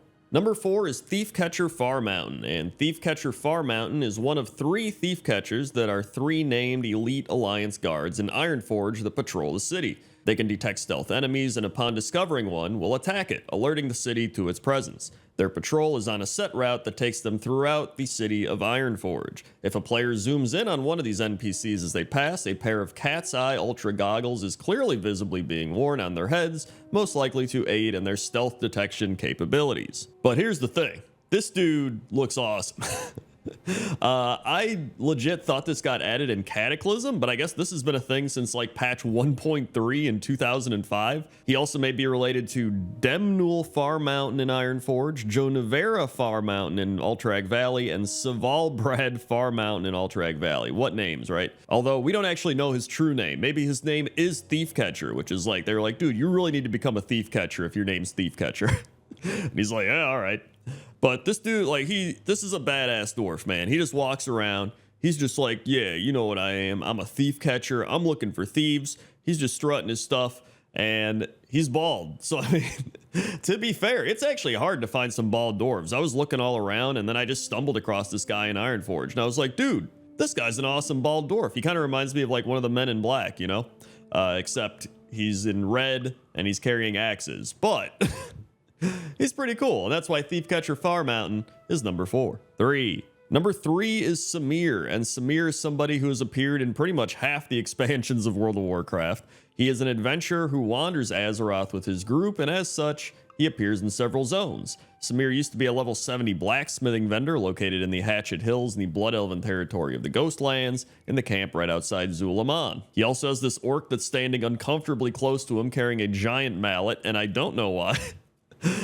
He was also in Wrath of the Lich King, and he was actually in the same pack that was with Bud Nedrek, who was in another pointless top 10 weirdest NPCs. I'll put that up in the cards if you want to go check that out. In Cataclysm, his boat to Vazir was shipwrecked, and you end up rescuing him, and then he provides blacksmithing services at Smuggler's Scar in Kelpthar Forest. He was in Battle for Azeroth in the Vision of the Twisting Sands, and he was at the Uldum entrance. And Samir really is another super bald guy, right? He's bald, he's got no facial hair, but unlike Guard Hammond, where he's just a guy chilling in Stormwind, Samir has been all over the place. And so I was like, hey, you know what?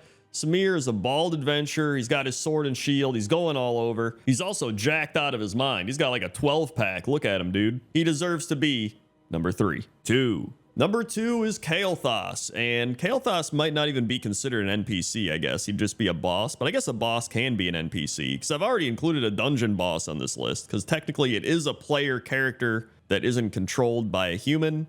I don't know, it doesn't matter. He's number 2, and you might say, Crendor, he's got hair. Well, back in patch 8.0.1, Kael'thas became bald. Here's a picture, you can see it for yourself. Look at that. Kael'thas is bald. Now, I don't know when they actually fixed it and gave him hair again, but some people might be like, oh, well, he's not bald anymore. Well, you don't know that. He might be wearing a wig. In 8.01, I think Blizzard might have just taken away his hair, and he just got so mad, so upset that he had to go get a wig, and now he's just wearing a wig. You can't tell me that Sindori Blood Elf Magic or whatever it is can't craft some sort of blonde wig, right?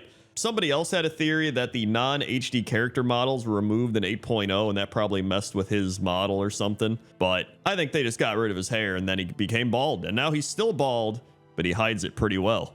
That's why Kael'thas is number 2. 1. And number 1 is one that I did not expect to be number 1. It is Boots, the goblin drink vendor at Area 52 in Netherstorm, and he is Boom's master mixologist. He sells a variety of alcohols and non-alcoholic drinks, and he says, "What's your pleasure? Pull up a seat and knock one back. I'm Boots, lead mixologist for Boom and bartender extraordinaire. If it's got a kick, old Boots can give it to you." So Boots then tells you he's been making a good living selling drinks to booze hounds, but he wants something more, and he wants to make the most explosive rocket fuel ever. And it turns out you help him do just that, and he explodes. Boots says, "Woot, here we go." Uh-oh. And then he explodes, and then the off-duty engineer says, "Yikes, someone call the fire marshal. Medic, is there a doctor in the house?" And then the doctor's like, "I'm a doctor, what's the problem?" Then he's like, "Somebody's got to get those fires out so I can get in there and save that goblin." And then Bill says, "Someone called?" And then Doc says, "Right, let me in there. Everyone clear." And then they shock Boots back to life, and he's okay. And then he says, "Back to the drawing board on that rocket fuel." And that's that. That's the quest. I forgot that this quest even existed. I mainly found this because I was going to look at Kael'thas and see how bald he was, but he wasn't. And then I was like, wait, is that a bald goblin drink vendor? And then I read up on this quest and I was like, dude, this is unbelievable. And then after a while, I was like, you know what? I'm going to put this at number 1. And that's why Boots is number 1. 10. Number 10 is Meg Morris, and Meg Morris is a human located on an isolated beach in Stormsong Valley wearing a Murloc suit. And right next to Meg are 3 lost tadpoles, so I would assume that Meg is kind of adopting these tadpoles, taking them in, protecting them, and being the mother that they currently don't have. Maybe she got killed by some random adventurers or some random creatures out here, whatever it is. It appears that the lost tadpoles have now kind of attached to her, and they're just kind of standing here. There's no quest here. There's just some piles of treasure, and that's it. Now, interesting enough, Meg actually used to be in Borealis with the tadpoles, and they would be in the trade winds market, but I guess after the alpha or the beta, they decided to move her out to Stormsong Valley on the beach and put her in a Murloc suit. I also read on Wowhead that this is the location of a pebble to obtain the secret battle pet ball, and the facing of this NPC acts like a compass to the hidden tunnel, so that might have been intentional, that might have just been a coincidence, who knows. But what I do know is she's taking care of these lost tadpoles, and that's pretty nice, so that's why I put her at number 10. 9. Number 9 is Ninciana. Ninciana is a night elf who used to sell relics in Dalaran, and she's still there, but she can't really sell you any more relics, so she says, "I'm very sorry, but I no longer have relics to sell you. Their magic seems to have extinguished. Perhaps I'll go into dancing full time now. It would be a nice change of pace." And so then if you type /dance with her, she will say, "Not bad, though some additional schooling wouldn't hurt. Here, watch my hips, like so." And she actually just starts dancing. And so I decided to put Ninciana on this list for a few reasons, one of which is she is very polite for somebody that completely lost their entire purpose in this game. You know what I mean? Like, she used to just be a relic vendor.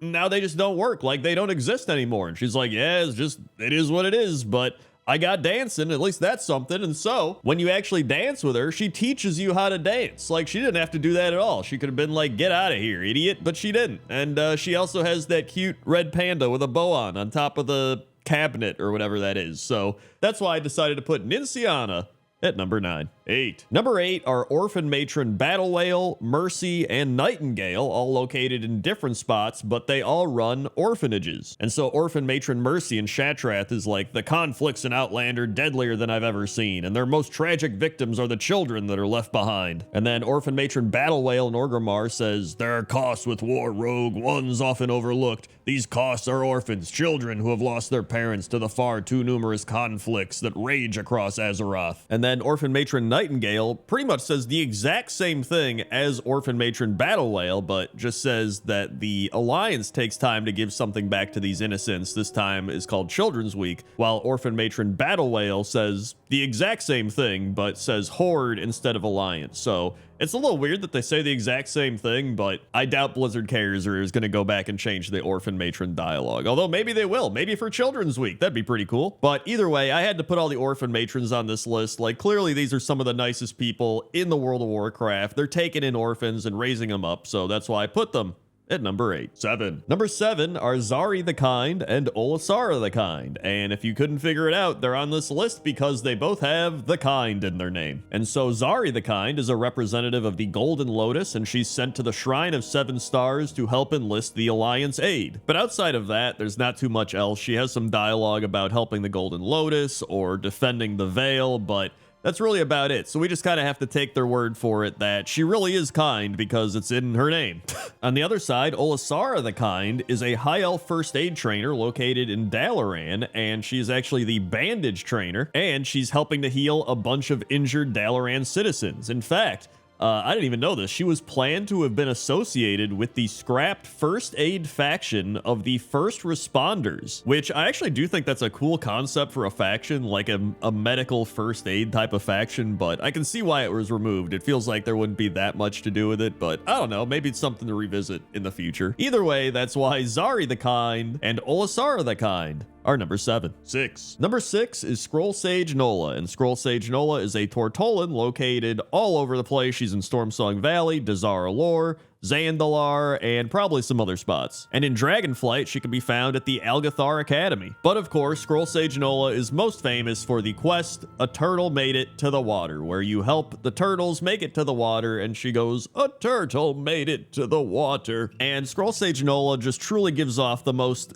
stereotypical loving grandma vibe. She's always like, the adventurers are so polite these days. Why aren't you a spry young thing? It just feels like she's gonna bake you some cookies, knit you a sweater, and like tell you some fun old stories. But sadly, I did read that Marianne Strassner, who is the voice actress for Scroll Sage Nola, passed away in April of 2023. So I hope she rests in peace, and I know that Scroll Sage Nola will live on forever. And so that's why she's number 6. 5. Number 5 is TechBot, and TechBot is a crowd pummeler near the workshop door in Gnomragon in Dunmurrow. And so TechBot was actually a reference to Blizzard tech support. So his abilities were lag, BattleNet, summon, dupe bug, and patch. And so TechBot has some unbelievable quotes. He has, people think I like corn dogs, but actually they give me indigestion. Remember, if you harass the rep or spam the channel, your account may be kicked, banned, or worse. There is no cow level, really. I repeat, there is no cow level. Well, maybe there is. When the rep is talking to you, he will start each line with your name. If you don't see your name, he's not yet speaking to you. TechBot is sensitive and those words hurt my ears. Please be nice to me. I just want to help. I love you too. If you have been muted or have questions about the muting-unmuting process, please visit Zzz. You are welcome. Have a nice day. And the only reason I didn't put TechBot higher on the list is he will fight you, he will attack you, and he actually got removed in Cataclysm. So I think they need to bring TechBot back, put him in a city, make it so he doesn't fight anybody, and he just gives you fun, helpful advice. And that's why TechBot is number 5. 4. Number 4 is Ukor, and Ukor is an orc peon located by the path east of the Valley of Trials in Duratar. And I always remember Ukor as the guy that had the quest I had to pick up before I went to Razor Hill. You'd be like, oh, he's got the loaf of bread, I pick up the quest, I take the food to Razor Hill, cool, right? I never really read the quest or paid much attention to it. But when you actually read the quest, he's like, excuse me, can you help? I have a load of food here. I walked along the road and braved scorpions and spiders and worse. I brought the food to the Valley of Trials because I thought they needed it and I like to help out. But they don't need any of the food. Now I have to take it back to Razor Hill and I'm afraid of all the beasts along the way. Can you take it for me? I'm just a peon, but you're a hero. You fear nothing. Take it to the innkeeper, Grosk, at the Razor Hill Inn. Thank you. And so this orc was like, I'm gonna bring some food to the heroes at the Valley of Trials, and he brought the food down. He braved the spiders and the scorpions and worse, and he makes it here, and they're like, we don't need food. And then he's like, oh, geez, I don't want to go back.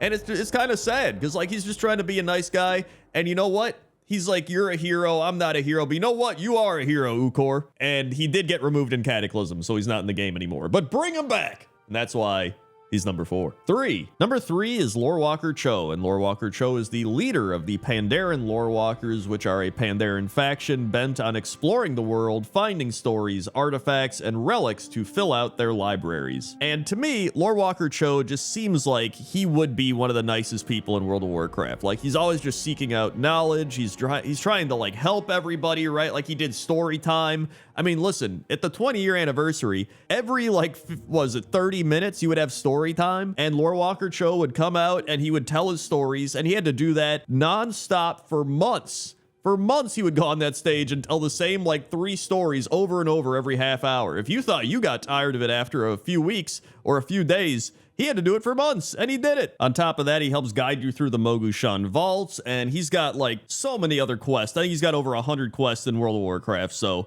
Lorewalker Cho, I think one of the nicest NPCs in the game, and that's why He's number 3. 2. Number 2 is Myloon, and Myloon is a forest nymph located at various spots all around Azeroth. And Myloon is on this list because she deeply loves and cares for all the animals in World of Warcraft. In fact, one of the most visible signs of this is at the Druid class hall in Legion. And Myloon is surrounded by her animal friends. You've got squirrels and rabbits and deer, and she is just sobbing. She is crying uncontrollably. The tears are just pouring out of her eyes, and it's because Ursoc himself was being attacked by the Emerald Nightmare, and he called forth his defenders, and she was one of them, and they weren't able to save him, and so she's just in this depression or this just state of sadness, and she's just sobbing with her animals. Myloon also appears at your garrison in Draenor and asks you to help P-Chick hatchlings in Everbloom, and then she also showed up at BFA on Mechagon because she is said to have heard the teeny tiny animals all the way from afar. And so it's clear that Myloon is definitely one of the nicest NPCs in World of Warcraft, and that's why she's number 2. 1. And number 1 is Winston the Intellectual, and Winston is a rune bear found with the studious saber-toothed cubs in the Eye of Ysera in the Emerald Dream. And if you talk to Winston, he says, "Apologies, I left my tuxedo at my residence, but it is a joy to greet a fellow being of culture. I am merely educating my fellow brethren on the theory of magics and spiritual concepts of the dream. If you get the chance, you should ask for my friend, Wall, for their opinion on the matter. It is truly quite fascinating." And so for me, there's a few reasons why Winston is the nicest NPC. I mean, first, he's a very classy individual, all right? He left his tuxedo at his residence and he apologizes, but he's got his glasses, he's reading a book, and he's reading a book to the children to help them grow up wiser and more intellectual. And to me, it just feels like he's the old wizard guy in fantasy books that helps lead the main character on the right path to do good and to defeat evil. And that's why I was like, it just feels like Winston's number 1. And so that's why I decided to put him at number 1. 10. Number 10 is Dungar Longdrink, and Dungar Longdrink is the human flight master located in the Griffin Roost in Stormwind City. And the reason I put him on this list is not just because it's like, oh, he's the big flight master in Stormwind. It's because I think he was supposed to be a dwarf. That, or he might have a dwarven father, because his last name is Longdrink, and if you talk to him, he says, "These great beasts know paths that ye can't find on foot. They'll get ye there fast and maybe show ye something new at the same time." He also says, "Where is it ye would like to go, lad/lass? For just a few coin, my griffins can get ye there faster than even the swiftest horse." But it's also kind of funny because a lot of dwarves are like, "Keep your feet on the ground." And yet he's the one that's helping you to get your feet off the ground, quite literally.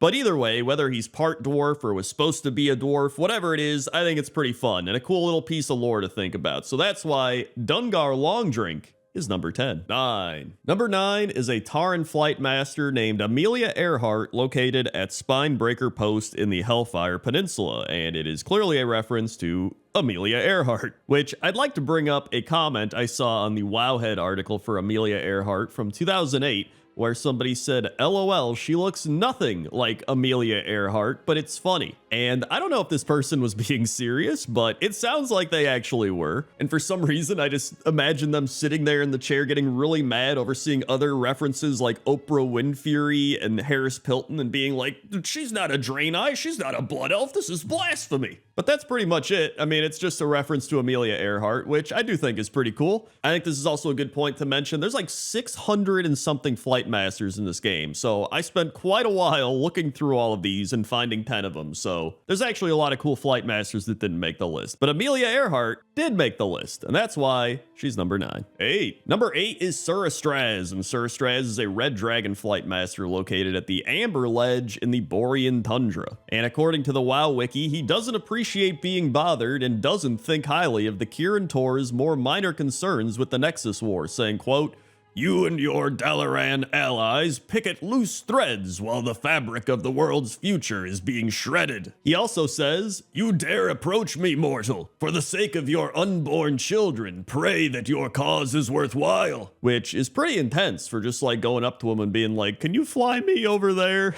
Also, following the war against the Jailer, it is reported that Surastraz is still stationed at the Amber Ledge, keeping the younger red dragons that work with the Kirin Tor in line. I also just really like the concept that there's this big dragon flight master and you're like, whoa, this flight master's awesome. He's just a big dragon and he's just like, "I'm too old for this shit. What do you want?" And that's why Surastraz is number 8. 7. Number 7 are the Stone Fiend Couriers of Revendreth, and these are the flight masters for pretty much all of Revendreth, and they actually have the same animations as imps, and a group of Stone Fiends is called a nuisance, which is pretty funny. And this is one of the first times I'm actually putting Shadowlane stuff into a pointless top 10. There's like, I think a couple other times, but it's very few and far between that I actually do. They also say the line, "Why would anyone walk anywhere?" Which, I mean, he's got a point. He can really just fly anywhere he wants. He doesn't have to walk anywhere. Also, I found this cool fact about flight path speed, which is since Cataclysm, flight path rides move at 434% of running speed, making them considerably faster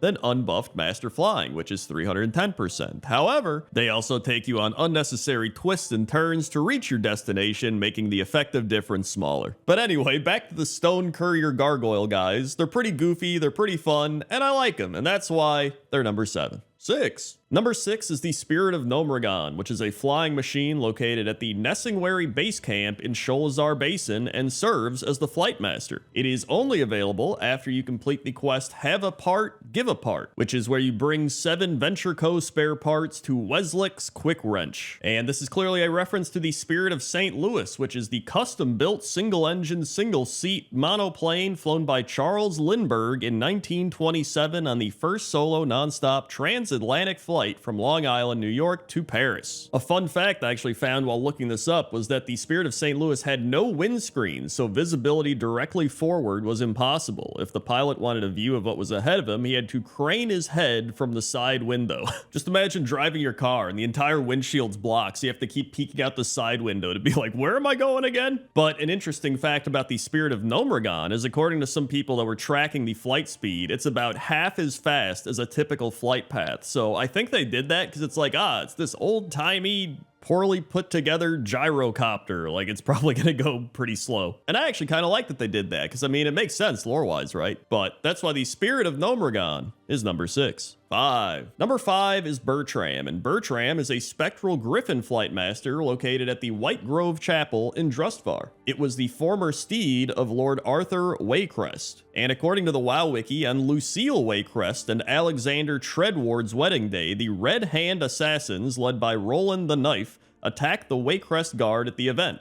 Alone by the side of the building, Bertram was set upon by 3 of the assassins and presumably killed that day. After he was found dead, Bertram was buried nearby at the end of the path, and now his ghost stands vigil over his grave. And he's the flight master. But Bertram has this cool little kind of sad story, right? Like, he gets assassinated, he's buried here, but now he gets to fly people around as a ghost, so that's pretty cool. And I think we should have a Bertram mount. We have other spectral griffin mounts, but nothing as cool as Bertram. And that's why Bertram is number 5. 4. Number 4 is Baneflight, and Baneflight is a ghoul flight master located at Ebon Watch in Zuldrak. And I thought Baneflight was the only ghoul flight master in the game, but then I found Grimwing, who is located at the Death Knight starting area and the Broken Shore. So even though Grimwing is a little more widespread and in various places, there's just something about Baneflight that I think is funny, because he's located at the Ebon Watch, right? And the Ebon Watch is a minor encampment of the Knights of the Ebon Blade. And during the war against the Lich King, the Ebon Blade established Ebon Watch as a small outpost in Zuldrak and then conducted their own operations from there. So I think it's just funny imagining them thinking this out, like, all right, we need a bunch of people Ebon Watch. We got, I don't know, who's going to be the flight master? I don't know, Bane Flight. You got flight in your name. You're going to be the flight master.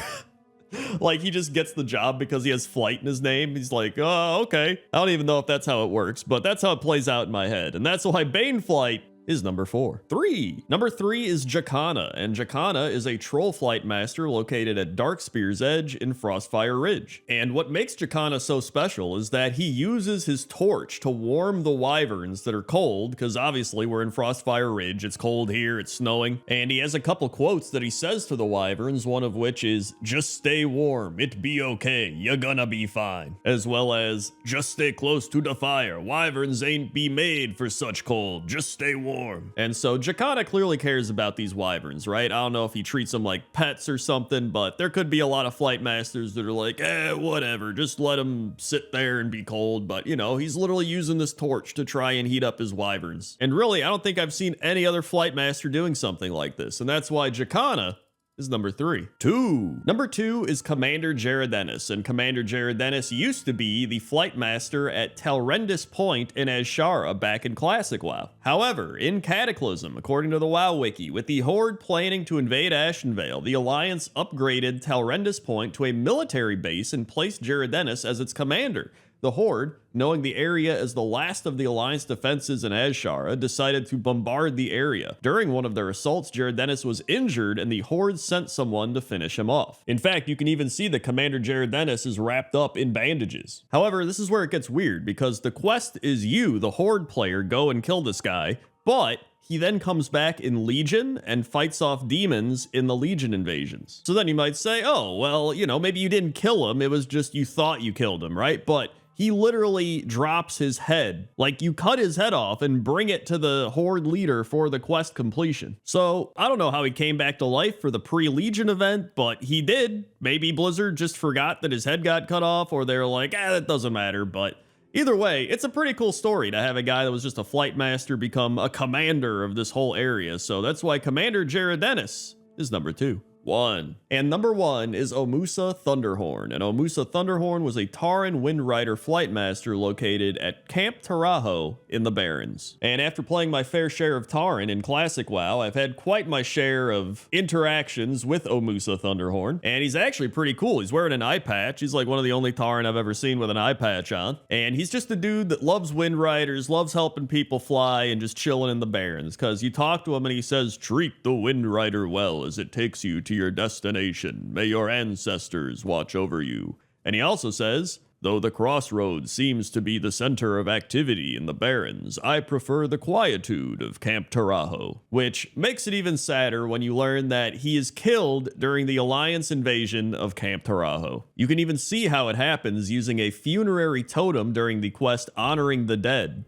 And he says, no, stay with the others. Escort them north, away from the fighting. I'll stay here with the wyverns and cover your escape. Go. And then you see him say, wait, is it over?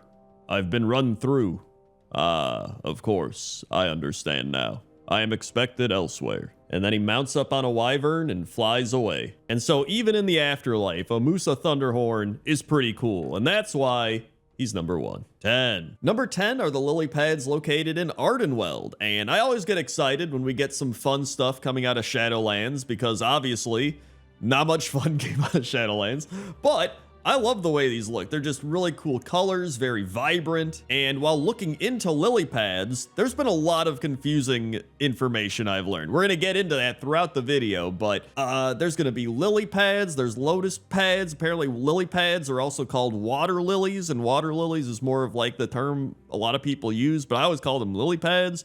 There's a lot of terminology, and if there's one thing I'm terrible at, it's terminology.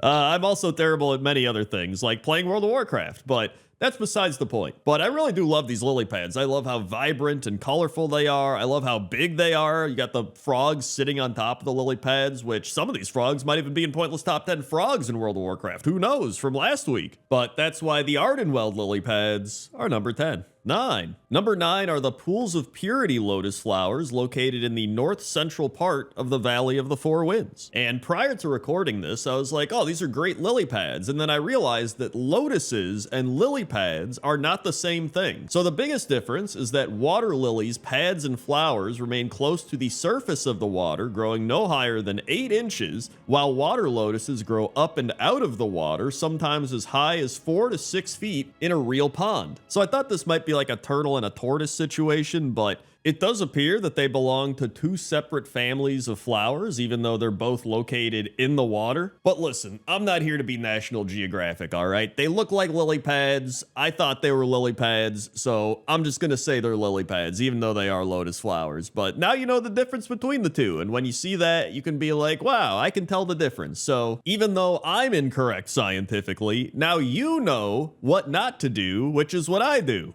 And that's why the Pools of Purity lotus flowers / water lilies / lily pads are number 9. 8. Number 8 are the water lilies located in the Emerald Dream. And I'm actually not sure if these are water lilies or lotuses, but there's also spatterdocks and water shields. But I don't think water shield, listen, they might not even be any of these. They could just be their own thing. I mean, we're literally in a made up universe with made up plants and stuff. There's like plants that don't exist in real life. Yet I'm just like, is this a lotus? Which I guess there are lotuses in this game too. Dude, my mind is, it's gone. Either way, I'm just gonna call everything a lily pad, all right? These lily pads are really cool. I like them a lot. I like the little flowers growing out of them. They got like big swoops. They're like it's like a comb over. It's like a plant comb over, and it's got a little swirl coming out of the top of that. So that's pretty crazy. And then the actual leaves of the plants in the water are pretty cool as well. They're almost like, it almost reminds me of lettuce or cabbage or something. But that's the main thing, you know, they're pretty cool. So it doesn't matter what they are defined as. What matters is how they are defined. Actually, that wouldn't work either. They're number 8. 7. Number 7 are the Darnassus lily pads, and these are your classic World of Warcraft lily pads. These are just some old school graphics, but there's something nostalgic about those old school graphics sometimes, right? And these are actually pretty accurate for a lot of water lilies. So when I looked it up, it says the lily pad you see floating on top of the water is only one part of the water lily. Characteristically round, flat, and waxy, a lily pad is simply a leaf with the ability to repel moisture from its surface. Though lily pads appear as if they are simply floating atop the water, they are actually attached to a stem that may extend many feet down to the bottom of a pond or lake where the plant is rooted. And as you can see there, look at that. Those Darnassus lily pads got the root going to the bottom. These are realistically accurate lily pads in Darnassus. Another fun fact is that up to 2 liters of air a day are sent from the top of the lily pad down to its roots, and the bottom of the lily pads may also be a dark purple color in sharp contrast to the green tip surface to help with photosynthesis. So there you go, some Darnassus lily pads and some lily pad facts, and that's why they're number 7. 6. Number 6 are the lotus flowers / lily pads located in Suramar, and there's actually a nice blend of both here. So you have the lotus flowers, which are very glowy and cool looking and purple and blue, great colors, and there's like some green glowy plants as well. I thought the lily pads, I thought those were like brown lily pads in the water, but they're actually just leaves. So, you know, leaves are like, they can try to be lily pads. They're not actually lily pads, but you know, they're giving it their best shot. But if you go outside of the city, you'll actually find some cool swirly lily pads that are up in the mountains of Suramar. So there are some neat looking lily pads in the zone, but I think the lotuses in the city are probably the cooler of the two. But I think my favorite thing about these are the colors. I just love the purples and the pinks and the blues and just all of that mixed together. It just seems really nice. So that's why the Suramar lily pads and lotus flowers are number 6. 5. Number 5 are the lily pads located at the Ruby Life Pools, and there's actually a nice variety around here. You've got some that look a little more lotus flowery. There's definitely some that are straight up lily pads. There's just a lot of foliage around these parts, and I love the way everything looks, just because you have like actual flowers in the background, you got the bees flying around, just great colors all over, and I think the atmosphere is what really bumped this up on the list for me, because the lily pads themselves are nothing too crazy, and you know, it's more about the variety. There's so much variety here, there's so much life here, and so much color, that it just made me bump it up higher on the list. And I really do love this place, even though this is supposed to be specifically about lily pads and lotuses and everything, but sometimes the environment helps to make the other things shine brighter than what they are. You know what I mean? And if you don't like it, too bad. That's why the Ruby Life Pool water lilies are number 5. 4. Number 4 are the lily pads located in Shadow Moon Valley in Draenor. And what I like about these is it feels like a cool blend of all the things we've talked about. It feels like they got a little lotus, they got a little lily pad, they got a little alien-esque water flower, like it's like they're doing their own spin on everything, right? And a lot of them look like they're just glowing in the dark. Like some just have a glow to them, but some look like they're actually glowing. And then there's these big white floating lotus flower things that almost look like ghost lotuses, or I don't know, like jellyfish or something. Like that's what they remind me of, and they're just kind of all over the place. I also think these lily pads remind me of scales, like a cool neon dragon scale or something, right? Like you could see these on the back of some magical dragon. I don't know, that's what I see, but I think they look really cool. So that's why they're so high up on the list at number 4. 3. Number 3 are the lily pads located in Zareth Mortis, another Shadowlands thing. This is crazy. And these are really cool because it feels like the Shadow Moon Valley ones we just did, but I feel like on another level. Like these really do feel like alien-esque lily pads. You have these big roots going underneath.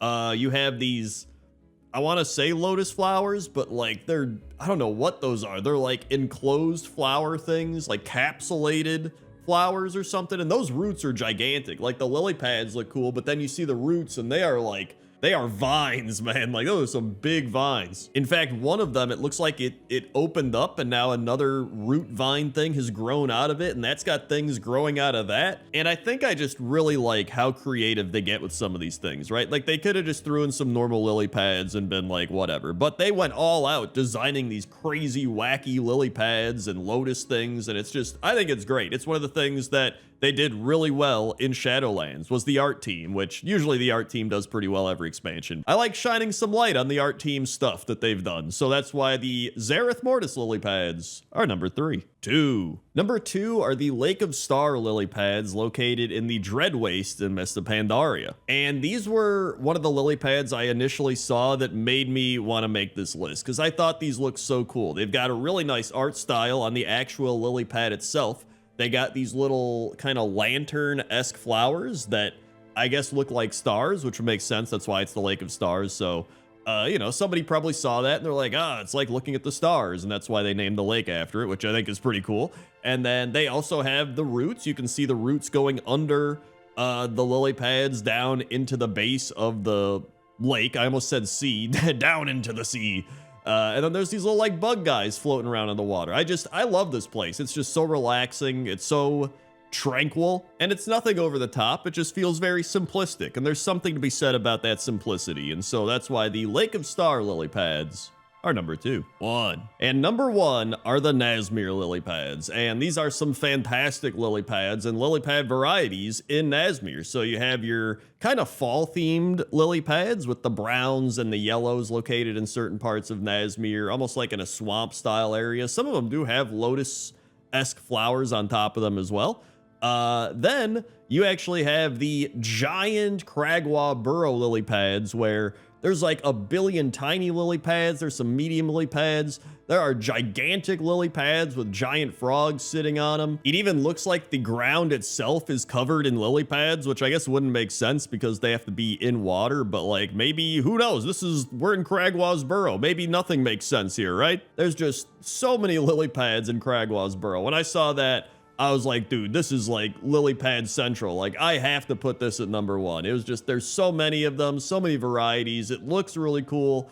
And that's why I was like, it's got to be number 1. So that's why Cragwa's burrow and the Nazmir lily pads are number 1. 10. Number 10 are the frozen waterfalls in the Azure Span. And I don't know why I never thought to look up frozen waterfalls before, because there's some really cool looking frozen waterfalls if you just type that into Google. But there's a few reasons I put this at number 10. Number 1 is it's not an actual flowing waterfall, so I was like, I should probably put all the other waterfalls higher on the list. I mean, you could argue this is a pointless top 10, so this should be number 1 because it's the only waterfall that isn't actually falling on this list. I mean, technically it's falling, it's all frozen, but you know what I mean. But this next point kind of also relates to that, which is I always try to put something cool at number 10. Like, even though it's supposed to be the worst item on the list, it's also the first item that everybody's going to see. I think I mentioned this in a previous top 10, but I always try to pick something at least kind of cool or, you know, kind of interesting where you see it and you're like, yeah, maybe I will watch the rest of this video instead of just clicking off of it. And I think these frozen waterfalls are perfect for that. I just love how they look with all the icicles hanging down and you can see where the water was flowing and then it froze and there's caves and stuff people have even made homes out of. Like, it's just really cool. And so that's why the Azure Span frozen waterfalls are number 10. 9. Number 9 are the waterfalls in Nagrand, specifically the waterfalls in the Outland Classic Nagrand, not the new Draenor Nagrand, because that one doesn't have the cool floating islands that have the waterfalls just, I don't know where the water's coming from, but they're just floating off the island and down below. And Nagrand does have normal waterfalls all over that are actually on the land, but I think the floating waterfalls are probably one of the staples of the zone. Like, when you would come here back in the day and you would look up and see that, it just gave the zone this sense of magic. You know what I mean? Because you're like, that's not supposed to be there, I don't know how that's happening. I don't know why it's happening, but it is happening, and that's pretty cool. Also, you might be thinking, Crendor, didn't you make a pointless top 10 waterfalls before? And I did, but it was 10 years ago, and it was very much different from the current pointless top 10 format. And it's kind of funny, because in that video, I put the Nagrand waterfalls at number 1, so I don't know if my tastes have just changed as I've gotten older. That was 10 years ago. Or maybe there's just been so many new waterfalls with all the different expansions, or I just have a different appreciation of certain waterfalls and what I'm looking for. But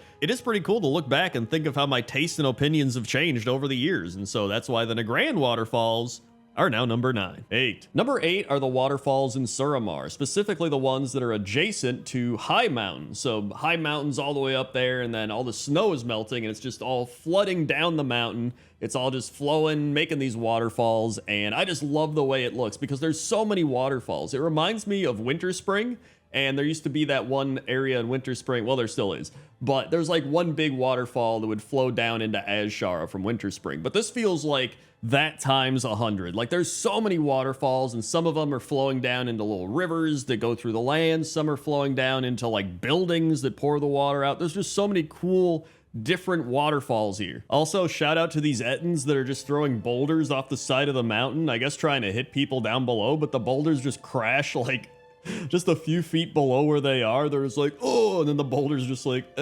crash. Like, they probably think it's going down all the way. Maybe they can't see that far down. They're like, yeah, we're getting them. But either way, these waterfalls are great, and that's why the Suramar waterfalls are number 8. 7. Number 7 is the waterfall in Elwyn Forest. It's kind of hidden away up in the mountains. It's actually behind Stormwind City and then in the back of Elwyn, and it kind of meets together up in the mountains, and then you've got Blackrock Mountain actually in the background. And this is actually a really cool waterfall. You have multiple streams of water kind of conjoining and twisting together, and they're all pouring over the rocks, and you have really cool trees and mountains and various types of rocks here. It's just, it looks really neat, especially for an older waterfall. And you've actually got the gnome who has sheep as well as a robo sheep over here. And then down below next to the waterfall, you've got the people camping out nearby. It's just a nice relaxing spot tucked away in the mountains. And I thought this would be a good time to talk about how waterfalls actually form, because I always enjoy learning some stuff when I make these types of videos. So waterfalls can be formed in several ways, according to Wikipedia. But the most common method of formation is that a river courses over a top layer of resistant bedrock before falling onto softer rock, which erodes faster, leading to an increasingly high fall. So that's pretty cool, and that's why the Elwyn Forest waterfall is number 7. 6. Number 6 are the waterfalls in Hallowfall, and I specifically chose these ones over here, which are these waterfalls that lead to the Hungering Pool, which is a large sinkhole that all the rivers flow into in central Hallowfall. In fact, this is where the entrance to the Sinkhole Delve is located at, all the way at the bottom. But one of the reasons I put this on the list is it feels like a more modernized, intense version of the old Stranglethorn whirlpool sinkhole that the Cataclysm caused. And so, you know, shout out to that one. I think there's also one in Darkshore, but I always remember the Stranglethorn one. But either way, this one just feels so much more modern, like I said. But I don't say that to shade the other waterfall whirlpool things, because I think those are really cool. But I think since Dragonflight, with the massive zone expansions, they're able to create such massive, cooler things, and I think this is a product of that, right? You have so many different waterfalls, so many different rivers, and they're all just conjoining into this massive sinkhole that they've literally made a delve out of. So I just think it's really cool. I think it looks great, and that's why the Hallowfall waterfalls are number 6. 5. Number 5 are the Zandalar waterfalls, and there's so many cool waterfalls in Zandalar. Like, there's waterfalls up in the mountains, there's waterfalls that are going through temples and ancient structures, there's waterfalls with dinosaurs drinking water from them, there's waterfalls with rainbows, like, there's waterfalls all over the place in this zone. And I think that's what I like most about the waterfalls in Zandalar, is the wide variety of waterfalls. And I actually learned while researching online that there's numerous types of waterfalls, but some of the most common ones are listed here in this chart that I found. You have the block waterfall, the plunge, the horsetail, the fan, the tear, the punch bowl, and the segment. And another cool waterfall fact is that waterfalls are essential to river health, because waterfalls play a crucial role in river ecosystems by adding oxygen to the water. And as water crashes down, it mixes with air, increasing oxygen levels that are vital for aquatic life. And this process, called aeration, helps support diverse fish populations and other aquatic organisms. So there we go, waterfalls are pretty awesome. And that's why the Zandalar waterfalls are number 5. 4. Number 4, the waterfalls located at Ice Mist Village, which is located in Dragonblight on the edge of Lake Wintergrasp. And I just love the way these waterfalls look. It looks like it's supposed to be one big waterfall spilling over from Lake Wintergrasp, but then each part is kind of segmented by these big stone pillars of rock. Actually, that sounds kind of redundant. Stone pillars of rock. It's just they're big rock pillars. I don't know. In fact, one of my favorite parts about this waterfall is this little piece of rock that kind of juts out from the middle of it, and you can see here, it almost looks like a water slide. Like the waterfall just naturally created a water slide. I don't know, it looks cool. In fact, one of the only downsides to this waterfall is it is under control of the Nerubians. So there's just a bunch of Nerubians all over. There's the one Nerubian guy like, "We will be victorious," and they're all shouting, and then there's a bunch of dead, I believe, Tonka or Tauren. It does say here that the village was originally a Ice Mist Tauren outpost, but it's unclear how long ago that was, and at some point it became the capital of the Tonka, with it also being referred to as the greatest of the Tonka villages, decorated with tusks and skulls of mammoths. And so sure, now it seems to be a war zone, but it's still got a really cool waterfall, and that's why the Ice Mist Village waterfall is number 4. 3. Number 3 are the Serenity Falls, which are located in the Jade Forest in Mist of Pandaria. And I feel like this waterfall truly does earn its name of Serenity Falls, because it has this very serene feel to it. It almost even feels like the water is flowing in a very calming way compared to some of the other waterfalls we've seen. I don't know if that's just a placebo mental thing happening, or if it actually is flowing, you know, much more calmly. Like, if you zoom in, it actually does look like it's flowing much slower than a normal waterfall. Also, I want to add one more waterfall fact, because I actually think it's really cool. So it says here, waterfalls create their own weather. The constant motion of falling water creates distinctive microclimates around waterfalls. As water plummets, it generates mist and affects local air pressure, often resulting in unique weather patterns distinct from the surrounding area. These microclimates can support specialized plant communities and create conditions for rare species to thrive. Many waterfall environments host plants typically found in much different climate zones thanks to the constant moisture and unique air circulation patterns. So there we go. That's really cool. And so are these waterfalls, and that's why the Serenity Falls are number 3. 2. Number 2 are the waterfalls in Bastion, and I love these waterfalls because, kind of like the Serenity Falls, they feel a bit slower, a little more calm, but they all have this kind of glittery sparkle effect to the water, and I don't know what causes that. I don't know if this is even water. This might just be some sort of spiritual Shadowlands liquid. I don't know what it is, but it's the equivalent of water in Shadowlands. I'm just going to say that, so it is technically waterfalls and not, you know, spiritual Shadowlands liquid falls. But yeah, it looks really cool, and one of my favorite parts about it is there's so many different waterfalls that are flowing off of the big island continent of Bastion, and you can just see I don't know what's below here, but it's all just flowing off the sides, and I just love the way that looks. And so once again, even though Shadowlands was one of the least enjoyed expansions by many, it still had so many cool things art-wise, including the Bastion waterfalls, and so that's why the Bastion waterfalls are number 2. 1. And number 1 are the Earthsong Falls, and the Earthsong Falls are waterfalls located inside of the dungeon Maradon. And first off, I love all the little wildlife, the turtles and the frogs walking around here. I think that's great. They're just having a good time living in the Earthsong Falls, but I think what's most impressive about these waterfalls is that these were added in classic World of Warcraft, and I think these waterfalls actually hold up today. Like, they've got a very calming effect. There's nature and green and big rocks all around, and then you have like the various layers of waterfalls. There's like the top waterfalls going to the next layer of waterfalls, going to the other layer of waterfalls, and then there's the big pool all beneath it. It's really cool, especially for a dungeon where you're supposed to be inside and then you go here and it's like you're just outside. And on top of all that, these are definitely one of the most well-known waterfalls in all of World of Warcraft, being added in patch 1.2 back in December 18th, 2004. And so for all those reasons, that's why the Earthsong Falls are number 1. 10. Number 10 are the beaches in the Swamp of Sorrows, specifically the Bog Paddle Beach. And if you go to the town of Bog Paddle, you'll find Trade Baron Silversnap, who says, "On behalf of the illustrious and always neutral Steamweedle Cartel, welcome to Bog Paddle. We're proud to be the only beachfront resort and military-grade weapons yard in the Eastern Kingdoms." And you know what? I think he's right. I think this really is the only beachfront resort and military-grade weapon yard. And people seem to be loving it. They're partying on the beach. They're having a great time. And even if you go away from the Bog Paddle Beach specifically, you'll still find a bunch of cool beaches along the Swamp of Sorrows coast. Like, there's murlocs up and down there. There's a bunch of turtles and boats and stuff washed up on shore and driftwood. And there's a big big bonfire happening. It also looks really cool with the sunset in the background. Everything has this orange glow to it. I don't know, it's just nobody really thinks of the Swamp of Sorrows when they think of beaches, so I wanted to give it some love, and that's why the Swamp of Sorrows beaches are number 10. 9. Number 9 are the beaches located on the border of Vol'dun and Nazmir, and I really love these beaches because it's just something aesthetically pleasing about them that made me keep coming back to them. I kept being like, I don't know if I want this on the list, and I'd be like, but I really just like the way they look. You know what I mean? Like, you have all the starfish and the shells all over. You have the albatross just walking around, which, by the way, albatrosses are large coastal dwelling birds similar to seagulls, but they're not seagulls. Many sailors believe that harming an albatross will bring terrible luck upon their voyage. You also have crabs walking around, and then you have dinosaurs, obviously. It's like the biggest thing there and the last thing that I mentioned. But yeah, there's nothing special about this place, but I think that's what makes it so cool, right? If you go too far east from here, you run into the crazy vampire trolls and Nazmir, and then if you go too far west, you run into Vol'dun, and there's a bunch of crazy shit going on there too. So, if anything, this is just one nice, peaceful place where everybody's just walking around, enjoying the beach, having a good time.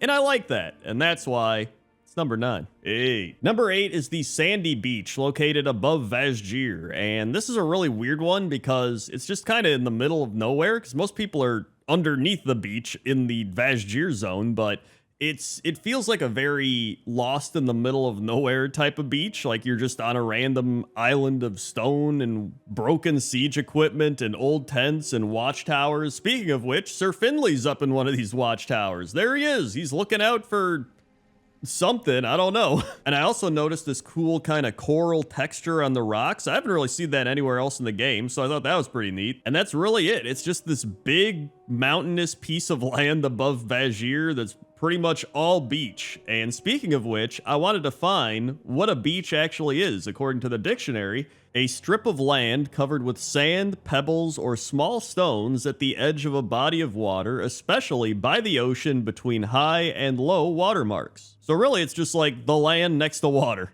which makes sense. And that's why the sandy beach is number 8. 7. Number 7 are the beaches of Westfall, known as the Longshore Beach. And Longshore, according to Wowpedia, is the vast stretch of coastline along Westfall. Traveling along the coast can be tricky as there are swarms of murlocs roaming the beaches unchecked, and it is one of the biggest beaches on Azeroth. So yeah, how could I not include Westfall? Plus, people just have nostalgia of Westfall. People love Westfall. They go here all the time. I don't really have that much Westfall nostalgia, so it's not that big of a thing to me, hence why it's number 7 on my list. I'm sure some people would put this at number 1 on their list, but like the Wowpedia article mentioned, there are numerous murlocs up and down the coast. Lots and lots of murlocs. There's also washed up like whales or sea monsters or whatever this is. You've got the lighthouse where Captain Grayson, the ghost pirate, is. Maybe he was in Pointless Top 10 lighthouses. Who knows? Sorry, shameless self-plug. But lots of people do ask if I've made certain Pointless Top 10s. I'm just reminding people of the Pointless Top 10s that I've made. What's wrong with that, right?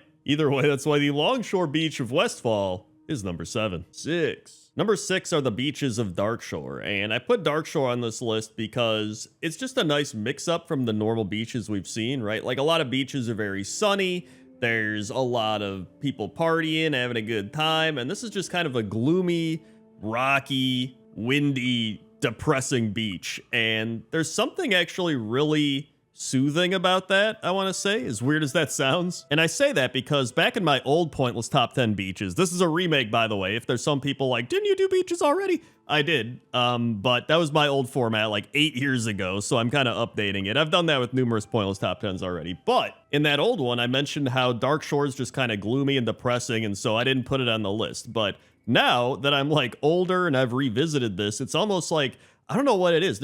It's something peaceful about being here, even if it is very gloomy and depressing. And I don't know if that's like, that says something about growing up. I don't know, man. It's just, I've grown to really appreciate Darkshore. Like leveling here in Classic WoW, leveling here in Hardcore WoW, and Seasons of Discovery. Like, I've thoroughly enjoyed leveling in Darkshore. And so for all those reasons, and including some that I probably can't even figure out, that's why Darkshore is number 6. 5. Number 5 are the beaches of Tanaris, including the Land's End Beach, which is the most southern point of the Tanaris Desert. But I wanted to include all the beaches because I love the East Coast beaches of Tanaris. I love the pirate area of Tanaris. Like, Tanaris just has some really fantastic beaches all around, which, I mean, it is a desert. right? So there's plenty of sand to go around at this place. And I do just have a lot of memories and nostalgia of the Tanaris beaches in general. Like, I remember grinding turtles on the East Coast beach back in vanilla WoW. It was a lot less flooded back then.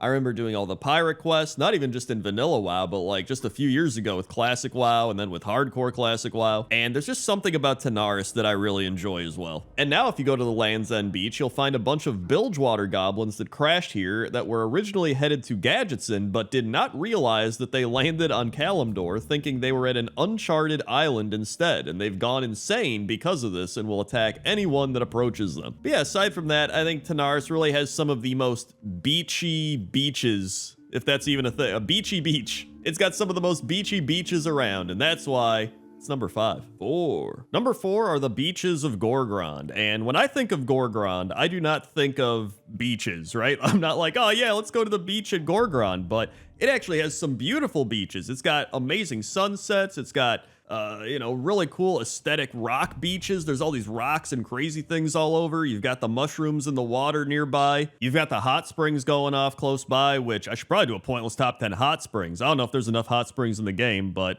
I'll check.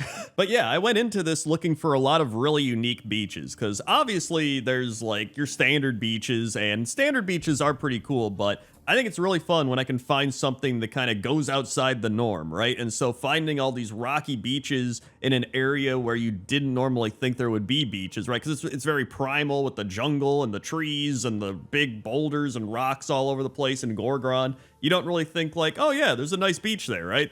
And so for all those reasons, that's why the Gorgrond beaches are number 4. 3. Number 3 is the Backwater Beach, located at Zuldazar. And I think I mentioned earlier how there are some of the most beachy beaches over in Tanaris. Well, I think Zuldazar might have it beat. I think Zuldazar truly has the beachiest of beaches. Like, the pristine waters, you can even see into the water and look down and see the coral and the fish down there. There's people fishing. There's people hanging out. All these Zandalari trolls are fixing up their boats and stuff. There's some kids playing catch with a ball or a rock. I don't know what they're throwing around there. There's somebody sleeping in one of the boats. And let's not forget that this beach also has some turtles making it to the water. That's right. If you remember playing Battle for Azeroth, you'll remember helping these turtles make it to the water. And that's pretty close by to here as well. So plenty of happy turtles are also nearby. And when I was thinking about it, I was like, you know what? If I had to vacation to a beach in World of Warcraft, I think this would probably be the beach. So I had to put it higher up on the list, and that's why the Backwater Beach is number 3. 2. Number 2 are the beaches on the Isle of Thunder, and these are pretty cool looking beaches. They kind of give me some Darkshore vibes, a little more primal Darkshore, you know what I mean? You got like dinosaurs flying around and stuff, but I will say the reason I put this on the list so high up is the waves. And if you look out there, you will see real wave technology. I don't know why Blizzard stopped using this. This is like whenever some game invents something new like Madden, they're like, we created this brand new technology engine, and then they like never use it again. Like, you've got waves splashing against rocks, you've got waves crashing in on the shore, and I'm like, this is so cool. Why has it never been used again? Like, this was in Mista Pandaria, and you're telling me they have never put the wave technology in the game since then? Like, I haven't seen it anywhere. Maybe it's in certain instances or raids. Let me know in the comments if you know somewhere else this is used, but I love this, and I don't know why it hasn't been implemented anywhere else in the game that I could find or think of. Also, I don't know what these Blood Elves are doing. They're just flying or jumping through the air. They're glitching out, man. They're having a great time, though. Well, they might not be having a great time, actually, but that's besides the point. That's why the Isle of Thunder beaches are number 2. 1. And number 1 are the beaches of Senjin Village, located on the southern coast of Durotar. And I kept thinking about what beach do I always think of when I think of World of Warcraft. And as somebody who primarily played Horde, that always started with like orcs and trolls for the most part, my mind would always go to the Senjin Village beaches. Like the crawlers and the crabs walking around. You've got the Echo Isles off in the distance, the big palm trees. You've got all the trolls hanging out nearby. Some of them are fishing. Some of them are doing whatever. They're dancing around like... It's just, I don't know. It's a very peaceful place, and it was never somewhere that I really expected to find in Durotar, which when you log in, it's like all these red rock mountains and stuff, right? And by the way, shout out to the Stranglethorn beaches, because I really tried to fit the Stranglethorn beaches in, and I love the Stranglethorn beaches. They were probably number 11 on this list, and I just couldn't fit them in. So I do want to give a shout out to Stranglethorn. But yeah, Senjin Village is somewhere that you find early on. It's a beach you experience early in the journey of World of Warcraft, whether that's Classic WoW, modern WoW. And I feel like there's just something special about this beach, and so that's why the Senjin Village beaches are number 1. 10. Number 10 are the pine trees in Mount Hyjal, and I picked these trees because they are pretty cool and I like them, but they're on fire. And not like the good NBA Jam kind where it's like, you're on fire. Like, they're literally on fire. They're burning down. It's not good. And the reason they're on fire is because Deathwing unleashed Ragnaros and all of his minions on the land, and then there's the Twilight Hammer helping him burn stuff down. It's just a bunch of chaos. But another reason I like these pine trees is they were made right when I think they started doing a little bit crazier graphics. Like, they just had Wrath of the Lich King, so things were starting to get upgraded. But I think Cataclysm really started pushing things forward on a graphical front. But they're still a little bit old school, right? They got that kind of blocky, old, low polygon texture, but there's something very charming about that still, right? So that's why the Mount Hyjal pine trees are number 10. 9. Number 9 is the Silver Pine Forest, and how could I not include a place that is literally named after pine trees? And I never really knew the lore behind Silver Pine Forest, but apparently the Dreadlord Cathra Natir escaped Dalaran and then brought a blight of locusts to destroy the trees and ravage the cropland. The Scourge had also set fire to the crops, and the plague of undeath began to affect the trees, making them pale and lifeless, just like the World of Warcraft player base. So, you know, now that I think about it, number 10 was a bunch of burning pine trees, and now number 9 is a bunch of sick and dying pine trees. But that's all right. That's why they're lower down on the list. Although this is pointless top 10, so maybe they should be higher up on the list. I don't know, whatever, it doesn't matter. It's a big, creepy pine tree forest, and that's cool enough for me to put it at number 9. 8. Number 8 are the Storm Peaks pine trees, and these are where they really start to differentiate from some of the trees we've already seen. A lot of these pine trees feel more rounded, and they almost feel like they're weighed down by the snow, which would make sense because there's a lot of snow. In fact, I thought we could take the time right now to learn the difference between pine, spruce, and fir, because there's like 3 different types of pine trees. In fact, there's probably more types of pine trees, but these are the 3 primary ones that people know about. So pine trees are where the needles attached in clusters of 2, 3, or 5. Spruce trees are where the needles attached individually. The needles are sharply pointed, square, and easy to roll between your fingers, and needles are attached to small stalk-like woody projections that remain when needles shed. And then finally, fir trees are where the needles are attached individually, and the needles are softer, flat, and cannot be rolled between your fingers. So which type of trees are these Storm Peak trees, you might ask? And I would say, I have absolutely no idea. But they do look cool, and that's why they're number 8. 7. Number 7 are the pine trees at the Alpine Rise, and I actually love these pine trees because they kind of remind me of like a Dr. Seuss The Grinch movie.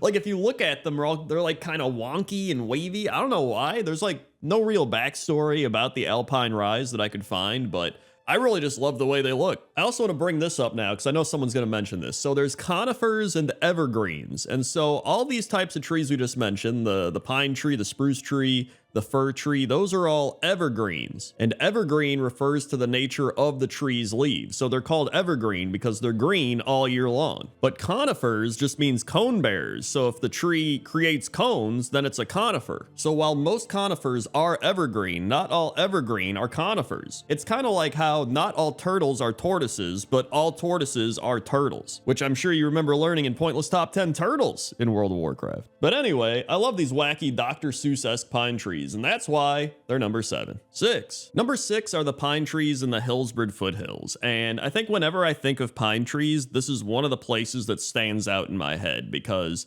there's such a wide variety of pine trees in this place, right? There's red and orange and yellow and green, and there's so many different colors of pine trees. However, I was thinking about this and I was like, wait, but aren't these evergreens? You know what I mean? So I'm like, why aren't they staying green? Well, I looked it up, and apparently there are pine trees that have what normal trees do, where they turn yellow and then their needles fall off and then new needles appear.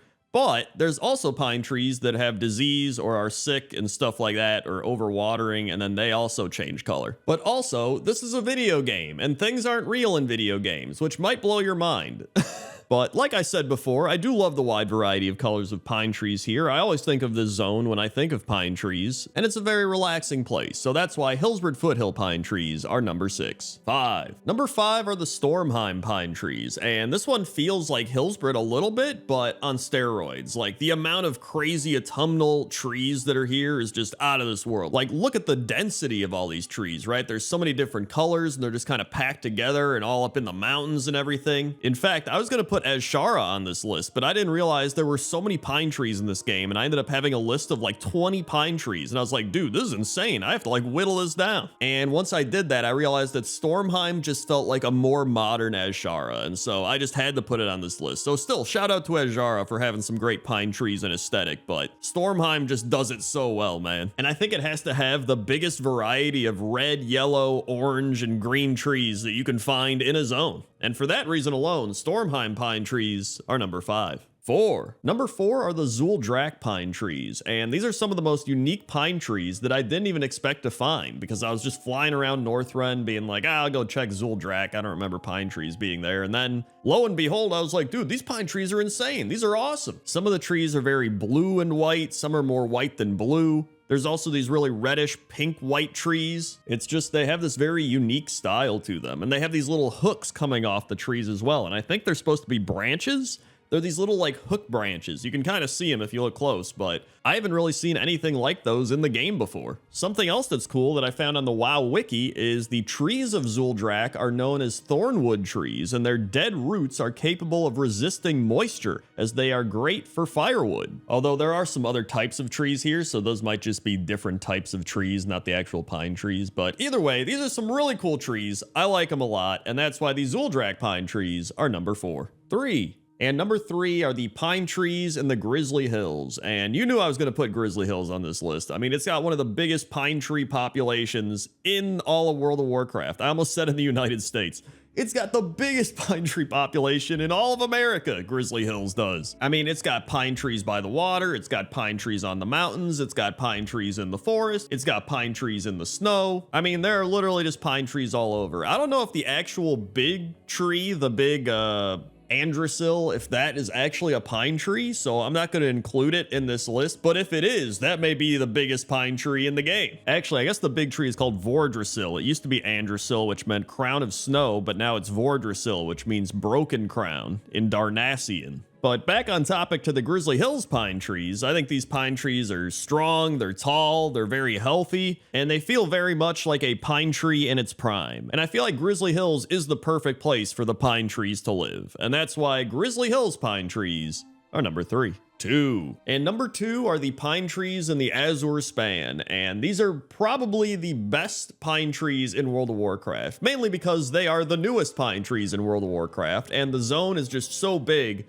that you have such a wide variety of pine trees just all over the place. And you can see from the start of the video up till now, like the amount that these pine trees have progressed in terms of like polygon counts and details. In fact, it almost feels like the Azure Span has taken all of the pine trees we've already seen and like put them into one zone because it's so big. And then there's a bunch of new pine trees, like these crazy crystal magical pink pine trees. And I know there might be some people complaining, being like, oh, they're reusing old assets for some of these trees, but I think that's phenomenal because you're reusing old assets, but they're also adding in new trees. Like, they're just doing a blend of both. And I think it's great because it calls back to some of those old zones we've seen, but it also adds something new. Plus, in nature, there's a blend of a bunch of trees all over the place. I think in the grand scheme of things, I just really love the Azure Span. Plus, the Tuskar are here, plus my NPC is here. There's just so much to love about this place.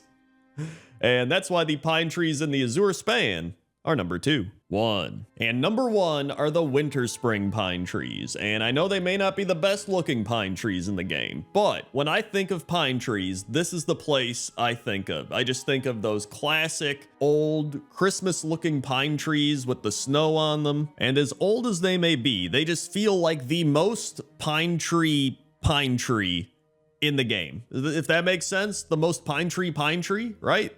They just feel very full, very alive, very Christmassy and wintry. I don't know. It's just, there's something about them. Maybe it's because it's in Winter Spring as well. That might be doing it. Something cool I learned from the WoW wiki while reading about Winter Spring was the trees of Winter Spring were bent and twisted into odd positions during the climactic battle of Mount Hyjal. Many of the world trees' massive roots are also exposed here, towering overhead like massive oak archways. Although that doesn't really tie into the pine trees, but whatever, we're talking about trees right now. But like I mentioned earlier, you know, they may not be the most visually appealing, but to me, they're the best pine trees. And that's why the Winter Spring pine trees are number 1. 10. Number 10 are the mushrooms in the Ghostlands. And this is one of the reasons I love doing Pointless Top 10, because I find things like this. You know, I didn't even realize these mushrooms were in the game. Or if I leveled here back in the day, you know, I kind of just skimmed over them like, whatever. But now going back, I'm like, dude, these mushrooms are actually really cool. They got this neon green glow to them. It contrasts really well with the dark and gloomy atmosphere of the Ghostlands. I mean, which, by the way, nobody really goes to the Ghostlands. People barely went to the Ghostlands back in the day. It was like, if you're leveling a Blood Elf, you go there. Now you don't even have to go there. So they truly have become the Ghostlands, but they really do got some cool mushrooms. I mean, look at those. You know, they got little tiny mushrooms there too, which I'm sure grow up into the big green glowy mushrooms, but I thought these look really cool, like especially in this shot where it looks like the cobwebs are kind of glowing with the mushrooms. I love that, but that's why the Ghostland mushrooms are number 10. 9. Number 9 are the Bloodbow Fungalmancers, and these are just little mushroom guys located in Drustvar. And I'm pretty sure they're one of the only mushroom creatures in World of Warcraft. They got added in Battle for Azeroth, and you know, they're a little freaky, but they're kind of cool. I also love the environment they're in. There's a bunch of mushrooms around them. There's spores. There's all these little things. They're big broken trees, which I think are always cool. And I thought this would be a good time for an actual mushroom fact, which is mushrooms are more closely related to humans than they are to plants. In fact, it is believed that the humans and mushrooms share a common ancestor. And I guess in this case, we are very much more related to these weird mushroom guys because they're alive and very angry. It almost makes me wonder if, would mushrooms be this angry in real life if they came to life? Would they be like, you've been walking all over us and eating us, right? And then they just start fighting back?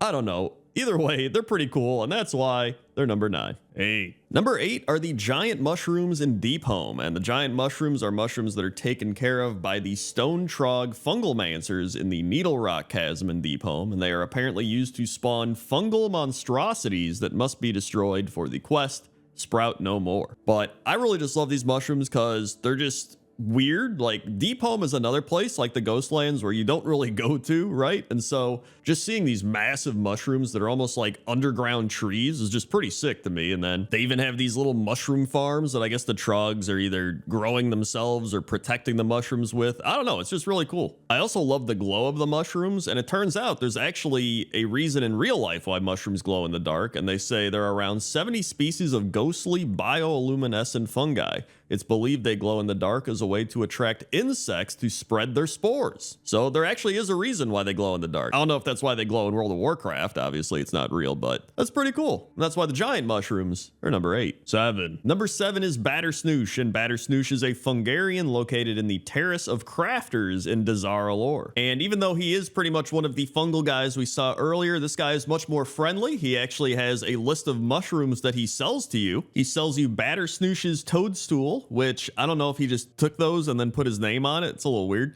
No Moral Truffles, an Herbalist Spade to dig up stuff, and then the Forgotten Techniques of Zandalar, which allows you to relearn any herbalism techniques you learn, but then switch professions and need to relearn them. So in actuality, he only sells you 2 mushrooms. I thought there was like a big list of mushrooms. It's actually just 2. He also has his 2 friends nearby. There's Rootsoosh, and there's also Snooftoo. I also love that the area that they're standing in's also got some mushrooms around it, like the mushrooms are growing on the wall, and they got the mushrooms growing out of the plant container things. Either way, it's really cool. So I like these guys. I like their little area, and that's why they're number 7. 6. Number 6 is Zangarmarsh, and I feel like you had to know Zangarmarsh was going to be on this list. It is literally an entire zone of mushrooms, so I couldn't just pick one. I was like, we might as well just do the entire zone, right? And there are some cool mushrooms in Zangarmarsh. I mean, they've probably got some of the biggest mushrooms in the game, if not the biggest. I mean, there's a literal city or, town built on one of these mushrooms. You have, the purple ones, the orange glowy ones. You got some kind of aqua glowy ones. Just There's so many varieties of mushrooms here. You have the little glow cap and fire cap mushrooms. You have some that are, I have no idea what they are, but they're there. You even have the dead mire with all these dying and dead mushrooms laying around. I didn't realize how awesome the dead mire actually is until I went back and looked at it. It almost gives me like mushroom plaguelands vibes, and I like that more than the actual Eastern and Western Plaguelands, to be honest. So overall, just a fantastic zone. One of my favorites in World of Warcraft, and it's got a lot of mushrooms, and that's why it's number 6. 5. Number 5 are the mushrooms at the Crimson Expanse, which is a location in the upper shelf of Deep Home. Its name derives from all the red giant mushrooms that grow there, including the purple rocks, which have been colored by the fungi. And apparently it is the stone trogs who are growing them as some sort of weapon against the other earth elementals in Deep Home. Somehow the mushrooms are able to transform the elementals into creatures identical to fungal giants. So we had the giant mushrooms in Deep Home earlier. Now we have the red giant mushrooms, but this area is just beautiful. You have these big crystal tree mountains. Like, I really love what they did with this because it's like an underground crystal mountain, but they gave it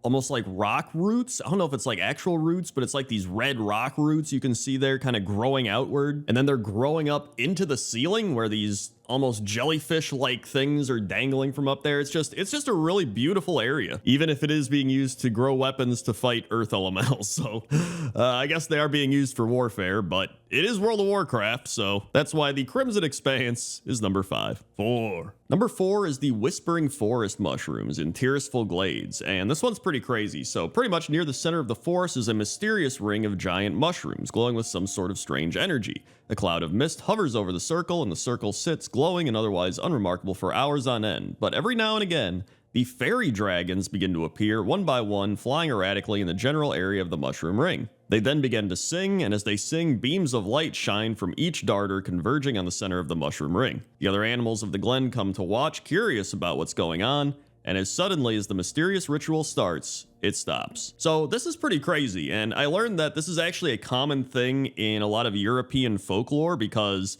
fairy rings are like a real thing where a bunch of mushrooms grow in a big circle. I didn't even know it was a real thing, but I guess it makes sense. You can go look it up on Wikipedia if you want. There's a whole bunch of stuff on it. But in terms of actual WoW lore, there's a whole bunch of speculation. There's the fairy dragons might be trying to heal the forest from old god corruption. There's speculation this is where the High Elves first landed in the Eastern Kingdoms. There's speculation that this is tied into the Emerald Dream in some way. There's a whole bunch of stuff, but nobody really knows. But what I do know is this place is pretty cool, and these are some cool mushrooms, and that's why it's number 4. 3. Number 3 is the Crimson Fen, and the Crimson Fen is a fungal swamp in southeastern Gorgrond. According to Wowpedia, something sinister is spreading from the heart of the fen, a disease that spreads by infecting unfortunate Draenei and orcs via spores, driving them insane. In the main timeline, the Crimson Fen was swallowed when Draenor was torn apart by nether magics. So the first thing this reminded me of is those crazy mushrooms in real life that like infected ants and turned them into zombies, and then like mushrooms grew out of their head. You know, crazy shit. Really happened. Kind of freaky.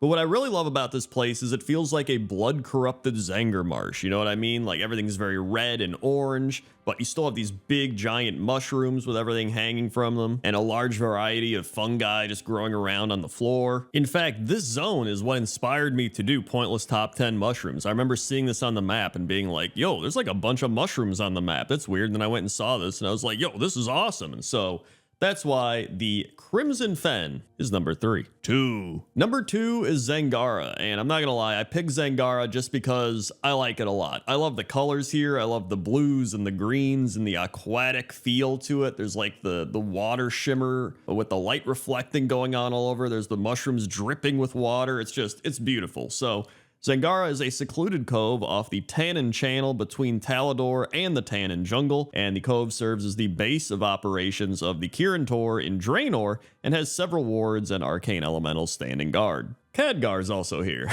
But the main thing is, I just think this place is beautiful. Like, it just feels like this aquatic jungle forest, well, underwater jungle forest, I guess. There's waterfalls. The mushrooms themselves are all different in various ways. Some are glowing, some are sideways, some are, you know, looking like jellyfish. I don't even know if they are jellyfish just hooked onto a plant. I don't even know, but I just love this place. It's very aesthetically pleasing. If you look under the mushrooms, it almost looks like they could be houses, like they got little windows in them, but I don't think they actually are. But who knows? Maybe there's tiny little mushroom people living in there. It's just a beautiful area that's just hidden away, and I had to put it on this list, and that's why it's number 2. And number 1 is my favorite mushroom and probably the best thing to come out of Shadowlands. It is Marasmius. Marasmius is a sentient mushroom whose heart is in the fungal terminus that extends throughout Ardenweld through the roots of each dream tree, serving as the transport network for the Night Fae Covenant. He is the origin of all mushrooms of Ardenweld and perhaps all of Shadowlands. Though technically he exists across all of Ardenweld, underneath Ardenweld, and pieces of Ardenweld that broke off, he appears normally in the ring or the fungal terminus in the stalks. But aside from that, he's just a chunky, old, wrinkly mushroom guy, and I love that. In fact, when you think about it, this guy's kind of a mushroom god. He literally is the origin of all mushrooms in Ardenweld and maybe Shadowlands, and on top of that, he's everywhere all at once? Well, this guy sounds like a mushroom god. In fact, a bit of a callback to earlier, he is named after the Marasmius genus of fungi, which are the mushrooms that form the fairy rings we talked about earlier. So he might actually be tied into some god stuff. Who knows? And that's why he's number 1. Hey everybody, hopefully you enjoyed this 8 hours of pointless top 10 random facts to fall asleep to. If you want some more, you could check out 3+ hours of WoW animal facts, because we didn't really mention many of those in this video, or you could check out 3 hours of creepy stuff, since I only did a couple creepy things in this video. Okay? Okay. See ya.